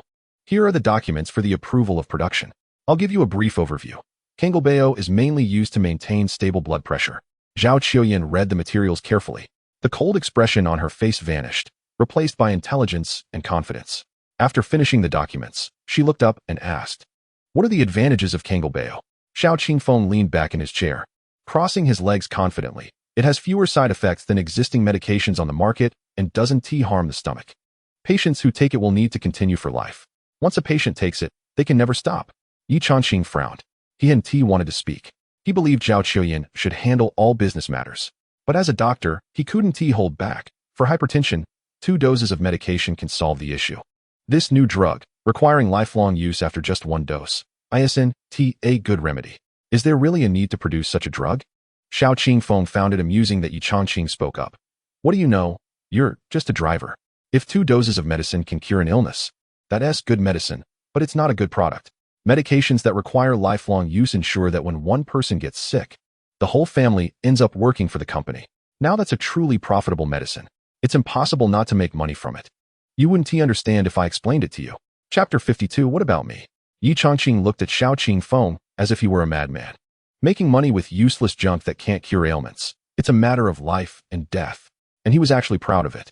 Zhao Qiuyan even wanted to collaborate with him. It was simply a waste of life. Ignoring Xiao Qingfeng's sarcasm, he turned to Zhao Qiuyan and said, "This project has no future. I suggest you don't invest." Zhao Qiuyan frowned. She admired Ye Changqing's medical skills, but when it came to running a company, she felt he was an outsider. There are several blood pressure medications on the market that are selling well, and the businesses are raking in profits. As long as a new drug is better than those already available, it can make money. The Zhao family desperately needs profitable products. She needs to earn money to gain their support. After considering her words carefully, she finally spoke. "Changqing, I'm not yet clear about the specifics of this medication. I want to learn more about it." Disappointment flashed in Ye Changqing's eyes. Zhao Qiuyan's polite refusal made it clear she was not accepting his proposal. Understanding her meaning, he nodded slightly. "All right, you can decide for yourself." Xiao Qingfeng smirked slightly. "Ye Changqing, did you hear that? A truly visionary person would never easily dismiss this project. This project is about hundreds of billions in future revenue. You're just a driver and don't understand any of this. So I advise you to stop expressing such ridiculous opinions." Ye Changqing could tell he was flattering Zhao Qiuyan while stepping on him, and replied coldly, "The one who doesn't understand medicine is you. A drug that doesn't cure is not a drug. A medication that can't heal, yet hopes to earn hundreds of billions. Are you out of your mind?" Xiao Qingfeng sneered. "Do you think knowing medicine means you can make money? People who understand medicine are only suited to be doctors. They can never get rich. You don't understand this world. And you certainly don't know how to make money. With your IQ, you're not qualified to discuss this project." Ye Changqing replied coldly. "I have a prescription here that can treat high blood pressure. It might even be mass-produced. With your IQ, which do you think would make money? A drug that doesn't treat, or one that does?" "What?" Xiao Qingfeng suddenly stood up, the force of his movement knocking his chair to the ground with a loud crash. He looked at Ye Changqing in disbelief. "You mean you have a prescription for treating high blood pressure?" Not only Xiao Qingfeng, but Zhao Qiuyan also sat up straight, anxiously looking at Ye Changqing. Waiting for his answer, Ye Changqing snorted. "Yes, I have a prescription for treating high blood pressure." Xiao Qingfeng's expression fluctuated, his eyes fixed on Ye Changqing, his breathing becoming rapid. It seemed he was engaged in an internal struggle, his mouth moving as if he wanted to say something but hesitated multiple times. Finally, as if he had made a decision, he gritted his teeth and asked, "Are you selling this prescription?" Ye Changqing's lips curled into a cold smile. "Not selling." Upon hearing this response, Zhao Qiuyan relaxed her frown, a subtle smile appearing on her lips. If one didn't look closely, it would be hard to tell. Xiao Qingfeng forced a smile on his face and said, "I was wrong. I misspoke earlier, so please don't be angry. As long as you sell me this prescription, I'll pay any price. Of course, the premise is that the medicine is effective." Ye Changqing replied coldly, "This is a good medicine for treating illnesses. Not a good product for sale. You'd better not buy it." Xiao Qingfeng detected the sarcasm and pretended not to hear. "I'm not buying the prescription for production and sale." Ye Changqing scoffed. "If it's not for sale, are you planning to keep it as a collectible? Who are you fooling?" Xiao Qingfeng said seriously, "Yes, I'm keeping it as a collectible. To be honest, I already have 5 prescriptions for treating hypertension in my safe. Don't think you can charge me an exorbitant price just because you have 1 prescription. I hope you'll offer a reasonable price." 5. Ye Changqing was taken aback. "You have 5 effective prescriptions for hypertension, and yet you're producing ineffective ones for profit. You really will go to any lengths to make money. There's no way I'm giving you my prescription, no matter the price." Xiao Qingfeng slowly regained his composure. "Don't be so absolute. There's nothing in this world that can't be sold. If there is, it's just that the price isn't high enough. You're working as a driver, and I believe your family's situation must be quite difficult. How about this? I'll give you 5 million. With 5 million, you can change your life. You can buy the car you like, get a new phone. buy a house, and live happily. Ye Changqing found it laughable. He had 10 billion to spend. How could he possibly care about 5 million? Glancing at Zhao Chuyin beside him, he said with a playful tone, "She is my future wife, and she knows how to make money. With her, I won't lack for money, women, or even phones, houses, and cars. Your 5 million means nothing to me." Uffed. Zhao Chuyin, who initially had intentions of collaborating with Xiao Qingfeng, completely changed her mind upon hearing that Ye Changqing had a prescription. She couldn't help but laugh at Ye Changqing's words. Realizing she had lost her composure, she quickly covered her mouth with her hand, turning her head away. But her trembling body betrayed her struggle to hold back laughter. Xiao Qingfeng gritted his teeth in anger. It was clear that Ye Changqing was using Zhao Chuyin to provoke him, but there was no time to dwell on that now. 5 million isn't enough for you? Are you planning to ask for an outrageous price? Fine, just give me a number. I'm listening. Ye Changqing simply replied with 2 words, not for sale. Xiao Qingfeng's brows furrowed tightly. In business, the worst thing was someone who wouldn't give a price, as those people were the greediest.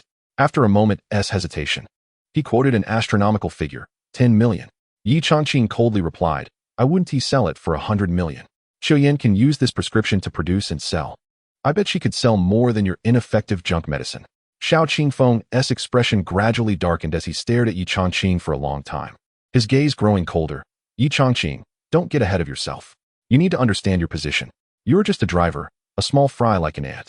You don't deserve to sit at the same table as me for a meal in this lifetime. Do you really think you have what it takes to compete with me?" Before Ye Changqing could speak, Zhao Chuyin interjected, "What about me? With the Zhao family's strength, can you really compete?" "You."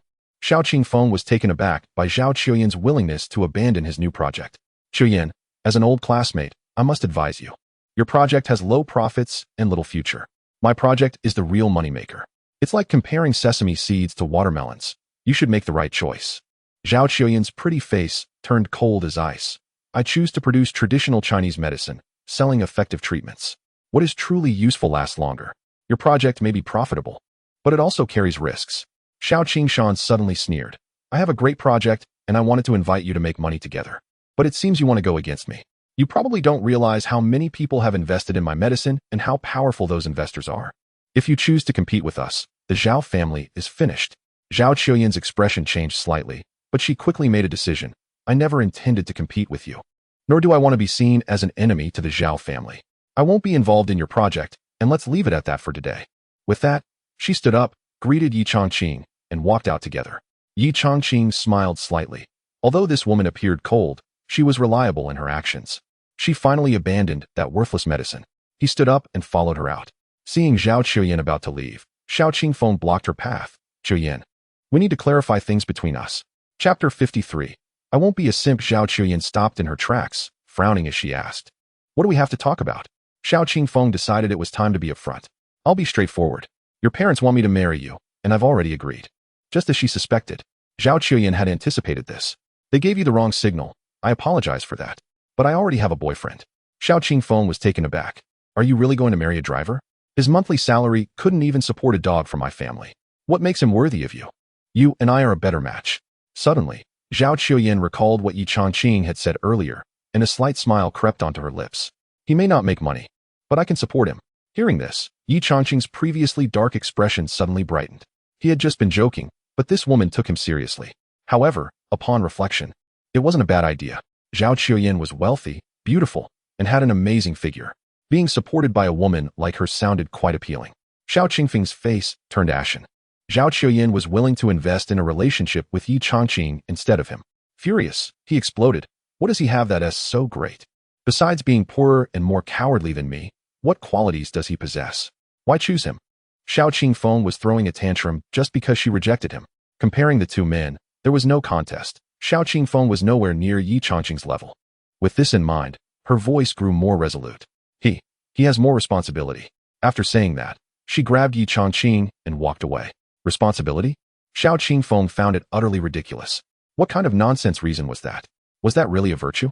Watching the two of them leave, he was so furious that he raised his hand and smashed the cup in front of him onto the floor. Beside him, Wu Yu had been silent, like a bystander watching the drama unfold. As the show came to an end, she finally spoke up. "I've always opposed her joining this project. It's better if she doesn't participate.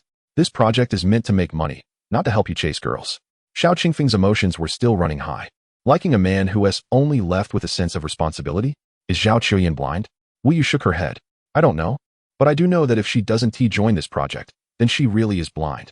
Over the years, anyone who invested in traditional medicine ended up in ruin.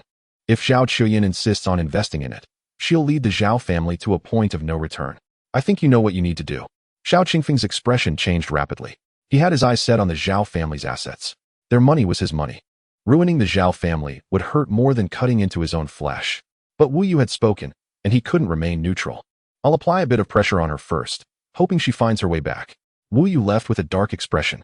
In the private room, only Xiao Qingfeng remained. He poured himself a drink and downed it in one go. Then he suddenly stood up, a violent aura radiating from him. Ye Changqing, if I kill you, everything will be solved. Wu Yu left the Shanggong club, got into a car, pulled out her phone, and dialed a number. The Zhao family wants to develop traditional Chinese medicine. An elderly, hoarse voice came through the line. Another one who doesn't know their limits. The market in Jiuzhou concerns the interests of many big players worldwide. They are truly digging their own graves. If the Zhao family dares to go against the current, it proves that too few have perished before to serve as a warning for others. This time, we must be even more ruthless. On the road, Ye Changqing drove slowly. Zhao Qiuyan sat in the passenger seat, occasionally glancing at Ye Changqing until he could no longer hold back. Are you sure you want to give me the prescription? Ye Changqing smiled and replied, You're my wife, so it's like I'm handing it over to my wife. Zhao Qiuyan's face flushed. Don't talk nonsense. We haven't even gotten started yet. Ye Changqing frowned. You, woman, just said you'd support me, and now you act like you don't know me. How quickly you turn your back. Zhao Qiuyan frowned slightly. Something felt off. She quickly realized, and suddenly, it was as if a kitten had its tail stepped on. Her demeanor became fierce. What nonsense are you talking about? Ye Changqing continued driving leisurely. Am I wrong? At the Shanggong Club, you said you would take care of me. And now you say we haven't even started. I was even thinking about going all out tonight to treat you. And this is how you repay me? Zhao Qiuyan ground her teeth in frustration. This jerk had to bring up the treatment again. He certainly didn't look like someone who would take the fall for a woman. So, are you giving me the prescription or not?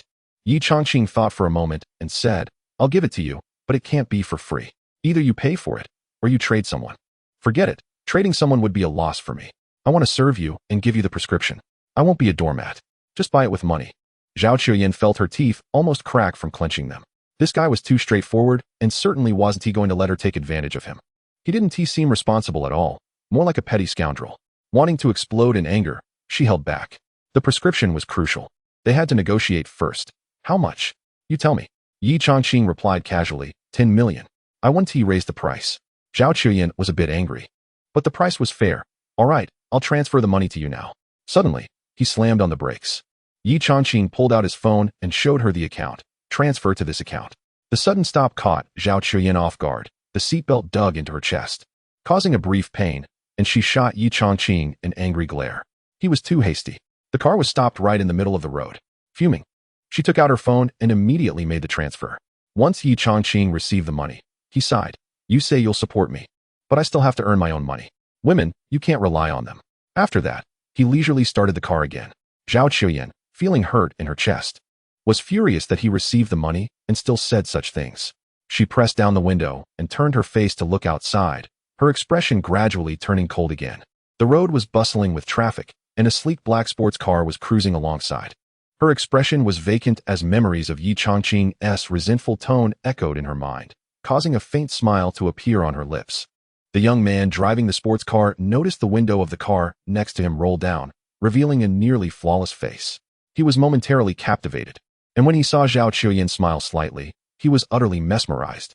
Suddenly, the sports car collided with the vehicle in front of him, snapping him back to reality. The driver of the front car got out and asked how he could drive like that. Ignoring the driver's question, he stepped out and watched as Zhao Qiuyan's car drove away, unable to pull his gaze away for a long time. At the kindergarten entrance, Jean Yurong kept glancing around until a car finally came into view.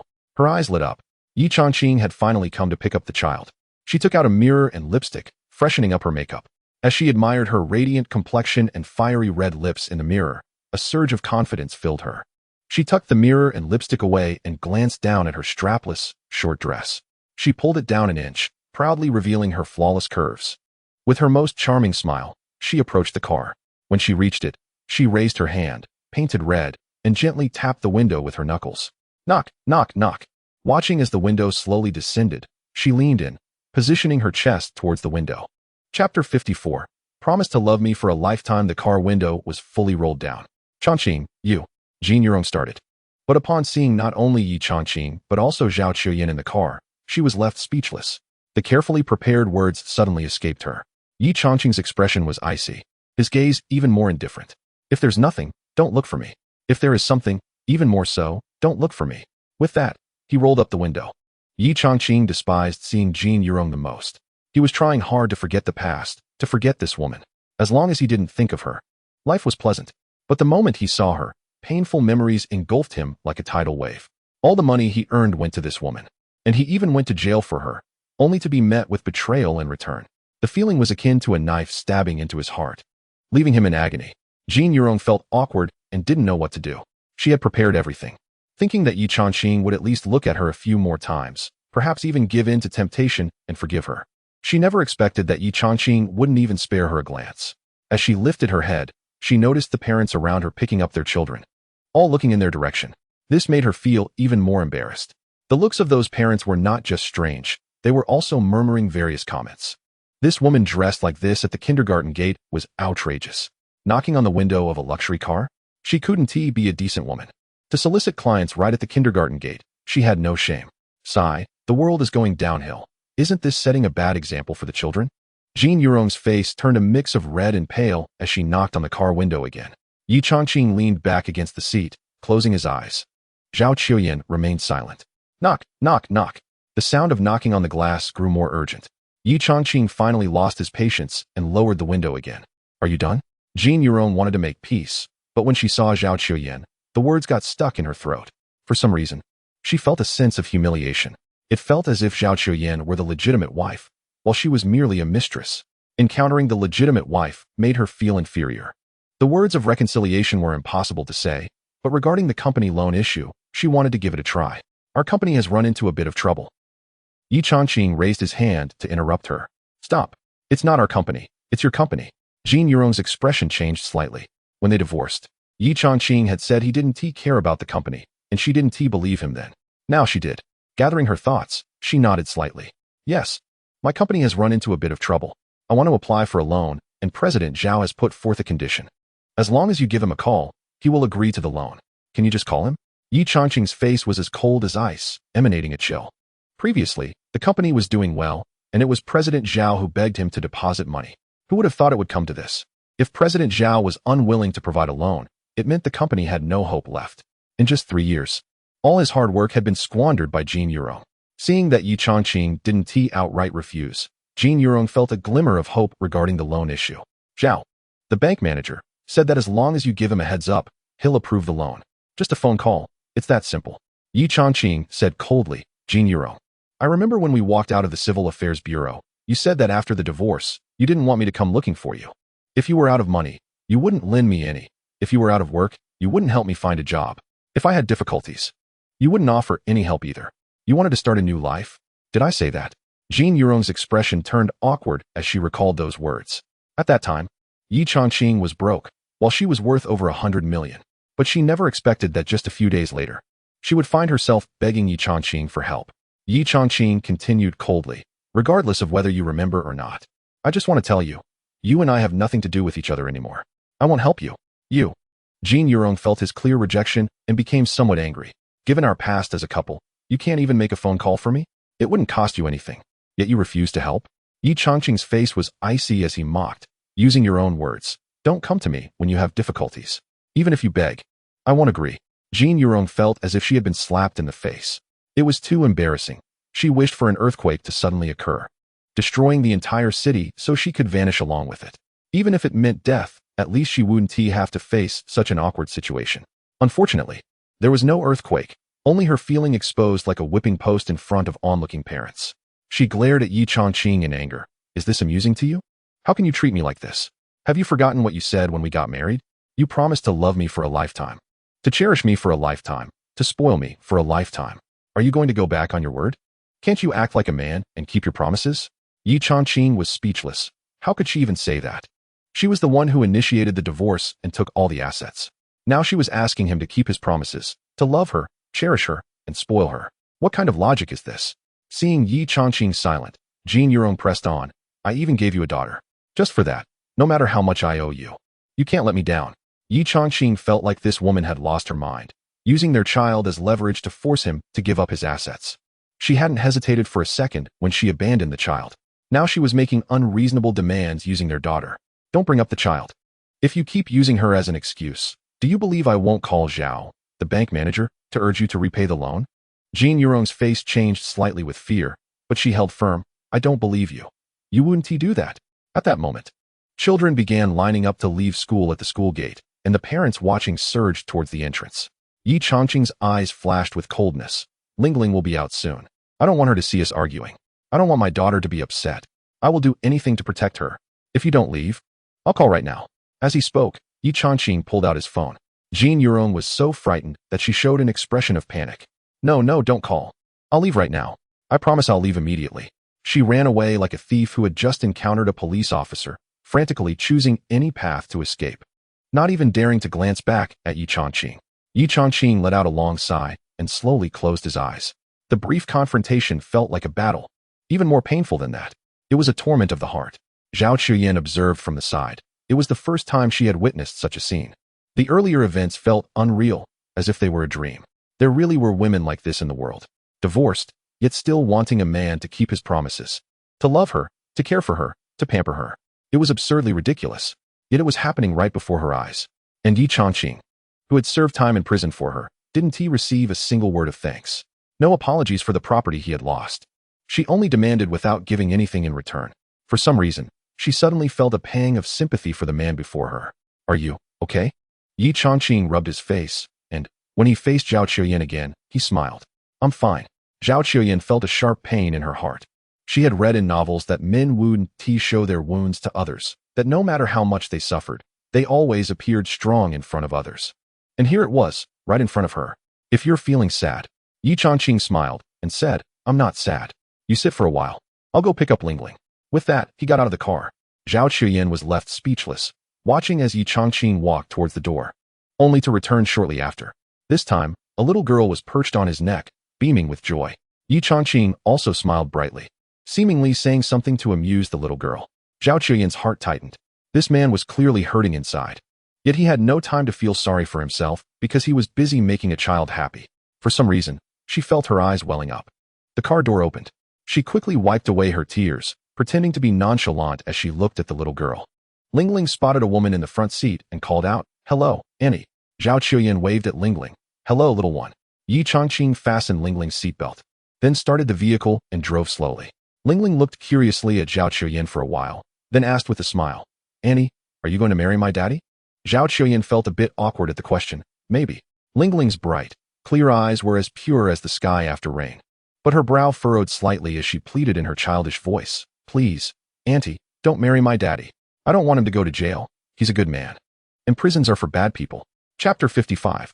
I say I won't marry anyone, but Zhao Qiuyan felt a bit confused, not understanding why this adorable little girl said such a thing. Ye Changqing was also somewhat surprised. Lingling, why do you say that? Lingling looked a little sad and replied, I heard two aunties talking while cooking at my grandma's house. They said it was because of Mom that Dad went to jail. I'm scared that if Annie becomes Mom, Dad will go to jail again. Zhao Qiuyan felt a pang of sympathy. It was heartbreaking that such a young child had developed this kind of prejudice about her mother. She reached out to gently pat Lingling's head and comforted her softly. That's not true. You might have misunderstood. You're still young and don't understand adult matters. I promise you, no matter what happens in the future, your dad will not go to jail. Lingling's innocent little face showed worry and fear, but I'm scared. I'm scared Dad will go to jail again. Tears welled up in her eyes, as if she was about to cry. Zhao Qiuyan smiled and reassured her, and he promises you, your dad will definitely not go to jail again. You have to believe me. Lingling looked into Zhao Qiuyan's watery eyes, seemingly trying to discern if she was telling the truth. After a long while, still feeling uncertain, she extended a chubby little hand. Then we must pinky swear. Zhao Qiuyan laughed and extended her own hand. All right, let's make a pinky swear. Their pinky fingers intertwined, tugging back and forth like a playful tug of war. In the car, their voices chimed together. Pinky swear, 100 years without changing. Whoever changes is a little dog. Ye Changqing felt his nose tingle. It turned out his daughter cared about him so much. Hearing such words from this small person almost brought him to tears. At that moment, He felt willing to do anything for her. The car drove along the road, weaving through the concrete jungle of the city. Ye Changqing was in a great mood, finding everything around him delightful. Those cold buildings appeared to him as warm castles, each housing a lovely little girl just like his daughter. The car slowly came to a stop at the village entrance. Zhao Chuyan looked around, puzzled. Why have we stopped? Ye Changqing smiled and said, "Are you coming to my house? Just to let you know, my parents are very hospitable." Zhao Chuyan thought for a moment and replied, "Maybe in a while." She had always felt that their relationship was developing too quickly. First, it was Grandpa playing matchmaker, then a hurried blind date, followed by a visit to the Zhao family. And finally, the birthday party where it was announced that Ye Changqing was the Zhao family's son-in-law. All these events were driven by external forces. However, their relationship hadn't reached the stage of discussing marriage. She didn't even know what Ye Changqing liked to eat or what he disliked. She felt it was necessary to slow things down. Ye Changqing nodded. "All right, since we're at the village entrance, I'll walk home from here. You can drive back." As he spoke, he got out of the car and picked Lingling up from the back seat. Zhao Chuyan said a quick goodbye, "See you at the company tomorrow," and drove away. Ye Changqing carried Lingling on his back as he walked home, occasionally encountering familiar faces along the way. When he saw them pretending not to notice him, he also felt too lazy to greet them. Occasionally, groups of women gathered together, gossiping and pointing fingers. Oh, how pitiful. 3 years in prison. And now he's lost his job and his wife. A single man with a child, finding a new wife will be tough for him. I noticed a luxury car parked outside his house these days. Does he know some big shot? A convict knowing a big shot? I heard he's just a driver for some company. They say people who've been in prison usually turn out bad. So you should keep your kids away from him. Ye Changqing remained calm, as if he hadn't heard anything. Lingling, pouting in anger, said, "Daddy, can you buy me some honey tomorrow?" Ye Changqing, a bit curious, asked, "You want honey?" Lingling shook her little head and replied, "I want to give it to those aunties." Ye Changqing frowned. His daughter's reasoning was a bit unusual for him to grasp. "Why do you want to give it to them?" Lingling smiled and said, "It's a secret. I'll whisper it in your ear." She stretched out her small arm, leaning close to Ye Changqing's ear, and in her tender voice said, "If they eat honey, their mouths will be sweet. And they won't say bad things about Daddy." Hearing her innocent words made Ye Changqing's heart melt. This daughter of his was so heartwarming. He kissed her round little face and said, "All right, tomorrow Daddy will buy you some honey, ha ha." That night, Ye Changqing watched his daughter drift off to sleep, then quietly left the room. He returned to the living room, where he found his parents had also gone to their bedroom. Back in his own room, he turned on the bedside lamp and took out an envelope from his pocket. Cheng Liangpeng had said this was his first task from his master. His master was a mysterious figure, and he was eager to know his identity, but sadly, the master had not revealed anything. He was curious about what kind of task the master had given him. He pinched one corner of the envelope and gently tore it open. The sound of the paper ripping echoed loudly in the quiet bedroom. He extended 2 fingers to pull out the letter inside. With a feeling of trepidation, he unfolded the letter. It contained only a few lines. "Changqing, in my time of trouble, I was rescued by someone, to whom I gave the symbol of the Medicine King's legacy, the tiger's mouth, along with my medical knowledge. Now you are my successor. You must retrieve the tiger's mouth. If his family faces any difficulties or has any wishes, I hope you will lend a helping hand. Below is the address where you can find him." The address was detailed. Qingshi Road, 2nd Transportation Community, Beihai District, Songjiang City, Jiangdong. Ye Changqing felt a bit disappointed. There was no mention of his master's identity, just a task. The tiger's mouth. He recalled his master mentioning it before. Legend had it that the Medicine King once encountered a tiger while foraging for herbs, and the tiger had a bone stuck in its throat. To be safe, the Medicine King had placed a copper ring in the tiger's mouth and successfully removed the bone. Later, the tiger's mouth became a symbol of the Medicine King's legacy. He hadn't expected that the medical skills he had learned were actually part of the Medicine King's lineage. Finally, he had gained a bit of understanding about the medical knowledge he had acquired. Ye Changqing read the letter several times, then slowly folded it up and placed it in an envelope. The next day, Ye Changqing took Lingling to school before heading to work at Fengyan Group. Upon arriving at the office, he went straight to the break room. Zhang Hai spotted Ye Changqing and mysteriously pulled him aside, lowering his voice to ask, How did you manage that?" Ye Changqing was puzzled, unsure what he was referring to. It was quite abrupt. "What do you mean?" With a curious expression, Zhang Hai replied, "How did you get close to the president? You're amazing. You've become the president's personal driver. I spent all night trying to figure it out."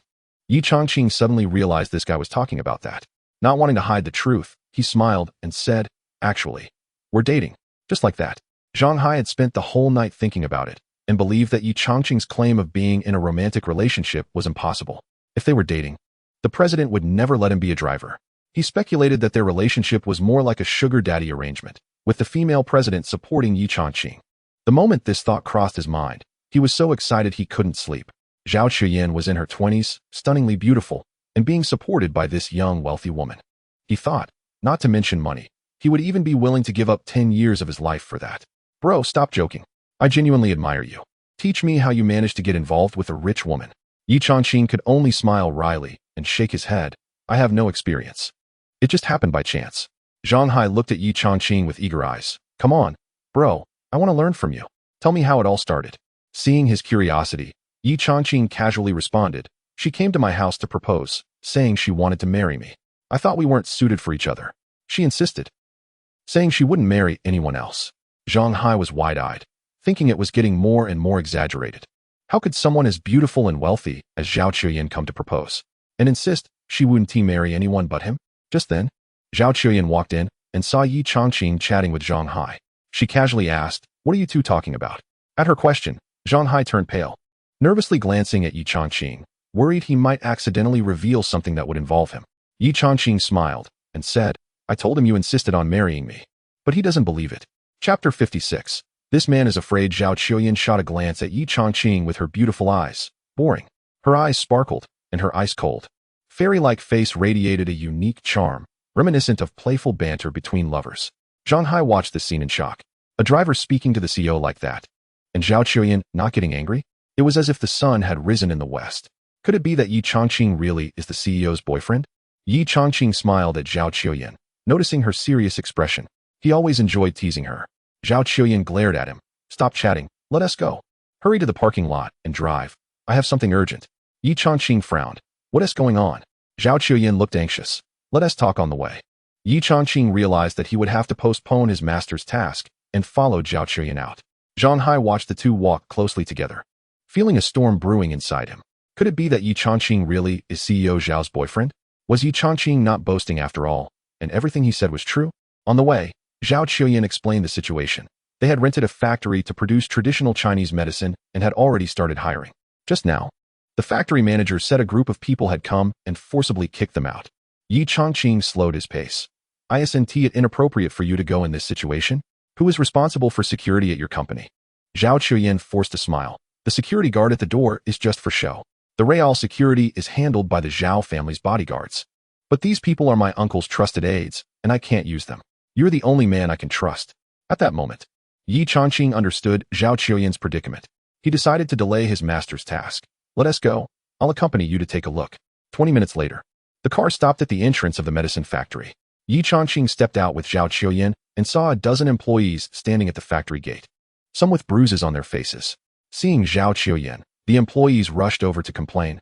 CEO Zhao, we were in the middle of recruitment when a group of people showed up and without saying a word, forced us to leave the factory.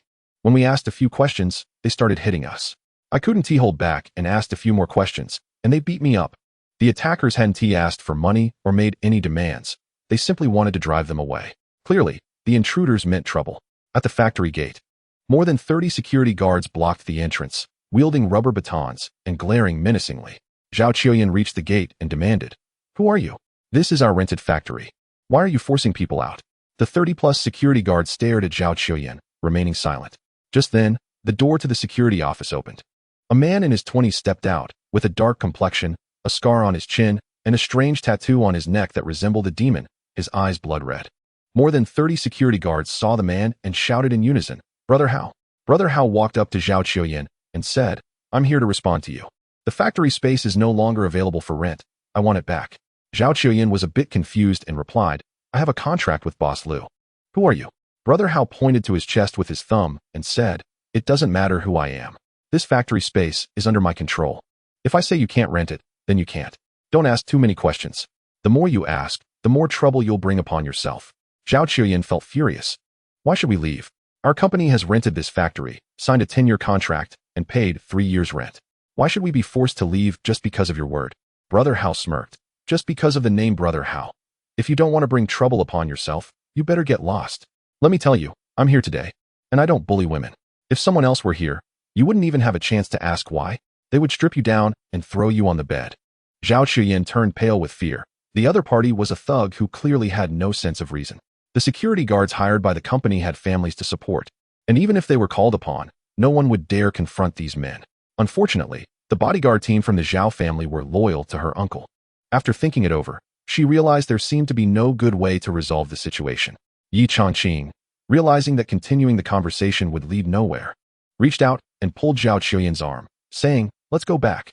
However, Zhao Chuyin was reluctant. She looked at Brother Hao and asked, "I want to know who I offended, or if you just want money. Even if we go back, I need to understand the reason first." Brother Hao's expression darkened, his eyes glinting like a ferocious beast. "Woman, you are truly ignorant, which is why you are so bold. The man beside you is already scared. He told you to leave because he knows the danger. He's backing down. Do you still want to ask more?" Zhao Chuyin felt even less confident, frowning as she looked at Ye Changqing beside her. Ye Changqing advised, "Let us go, there is nothing more to ask." Disappointment filled Zhao Chuyin's eyes. She didn't expect Ye Changqing to be even less assertive than she was. If she had known, she wouldn't have asked him to accompany her.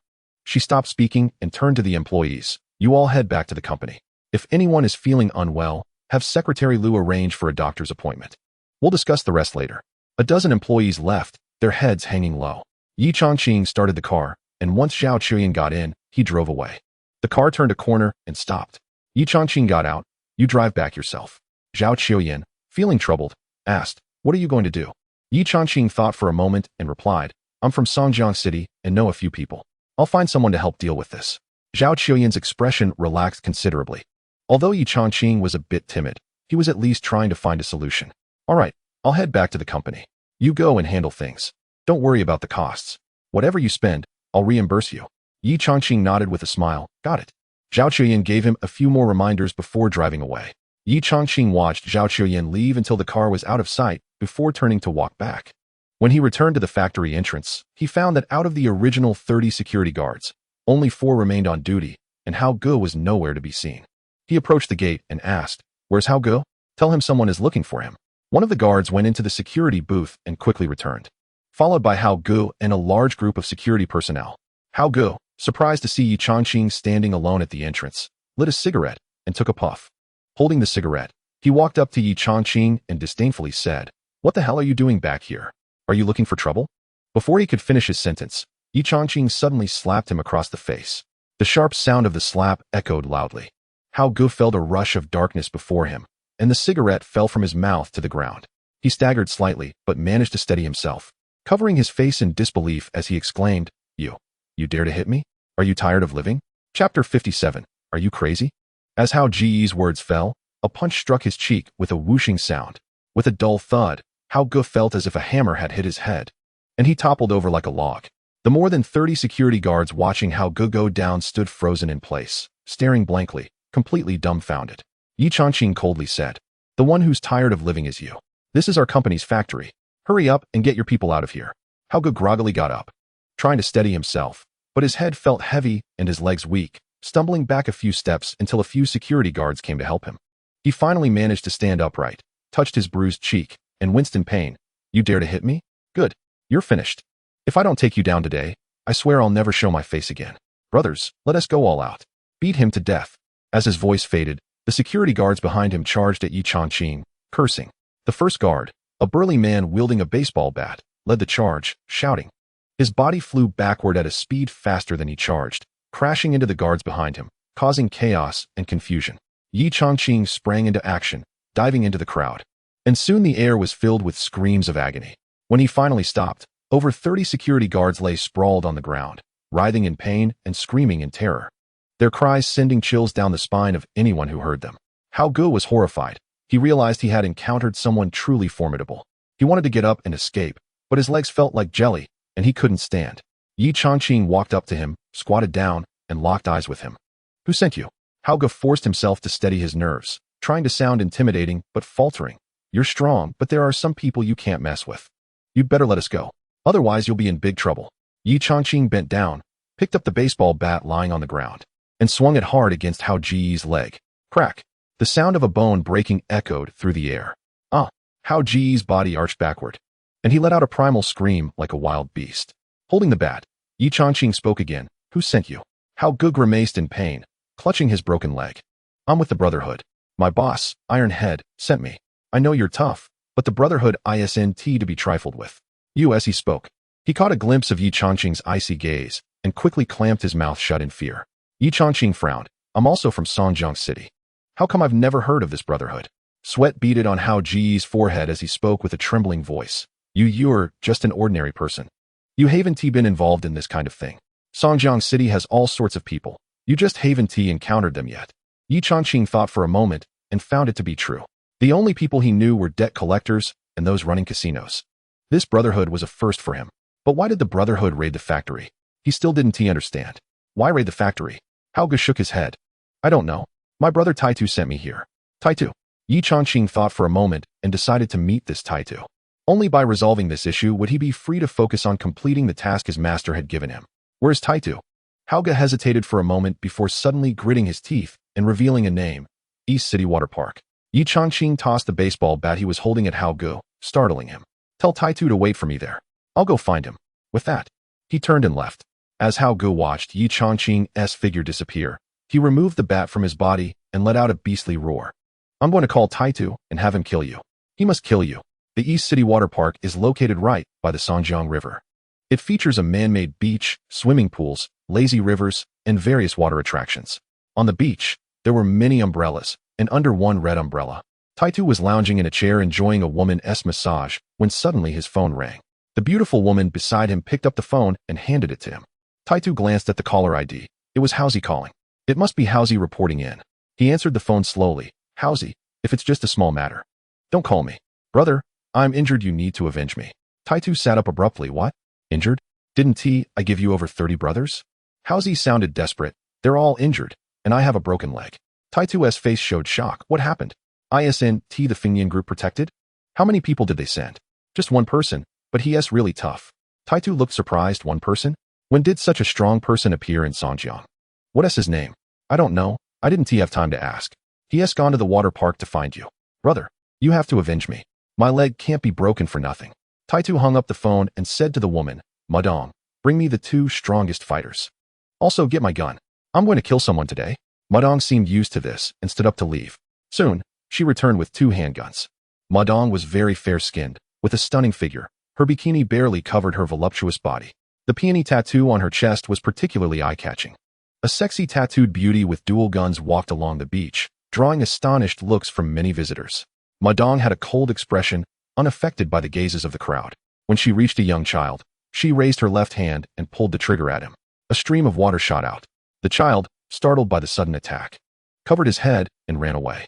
People around realized it was just a water gun and relaxed, going about their business. Peony walked up to Iron Head and handed him the gun in her other hand. Be careful, the bullet is already chambered. Iron Head took the gun and placed it under his seat. You arrange for someone to wait and set off the fireworks. As soon as I fire, let the fireworks cover us. Peony smiled and replied, it's already taken care of. As she spoke, she gestured towards the water's edge where a few women were setting up 2 boxes of fireworks. Soon, 2 strong men approached. Iron Head smiled and said, in a moment, someone will come over who can really fight. You 2 remember, when you strike, make sure it's brutal. Hit them hard. Ye Changqing arrived at the water park and casually asked an employee where Iron Head was. As soon as the employee heard he was looking for Iron Head, he eagerly offered to show him the way. Iron Head has a designated spot. Come, I'll take you to him. Ye Changqing didn't expect Iron Head to be so well known. Following the employee's guidance, he finally got to see what Iron Head was like. It turned out he was bald. When Iron Head saw Ye Changqing, he seemed to guess who he was. You're the one who broke Hausie's leg? Ye Changqing was infuriated upon hearing this. He took over our company's factory. He struck first. Iron Head nodded. Right? I know he made the first move. You took a beating, and that should have been the end of it. I didn't expect you to dare to retaliate. You've gotten yourself into big trouble. There are some people you can't afford to mess with. I'm giving you a chance. Kneel down and commit suicide, and I won't touch your family. Otherwise, I'll make sure your entire family pays the price. Chapter 58. The Driver's Driver Threat?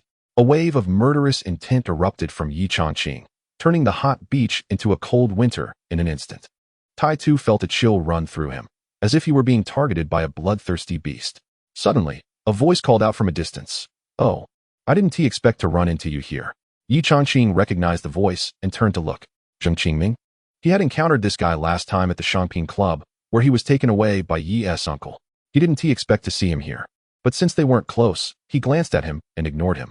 Tai Tu saw Ye Changqing and quickly got up, disregarding Ye Changqing. He rushed over enthusiastically. Young Master Zheng, you're quite the busy man. I didn't expect to see you here. What a stroke of luck. As he spoke, he reached out his hands for a handshake. Ye Changqing seemed distracted. Oh, Tai Tu, what are you doing here? Tai Tu pulled out a cigarette and offered one to Ye Changqing. Young Master Zheng, we have a little issue in our brotherhood. A certain fool has provoked my men, and I'm just about ready to deal with him. If you think it's bad luck, I can take it elsewhere. Tai Tu was showing off in front of Ye Changqing, acting submissive as if he were a grandson. The brotherhood had only developed over the past decade. Their foundation was too shallow compared to the Zheng family, which had been established over generations. They were hardly worth mentioning. Ye Changqing frowned. Who are you planning to deal with? Tai Tu pointed at Ye Changqing.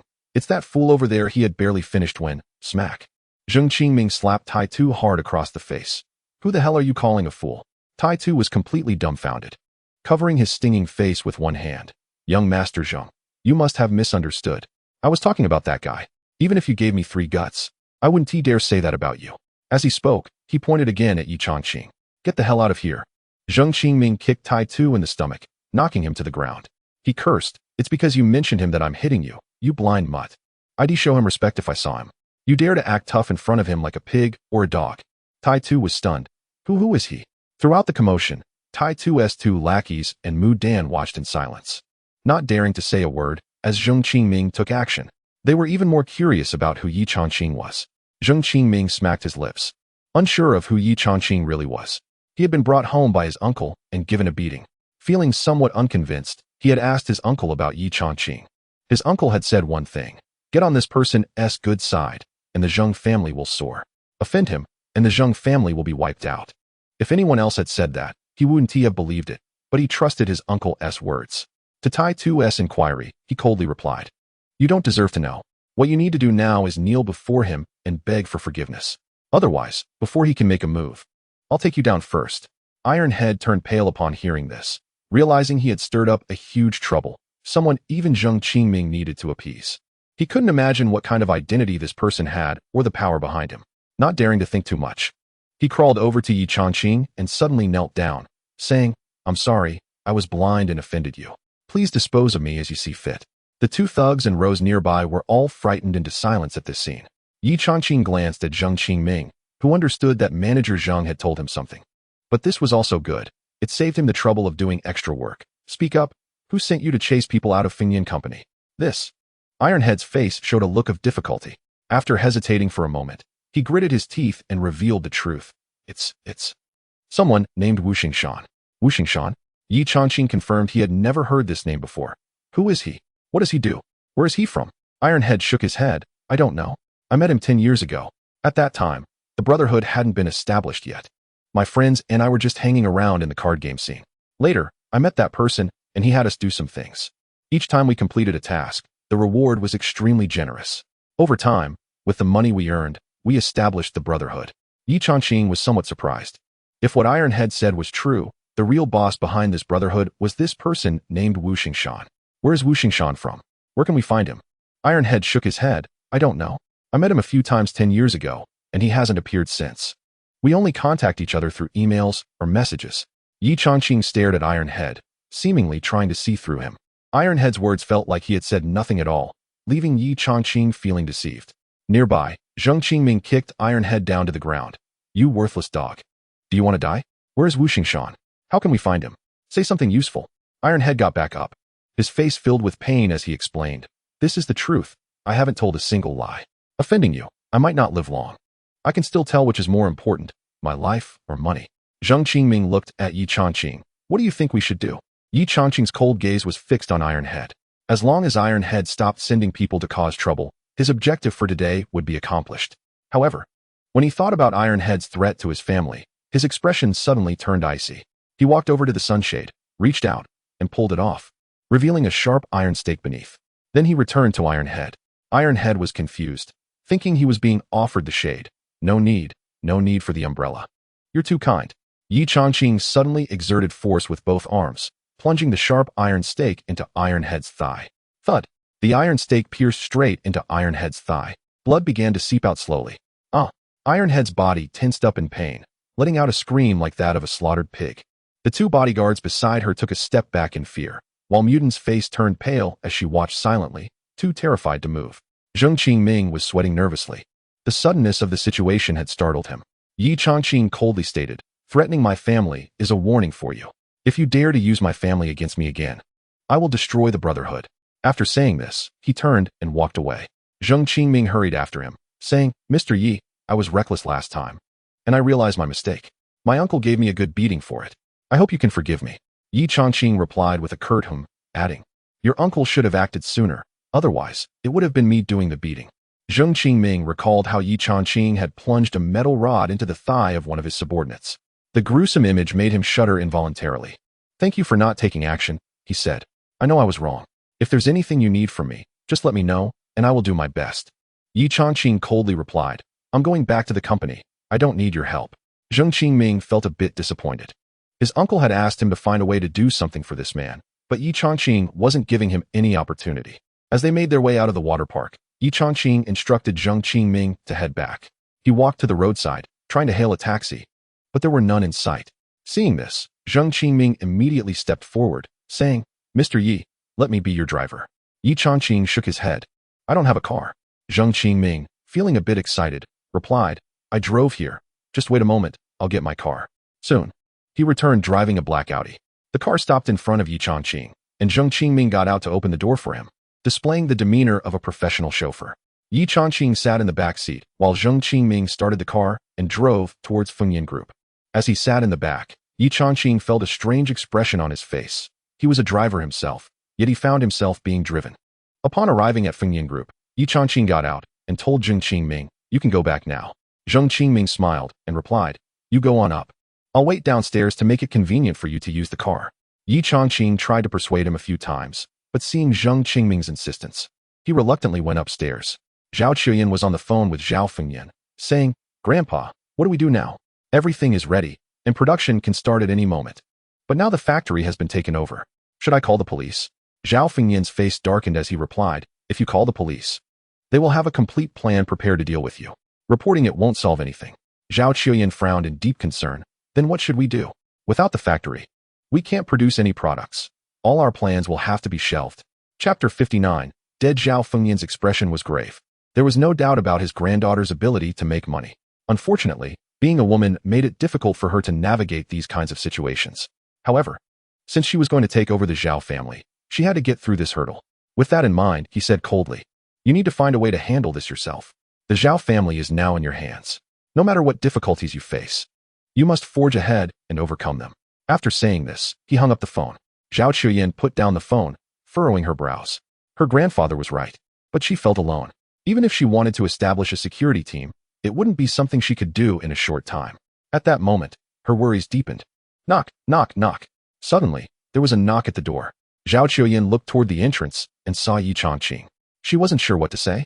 Ye Changqing was highly skilled in medicine and quite intelligent, but he lacked the assertiveness needed to confront those ruthless individuals who forcibly took over factories. He had backed down when faced with them. Right now, she was troubled about how to deal with Hao Ge and didn't have time for idle chit-chat. "What are you doing here?" "I'm busy. Come back when I have time," she said. "Oh," Ye Changqing replied, "I came to tell you something. The issues with the pharmaceutical factory have been resolved, and we can hire workers to start production." Zhao Chuyan was taken aback and then thought she had misheard him. "Please don't joke about this. I saw with my own eyes how you backed down when you encountered those people. I don't believe you have the ability to handle that kind of situation." Ye Changqing was aware of her doubts and intentionally wanted to keep Zhao Chuyan away from the truth. While training in martial arts with his master, he had practiced on targets in prison. The violence and bloodshed had initially terrified him. So, when he was preparing to take action against Hao Ge, he wanted to keep Zhao Chuyan out of it. He didn't want her to see the bloody scene or develop a perception of violence. Now, he couldn't explain himself and could only say a few dry words. "I really resolved it."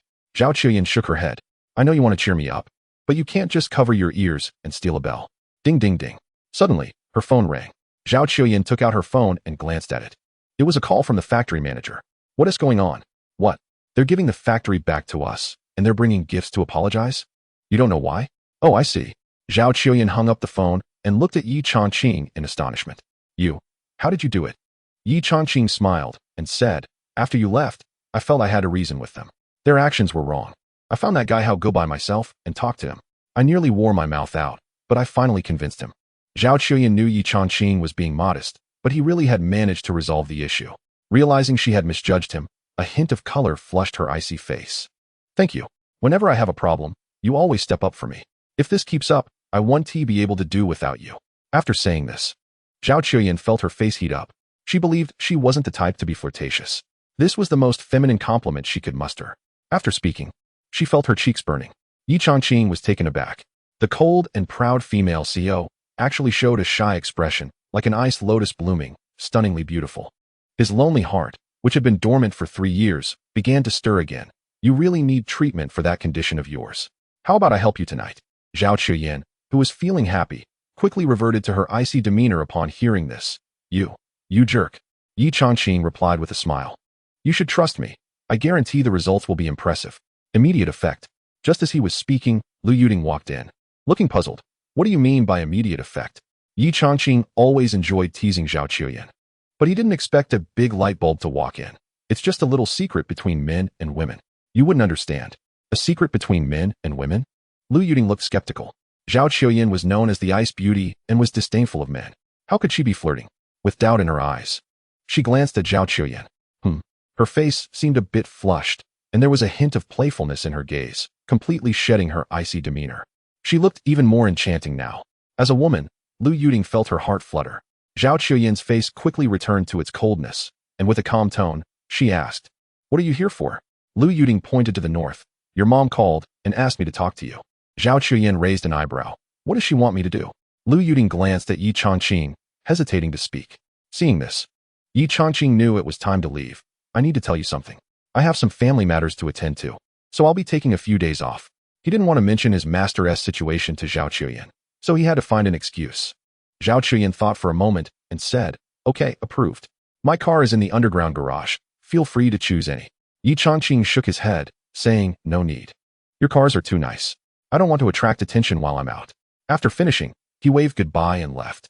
As Zhao Qiuyan watched Ye Changqing walk away, she suddenly felt an emptiness in her heart.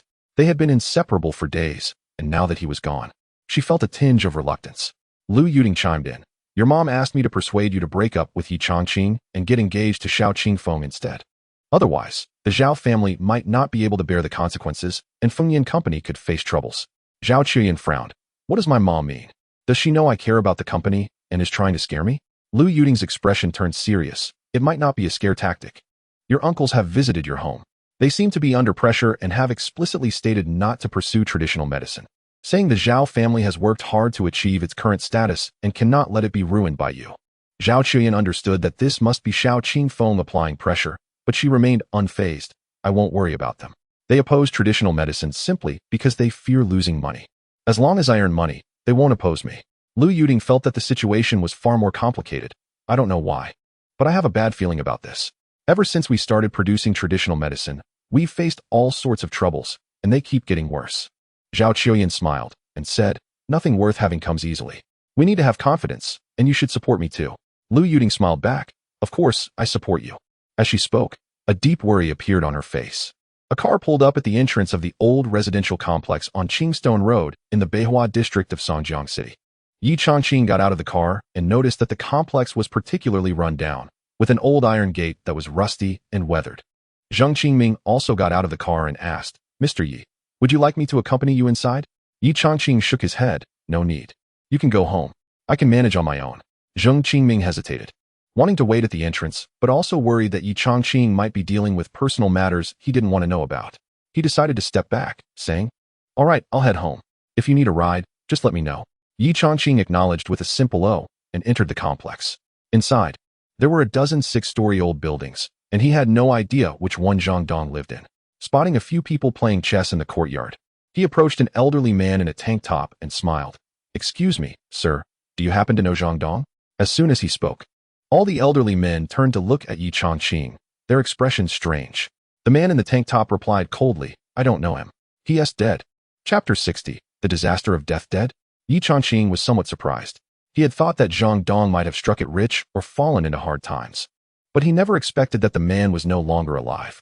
How could he retrieve the tiger token and repay his gratitude now? Since Zhang Dong was gone, he could only seek out his children. Sir, I'll look for his children. Could you please tell me which building he lived in and what his door number was? The older man in a vest didn't even glance at Ye Changqing and sarcastically replied, Young man, Zhang Dong is already dead, and his children have also been in a car accident. Don't go too far. You should leave some room for yourself. Ye Changqing sensed that the old man had misunderstood him and explained, Sir, you might have misinterpreted my intentions. I'm here to repay a debt of gratitude. Zhang Dong helped my master in the past, and I'm here to return that favor, not to collect a debt. The older man looked Ye Changqing up and down, seemingly contemplating the truth of his words. After a long pause, he shook his head. Repay a debt of gratitude? Who are you trying to fool? In this day and age, I've seen people commit fraud and borrow money without repayment, but I've never seen anyone come to repay a debt of gratitude. Enough with the act. I don't know Zhang Dong, so you should just leave. Feeling somewhat helpless, Ye Changqing turned to leave when he suddenly noticed the old man's eyes were slightly rotting, his eyes bloodshot, and his lips pale. It was quite evident that he had prostate issues. Sir, have you been experiencing frequent urination and sharp pain while urinating lately? To avoid going to the bathroom too often. You've been drinking less water, right? The old man looked at Ye Changqing in confusion. How do you know? He suspected that Ye Changqing had heard this from someone, but he also felt it was unlikely. If he had the time to inquire about his health, he would have already found Zhang Dong's home. Ye Changqing smiled. I'm a doctor. I noticed it right away. You should brew a tea using these 4 herbs, cinnamon twig, poria, alisma, and white atractylodes. Just like brewing tea. Drink it for a month, and you'll be fine. The old man took out his phone. I can't remember that. Please edit a text message for me to save it. Oh. Ye Changqing took the phone and helped him edit the message. The older man looked at Ye Changqing and lowered his guard. Now I believe you are here to repay a debt of gratitude. Zhang Dong was a good man, and his medical skills were excellent. Unfortunately, good people don't live long. He treated a patient, and instead, he got defrauded. Even now, there are still people coming to collect debts. Ye Changqing could tell that the old man was speaking up for Zhang Dong. Tell me. Perhaps I can help him resolve this. He handed the phone back. The old man took the phone and glanced at the prescription. I'll tell you the address. It's in Building 16, Unit 1, East Unit. You seem like a decent person, so I'll add one more thing. When you repay your debt of gratitude, you can give money or goods. But don't fantasize about solving problems. Otherwise, you'll get into trouble too. Ye Changqing was startled, even with Zhang Dong dead. The situation was still so complicated. He waved goodbye to the old man and followed the building numbers, eventually finding Building 16 at the northeast corner of the family compound. Upon entering the stairway of Unit 1, he saw the walls covered in large characters demanding payment for lives lost. The large red characters, like fresh blood, were strikingly eye-catching. Arriving at the east door, I raised my hand and gently knocked on the door. Knock, knock, knock. After a long pause, the door opened. A young woman in a delivery uniform stood at the entrance, looking to be in her 20s and quite beautiful. Upon seeing Ye Changqing, she asked, Who are you looking for? Ye Changqing stated his purpose. My master and Zhang Dong are friends, and I'm here to check on the old gentleman on behalf of my master. The young woman looked a bit sad and replied, My grandfather has passed away. Ye Changqing responded, I know. I heard the news when I was asking for directions. Please accept my condolences. If you're in any difficulty, just let me know, and I'll help you. The young woman shook her head slightly. Forget it. There are some things you can't help with. Ye Changqing pointed to the red characters in the hallway and said, I saw the message about the debt. How much do you owe? I can help you pay it off. The young woman's eyes brightened for a moment before dimming again. Forget it. It's too much. Thank you for your kindness. Ye Changqing understood her feelings. It was hard to believe that a stranger suddenly appeared offering to help with her debts. After all, her grandfather had saved his master. And that was priceless. Just tell me how much it is, and I'll cover it, he insisted. The young woman's eyes lit up again. After a moment of hesitation, she said, My name is Zhang Qian. Thank you. If you really help me through this tough time, I will pay you back later. If you change your mind after hearing the amount, I won't blame you. I owe 890,000. Ye Changqing didn't hesitate. I'll help you pay it off. Call the person here. I'll give them the money right away. Zhang Qian was so excited she didn't know what to say, pacing back and forth until Ye Changqing reminded her to call someone to come collect the money. She finally calmed down and made the call. 20 minutes later, Wang Yong arrived with 2 lackeys. He entered the house, sat on the sofa, lit a cigarette, and slowly said, Zhang Qian, you called me over. If you can't come up with the money, your brother is going to be in big trouble. Zhang Qian looked eagerly at Ye Changqing, waiting for him to speak. Ye Changqing coughed and said, 890,000. Write a receipt, and I'll transfer the money to you. Wang Yong pulled out his phone disdainfully looking at Ye Changqing. Looks like we've got a big spender here. As long as someone pays, I'll take money from anyone. Here's my QR code for payment. Go ahead. Ye Changqing scanned the code and transferred the 890,000.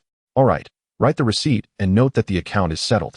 Upon hearing the notification sound from his phone, Wang Yong exclaimed, "You really have this much money? Where did you get it? How is this possible?"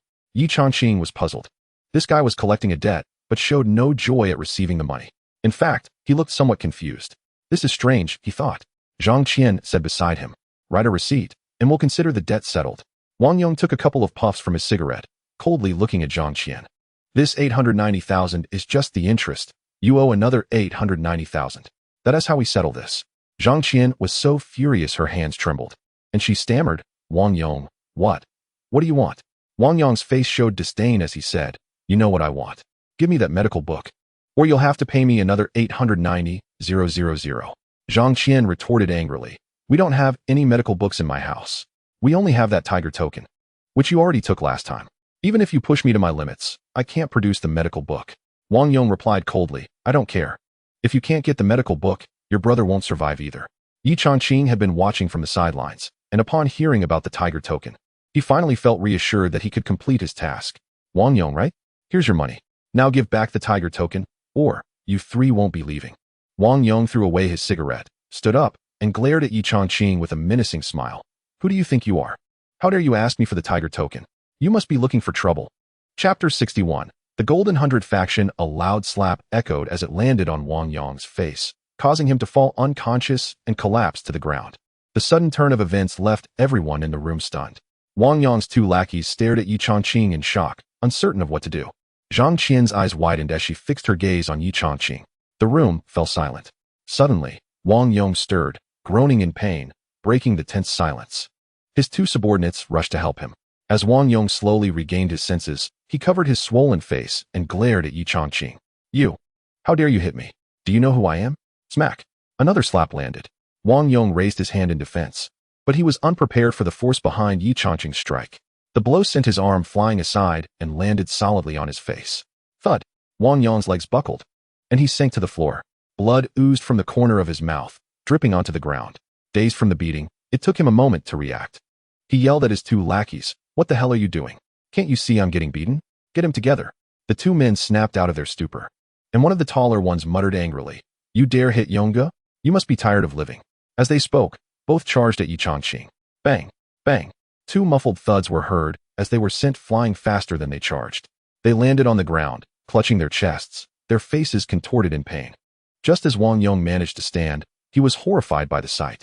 His face turned pale as he looked at Ye Changqing and began to back away. Do you know who I am? Do you know what the consequences of this are?" Ye Changqing replied coldly, "I don't care about the consequences. Hand over the tiger seal." "The tiger seal?" Wang Yong's eyes flickered. "You want the tiger seal? Don't think you're impressive just because you can take on the three of us. You'd better not get any ideas about that thing, or it could cost you your life." Ye Changqing's gaze hardened, locking onto Wang Yong with a chilling intensity. "If you don't hand over the tiger seal, I will take your life. Do you believe me?" Seeing the murderous intent in Ye Changqing's eyes, Wang Yong shivered. "The tiger seal is not in my possession. Someone else took it. Even if you kill me, it won't help." Ye Changqing responded coldly, "Then tell me who took it." The tiger seal was the main item for this mission and one of the tokens of the medical sect. He had to retrieve it, no matter what. Wang Yong wiped the blood from the corner of his mouth, still feeling somewhat unwilling, and turned to Zhang Qian. "Is this the person you brought? Do you understand the consequences? For the medical book, I won't kill you, but that doesn't mean we won't kill your brother."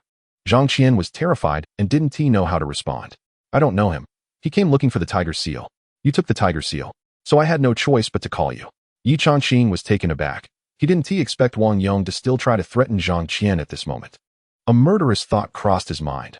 "Wang Yong, are you still trying to threaten others when you can't even protect yourself?" Wang Yong couldn't bring himself to look Ye Changqing in the eye. He felt as if his face had been frozen and a few of his teeth had fallen out. Realizing he was up against a tough character, he dared not play tricks anymore. "Actually, we're just debt collectors. The person who commissioned us is named Yang Ning. His identity is quite mysterious. He's very wealthy and quite resourceful. I can take you to see him. You can ask him for the tiger token yourself. If you can't manage to get it, then there's nothing I can do." Ye Changqing nodded. "All right, let's go." 20 minutes later, Wang Yong stood in front of the Linjiang Hotel, pointing at the hotel entrance. Yang Ning is staying on the 18th floor, room 1808. Ye Changqing frowned. He lives in a hotel? Wang Yong nodded. Yes, he always stays in hotels. He has the entire floor contracted. He continued, when you get off the elevator, just say you're looking for Yang Ning. Ye Changqing interrupted, lead the way.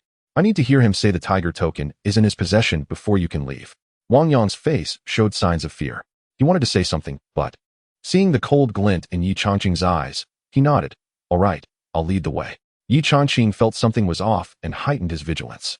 As the elevator ascended slowly, Wang Yong's expression grew increasingly grim, and his two subordinates looked pale, as if they were walking to their doom. Finally, they reached the 18th floor. As the elevator doors opened, Ye Changqing noticed the dim lighting outside. Seeing Wang Yong hesitating to step out, he kicked him out. The two subordinates collapsed inside the elevator, and Ye Changqing couldn't be bothered with them as he stepped out. The elevator doors slowly closed behind him, plunging the space into deeper darkness. A security guard approached, wielding a rubber baton, his gaze fixed menacingly on the two. You've come to the wrong place. Leave now. Ye Changqing pointed at Wang Yong. He has business with Yang Ning. The guard glanced at Wang Yong. No one is allowed to see anyone today. Get lost. Or I want to be polite. Wang Yong took 2 steps back, pointing at Ye Changqing. He forced me to come. The guard shot Ye Changqing a cold smile and suddenly swung the rubber baton at his head. Ye Changqing's eyes flashed with a cold light before the baton could land. He delivered a kick to the guard's stomach. Bang! The guard's large frame was sent flying like it had been hit by a speeding car, crashing against the corridor wall before collapsing to the ground, motionless. Wang Yong watched this unfold, shivering in fear. The kick had been too heavy. The guard was probably done for. Ye Changqing turned to Wang Yong. Let's go, lead the way. Wang Yong complied with a hesitant okay, and walked down the dim corridor. When they reached room 1808, he stopped and glanced back at Ye Changqing before raising his hand to knock on the door. Knock, knock, knock. In the dim corridor, the knocking echoed back. Creak. The door opened, revealing a man with a buzz cut dressed in unusual attire. Upon seeing Wang Yong, he paused for a moment and asked, Did you get the medical book? Wang Yong took 2 steps back and pointed at Ye Changqing, saying, He wants the tiger seal from you. I don't want to come. He will kill me.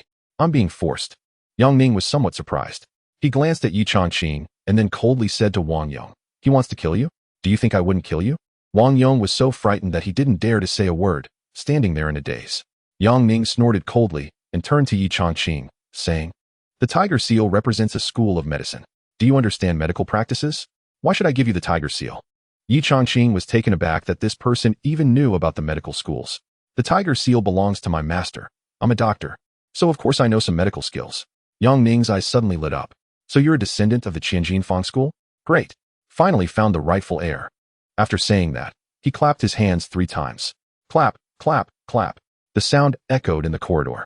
Suddenly, the door beside them swung open, and 2 burly men with muscular builds and fierce expressions stepped out. Yang Ning pointed at Ye Changqing and instructed the 2 men.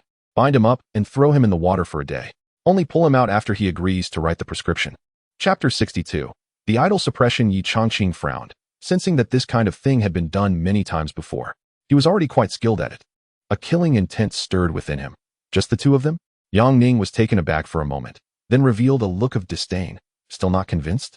These 2 are champions in the octagonal cage. You wouldn't stand a chance against either of them. Since you're so defiant, fine. Let us make it a little more interesting. I'll first beat you to a pulp, then throw you into the water with some salt added. Ye Changqing's eyelids twitched at his words.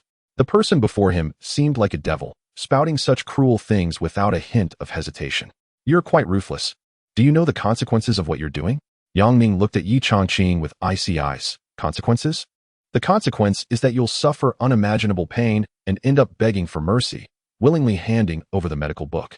With that, he waved his hand at the 2 burly men. Get on with it.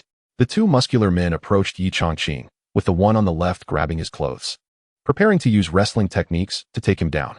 Bang! Ye Changqing's fist moved like lightning, striking swiftly before retracting. It was so fast that it was barely visible, leaving only a blur behind. The burly man suddenly released his grip on Ye Changqing's clothes, clutching his neck and making a wheezing sound, unable to utter a single coherent word. Then, he collapsed to the ground, rolling and holding his neck. Yang Ning stared wide-eyed at this scene. How could you defeat a champion from the octagonal cage? The other burly man, witnessing this, looked at Ye Changqing with a newfound wariness. He circled around Ye Changqing a few steps, then suddenly lunged forward, throwing a punch at Ye Changqing's temple. Ye Changqing's right foot slammed into the man's knee. Crack! The sound of a knee bone breaking echoed. The burly man's leg bent backward at an unnatural angle. Unsteady, he swung his fist but missed, collapsing to the ground with a piercing scream. Ah? My leg. Ye Changqing followed up with a kick to the man's head. His scream abruptly ceased, leaving no further sound. Seeing this, Yang Ning turned pale with fear. You, he stammered, unable to utter anything else. Nearby, Wang Yong's legs felt weak. His eyes filled with terror and shock as he looked at Ye Changqing. Ye Changqing extended his hand. The tiger seal. Give it to me. Yang Ning hesitated for a moment, then nodded.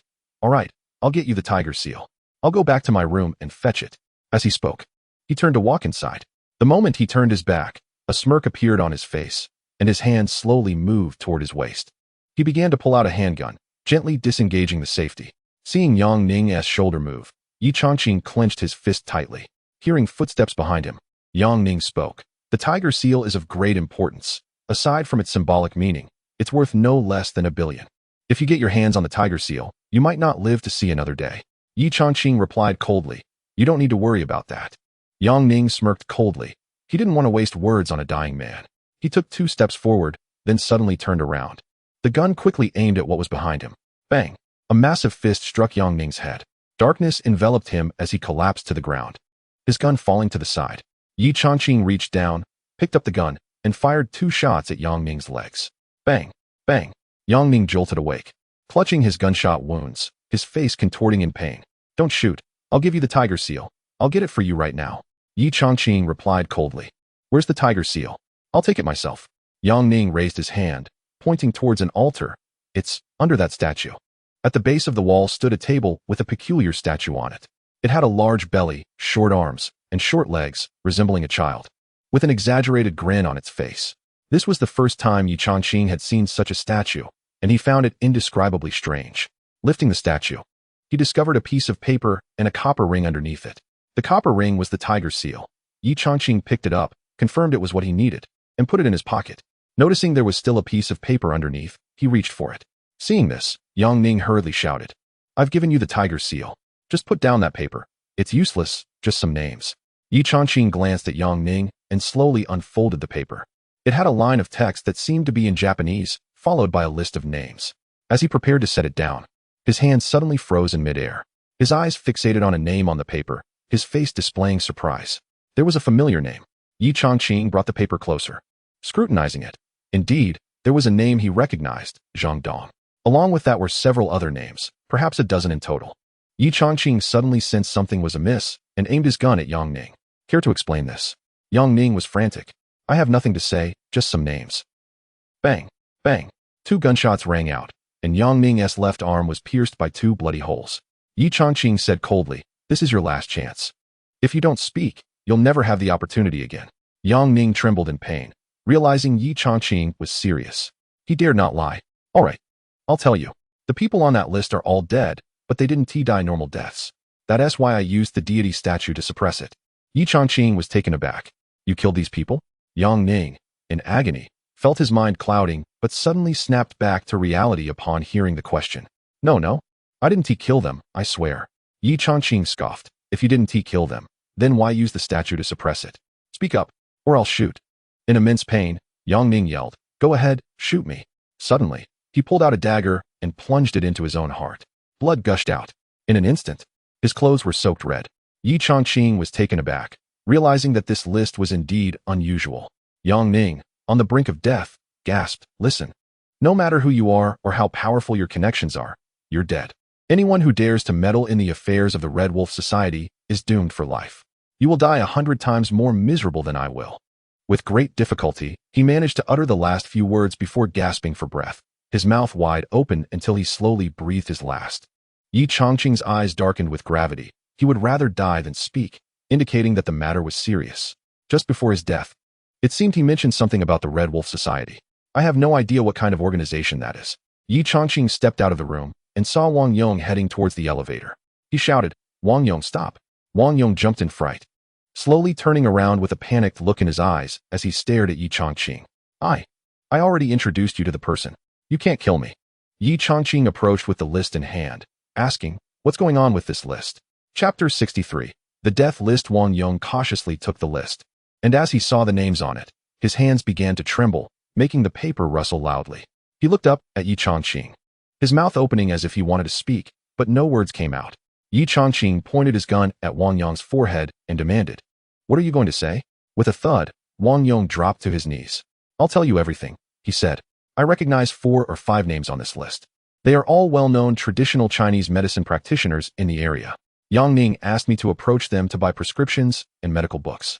I led my brothers to visit them a few times, threatening and enticing them, but they refused to sell. In the end, Yang Ning told us to forget about it. In a couple of days, they would all be dead. All dead." Ye Changqing was taken aback. The list contained dozens of names. He took out his phone and searched for the first name, Lu Yuqi. Soon, a number of news articles popped up. Dead, killed in a car accident. The second one drowned in a river. The third fell to their death from a staircase. The fourth, Zhang Dong, jumped off a building. The more he looked, the more horrified he became. They were all dead, and their deaths were all suspicious. Now he understood why Yang Ning had resorted to using idols for suppression. He had killed people and, out of fear, used the idols to bring himself some comfort. Thinking of Zhang Dong's death, Ye Changqing pressed the gun harder against Wang Yong's forehead. "Why did Zhang Dong jump?" Wang Yong shook his head. "I don't know. I've never met Zhang Dong. I've never even seen his son. I only received the debt bill from Zhang's family through Yang Ning. I went to collect the debt and forced Zhang Qian to hand over the medical book." "What medical book?" Ye Changqing asked coldly. Wang Yong shook his head again. "I'm not sure. It seems that Zhang Dong's grandfather saved someone, and that person gave him a medical book. Yang Ning wants that book." Ye Changqing fell into deep thought. The events of the past few days had been too strange. The traditional Chinese medicine produced by Fengyan Group had been subjected to various accusations. In newspapers and online, there was a campaign against the science of traditional Chinese medicine. It was becoming increasingly rare, on the verge of extinction. Yet, here were people resorting to murder and kidnapping to seize a medical book, using any means necessary. It was all too contradictory. As he contemplated these matters, he walked toward the elevator, with Wang Yong nervously following him inside. Upon reaching the ground floor, he suddenly remembered something. They had just killed someone upstairs. He took out his phone to check the recorded video, which was still clear. It showed Yang Ning committing suicide. Just then, Wang Yong shouted, "There's a fire. The upper floors are on fire. It looks like it's on the 18th floor." Ye Changqing looked up and saw that indeed the 18th floor was ablaze, flames roaring and thick black smoke billowing. Wang Yong patted his chest and said, "Great. If there's a fire, there won't be any evidence left. This hotel doesn't have any cameras. They shouldn't be able to trace me here." Ye Changqing turned to look at the hotel lobby, and sure enough, there were no cameras at the entrance. Suddenly, he understood why Yang Ning had chosen this place. It was likely that the fire on the 18th floor was set by members of the Red Wolf Society. He felt a heightened sense of vigilance toward this organization. Ye Changqing was preparing to return to Zhang Qian's house when he suddenly remembered something. If anything were to happen to Wang Yong, Zhang Qian's brother, he would immediately find himself in trouble. After saying this, regardless of Wang Yong's thoughts, he left without a second glance. Wang Yong, with a bitter expression, muttered, "Yang Ning is dead. I definitely won't cause any more trouble. If someone else finds trouble with him, it has nothing to do with me." Watching Ye Changqing walk away without looking back, he sighed. He knew he couldn't escape this situation. Ye Changqing returned to the neighborhood and knocked on Zhang Qian's door. Surprised to see him, Zhang Qian asked, "Did you get the tiger seal?" Ye Changqing nodded. "Yes, I got it. You don't have to worry about your brother anymore. Wang Yong won't bother you again." Looking at Ye Changqing, Zhang Qian tentatively asked, "Are you really the heir of the Tianjin school?" Ye Changqing shook his head. He knew what Zhang Qian meant by the Tianjin school. Chinese medicine has several schools, like the Shanghan school and the Tianjin school. But his master never told him which school he belonged to when passing down the medical knowledge. "I don't know, my master never told me." Zhang Qian responded with an "I have one more thing to tell you. Actually, I learned medicine from my grandfather too. But I've never dared to practice or say that I know medicine. Do you think I can practice now?" Ye Changqing fell into deep thought. With Yang Ning dead, Wang Yong should be too scared to cause trouble now. "Yes, you can practice medicine. I can help you find a storefront. If you encounter any issues you can't resolve, you can come to me." Feeling somewhat uneasy, Zhang Qian replied, "You've been so kind to me. I don't know how to thank you. But don't worry, my medical skills are decent. Once I make some money, I'll pay you back." Ye Changqing thought for a moment and said, "Your grandfather helped my master, so I'm just here to repay a favor. There's no need to pay me back. How about this? I'll take you to find a storefront right now." As they walked, they chatted and gradually got to know more about Zhang Qian. She had learned medicine from her grandfather and studied Western medicine in college. Her first job was in a hospital, but when issues arose at home, Wang Yong caused a scene at the hospital, leading her to lose her job. Out of necessity, she took a job as a delivery person. After a long search, they settled on 3 potential storefronts. In the end, they chose one located in an urban-rural fringe area. Ye Changqing paid 3 years' rent up front and helped her buy a medicine cabinet, medical supplies, and various office necessities. After everything was prepared, he mentioned he would come by to help when she opened for business, and then he turned to leave. Half an hour later, Ye Changqing stood at the entrance of the Changping Club, hesitating to move. Despite it being his second visit, he still felt uncomfortable, perhaps due to his unpleasant first experience. Just then, a car pulled up beside the road. A man got out and walked toward the club, passing by Ye Changqing. He turned to take a look and suddenly stopped. "Oh my, isn't this Mr. Yi? What are you doing here?" Ye Changqing was equally surprised to see Lu Hong, an old high school classmate. Lu Hong came from a very wealthy family. Both his father and uncle were in business, making them small tycoons in Sanjiang City. In high school, Lu Hong had a crush on a female classmate, but she happened to like Ye Changqing instead. Ye Changqing was aware of his family's difficult circumstances and focused solely on his studies, ignoring his female classmates. Little did he know that this would offend Lu Hong, who began to seek trouble with him for no reason. It wasn't until Ye Changqing achieved success in his entrepreneurial ventures that Lu Hong started to back off. Unexpectedly, they crossed paths again. Ye Changqing initially had no intention of engaging with him, but when Lu Hong spoke, he casually replied, "Oh, just here to take care of some business." Lu Hong laughed and pointed at the club, saying, "President Yi, I heard you went to prison and your wife left you. How unfortunate."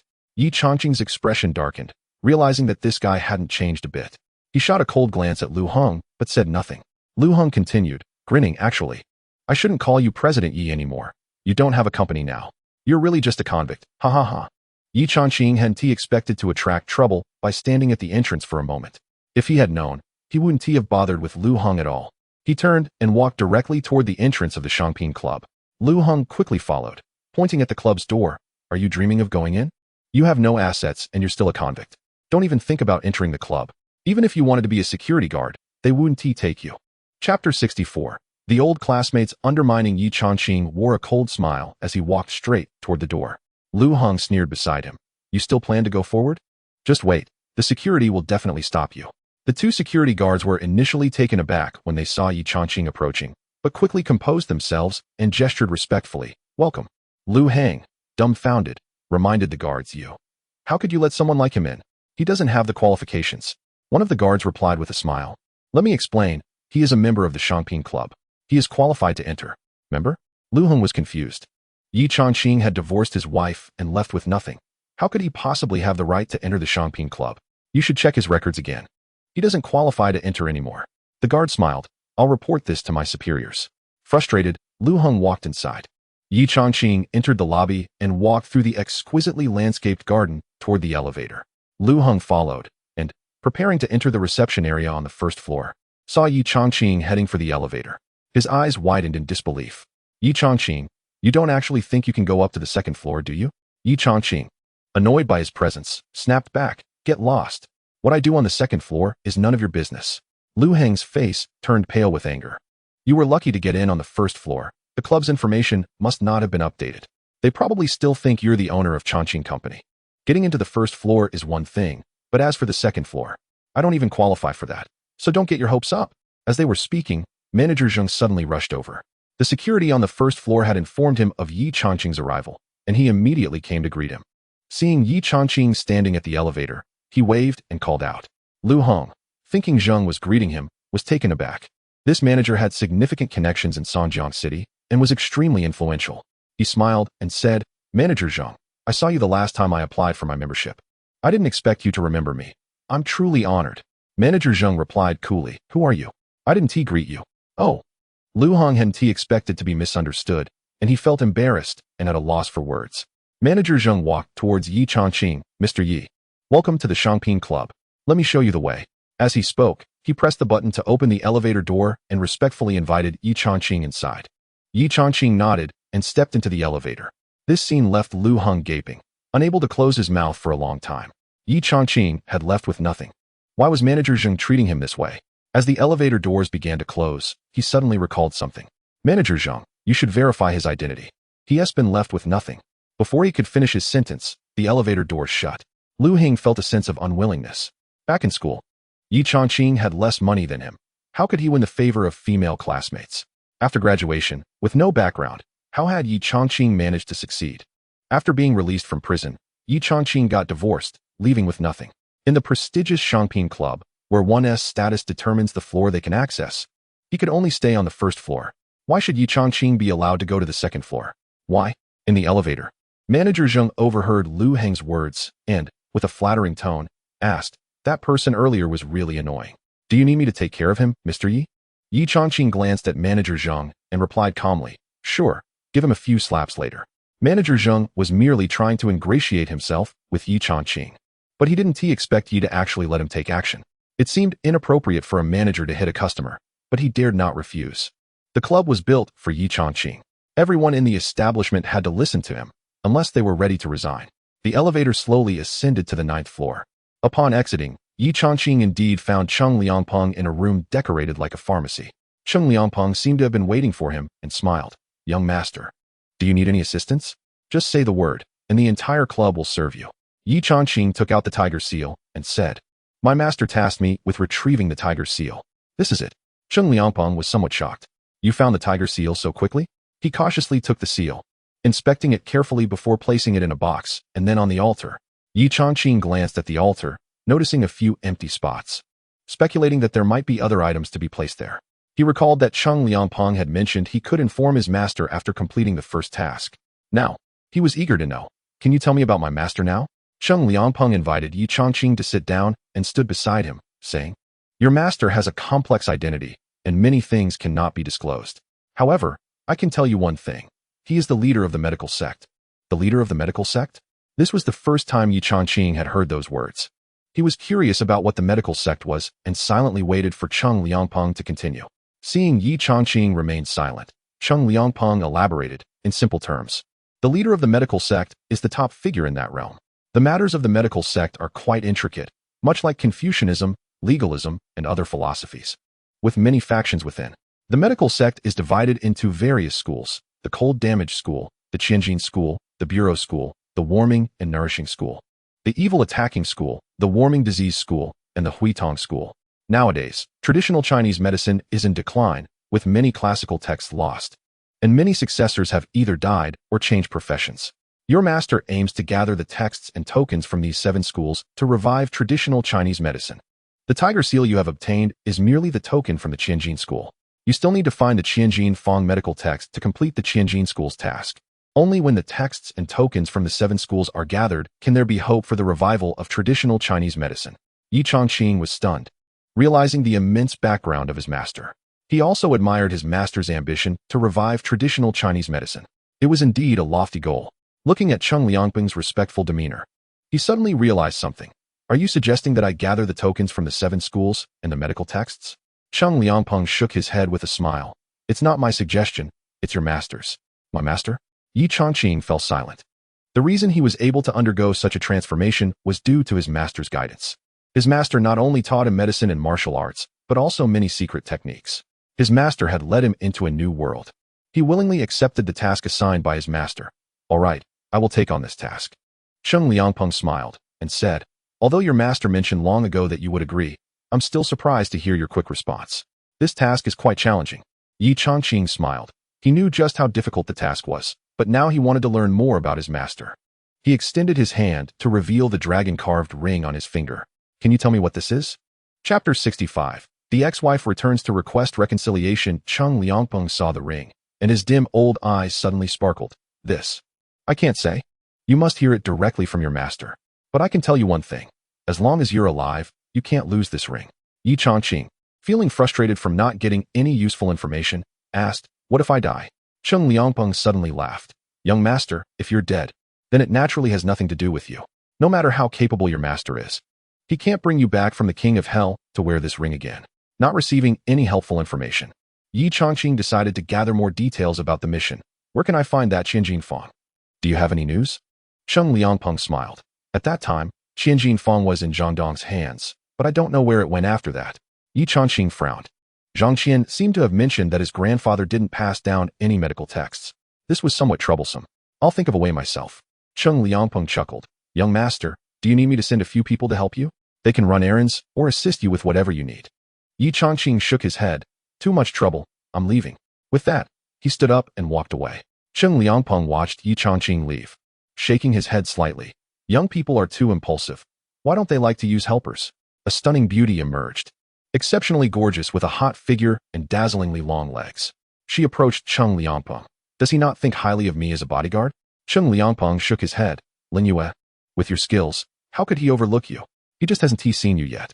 Lin Yue felt somewhat dissatisfied. Old Cheng, why don't you let me come out and show off a bit? Cheng Liangpeng replied, shaking his head. He is the young master. I can only call you out with his permission, but he finds it troublesome and doesn't need helpers at all. Ye Changqing took the elevator down to the first floor.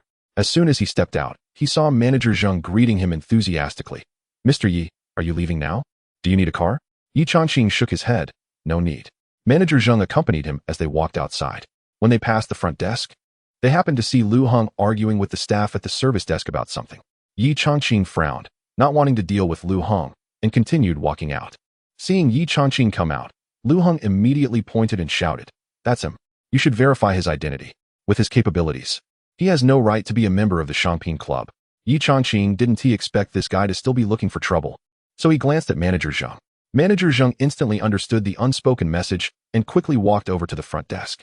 The staff immediately reported, Manager Zheng. He insists on verifying Ye Changqing's identity, but we don't have the authority to do that. Manager Zheng waved his hand. You don't need to worry about that. I'll handle it. Lu Heng, hearing this, felt hopeful.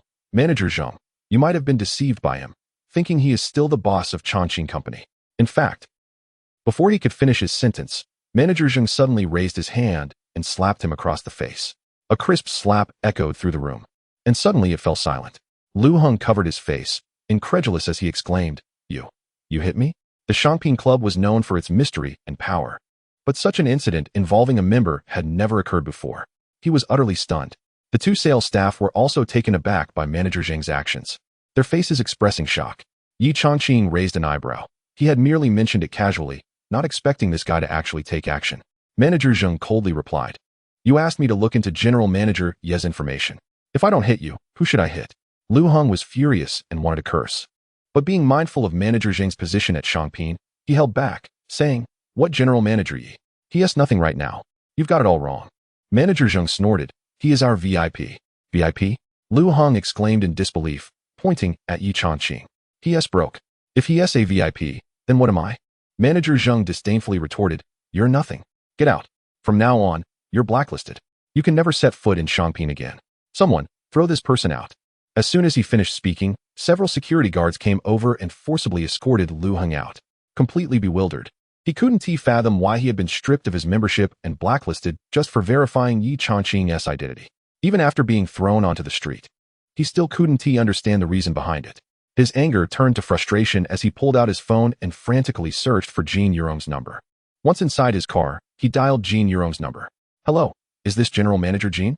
Jean Yurong was surprised to see Lu Heng's call. It's me, General Manager Lu. Is there something you need? Lu Heng rubbed his bruised face and said with a forced smile, I met someone at Changping today. Changping Club? Jean Yurong felt a twinge of envy. She hadn't even qualified to enter the place yet. It felt like Lu Heng was showing off, but she still asked, Who did you meet? Lu Heng's eyes darkened with resentment. I saw Ye Changqing. Not only did he get into Changping, but he also made it to the second floor. I heard he divorced you and left with nothing. Have you two reconciled? The second floor? Jean Yurong replied, surprised. Even if Ye Changqing had become Zhao Chuyan's son-in-law, he shouldn't have the qualifications to enter Changping, as he wasn't the owner of Fengyan Group. How did he get a membership? Let alone access to the second floor? She realized she no longer understood someone she used to know so well, especially since his release from prison. Ye Changqing seemed like a different person now, more capable than ever. How unfortunate. She had thought he was washed up. Thinking about this made her feel even more regretful. After waiting for a while without hearing Jean Yurong respond, Lu Heng asked again, Why aren't you saying anything? Jean Yurong's emotions were breaking down. I have things to do. I need to hang up. The company's accounts were empty, and she felt utterly trapped. Her desire to remarry grew stronger by the day. Only through remarriage could the company be revived. Otherwise, she might end up in prison. After hanging up the phone, she packed her things and rushed to the Yi family. Lu Heng, having been hung up on, was furious and cursed, Ungrateful wench. How dare you hang up on me? After a couple of insults, He remembered that he had been kicked out because of Ye Changqing, which only added to his anger. He secretly vowed that one day, he would make Ye Changqing pay for it. As Ye Changqing walked out of the clubhouse, his phone rang just a couple of steps later. He pulled out his phone and saw it was actually Director Zhao calling. "Did you call me for something?" Ye Changqing asked. Director Zhao replied with a smile, "Brother, I haven't completed my tasks this month. I need your help." Ye Changqing frowned. "I don't have any business or assets right now. How can I help you complete your tasks?" Director Zhao chuckled. "Come on, Brother Ye. I'd even call you Grandpa if it helps. Stop pretending to be poor. I just had a meeting at the headquarters and learned from the provincial bank that at least 300 million has been transferred under your name. Brother Ye, I still haven't completed my tasks this month. Please help me out. I'm begging you."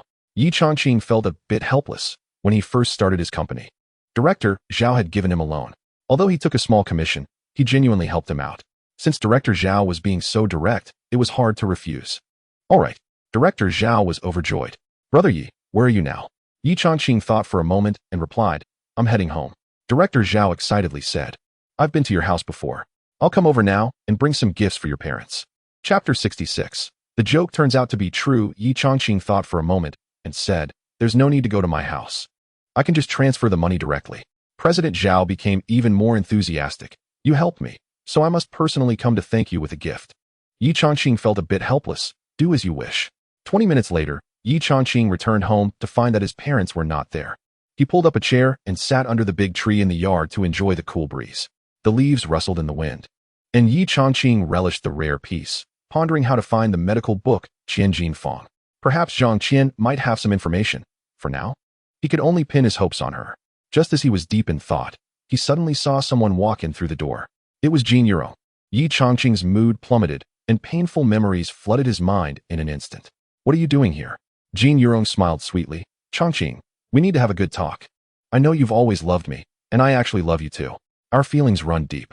Ye Changqing found it quite ironic. "You're talking about feelings with me? You didn't say that during the divorce. When we divorced, I said I loved you and didn't want to end our years of relationship. But what did you say? You claimed my feelings were worthless. You called me a convict and a poor man, saying I was like a toad in a stinking ditch, unworthy of a swan like you. So why are we talking about feelings now?" Jin Yurong felt a bit embarrassed. "I was out of my mind back then. I realized I was wrong. After the divorce, I found out that you were the only one who was truly sincere with me. In this world, only you made money and gave it all to me. When I got into trouble, you were willing to take the blame for me. Now that the company is in financial trouble, no one is willing to help me. I know you love me. You're the only man in the world who is willing to shield me from the storm. This time, you must help me. If you don't, the company you built will go under, and I might end up in jail." Ye Changqing felt a surge of disgust. So it was still about the company's issues. "Your problems have nothing to do with me. We are divorced now. If you go to jail, that's your own issue. I will never again do something foolish like feeding my genuine feelings to the dogs." Dogs. Jin Yurong's face twitched. She couldn't believe he called her a dog. After all these years, she had grown accustomed to being pampered and was used to having the final say at home. Ye Changqing's indifference made it hard for her to adapt, and impatience gradually crept into her eyes. "Ye Changqing, what do you want? I've apologized. I've even knelt before you. Why can't you just forgive me? Why do you hold on to this one mistake? I just need you to say a word to President Zhao. I'm not borrowing your money. Unless you don't have the money or the qualifications for a loan guarantee." Ye Changqing nodded. "Right, I don't have money." "Huh." Jin Yurong was taken aback. She had said that just to provoke him. She never expected Ye Changqing would actually admit to being broke. After calculating, she realized that Ye Changqing had been in prison for 3 years, and indeed, he had no chance to earn money. Even with a girlfriend like Zhao Chuyan, who was a CEO, she could give Ye Changqing some pocket money. A little cash wouldn't make much of a difference for her. Thinking about this made her feel somewhat disappointed. Now she was facing a financial crisis, lacking funds for operations, and the bank was pressuring her to repay the loan. If she couldn't find the money, she risked going to jail. Money was what she needed most. As for remarrying Ye Changqing, it wasn't that urgent. Jin Yurong looked at Ye Changqing with a complex expression. "Since you don't have any money and can't help me for now, I'll find another way." With that, she turned to leave.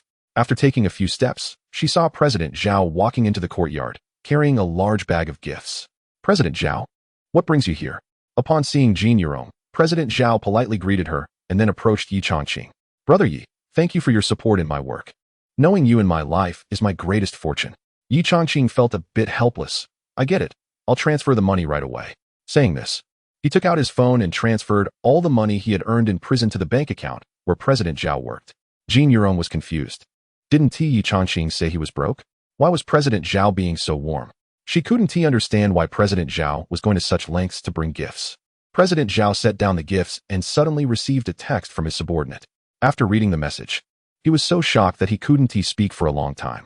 Coming to his senses, he excitedly grabbed Ye Changqing's hand. Brother, you are my brother. My real brother. No, you're my father. Oh my God, you actually deposited 100 billion in our bank. Not only have I completed my task, but I can also get promoted. 100 billion? Jin Yurong's eyes widened in disbelief, her expression one of utter shock. 100 billion. An amount she wouldn't even dare to dream of. But where did Ye Changqing get so much money? Suddenly, she remembered what Ye Changqing had said at the prison gate. He had claimed to have over 100 billion on hand and promised to give her a happy life, saying that they would never lack money again. She had thought he was just bragging. She never imagined he was telling the truth. At that moment, she wanted to slap herself 1,000 times. In her life, among all the men she had known, Ye Changqing was definitely the wealthiest, and she had divorced him. After regretting for a long while, she regained her composure. Since Ye Changqing had money, she felt an opportunity had come. Ignoring President Zhao's presence, she stepped forward and took Ye Changqing's hand. Changqing, you weren't lying to me after all. You really do have over 100 billion. Now I believe you can ensure I'll never lack money for the rest of my life. I see now how much you love me. I realize I was wrong. So terribly wrong. If I asked to remarry you, you might think I'm being too hasty. Can you lend me 50 million to help me get through this tough time? Give? Ye Changqing slightly shook his head, his gaze cold. You're thinking too much. I have money, but it's mine. Not a single cent will I give you. You. Jin Yurong found it hard to accept. Ye Changqing, you clearly love me. In the past, I could say anything, and you would listen. No matter how much you earned, you gave it all to me. Now you have 100 billion, and I'm only asking for 50 million. Why can't you give it to me? Ye Changqing's expression was as cold as ice. When you were my wife, I worked hard to earn money, giving you everything. I would even take the fall for your crimes. But you didn't appreciate it. Now that we're divorced, you're just a stranger to me. Why should I give you money? Jin Yurong found it hard to accept this. She remembered the past, when no matter how much trouble she caused, a little bit of charm would always suffice. She decided to use her usual tricks. She grabbed Ye Changqing's arm again, gently shaking it, and in a sweet, coaxing voice said, Changqing, I know I was wrong. I really do. Can you forgive me? Slap. Ye Changqing landed a hard slap on Jin Yurong's face. The entire courtyard fell silent. It was so quiet that you could hear a pin drop. Jin Yurong was completely stunned. Her attempts to charm him had earned her a slap instead. Next to them, Director Zhao instinctively covered his face, looking shocked at the scene unfolding before him. Ye Changqing was also taken aback. He had never hit Jin Yurong, or any woman for that matter. Previously, he appreciated her flirtations. But now he realized Jin Yurong was a woman with a heart as venomous as a snake's. This kind of childish behavior disgusted him. He couldn't help but strike back. Jin Yurong came to her senses, staring at Ye Changqing in disbelief. You hit me? Chapter 67. Brazen Ambition. Ye Changqing said irritably, Yes. I will hit you. Jin Yurong instantly became furious and ashamed. Ye Changqing, how dare you hit me? You are hitting a woman. Are you even a man? Ye Changqing replied coldly, If you keep being disgusting, I will hit you again. Don't gross me out. Gross? Jin Yurong trembled with anger. In the past, whenever she acted cute, Ye Changqing would always give in. Now he actually called her disgusting? It was like a world apart. She suddenly realized how terrifying it was to have a man who didn't love her. Unfortunately, she thought about how she was the one who initiated the divorce and couldn't help but want to stab herself in the heart with a knife. Why would she leave such a good man? She had turned a gentle and devoted man into a violent and cold-hearted one with her own hands. Seeing Jin Yurong still standing there, Ye Changqing shouted, Get out. Are you waiting for me to throw you out? Jin Yurong shuddered at his roar, feeling the terror of the man before her for the first time. Standing in front of Ye Changqing, she felt like a lamb facing a tiger, completely defenseless. When her gaze clashed with his icy, knife-like eyes, she was so frightened that she turned and fled, looking as pitiful as a stray dog. Ye Changqing's muscles twitched, and veins bulged on his forehead. Ever since the divorce, he felt as if he was on the brink of losing control every time he encountered this woman. Zhao Heng, observing the situation, sighed. I didn't expect things to turn out like this. Brother Yi, calm down. Since you're already divorced, don't let her affect your life anymore. Ye Changqing let out a long sigh. He knew this, but this woman always seemed to disturb his life. Zhao Heng suddenly remembered something. Brother Yi, if she comes to me for a loan again, should I lend her the money? Ye Changqing glanced at Zhao Heng, who was over 40 and a decade older than him, yet called him brother. It was quite frustrating. That depends on your bank's assessment. You decide. Zhao Heng nodded. Oh, got it. I'll head out now. Let us have a meal together another day. Ye Changqing waved him off as he left. Jin Yurong returned home in a daze. Seeing her daughter like this, Jin Xiao was puzzled. Why have you been so listless these days? You've gotten rid of that burden, Ye Changqing. The whole company is yours now. Why aren't you happy? Jin Yurong had never mentioned the company matters to her mother, but now the pressure was too much to bear. Hearing her mother say this, she couldn't help but confess, I regret getting divorced. Jin Xiao was alarmed. Daughter, are you crazy? You're the president of the company now, and he is a convict. Getting back together with him would only lower your status. Jin Yurong forced a bitter smile. I want to remarry him. I would kneel and beg him, but now he doesn't want to. What? Jin Xiao looked at her daughter in shock, noticing tears glimmering in her eyes. She leaned in to sniff. Her daughter hadn't been drinking. She reached out to touch Jin Yurong's forehead. No fever either. Sweetheart, are you talking nonsense? Now that you're richer than him, why are you begging him on your knees? Aren't you mistaken? Jin Yurong shook her head slightly. Mom, you're wrong. He is richer than I am now. I don't even have money to keep things running. He is worth 100 billion now. What? Jin Xia suddenly raised her voice. Where did he get that money? The company is yours. How could he make so much? Jin Yurong's eyes were dull. I don't know. He just has 100 billion. I heard President Zhao say it at the bank today. After a moment of shock, Jin Xia's face lit up. Daughter, it's only been a few days since the divorce. There is no way he could have earned 100 billion in that time. It must be money he made before. If it's money he made before, 100 billion means you should have 50 billion of it. Jin Yurong was taken aback, then slapped her thigh. Right. This 100 billion should include my 50 billion. But I need to provide evidence to prove that this money was earned during our marriage. Lawsuits require evidence. Jin Xia waved her hand dismissively. What evidence? Just make a scene. Cry, throw a fit, and create a ruckus. Didn't you say he got a job? Cause a stir at his workplace. Jin Yurong's eyes brightened. Ye Changqing wanted to marry Zhao Qiuyan. He would definitely want to maintain his image. If she made a scene at the company, she didn't believe Ye Changqing wouldn't compromise. The next day, at Fengyan Group, Ye Changqing took the elevator directly to his office. As soon as he entered, he was taken aback. Zhao Qiuyan was wearing a red silk blouse tucked into fitted pants. Her curvy figure made the soft fabric stand out.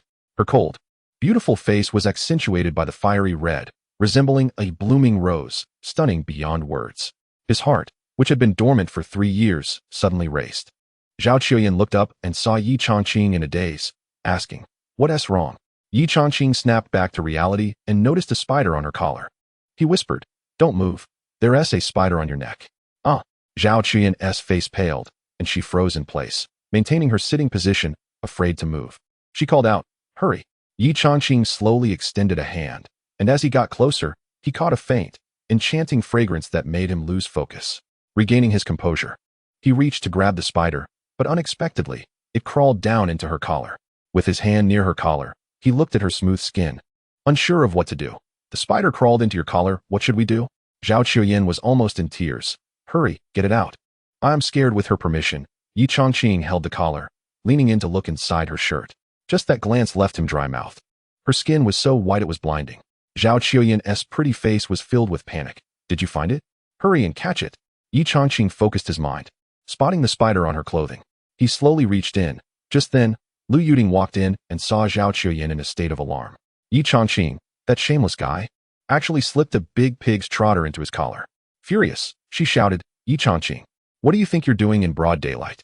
Ye Changqing quickly grabbed the spider and, hearing Lu Yuding's voice, realized she had misunderstood.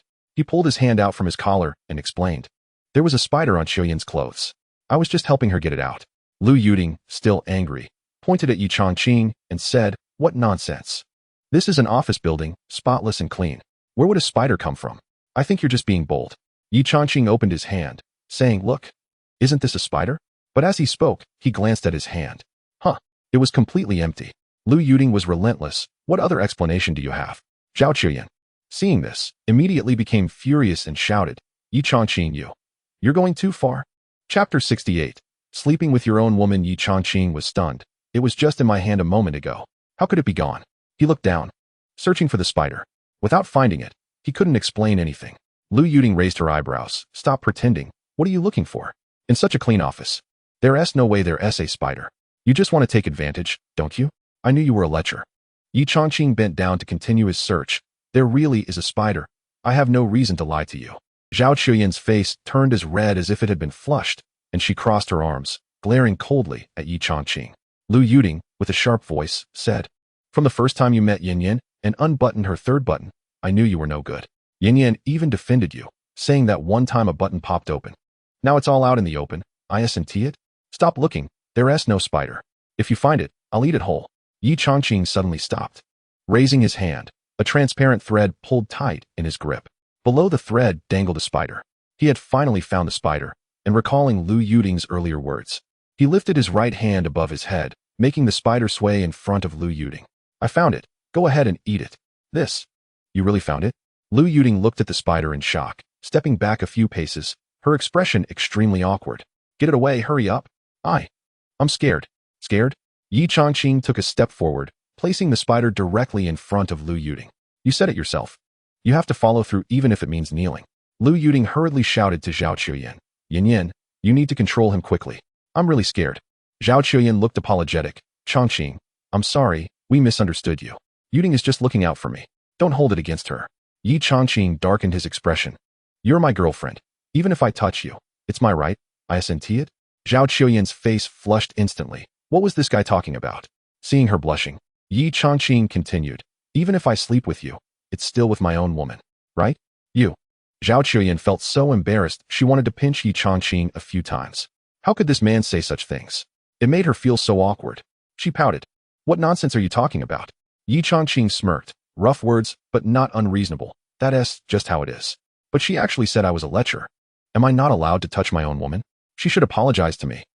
Zhao Chuyan looked at Ye Changqing, unable to say a word. It seemed he had a point. Lu Yuting, gritting her teeth in anger, said, "Fine, I'll consider you not a lecher." Ye Changqing moved the spider closer to Lu Yuting's face. "What do you mean by that?" Lu Yuting turned pale with fright. "I was wrong. I apologize. Hurry and get it away, please." Ye Changqing smirked and walked toward the window, tossing the spider out without a second thought. Lu Yuting raised her clenched fist at Ye Changqing and said, "Don't mess with me. I've trained for this." After saying that, she stormed off in a huff. Ye Changqing shook his head slightly. He didn't perceive any threat from her. At that moment, the office was left with only Ye Changqing and Zhao Chuyan. Zhao Chuyan, still feeling a bit embarrassed from earlier, cleared her throat and changed the subject. "Did you need something?" Ye Changqing nodded. "Yes, I'm on leave today. A friend of mine runs a clinic, and I'm going to help out." Zhao Chuyan suddenly remembered something. "You can't take leave. A company has suddenly stopped selling our medications, and I need to go there in person. Drive me." Ye Changqing frowned. "I thought you could drive?" Zhao Chuyan's expression turned serious. "I don't know why, but ever since we started producing traditional Chinese medicine, things have been going wrong. I feel uneasy if you don't come with me." Ye Changqing stepped closer and smiled. "Can't do without me, huh?" Zhao Chuyan's face flushed. "We're talking business here." For some reason, whenever faced with a problem, she instinctively thought of Ye Changqing. Sometimes, she even felt happy with his playful remarks. Just like earlier, when Ye Changqing couldn't find the spider. She was upset because his actions in the office might have tarnished her image if her subordinates saw it. Not because she was angry about him taking advantage of her. This realization surprised her. Ye Changqing thought for a moment and said, "All right, let's go then." At the entrance on the first floor, Jin Yurong approached the security guard and said, "I'm here to see your president, Zhao Chuyan." The security guard smiled and asked, "Do you have an appointment?" Jin Yurong shook her head. "No." The security guard replied, "I'm sorry, but without an appointment, I can't let you in." Jin Yurong confidently said, "Just tell her it's Jin Yurong." The security guard shook his head again. "No matter what your name is, without an appointment, no one can enter." Jin Yurong felt a bit embarrassed. She wanted to leverage Zhao Chuyan to pressure for a share of that 10 billion fortune. She didn't expect she wouldn't even be able to see Zhao Chuyan, so she could only wait at the entrance. A red sedan drove out from the underground parking lot, passing by the Fengyan Group and heading toward the northern suburbs. On the way, Zhao Chuyan provided information about the pharmaceutical company. It's a chain company, and the owner is Wang Beishan. We've been cooperating for 20 years, and I don't know why they suddenly rejected all of our products. Ye Changqing thought for a moment and asked, "Did he mention anything about profit sharing before?" Usually, such issues arise from uneven profit distribution. He hoped it was this kind of problem because it's the easiest to resolve. Zhao Chuyan shook her head. "What is strange is that he didn't say anything at all. He just notified us directly. We even invited him to dinner to ask what was going on. And all we got was, I don't know." The car stopped in front of a building. The two of them got out and took the elevator to the 10th floor. As soon as they stepped out, Ye Changqing saw the words Xinqing Pharmaceutical Company prominently displayed. A beautiful receptionist smiled and asked, "Do you have an appointment?" Ye Changqing said coldly, "Your boss invited me here. Didn't you know?" The receptionist, startled by Ye Changqing's anger, quickly apologized. I'm sorry. Please, come in. Would you like me to show you the way?" Ye Changqing waved his hand. "No need. I'm familiar with your boss's office." With that, he strode inside. Zhao Chuyan hurried to catch up, whispering, "Do you really know him?" On the way, Ye Changqing hadn't mentioned that he did, so when they arrived, his sudden claim caught her off guard, and she wanted to confirm. If Ye Changqing did know Wang Beishan, things would be much easier. Ye Changqing shook his head. "I just said that so we wouldn't be stopped." Oh, Zhao Chuyan felt a bit disappointed. The situation still seemed bleak. At the same time, she admired Ye Changqing's quick thinking. The business manager could never meet Wang Beishan, but this time, they would finally get to see him. The two of them walked through the office area and directly to the very back. The door marked General Manager's office stood open. As Zhao Chuyan stepped into the office first, her expression changed dramatically upon seeing that Xiao Qingfeng was also there. Chapter 69. The Miraculous Treatment. Ye Changqing was somewhat surprised to see Xiao Qingfeng. He couldn't help but suspect that this guy was the mastermind behind everything. What a coincidence that Wang Beishan refused to sell Fengyan Group's medicine. And this guy just happened to show up. He knew today a situation wouldn't be easy to resolve. Xiao Qingfeng's eyes lit up when he saw Zhao Chuyan. Her cold, icy beauty paired with her wine-red shirt made her even more alluring. The more he looked, the more he was captivated. He had encountered many beautiful women before, but most of them were just ordinary. Only Zhao Chuyan's frosty and proud demeanor, untouched by the mundane, enchanted him. However, for now, she remained an unreachable figure, which only made him crave her more. Noticing Xiao Qingfeng staring intently, Zhao Chuyan felt a bit annoyed. "Xiao Qingfeng, I didn't expect to see you here," she remarked. Xiao Qingfeng snapped out of his daze and replied, "Oh, President Wang asked for my advice on many aspects of work. I came to offer some guidance." His tone was so assertive, it was as if he were the boss of Wang Beishan. A hint of worry crossed Zhao Chuyan's pretty face. It seemed Xiao Qingfeng was hinting at something. She could only pretend not to know and turned to greet Wang Beishan. "President Wang, I apologize for the sudden visit. I hope it's not too much of an interruption."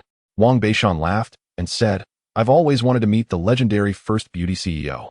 Today, I finally get to see you."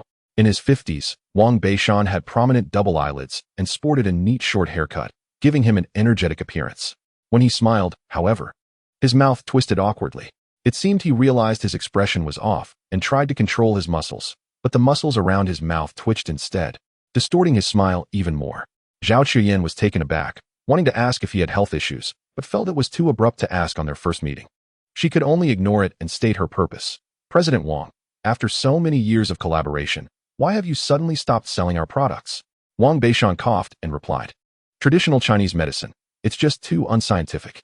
What else with the 5 elements, metal, wood, water, fire, earth, yin deficiency, yang deficiency. These are all feudal superstitions. And those medicines made from tree bark and herbs, can they really cure diseases?" Zhao Chuyan was caught off guard by this question and didn't know how to respond. Just then, Ye Changqing spoke up, "President Wang, why haven't you treated your facial paralysis? The longer you wait, the harder it is to cure." Wang Beishan glanced at Ye Changqing and asked Zhao Chuyan, "Who is this?" Zhao Chuyan smiled and said, "This is my driver." Wang Beishan's face immediately darkened. What does a driver know? This isn't facial paralysis. It's facial neuritis or facial nerve spasms. I've been undergoing treatment. But this kind of condition can't be cured overnight. Xiao Qingfeng interjected, "President Wang, you might be mistaken. I know he understands some traditional Chinese medicine. Perhaps he could cure your condition instantly, even." He was aware that facial neuritis was notoriously difficult to treat and deliberately aimed to put Ye Changqing in a tough spot, hoping to humiliate him. Wang Beishan was somewhat surprised by Xiao Qingfeng's words. "Really? Forgive my ignorance, but can traditional Chinese medicine really treat facial nerve inflammation?" Ye Changqing nodded. "Yes, and the results are quick, just as Xiao Qingfeng said. After treatment, recovery is immediate." Xiao Qingfeng didn't expect Ye Changqing to boast like this. The last time Ye Changqing treated a patient in the hospital, he thought it was a matter of luck. This time, however, was different. It's been a month of treatment with no improvement. Traditional Chinese medicine is known for its slow results, and he didn't believe it could be that effective. "Mr. Wang, why not let him give it a try? If he fails, it will just prove that traditional Chinese medicine is nothing but feudal superstition.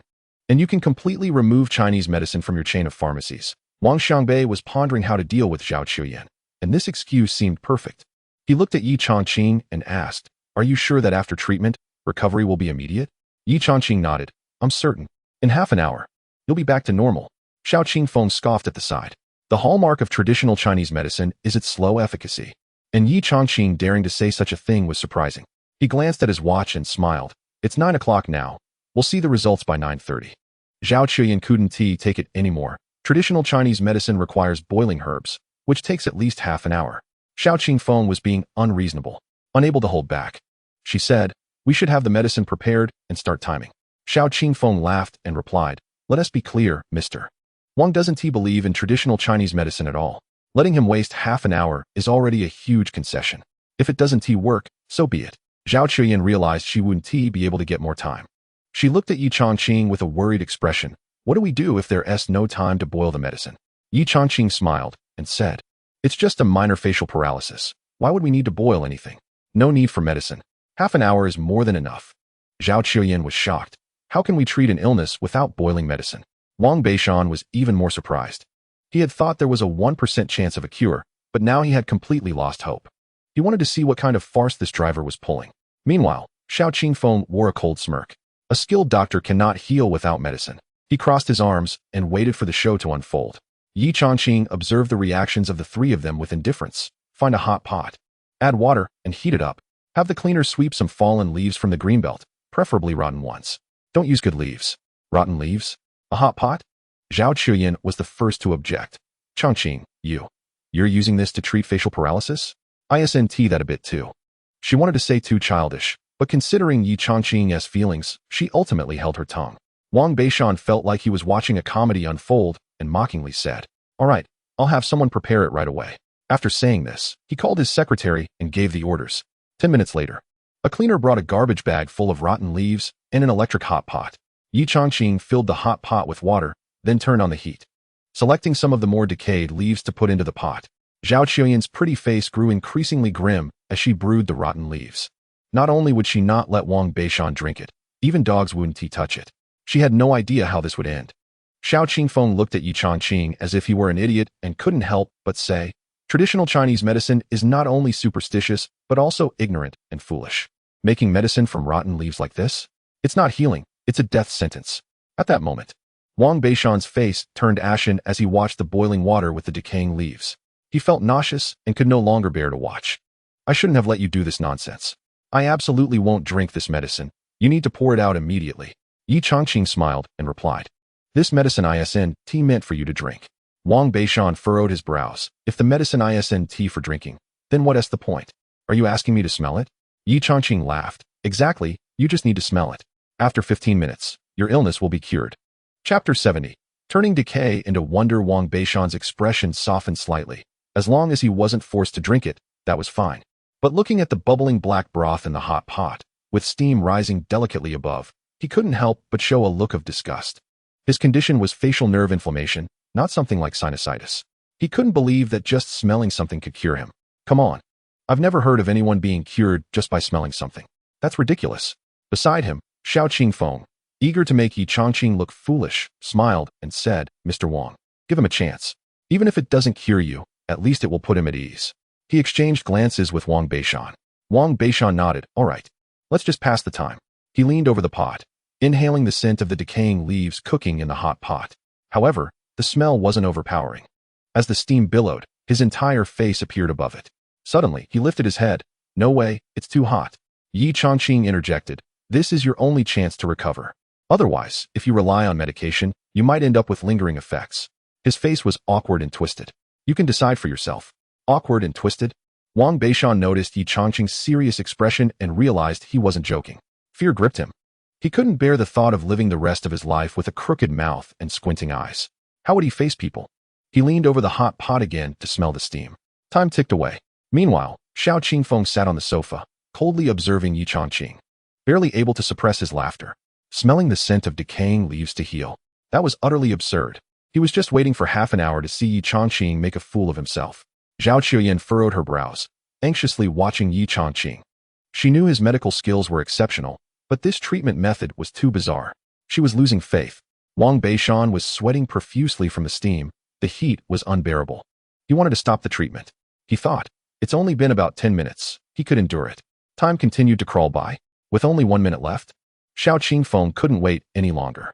Mr. Wang, that's enough. Time's up.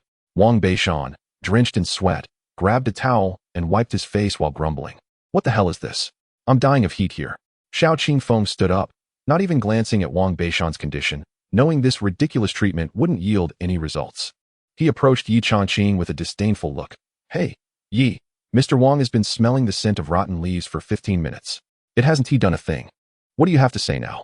You need to recognize your place. You're just a driver, a lousy chauffeur. Do you really think you're a doctor? Doesn't that seem ridiculous to you? Ye Changqing seemed not to hear him, silently observing the expression on Wang Beishan's face, his eyes unwavering. Wang Beishan wiped his face clean, tossed the towel onto the desk, and glared at Ye Changqing. What is this? I have never believed in traditional Chinese medicine.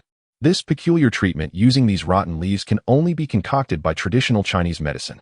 Why don't you just have me drink some ash and water infused with talismans? It's pure superstition, treating me like a fool while I'm sweating profusely.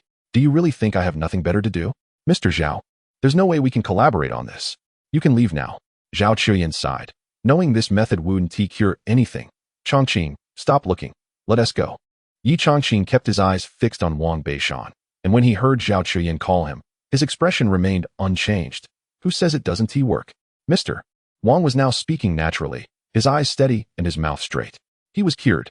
Everyone in the room looked astonished at Ye Changqing, as if they were in a rural village witnessing someone point at wheat and claim it was leeks.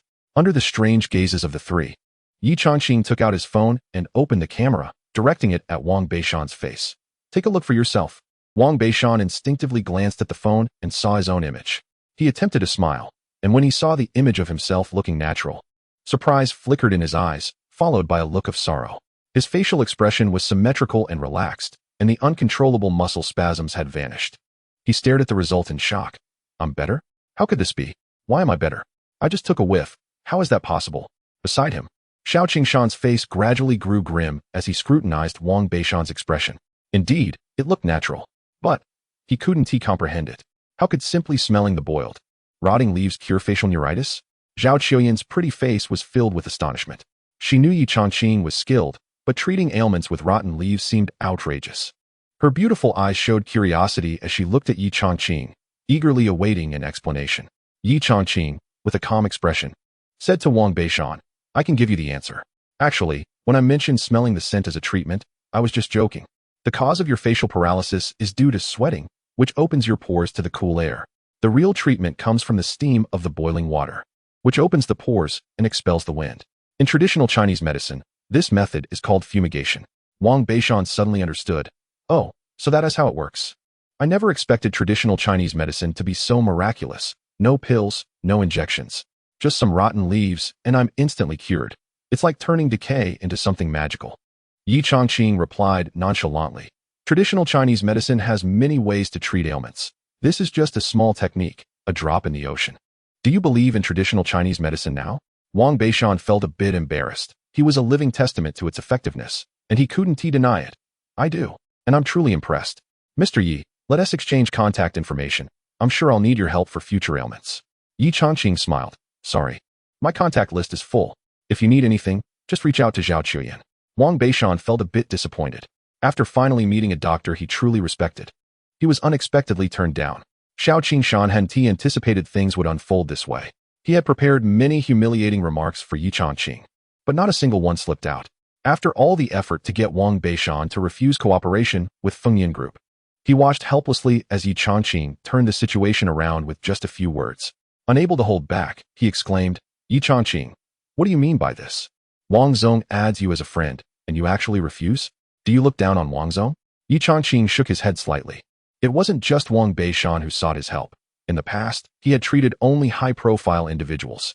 Lu Hingyu had spent 50 million to cure his illness. Even when they wanted to add him as a friend, he hadn't agreed. Wang Beishan was even less qualified. However, out of respect for Zhao Chuyan today, he couldn't say that outright. Ignoring Xiao Qingshan, he directly asked Wang Beishan, if I looked down on you, I wouldn't have bothered to treat you. I cured your illness. Do you think I look down on you? Wang Beishan quickly shook his head. No, you don't look down on me. I'm very grateful to you for curing my illness. Ye Changqing turned to look at Xiao Qingshan. Wang Zong doesn't think I look down on him. Do you have an opinion on that? Chapter 71. Taking action, Xiao Qingfeng felt as if he had just been slapped in the face twice. Wang Beishan's words had already put him in a difficult position, and with Ye Changqing's question, he felt even more humiliated. He was seething with anger, wishing he could eliminate Ye Changqing altogether. How could a mere Ye Changqing repeatedly put him in such a predicament? And Wang Beishan had the audacity to oppose him. At that moment, he completely disregarded his grandfather's advice. He glared at Ye Changqing, no longer hiding the hatred in his eyes. You Yi, I'm letting you off this time for the sake of our old classmate Zhao Chuyan. But don't think I'll tolerate you forever. If you keep this up, your end will be miserable. A threat? Ye Changqing looked at the irrational Xiao Qingfeng and clearly sensed his animosity. He brushed it off. What's wrong? I treated President Wang, and you think I'm asking for trouble? Should he suffer in pain just to please you? Upon hearing this, Wang Beishan's expression shifted slightly. His gaze towards Xiao Qingfeng filled with a different emotion. Xiao Qingfeng suddenly realized that Ye Changqing had caught him in a bind with his words. Infuriated, he shouted, "What nonsense are you talking about? You're trying to set a verbal trap for me. I just misspoke. I was just rambling. Don't put words in my mouth." I'm glad President Wang has recovered, he added, but Wang Beishan's expression grew increasingly cold. Xiao Qingfeng's tone could not conceal the thoughts simmering beneath the surface. Despite the Xiao family's significant influence, this was too dismissive of him. Ye Changqing shook his head slightly, unwilling to engage in further useless arguments with Xiao Qingfeng. Debating with him was a waste of energy. He was still focused on his purpose of speaking with President Wang. President Wang, you promised me 30 minutes to cure your illness. We will continue to cooperate with Fengyan Group. You're not going to go back on your word, are you? Wang Beishan hesitated for a moment before quickly making up his mind. What I promised, I will fulfill. Not only will we continue our cooperation, but in the future, Fengyan Group's traditional Chinese medicine will be placed in the best shelf positions, and our sales staff will prioritize recommending it. As soon as Wang Beishan finished speaking, Xiao Qingfeng abruptly stood up, his face darkening. President Wang, think carefully about the consequences. This matter will affect the future of your company. Wang Beishan wore a proud expression. I have thought it through. Xiao Qingfeng coldly replied, since you've made your decision, I'll take my leave. I hope you don't regret it. With that, he strode out of the room. Wang Beishan watched Xiao Qingfeng's retreating figure, a worried expression crossing his face. I don't know if this is a blessing or a curse. Zhao Chuyan noticed Wang Beishan's concern and asked, President Wang, can you tell me what happened? Wang Beishan sighed. You should have seen it. I'm terminating our partnership with you solely because of Xiao Qingfeng's words. The Xiao family has always been the agent for foreign imported medicines, many of which are exclusive. Now that I've offended Xiao Qingfeng, if the pharmacy loses the sales rights, we will have no competitive edge in the future. Zhao Chuyan could guess that Xiao Qingfeng was behind this scheming, and now there was no need for speculation. The whole truth was laid bare. She never expected that refusing his pursuit would lead to such underhanded tactics. She felt that turning down Xiao Qingfeng was the best decision she had ever made. Now, she was curious about why Wang Beishan, as a businessman, would make such an irrational choice. Mr. Wang, why did you change your mind? Wang Beishan smiled and replied, I could say it's because Mr. Yi cured my facial paralysis. Do you believe that? Zhao Chuyan shook her head. I don't believe it. As a mature and rational businessman, you wouldn't make a decision that affects your business future just out of gratitude. Wang Beishan nodded. You're right. I wouldn't make such a decision out of gratitude just because he cured my illness. However, Mr. Ye's medical skills have shown me the wonders of traditional Chinese medicine. I believe that with a history spanning thousands of years, traditional Chinese medicine must hold its value. With a doctor like Mr. Yi at Fengyan Group, I believe the products we produce will surely be a blessing for patients. Our collaboration has limitless potential.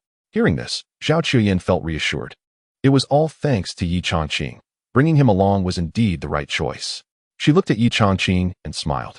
Her cold, beautiful face lit up, melting like ice under the spring sun, blooming like a field of flowers in vibrant colors. Ye Changqing gazed at Zhao Chuyan's smile, and his calm heart stirred with ripples. It must be said that when Zhao Chuyan was not smiling, she was as cold as ice, but when she smiled, he found it truly irresistible. Those red lips, that charming face made him particularly want to kiss her. Like a traveler lost in a desert, having not seen water for 2 days, suddenly spotting a juicy peach. He couldn't help but want to take a bite. He instinctively swallowed. Zhao Chuyan noticed Ye Changqing's throat move as he swallowed, and her smile instantly froze. This guy was too much, even swallowing saliva. She shot him a glare and turned back to continue discussing the contract renewal with Wang Beishan. Ye Changqing realized he had lost his composure and felt his face flush with embarrassment. He found that he was different now compared to when he was 18 or 19. Back then, he was cautious with every word and action, fearful of making a misstep that would leave a bad impression. Now, when he saw a beauty like Zhao Chuyan, his first thought was to kiss her, hold her hand, and then take her to bed for some wild fun. Yet, after knowing her for so long, he hadn't even managed to do those things. He started to ponder how to speed up the process. In the underground parking lot, Xiao Qingfeng was sitting in his car on the phone. Hu Chang, bring a few people over immediately. I want to take care of someone. Hu Chang was a skilled fighter, but he was different from the modern combat styles of Sanda, Muay Thai, or boxing. He was an ancient martial arts practitioner, a fact known to very few. Even Xiao Qingfeng was unaware of this. All Xiao Qingfeng knew was that Hu Chang was ruthless. He had once seen Hu Chang fight a champion in an octagonal arena, a life-and-death battle where Hu Chang had shattered the opponent's nasal bone, broken his arm, and caused one of his eyes to rupture, resulting in intracranial bleeding, with blood seeping from his mouth, nose, and eyes. The aftermath was exceedingly tragic. He now wants Hu Chang to use the same methods to brutally torture Ye Changqing. As a thug for the Xiao family, Hu Chang has done many such things. Hearing Xiao Qingfeng say this, he maintained a calm expression, as if discussing how many buns to eat for breakfast. All right, how many people do you need? Would 6 be enough? Xiao Qingfeng looked at the photo on his phone and replied, actually, with your skills, 1 would be enough. But I also need to kidnap a woman. That's my real goal. I'll send you her photo, so make sure you don't get the wrong person. Upon hearing this, Hu Chang suddenly laughed. Don't worry, I won't get it wrong. I'll be driving that special RV when I arrive. I guarantee you'll have a private space. Chapter 72. Six-Step Fist. Xiao Qingfeng, in the privacy of his space, thought about tying Zhao Chuyan up in the RV. That cold, stunning face and her fiery figure made him feel parched with desire. After so many years of unfulfilled longing, he finally felt that today he would get his hands on the woman he had been thinking about for years.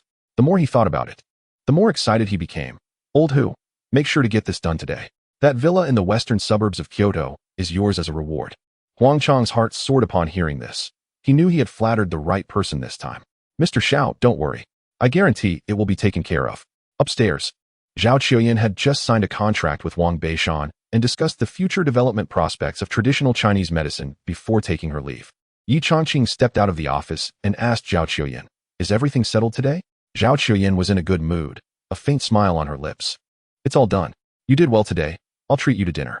Today, Ye Changqing had not just performed well, he had far exceeded her expectations. His unconventional method of using decayed leaves to treat facial paralysis was nothing short of brilliant. It had amazed Wang Beishan, and without it, their collaboration would have been impossible. Ye Changqing smiled and asked, is it just dinner? No other activities planned? Other activities? Zhao Chuyan suddenly recalled the way Ye Changqing had swallowed hard back in the office. Her face darkened as she fixed her gaze on him. What kind of activities are you talking about? Ye Changqing chuckled. Well, since we've been together for a while, perhaps it's time we took the next step. Zhao Chuyan frowned. What next step? Ye Changqing replied with a grin. You know, like holding hands, or maybe a kiss. We've been together for so long, and I haven't even held your hand yet. Hold hands. Zhao Chuyan's face flushed red. In a normal relationship, couples would hold hands and kiss when the feelings were strong, but the way Ye Changqing said it made it sound off. Touching hands and kissing, those words sounded so inappropriate. Angrily, she retorted, what else do you want? Ye Changqing looked at Zhao Chuyan in surprise, pondering the implications of her words. It seemed like whatever he said, she was willing to accept. Feeling a bit bold, he added, actually, your body does need some care. I wouldn't mind putting in some effort to be a catalyst and spend a night with you. Zhao Chuyan gritted her teeth in anger. Ye Changqing had many good qualities. He was talented, loyal, and capable, which made her feel she could rely on him. But he was also far too lecherous, always thinking about such things. She wanted someone who liked her, not someone who just wanted to sleep with her. Having been beautiful since she was 14 or 15, she was used to being eyed by men as she walked down the street. She loathed that kind of gaze, which is why she had learned to keep a cold expression to deter them. Over time, she had developed an icy demeanor. Ye Changqing's behavior was particularly unappealing to her. Ye Changqing, I'm getting to know you with the intention of marriage. At my mom's birthday party, I announced our relationship. Can you take our relationship seriously? Ye Changqing stopped in his tracks, his smile fading, and looked at Zhao Chuyan's pretty face with a serious expression. I've always been serious. Do you think I'm joking? Now, as a doctor, I must tell you seriously that there is indeed something wrong with your body. You need to nourish your yin and yang to achieve balance. You can be intimate with your boyfriend and dive into the sea of love. Zhao Chuyan widened her eyes in disbelief. She expected him to say something profound. But instead, this lecherous guy was making such grandiose statements. To be intimate with her boyfriend? Isn't that lecherous guy him? Wasn't he just lusting after her body? The worst part was that he was saying it in such a serious manner, claiming she was unwell. How infuriating. Ye Changqing, you've gone too far. Ye Changqing sighed, realizing that Zhao Qiuyan didn't believe him. As a doctor, he would say the same thing to anyone else seeking treatment. Their relationship was somewhat unique. Zhao Qiuyan was both his patient and his girlfriend. Since she didn't believe him, they would have to postpone this matter. If you're unwilling, then we won't treat it for now. But I believe that in the future, you will understand that what I said is true. Zhao Qiuyan pouted. Even at this moment, he was still being stubborn. She had intended to invite him to dinner, but now she had lost interest. Let us go back to the office. The two of them took the elevator down to the parking garage. The basement was very quiet, and Zhao Qiuyan walked ahead, her high heels clicking crisply against the floor, echoing in the silence. Ye Changqing looked around, feeling that something was off. It was too quiet. Suddenly, a car door opened ahead, and a burly man stepped out, crossing his arms and blocking their path. Seeing this, Zhao Qiuyan took a couple of steps back and stood in front of Ye Changqing. A loud sound came from behind them as a car door opened. Ye Changqing turned to see 5 men getting out of a sedan, each holding a steel pipe, their expressions menacing as they blocked the way. Zhao Qiuyan, alarmed, clung to Ye Changqing's arm. What do we do? Ye Changqing gently touched her soft hand and smiled. It's okay. I'll protect you. Zhao Qiuyan felt his hand lingering a bit too much, but she didn't have time to dwell on it. Are you sure? There are so many of them. Ye Changqing's expression grew serious as he noticed the movements of the burly man ahead, each gesture carrying the weight of a devastating attack. Realizing the true danger, he said to Zhao Qiuyan, you get in the car and lock the door. Zhao Qiuyan worriedly asked, what about you? To ease her worries, Ye Changqing smiled. I'll have a chat with them. Hu Chang crossed his arms. You think you can talk to me? Let me make it clear. I want your legs. Zhao Qiuyan quickly opened the car door, and upon hearing that, she changed her mind, standing behind Ye Changqing and whispering, Changqing, let us get in the car quickly. We need to drive away. Ye Changqing was somewhat surprised. At this moment, most women would be too frightened to react. Zhao Qiuyan, however, remained remarkably calm and said, you should get in the car. Let me ask what is going on. As she spoke, a hand landed on Zhao Qiuyan's backside, pushing her forcefully into the car before slamming the door shut. Hu Chang coldly remarked, actually, I don't hit women. Whether she dodges or not doesn't matter. My target is you. Ye Changqing gave the burly man a cold stare, raising an eyebrow and asking, six-step fist? He mentioned this because of the way the man was clenching his fist. Most people would grip their fists with 4 fingers tightly held, creating a flat surface.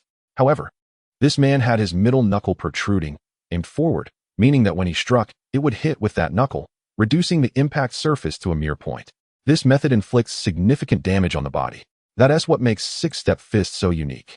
It is also known as one of the most vicious and brutal styles of martial arts. Chapter 73. Living off others. Hu Chang's eyes revealed a hint of surprise. You know Lu Buquan.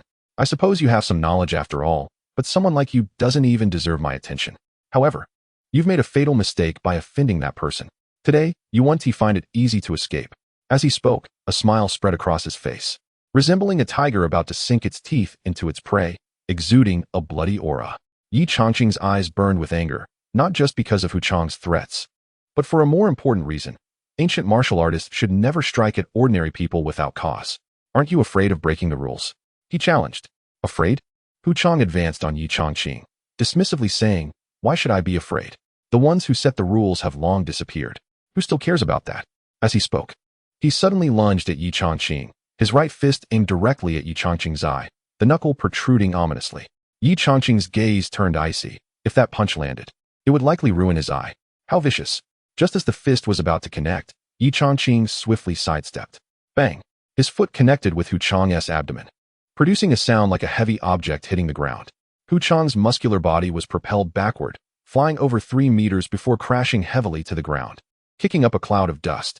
The 5 onlookers stood in shock. They had witnessed Hu Chang's skills before. He could easily finish off an ordinary person with a single punch. They never expected he would be sent flying by a single kick. Stunned, they stood frozen, unsure of what to do. In the car, Xiao Qingfeng had been eagerly anticipating the spectacle of Ye Changqing getting beaten up. But now how had Hu Chang been sent flying? How could this happen? Hu Chang stared at Ye Changqing in disbelief. How is this possible? There's no way I could lose to you in one move. Are you also an ancient martial artist? Ye Changqing ignored him, asking coldly, who sent you? Hu Chang gritted his teeth and pushed himself up. I didn't want to kill you at first, but now I've changed my mind. I was careless just now.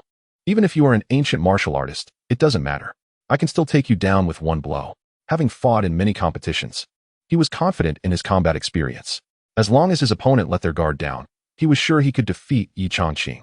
Seeing Hu Chang preparing to attack again, Ye Changqing fixed him with a cold stare, remaining motionless. Hu Chang, noticing that Ye Changqing was standing still like a target waiting to be hit, felt a surge of opportunity. With only about a meter separating them, he swung his right fist with all his might. The punch flew like the wind, aimed straight at Ye Changqing's eye. Midway through the attack, he abruptly pulled back his fist and struck with his left, targeting Ye Changqing's temple. Just then, Ye Changqing's foot moved. At the moment Hu Chang's fist was just 2 inches away from his temple, he sent Hu Chang flying once more.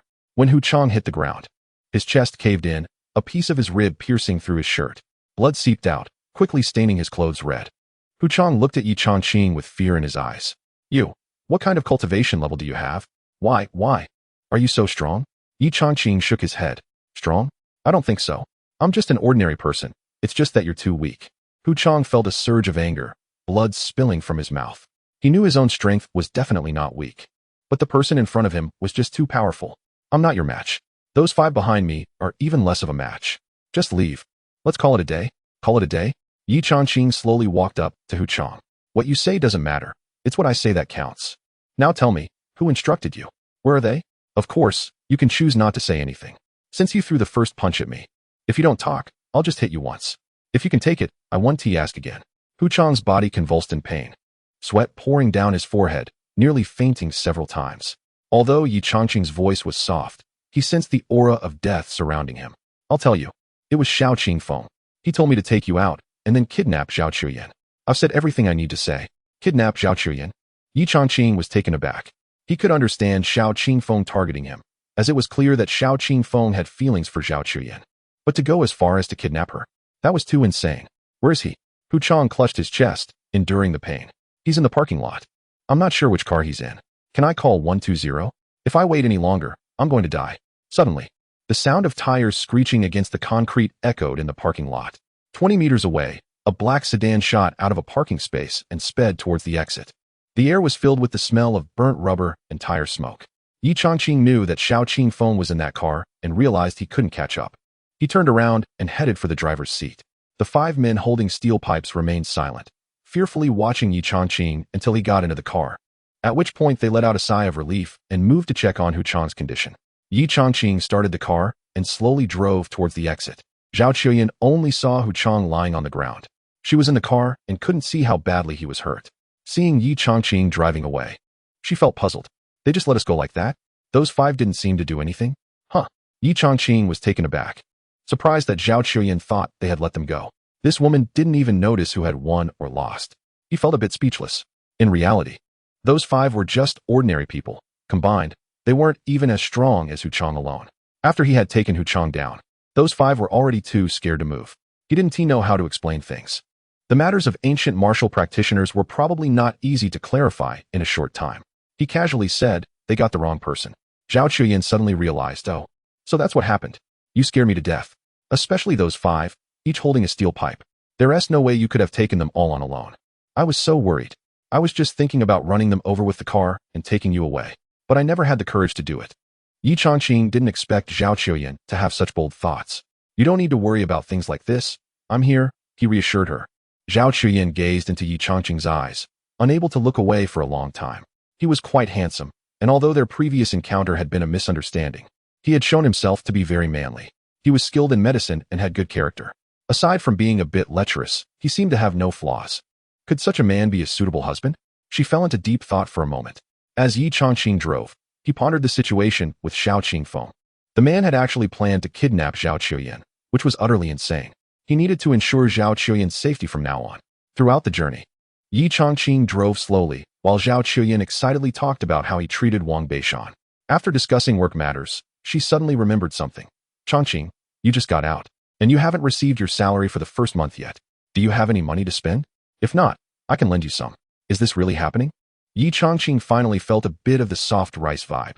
Having a CEO girlfriend usually meant he was the one giving. But now it seemed like it was time to receive. Sure, I could really use some money. As he spoke, he took out his phone and pulled up the payment code. Zhao Chuyan scanned it with her phone, I'll give you 20,000 yuan. Is that enough? If Ye Changqing were a salesperson, just closing the deal with Wang Beishan today would earn him 100,000 yuan in commission. She felt that giving him 20,000 was already a significant saving. Seeing the 20,000 come through, Ye Changqing felt exceptionally happy. I've earned some money. It hasn't been easy. Zhao Qiuyan shook her head, thinking that he was too pleased over just 20,000. This man must be very poor since coming out of prison. She considered giving him more money but quickly dismissed the idea, recalling how lecherous he could be. Ye Changqing arrived at the bottom of Fengyan Company, opened the car door, and was just about to get out when he saw Jin Yurong approaching.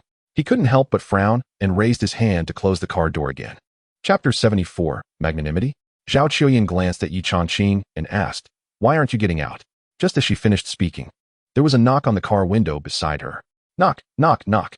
Zhao Qiuyan turned her head to look out the window. When she saw Jin Yurong, her expression instantly shifted to an icy demeanor.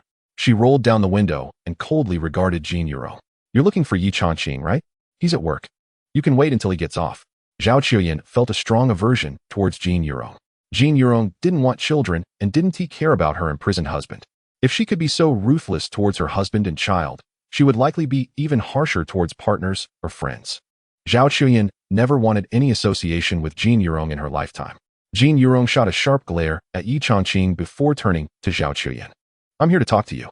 We are both women, and women understand each other best. I'm worried you might be getting deceived by him, so I came to tell you some things." Deceived? Zhao Qiuyan reflected on her relationship with Ye Changqing. Throughout their acquaintance, he had never deceived her. In fact, she owed him a lot. He had cured her grandfather's illness, resolved a drug incident, and even helped her secure a partnership with Wang Beishan today. All she had given in return was a mere 20,000 yuan. She shook her head. "He hasn't deceived me at all. I have my own judgment, and I don't need you to remind me." Jin Yurong's face turned awkward as she hit a brick wall. However, she persisted, urging, "You might not understand the situation. I'm talking about money. It's about a huge sum. Are you sure you don't want to know?" Zhao Qiuyan shook her head again. She had just given Ye Changqing 20,000 yuan. As the head of a company managing assets worth hundreds of billions, 20,000 yuan was just a drop in the bucket. She said dismissively, "It's only 20,000 yuan. It hardly counts as a huge sum." 20,000? Jin Yurong wore a knowing expression. "So you really have been deceived. You truly have." Deceived? Zhao Qiuyan was puzzled as to why Jin Yurong kept insisting she had been cheated. Jin Yurong had divorced and taken all their family assets.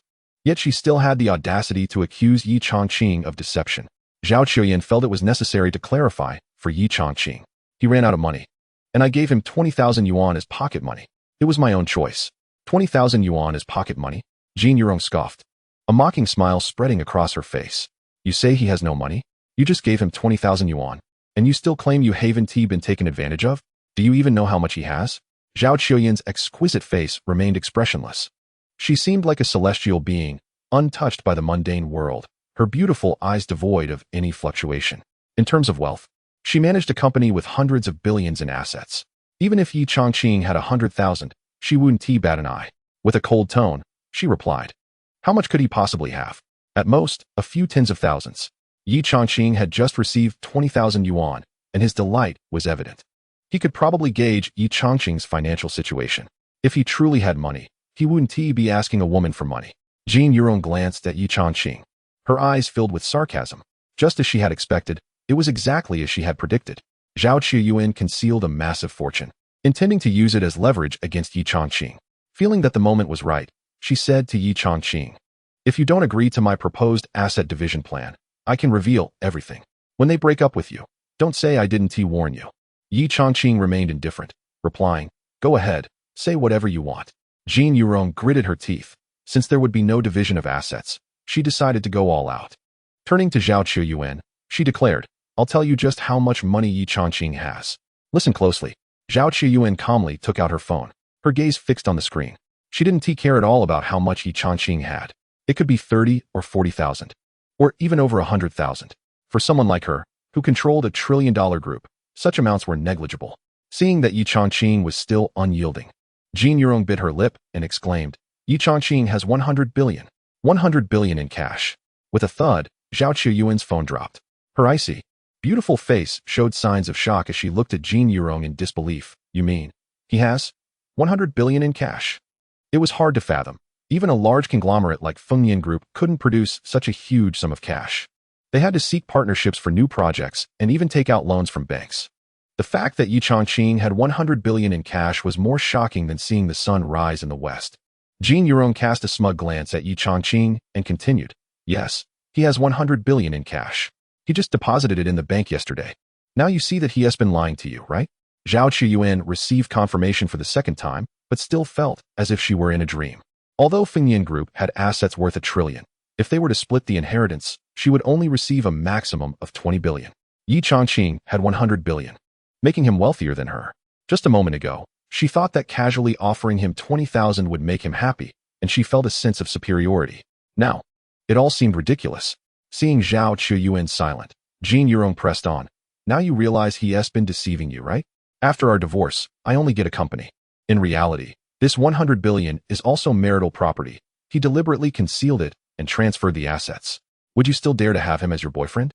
Ye Changqing couldn't take it anymore. "Jin Yurong, at the prison gate, I said I earned 100 billion and could give you a happy life. You laughed at me, saying I was dreaming. Can you blame me for not being believed?" Jin Yurong was left speechless. But she still wanted a share of that money. "Even if I don't believe it, it's still marital property." Ye Changqing nodded. "I never said it wasn't marital property. Last night, I looked at the divorce agreement. It clearly states that you only want the company, and everything else belongs to me. I have a photo of it on my phone. Do you want to see?" Jin Yurong fell silent. That clause did exist, written to secure control of the company. She believed that having the company meant she had everything. She never expected that besides the company, Ye Changqing would possess such astronomical wealth. There's a clause in the agreement that makes it clear there's no way to split the money. The thought of the company's finances filled her with panic. If she couldn't get the money, she might really end up in jail. "Changqing, the company is in trouble. I need money. You have so much. Why can't you help me?" Ye Changqing replied coldly, "We don't have any relationship anymore. Why should I help you?" Jin Yurong was somewhat angry. "What happened in the past is behind us. Can't you, as a man, let it go? Can't you be a little magnanimous?" Magnanimous?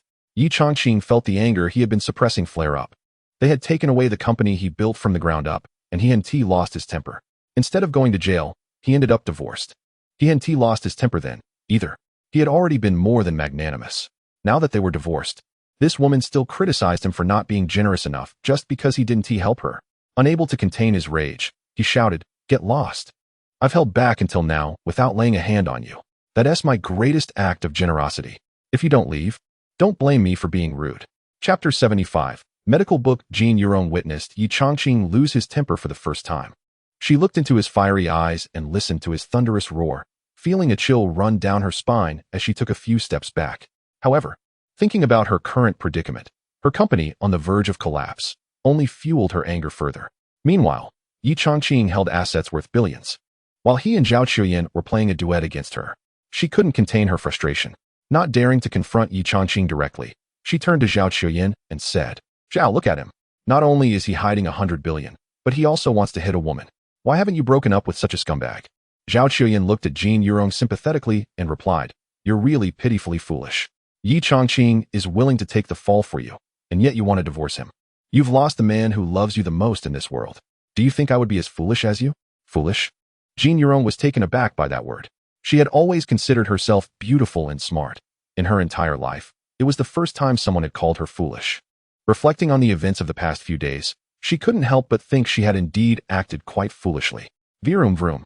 Ye Changqing pressed down on the accelerator, driving into the underground parking lot, leaving Jin Yurong standing dazed at the entrance of the Fengyan Group. The car descended into the basement and parked in a garage. Neither of them spoke nor got out of the vehicle. The car fell into a sudden silence. After a moment, Zhao Qiyuan broke the silence. "Do you really have 100 billion? Ye Changqing chuckled. "It seems like that much." Zhao Qiyuan's beautiful eyes were fixed on Ye Changqing, taking in his hair, his face, and then gradually moving down. If they weren't in the car, she might have even wanted to check out his shoes. Ye Changqing was dressed quite ordinarily, in a short-sleeved shirt and long pants. Although she couldn't see his feet, she remembered that he had worn white sneakers that morning. There wasn't a single designer item on him. He looked just like an average office worker. It was surprising that someone with billions would dress so plainly. He seemed so different, as if he held endless secrets. What kind of man was he really? Feeling a bit awkward under her gaze, Ye Changqing said, "Stop staring at me like that." Zhao Qiyuan's cold, delicate face flushed slightly. "What nonsense are you talking about?" Ye Changqing smiled. "When you've thought about the treatment, let me know. I'm available anytime." Zhao Qiuyan's face turned even redder, feeling a bit flustered. I didn't know you were this wealthy before. I had you drive for me and even suggested you marry into my family. You're not angry, are you? Ye Changqing replied with a smile. Not at all. I don't want to start a business or go to work right now. I just want to enjoy a comfortable life.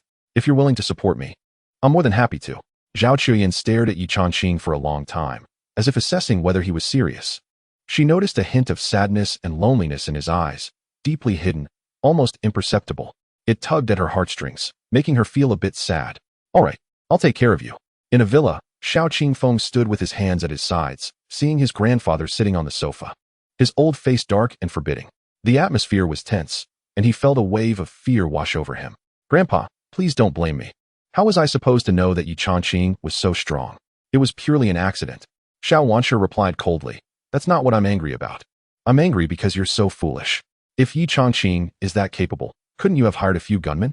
No one can withstand bullets, no matter how tough they are. Why didn't you prepare a few more plans? Xiao Qingfeng explained.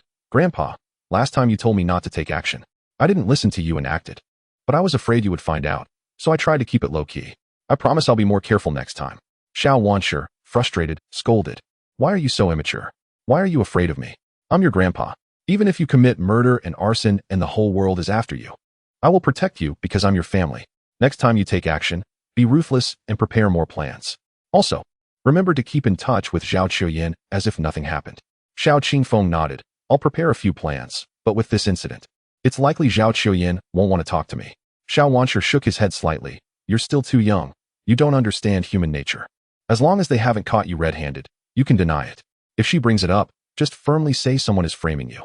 Remember, 3 people can create a tiger. The more people say it, the more credible it becomes. Even a lie, if repeated 1,000 times, becomes the truth. Xiao Qingfeng frowned. But I made Wang Beishan cancel the cooperation with Fengyan Company. Zhao Qiuyan knows about this. She might hate me.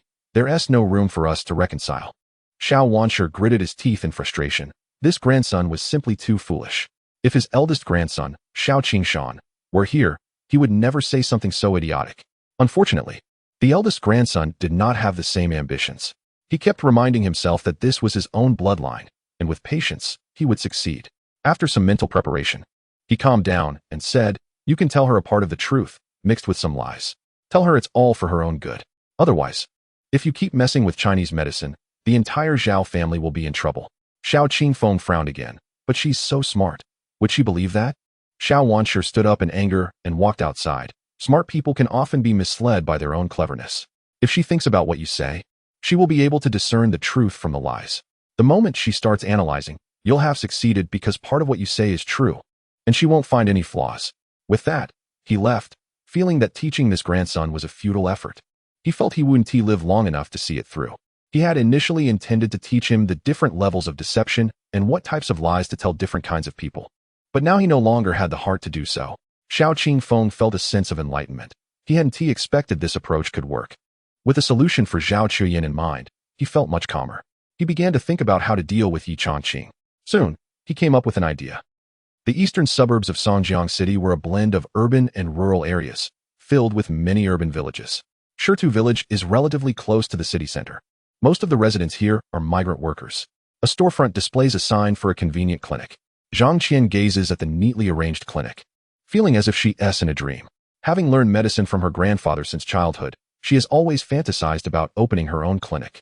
Now, that dream has finally come true. However, she feels a lingering unease. Her grandfather had said 2 things before he passed away. One was, remember, sometimes dogs are more loyal than people. For secret matters, it's better to tell a dog than a person. The other was, don't practice medicine, remember. Don't practice medicine, it will harm you. Wang Yong had once pressured her to hand over her medical books, but she had never seen her grandfather with any. Even if she wanted to, she couldn't provide them. The only reason she dared to open the clinic was that Ye Changqing had taken care of Wang Yong's issue.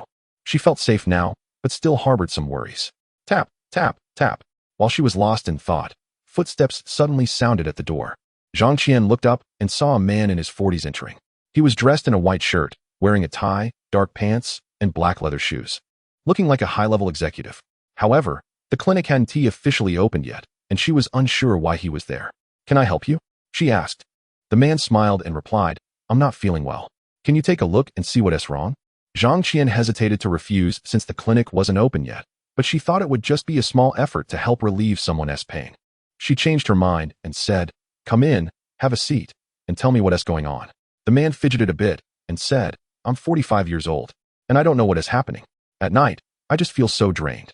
Zhang Qian furrowed her brow and asked, "What do you mean by drained? Can you describe it in more detail?" Chapter 76. The threat of a stranger. The man's face showed disappointment. Didn't he understand such a simple thing? He cleared his throat, fixed his gaze on the table, and murmured, "It's about being in bed. My wife wants to share the room, but I can't muster the energy." Instantly, Zhang Qian's face flushed. Although she had studied Western medicine in college and learned some traditional Chinese medicine from her grandfather, she was still just a girl and hadn't reacted immediately. She never expected it to be about this. Gathering her thoughts and regaining her composure, she said, "Let me check your pulse." The man placed his hand on the table and watched as Zhang Qian took his pulse. She placed her hand on the pulse point, carefully sensing the condition of his pulse. As time went on, her brow furrowed tighter.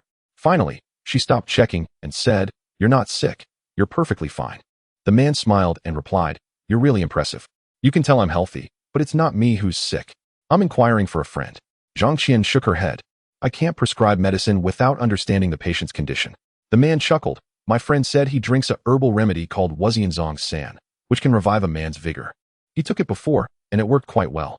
Can you prepare 2 doses for me to take back?" Zhang Qian responded, "Oh, I see. Let me prepare 2 doses for you."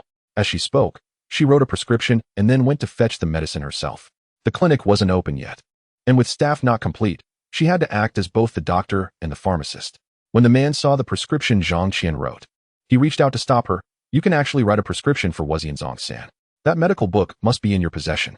Zhang Qian's face turned pale in an instant, as if she had struggled for a long time, half her life spent in vain, just managing to escape a swamp, only to be pushed back in and seized by that same terror again. She felt weak all over, nearly collapsing. The prescription in her hand fell to the ground, swirling as it drifted towards the man. He bent down and caught the prescription before it hit the floor. Looking at Zhang Qian, he read slowly. Like a cat playing with a mouse, 6 qian of goji berries, 8 qian of daughter seed, 4 qian of raspberry, 2 qian of planago seeds, and 2 qian of schisandra.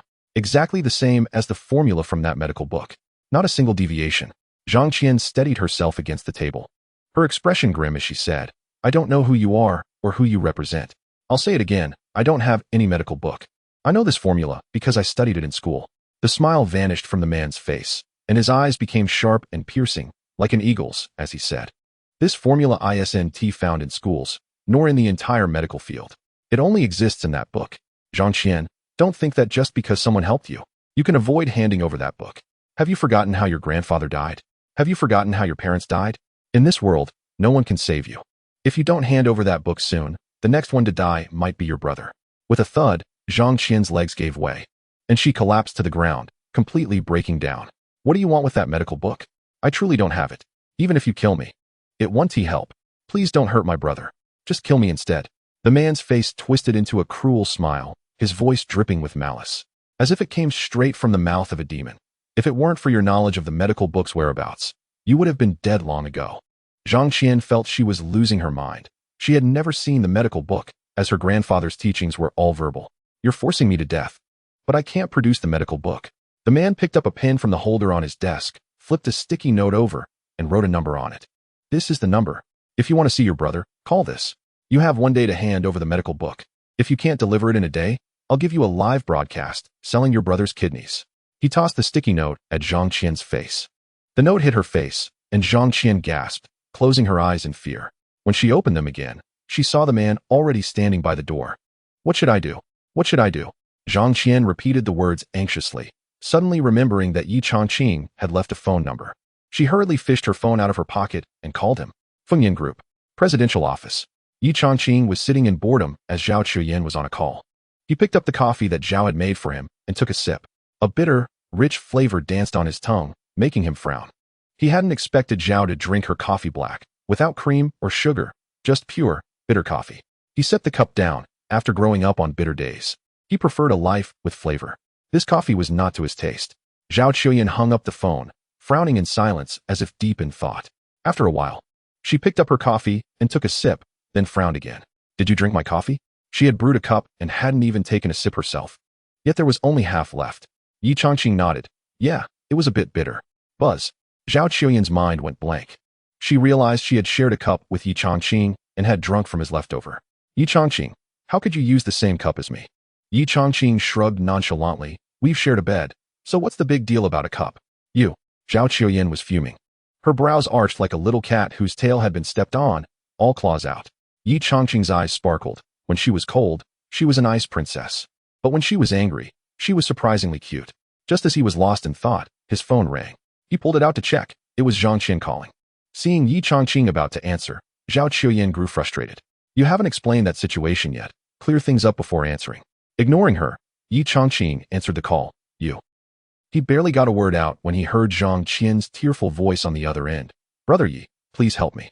Save my brother. Whoa. Hurry up. I'm at the clinic. Ye Changqing felt a chill in his heart. Zhang Qian's voice sounded like a wounded animal on the verge of death, filled with despair and desolation. He didn't have time to think much, and immediately replied, I'll be there right away. After hanging up, he turned to Zhao Qiuyan and said, I need to take a leave and step out for a bit. With that, he turned and left. Zhao Qiuyan watched Ye Changqing's disappearing figure, fuming, You're taking leave without my approval. You drank my coffee, and I haven't settled that with you yet. As she spoke, she picked up her coffee, preparing to pour it into the trash bin. One foot on the pedal. She opened the lid of the trash can, holding the coffee cup above it. Suddenly, she hesitated. She lifted the cup, sniffed it, and seemed to catch a lingering hint of Ye Changqing's lips on it. Frowning, she stared at the coffee for a moment. Then she raised the cup to her lips, letting her tongue lightly touch the surface of the coffee, as if testing the waters. After a brief taste, she felt that the flavor was somehow different from before. Blushing, she took a small sip, squinting her eyes to savor the taste of the coffee. She felt overwhelmed by the essence of a man lingering in her mouth. Meanwhile, a car sped down the road, overtaking vehicles along the way. Upon reaching the clinic, Ye Changqing rushed inside and saw Zhang Qian slumped on the floor, tears streaming down her face. He quickly helped her up, asking urgently, What happened to your brother? Where is he? Chapter 77. Kidnapping threat. Zhang Qian stopped crying, wiped her tears, and gathered her thoughts before speaking. Here's what happened. A man came in earlier, looking for treatment. I examined him and found nothing wrong.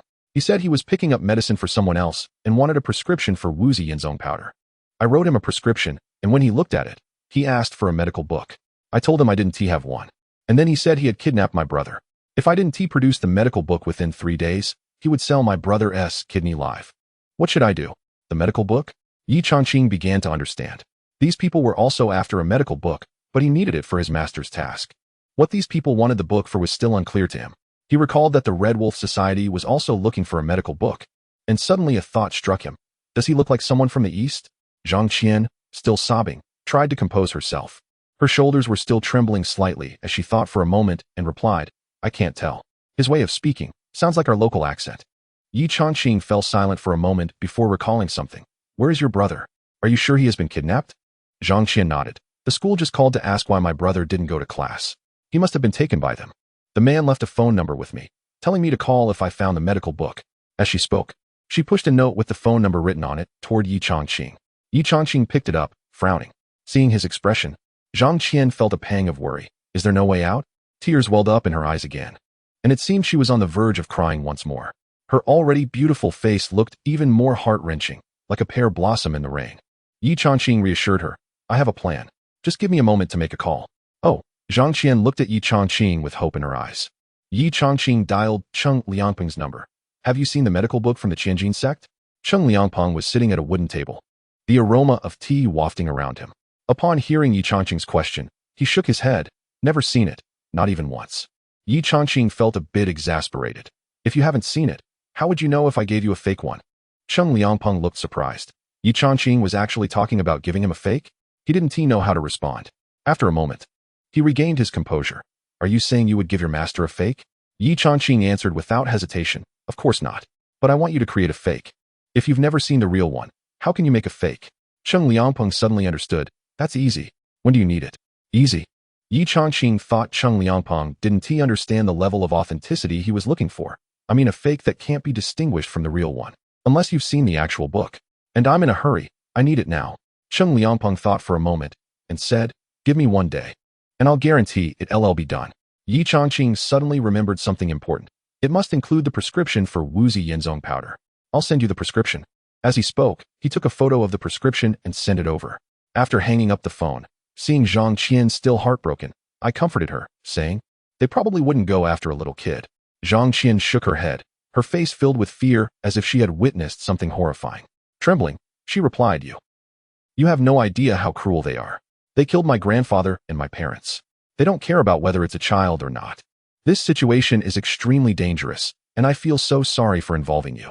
If you're scared, you can leave. I won't blame you. I don't want more people to get dragged into this. So many have already died. If it comes to it, my brother and I can die too. Sob, my brother is still so young. Ye Changqing felt deeply moved, gradually realizing how ruthless the people they were dealing with were. He began to worry about Zhang Qian's brother. Stop crying. Why don't you make a call? Tell him you're going to get the medical book and make sure your brother is safe. Zhang Qian frantically pulled out her phone and dialed the number left by the man. After a few beeps, the call connected. On the video, the man smiled and asked, Did you find the medical book? Zhang Qian glanced at Ye Changqing, who nodded in encouragement. She gained some confidence and replied, I found the medical book. I'll be able to get it tomorrow. I want to see my brother first. I need to ensure he's safe before I go get the book. The man nodded. All right. I'll let you see your brother. He started walking, and the camera shook a bit as it seemed to pass through a long corridor and then entered a room. The man turned the phone to show a bed. When Zhang Qian saw the scene on the other end of the video, she suddenly screamed, What have you done to my brother? Zhang Xiaoyu was lying on a hospital bed, connected to an 4 drip, with an oxygen mask on his face, and various machines attached to him. He looked like he was in critical condition. Seeing her lively brother in such a state filled her with fear and helplessness, a feeling that was unbearable. The man smiled and said, Your brother is currently receiving an 4 drip and getting ready for surgery. If you don't hand over the medical book in 3 days, I'll sell your brother's kidney. If you don't get it to me in 4 days, I'll take his corneas for money. In 5 days, I'll sell his hair. In 6 days, I'll sell his blood vessels. Finally, I'll sell his pancreas, bone marrow, joints, blood vessels, small intestine, liver, heart, skin, everything that can be sold. You decide when to hand over the medical book. With that, he hung up the phone. Zhang Qian turned pale with fear, trembling all over as she grabbed Ye Changqing's hand tightly. Please save my brother. I beg you. As long as you can save him, I'll do anything you want. I can be your wife. If you have a wife, I'll be your mistress. Just please save my brother. My life is yours. Ye Changqing, enraged by what he had just heard in the video, clenched his fists so tightly that his nails dug into his flesh, blood dripping down. He didn't even notice, feeling the first real encounter with someone so utterly depraved. A living person was being treated as a commodity. Hearing Zhang Qian's plea, he shook his head and said, Zhang Qian, I will save your brother, but I will not entertain unreasonable demands. Your grandfather once saved my master's life. I'm repaying that debt. As soon as I get that medical book tomorrow, I'll go save your brother. The two of them waited in the clinic until sunset. The next day, they were still waiting when the sun rose. A car pulled up in front of the clinic. An elderly man got out, looked up at the sign of the clinic, and slowly walked inside. When Ye Changqing saw Cheng Liangpeng arrive, he stood up and asked, Is the medical book ready? Cheng Liangpeng took out a book and handed it to Ye Changqing, saying, I'll do my utmost to fulfill your request. Take a look and see if it meets your satisfaction. Ye Changqing carefully accepted the medical book. It was so worn that he suspected it would fall apart at the slightest touch, looking as if it had been handled by countless people. The corners were completely frayed, and every page was in tatters, as if it could turn to ash at any moment. On the cover, he could vaguely make out the 4 characters, Qianjin Yaofeng. Gently flipping through it, he found the Wuzi Yinzong San. The yellowed pages were filled with brush calligraphy. The characters neat and dignified, with many traditional Chinese characters. Ye Changqing looked at Cheng Liangpeng and asked, Is this real or fake? Cheng Liangpeng smiled and replied, Of course it's fake. If it were real, we wouldn't have spent a whole day and night rushing to get it done. Ye Changqing nodded and said, Thank you for your hard work. You can go back now. Cheng Liangpeng glanced at Zhang Qian, nodded, and turned to leave, holding the fake medical prescription. Ye Changqing said to Zhang Qian, Call them and tell them to release him. I'll give them the medical book. Chapter 78. Don't leave either. Zhang Qian took out her phone and dialed the unnamed number. The call rang for a long time without being answered. Her anxiety grew, and her hand trembled slightly as tears welled up in her eyes. Nervously, she said to Ye Changqing, No one is answering. What if? At this point, her tears began to flow uncontrollably. Ye Changqing felt a pang of sorrow in his heart. He stepped forward to pat Zhang Qian on the back, trying to soothe her. His goal is the medical book. He won't do anything extreme until he gets it. Just wait a bit longer and keep trying. Although he said this and rationally believed it, his heart was in his throat. He had experience in business and had been to prison. which gave him a wealth of life experiences. In prison, he had heard murderers recount their pasts, some killed out of anger, others out of jealousy, and some for economic gain or even familial ties, with a few driven by betrayal. They were all human, driven by emotion. But this person was willing to take organs from children to sell them piece by piece for a medical book. Such cruelty sent chills down his spine. Was this even human? He felt he was facing a demon, uncertain of what this person might do next. Zhang Qian let out a small sound of despair. But he was too anxious to wait and dialed the number again. The ringing tone echoed continuously. Zhang Qian was on the verge of breaking down. Tears streaming down her face, finally dripping onto her clothes from her chin, soaking her chest. When Zhang Qian dialed the number for the third time, it connected immediately. On the video call, the man appeared with a devilish grin. So, no one answered the call. Are you scared? Ha, let me tell you. If you don't hand over the medical book, you might never be able to reach this number again. Ye Changqing's clenched fists slowly relaxed. He had been just as tormented. He walked up to the phone, and facing the video, he waved the medical book in front of the camera. This is the medical book. Release the child, and I'll give it to you. The man looked at the medical book, his eyes gleaming with interest. After a long pause, he said, I don't know if the book is real. If you bring it to me, and it's genuine, you can take the child. If it's fake, don't blame me for being rude. Ye Changqing was waiting for those words. Where do I go? The man fell silent, seemingly deep in thought. After a moment, he said, Wait for me on the bridge at the eastern outskirts. Remember, don't do anything unnecessary, or you will regret it. With that, he hung up the call. Ye Changqing packed the medical book and said to Zhang Qian, You need to find a safe place to stay, somewhere truly hidden where no one can find you. Get a new SIM card and send me the number. And remember, don't contact anyone. I don't want you to disappear again after I rescue your brother. Zhang Qian looked troubled. What about the clinic? Ye Changqing didn't know what to say. At this moment, she still cared so much about the clinic. As long as you're alive, the clinic will be there. Oh, Zhang Qian exclaimed, hurriedly packing her things before leaving. Ye Changqing headed to the large bridge on the outskirts of the east side. He watched the bustling flow of traffic, patiently waiting. Soon, a black sedan came to a stop. The passenger in the front seat rolled down the window and shouted at Ye Changqing, Hand over the medical book. Ye Changqing's expression turned cold. You give me the person, and I'll give you the book. If I don't see the person, leave. I absolutely want to give you the medical book. The man in the passenger seat looked at Ye Changqing with a deadpan expression. Since you insist, then get in the car. Ye Changqing took the medical book and climbed into the back seat. The man in the passenger seat pulled out a blue towel and handed it over. Blindfold yourself, or I can't take you with me. Ye Changqing took a deep breath, accepted the towel, and tied it over his eyes. The man in the passenger seat quietly pulled a knife from his pocket, staring at Ye Changqing's throat. Do you think I might take this opportunity to kill you? With his eyes covered, Ye Changqing's face showed no signs of fear. I don't think you dare. Because you're unsure whether the medical book is real or not. Of course, you might just be foolish for pulling out a knife. The man in the passenger seat turned pale, gritting his teeth, and put the knife away. The burly driver almost laughed out loud. The car slowly started and gradually picked up speed. Ye Changqing was enveloped in darkness, listening to the various sounds outside. After an unknown amount of time, the car came to a stop. Ye Changqing removed the towel, squinting against the blinding lights, gradually adjusting to the brightness. He realized the car had stopped in an abandoned factory, which was empty, with a layer of dust on the ground and occasional signs of mice. Looking towards the entrance, he saw that the factory doors were tightly locked, leaving him no way to retreat. The man in the passenger seat held a machete and said to Ye Changqing, Come with me to the second floor. The second floor? Ye Changqing looked up and saw a row of temporary cabins by the entrance on the second floor. He silently followed the man upstairs. The outermost door was open, and Ye Changqing entered the room, spotting the man he had seen on the video call. Inside the room were about a dozen burly men, each holding knives or steel pipes. Ye Changqing scanned the room and approached the man he recognized from the video, whereas the child. The man, in his 40s and well-dressed, especially noticeable for the striking green-gold watch on his wrist, had large double-lidded eyes that gave off a sinister vibe. Meeting his gaze sent shivers down one's spine, as if he were a venomous snake lying in wait, ready to strike.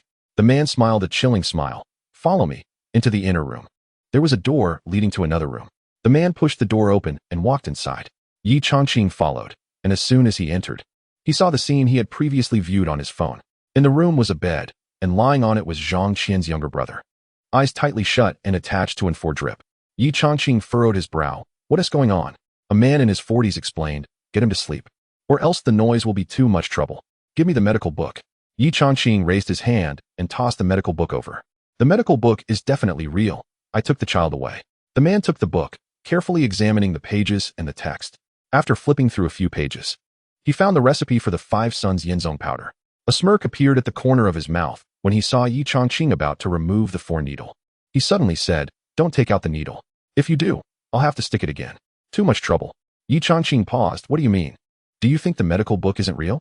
A fierce look crossed the man's face. "The medical book is real, but the child's organs have already been sold. You can't take him away." The murderous intent in Ye Changqing's eyes ignited like a match thrown into a barrel of gasoline, exploding violently. A chilling voice, as cold as that of a reaper from hell, spoke. "Are you even human?" The man grinned like a beast. "Ha ha ha. How can I not be human? I have blood and flesh, 3 meals a day, I love beef and pet dogs. I don't run red lights. And I give my seat to the elderly and disabled on the bus. But selling organs is my business, my means of making a living. When I'm making money, do I have to talk about morality with you? And you, since you've come here, don't think about leaving. You're still young, and all your organs, hair, and skin are in high demand. They're worth more than that child's, easily at least 3 million. Chapter 79. The Divine Doctor 300,000? Ye Changqing slowly clenched his right fist, the veins bulging as a terrifying power lurked within. He began to walk toward the man, asking, "Can you withstand 300 punches? I want to beat you to death." The man's eyes widened in surprise. "You want to take me on? You haven't pissed your pants. So I guess you're a man after all. I'll give you a chance to prove it. Take on 15 of them and see if you can beat them." His laughter hadn't even faded when over a dozen men stormed in from outside, some wielding machetes, others holding steel pipes, and a few brandishing exaggerated swords. They surrounded Ye Changqing with a murderous intent. A tattooed, muscular man holding a steel pipe swaggered forward, shaking his weapon and cursing, "With so many people around you, do you really think you can fight back?" A man in his 40s suddenly interjected, "When you hit him, watch where you strike. Don't damage any vital organs. I'm counting on him to make me some money." The tattooed man replied, "Got it. I promise not to affect his resale value." As soon as he finished speaking, he raised the steel pipe high and swung it down toward Ye Changqing's head. Before the pipe could land, Ye Changqing lunged forward, moving with lightning speed to close the distance. His right fist, infused with terrifying power, struck the man's chest.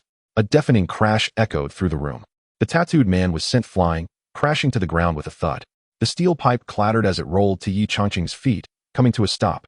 Silence enveloped the room as everyone stared in shock at the tattooed man on the floor, fear evident in their eyes. The man's chest had caved in, broken ribs protruding, and blood quickly soaked through his shirt, forming a pool of crimson on the ground. He twitched as if trying to kick, blood pouring from his mouth like a fish gasping for air, seemingly wanting to say something but unable to breathe. It was clear he wouldn't survive. The man in his 40s trembled, looking at Ye Changqing with a sudden wave of dread. He quickly snapped back to reality and shouted, "Everyone, attack together. Are you all just waiting to die? Use your brains. Hurry, all of you, get him." Hearing the command, the remaining underlings rushed toward Ye Changqing. Ye Changqing, seeing them close in, stepped on the steel pipe at his feet and pulled it back before flicking it forward. The pipe flew into his hands just as 2 men raised their machetes to strike at him. With a swift move, he swung the steel pipe like a shadow. Crack! Crack! The sound of breaking bones echoed as the arms of the 2 attackers fell at unnatural angles, their knives clattering to the ground. The other men froze in shock. And in that moment, Ye Changqing charged forward. The steel pipe flashed, and blood gushed from the heads of 4 men as they slowly collapsed to the ground, lifeless. Others were so frightened that they kept retreating, their eyes filled with terror and unease as they looked at Ye Changqing. He walked towards the 2 burly men who had backed up against the wall. Terrified, they pressed themselves against the wall, brandishing knives and shouting at Ye Changqing, "Don't come any closer. Stay where you are. I have a knife. Don't come any closer." As they watched Ye Changqing approach, it was as if they saw death itself walking towards them, sending them into a state of panic. Ye Changqing's expression was cold as he stepped forward, and in a swift motion, a steel pipe appeared in his hand. The 2 muscular men covered their heads and slowly collapsed to the ground, struggling a few times before falling completely still.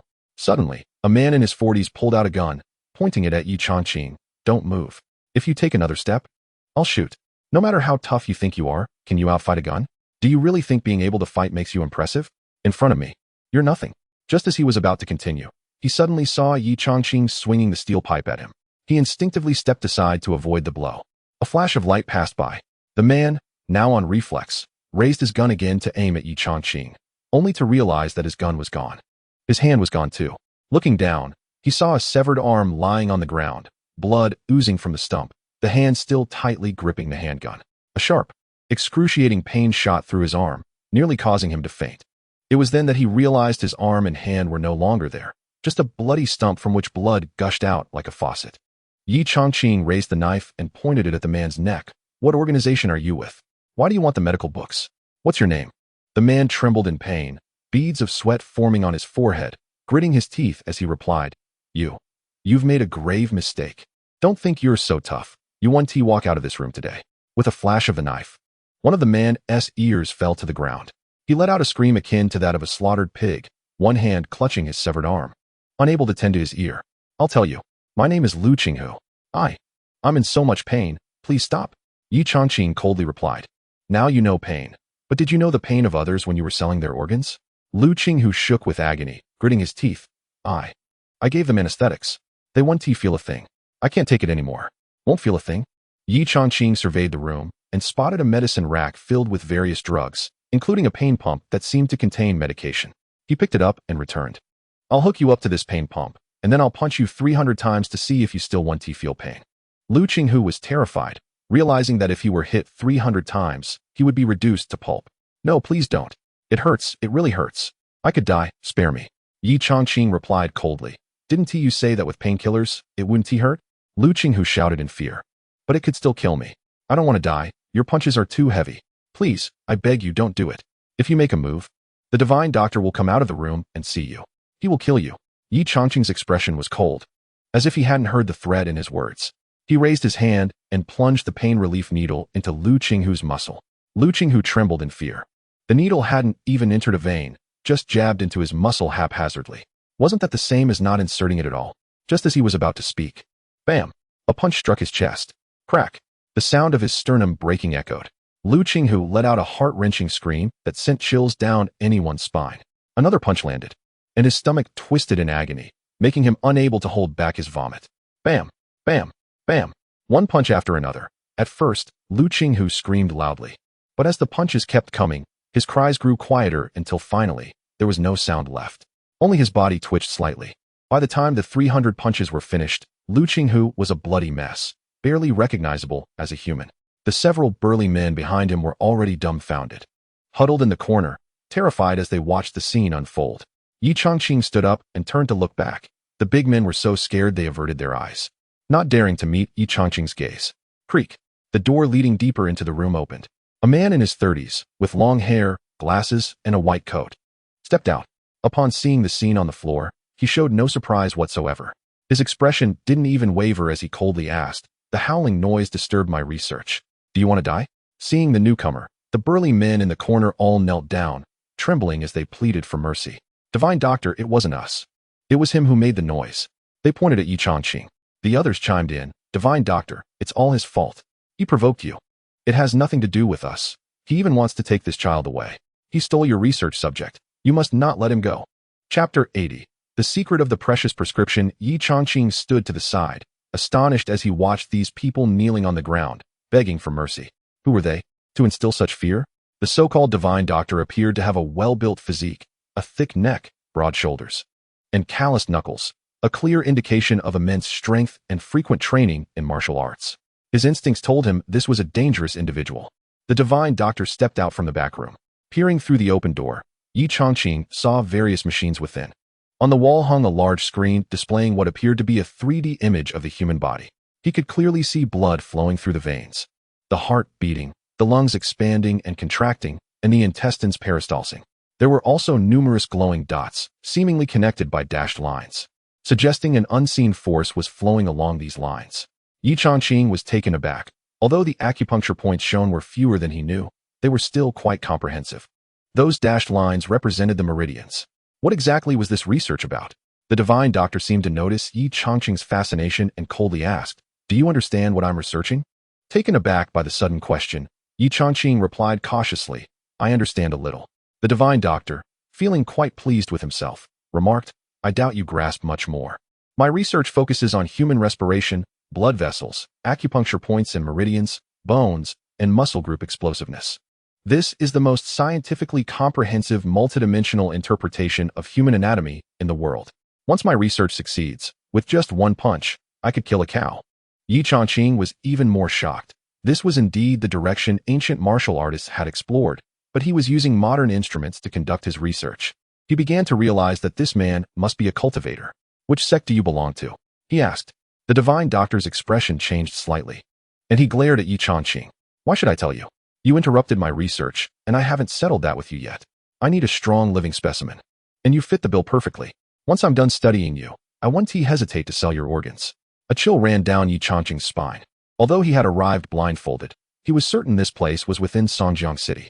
It was where he had grown up, a place he knew all too well, the Songjiang River. The nearby Wushan Mountain, the city's landmark buildings, all familiar to him. It was his beloved hometown.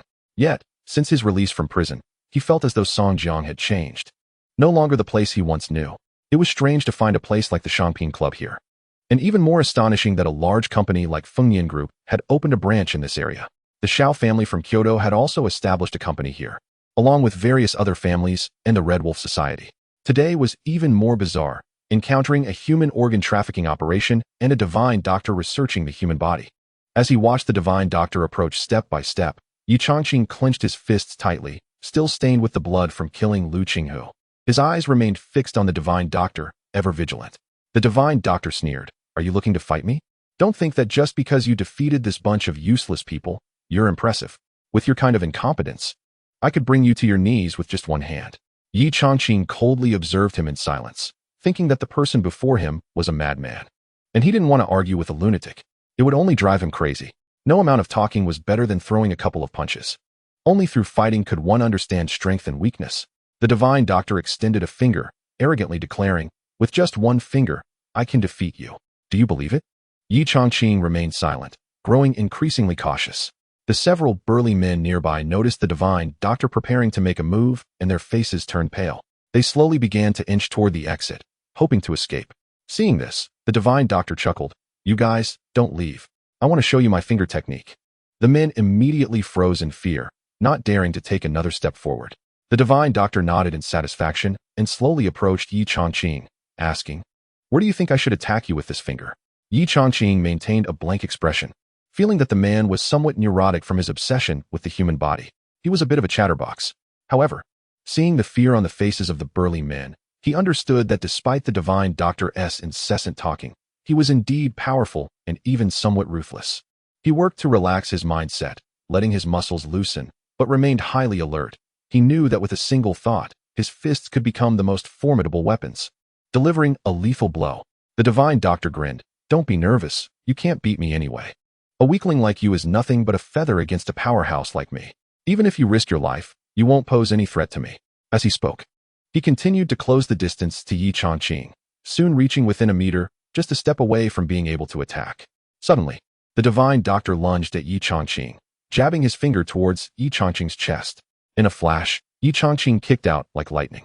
With a thud, the divine doctor was sent flying over 3 meters, crashing into the wall and then hitting the ground hard. His chest became a bloody mess, blood pouring out as if a plastic bag had been punctured. It quickly gathered into a pool on the floor. Silence enveloped the room. The divine doctor stared wide-eyed at his chest, disbelief written all over his face. The 7 or 8 burly men stood with their mouths agape, their shock more intense than if a fierce tiger had suddenly leapt into their living room. Ye Changqing was also somewhat surprised. Was he really that weak? The divine doctor clutched his chest, murmuring repeatedly, "How could this happen? Why did I lose?" Ye Changqing coldly replied, "Because your arms aren't as long as my legs." The divine doctor suddenly understood, then clutched his chest, trembling as he glanced around. Finally, he crawled toward the hospital bed, muttering, "I still have a chance. I won't die. As long as I swap out a couple of organs and lose some blood, I can survive." Ye Changqing was startled to see him crawling towards Zhang, Qian's younger brother. He rushed over and kicked him to the ground, shouting, "Get the hell out of here." This guy was truly insane, willing to take others' organs just to save his own life. The divine doctor's face turned pale as he clutched his chest in pain, moaning, "It hurts so much. Why can't my excellent medical skills save me? What? I can't die yet. I still have many ideas I want to experiment with."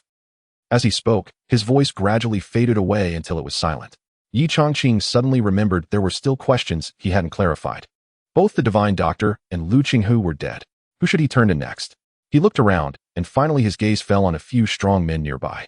He bent down, picked up a long knife, and walked over, asking, "What is this place? Who were the divine doctor and Lu Qinghu? Who wanted that medical book? Does anyone know?" The faces of the strong men turned pale. They exchanged glances, but none dared to speak. Ye Changqing coldly stated, "In that case, you all have no reason to live." The men, terrified, began to speak up in a rush. They explained that the divine doctor was an unknown figure involved in the organ trade, making it hard to find a doctor. Lu Qinghu had discovered this guy somewhere, initially thinking he was just a doctor. Later, they realized he was exceptionally skilled in fighting and quite deranged. Once you crossed him, you could end up as a living specimen.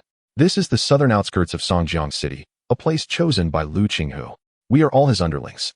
We don't know why he wanted the medical book, but I think there are others involved above him. Boss Lu often gets drunk and complains that the tasks are too difficult, as if someone else is giving him orders. All we know is that for this medical book, we have been at it for several years, and we do not know who exactly wants it. Ye Changqing listened for a long time, but didn't he hear any useful information. The only thing he gathered was that the divine doctor seemed to be an outsider who had been brought in by Lu Qinghu. As for who was truly behind the desire for the medical book, he didn't catch a single useful clue. "I haven't heard anything useful from you all. Since that's the case, I'll give each of you a knife."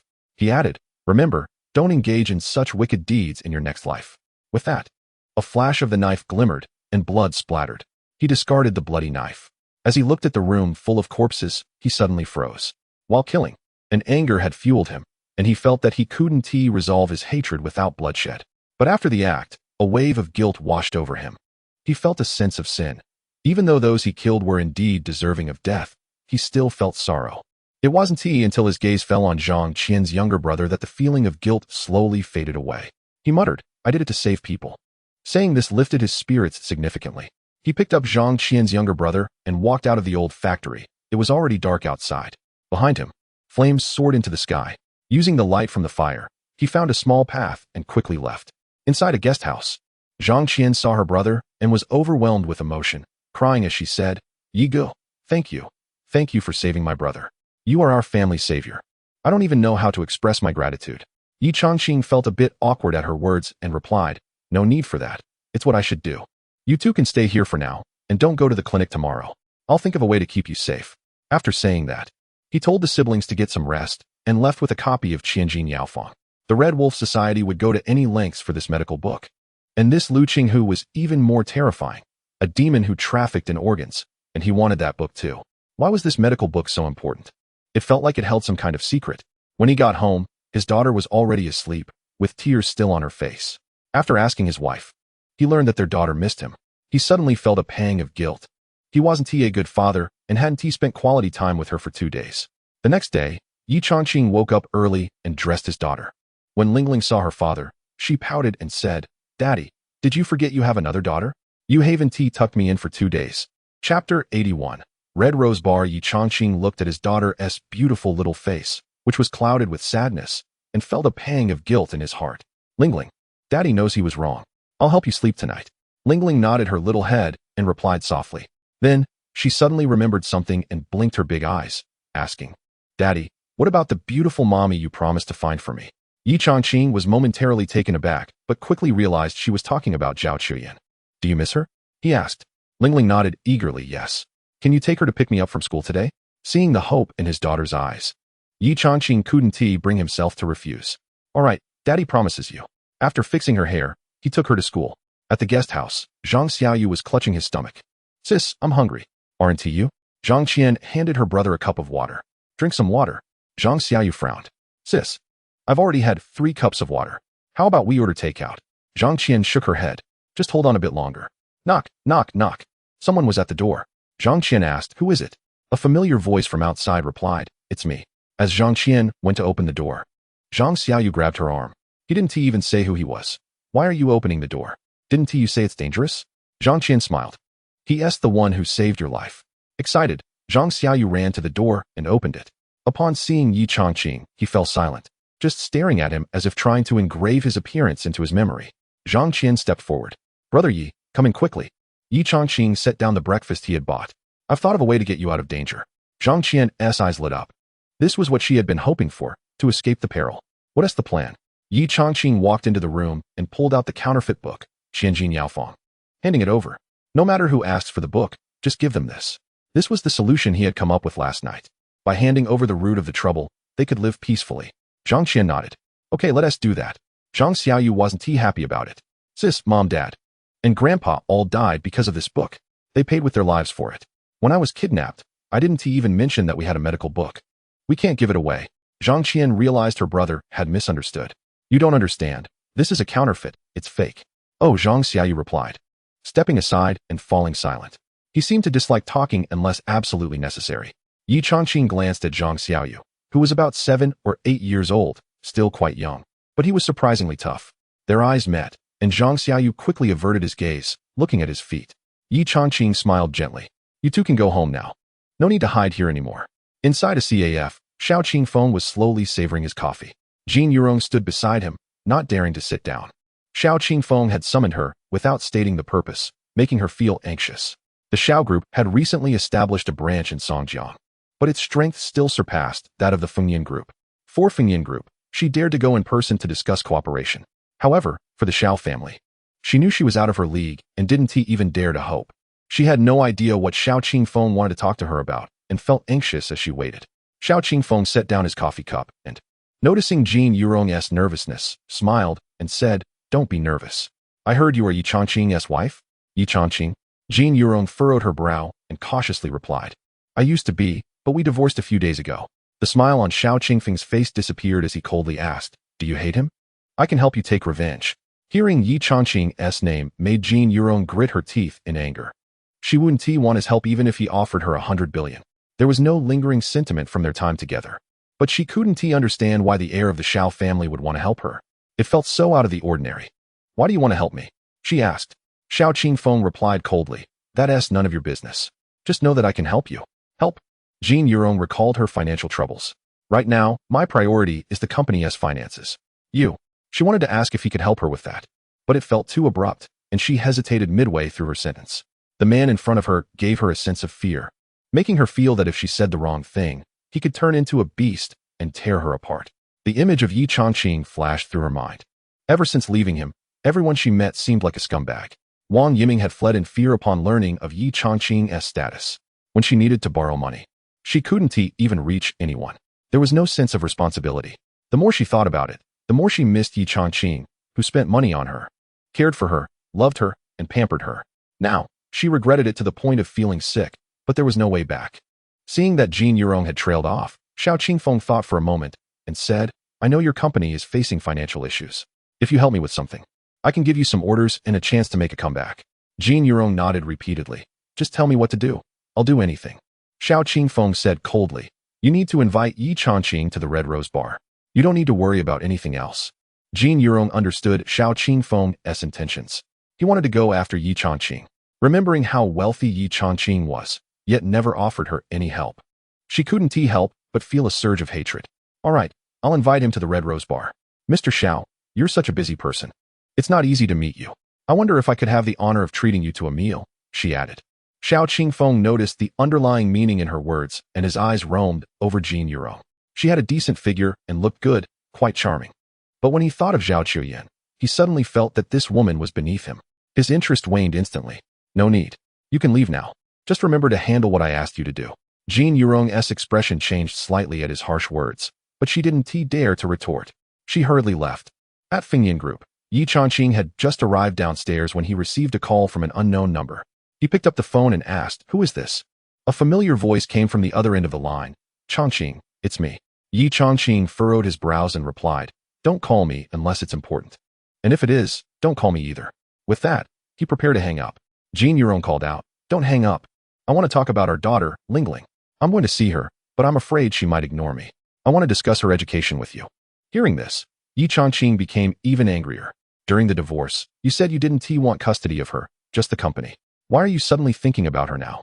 Jin Yurong felt a bit awkward. Let us not talk about that. After all, I am her mother.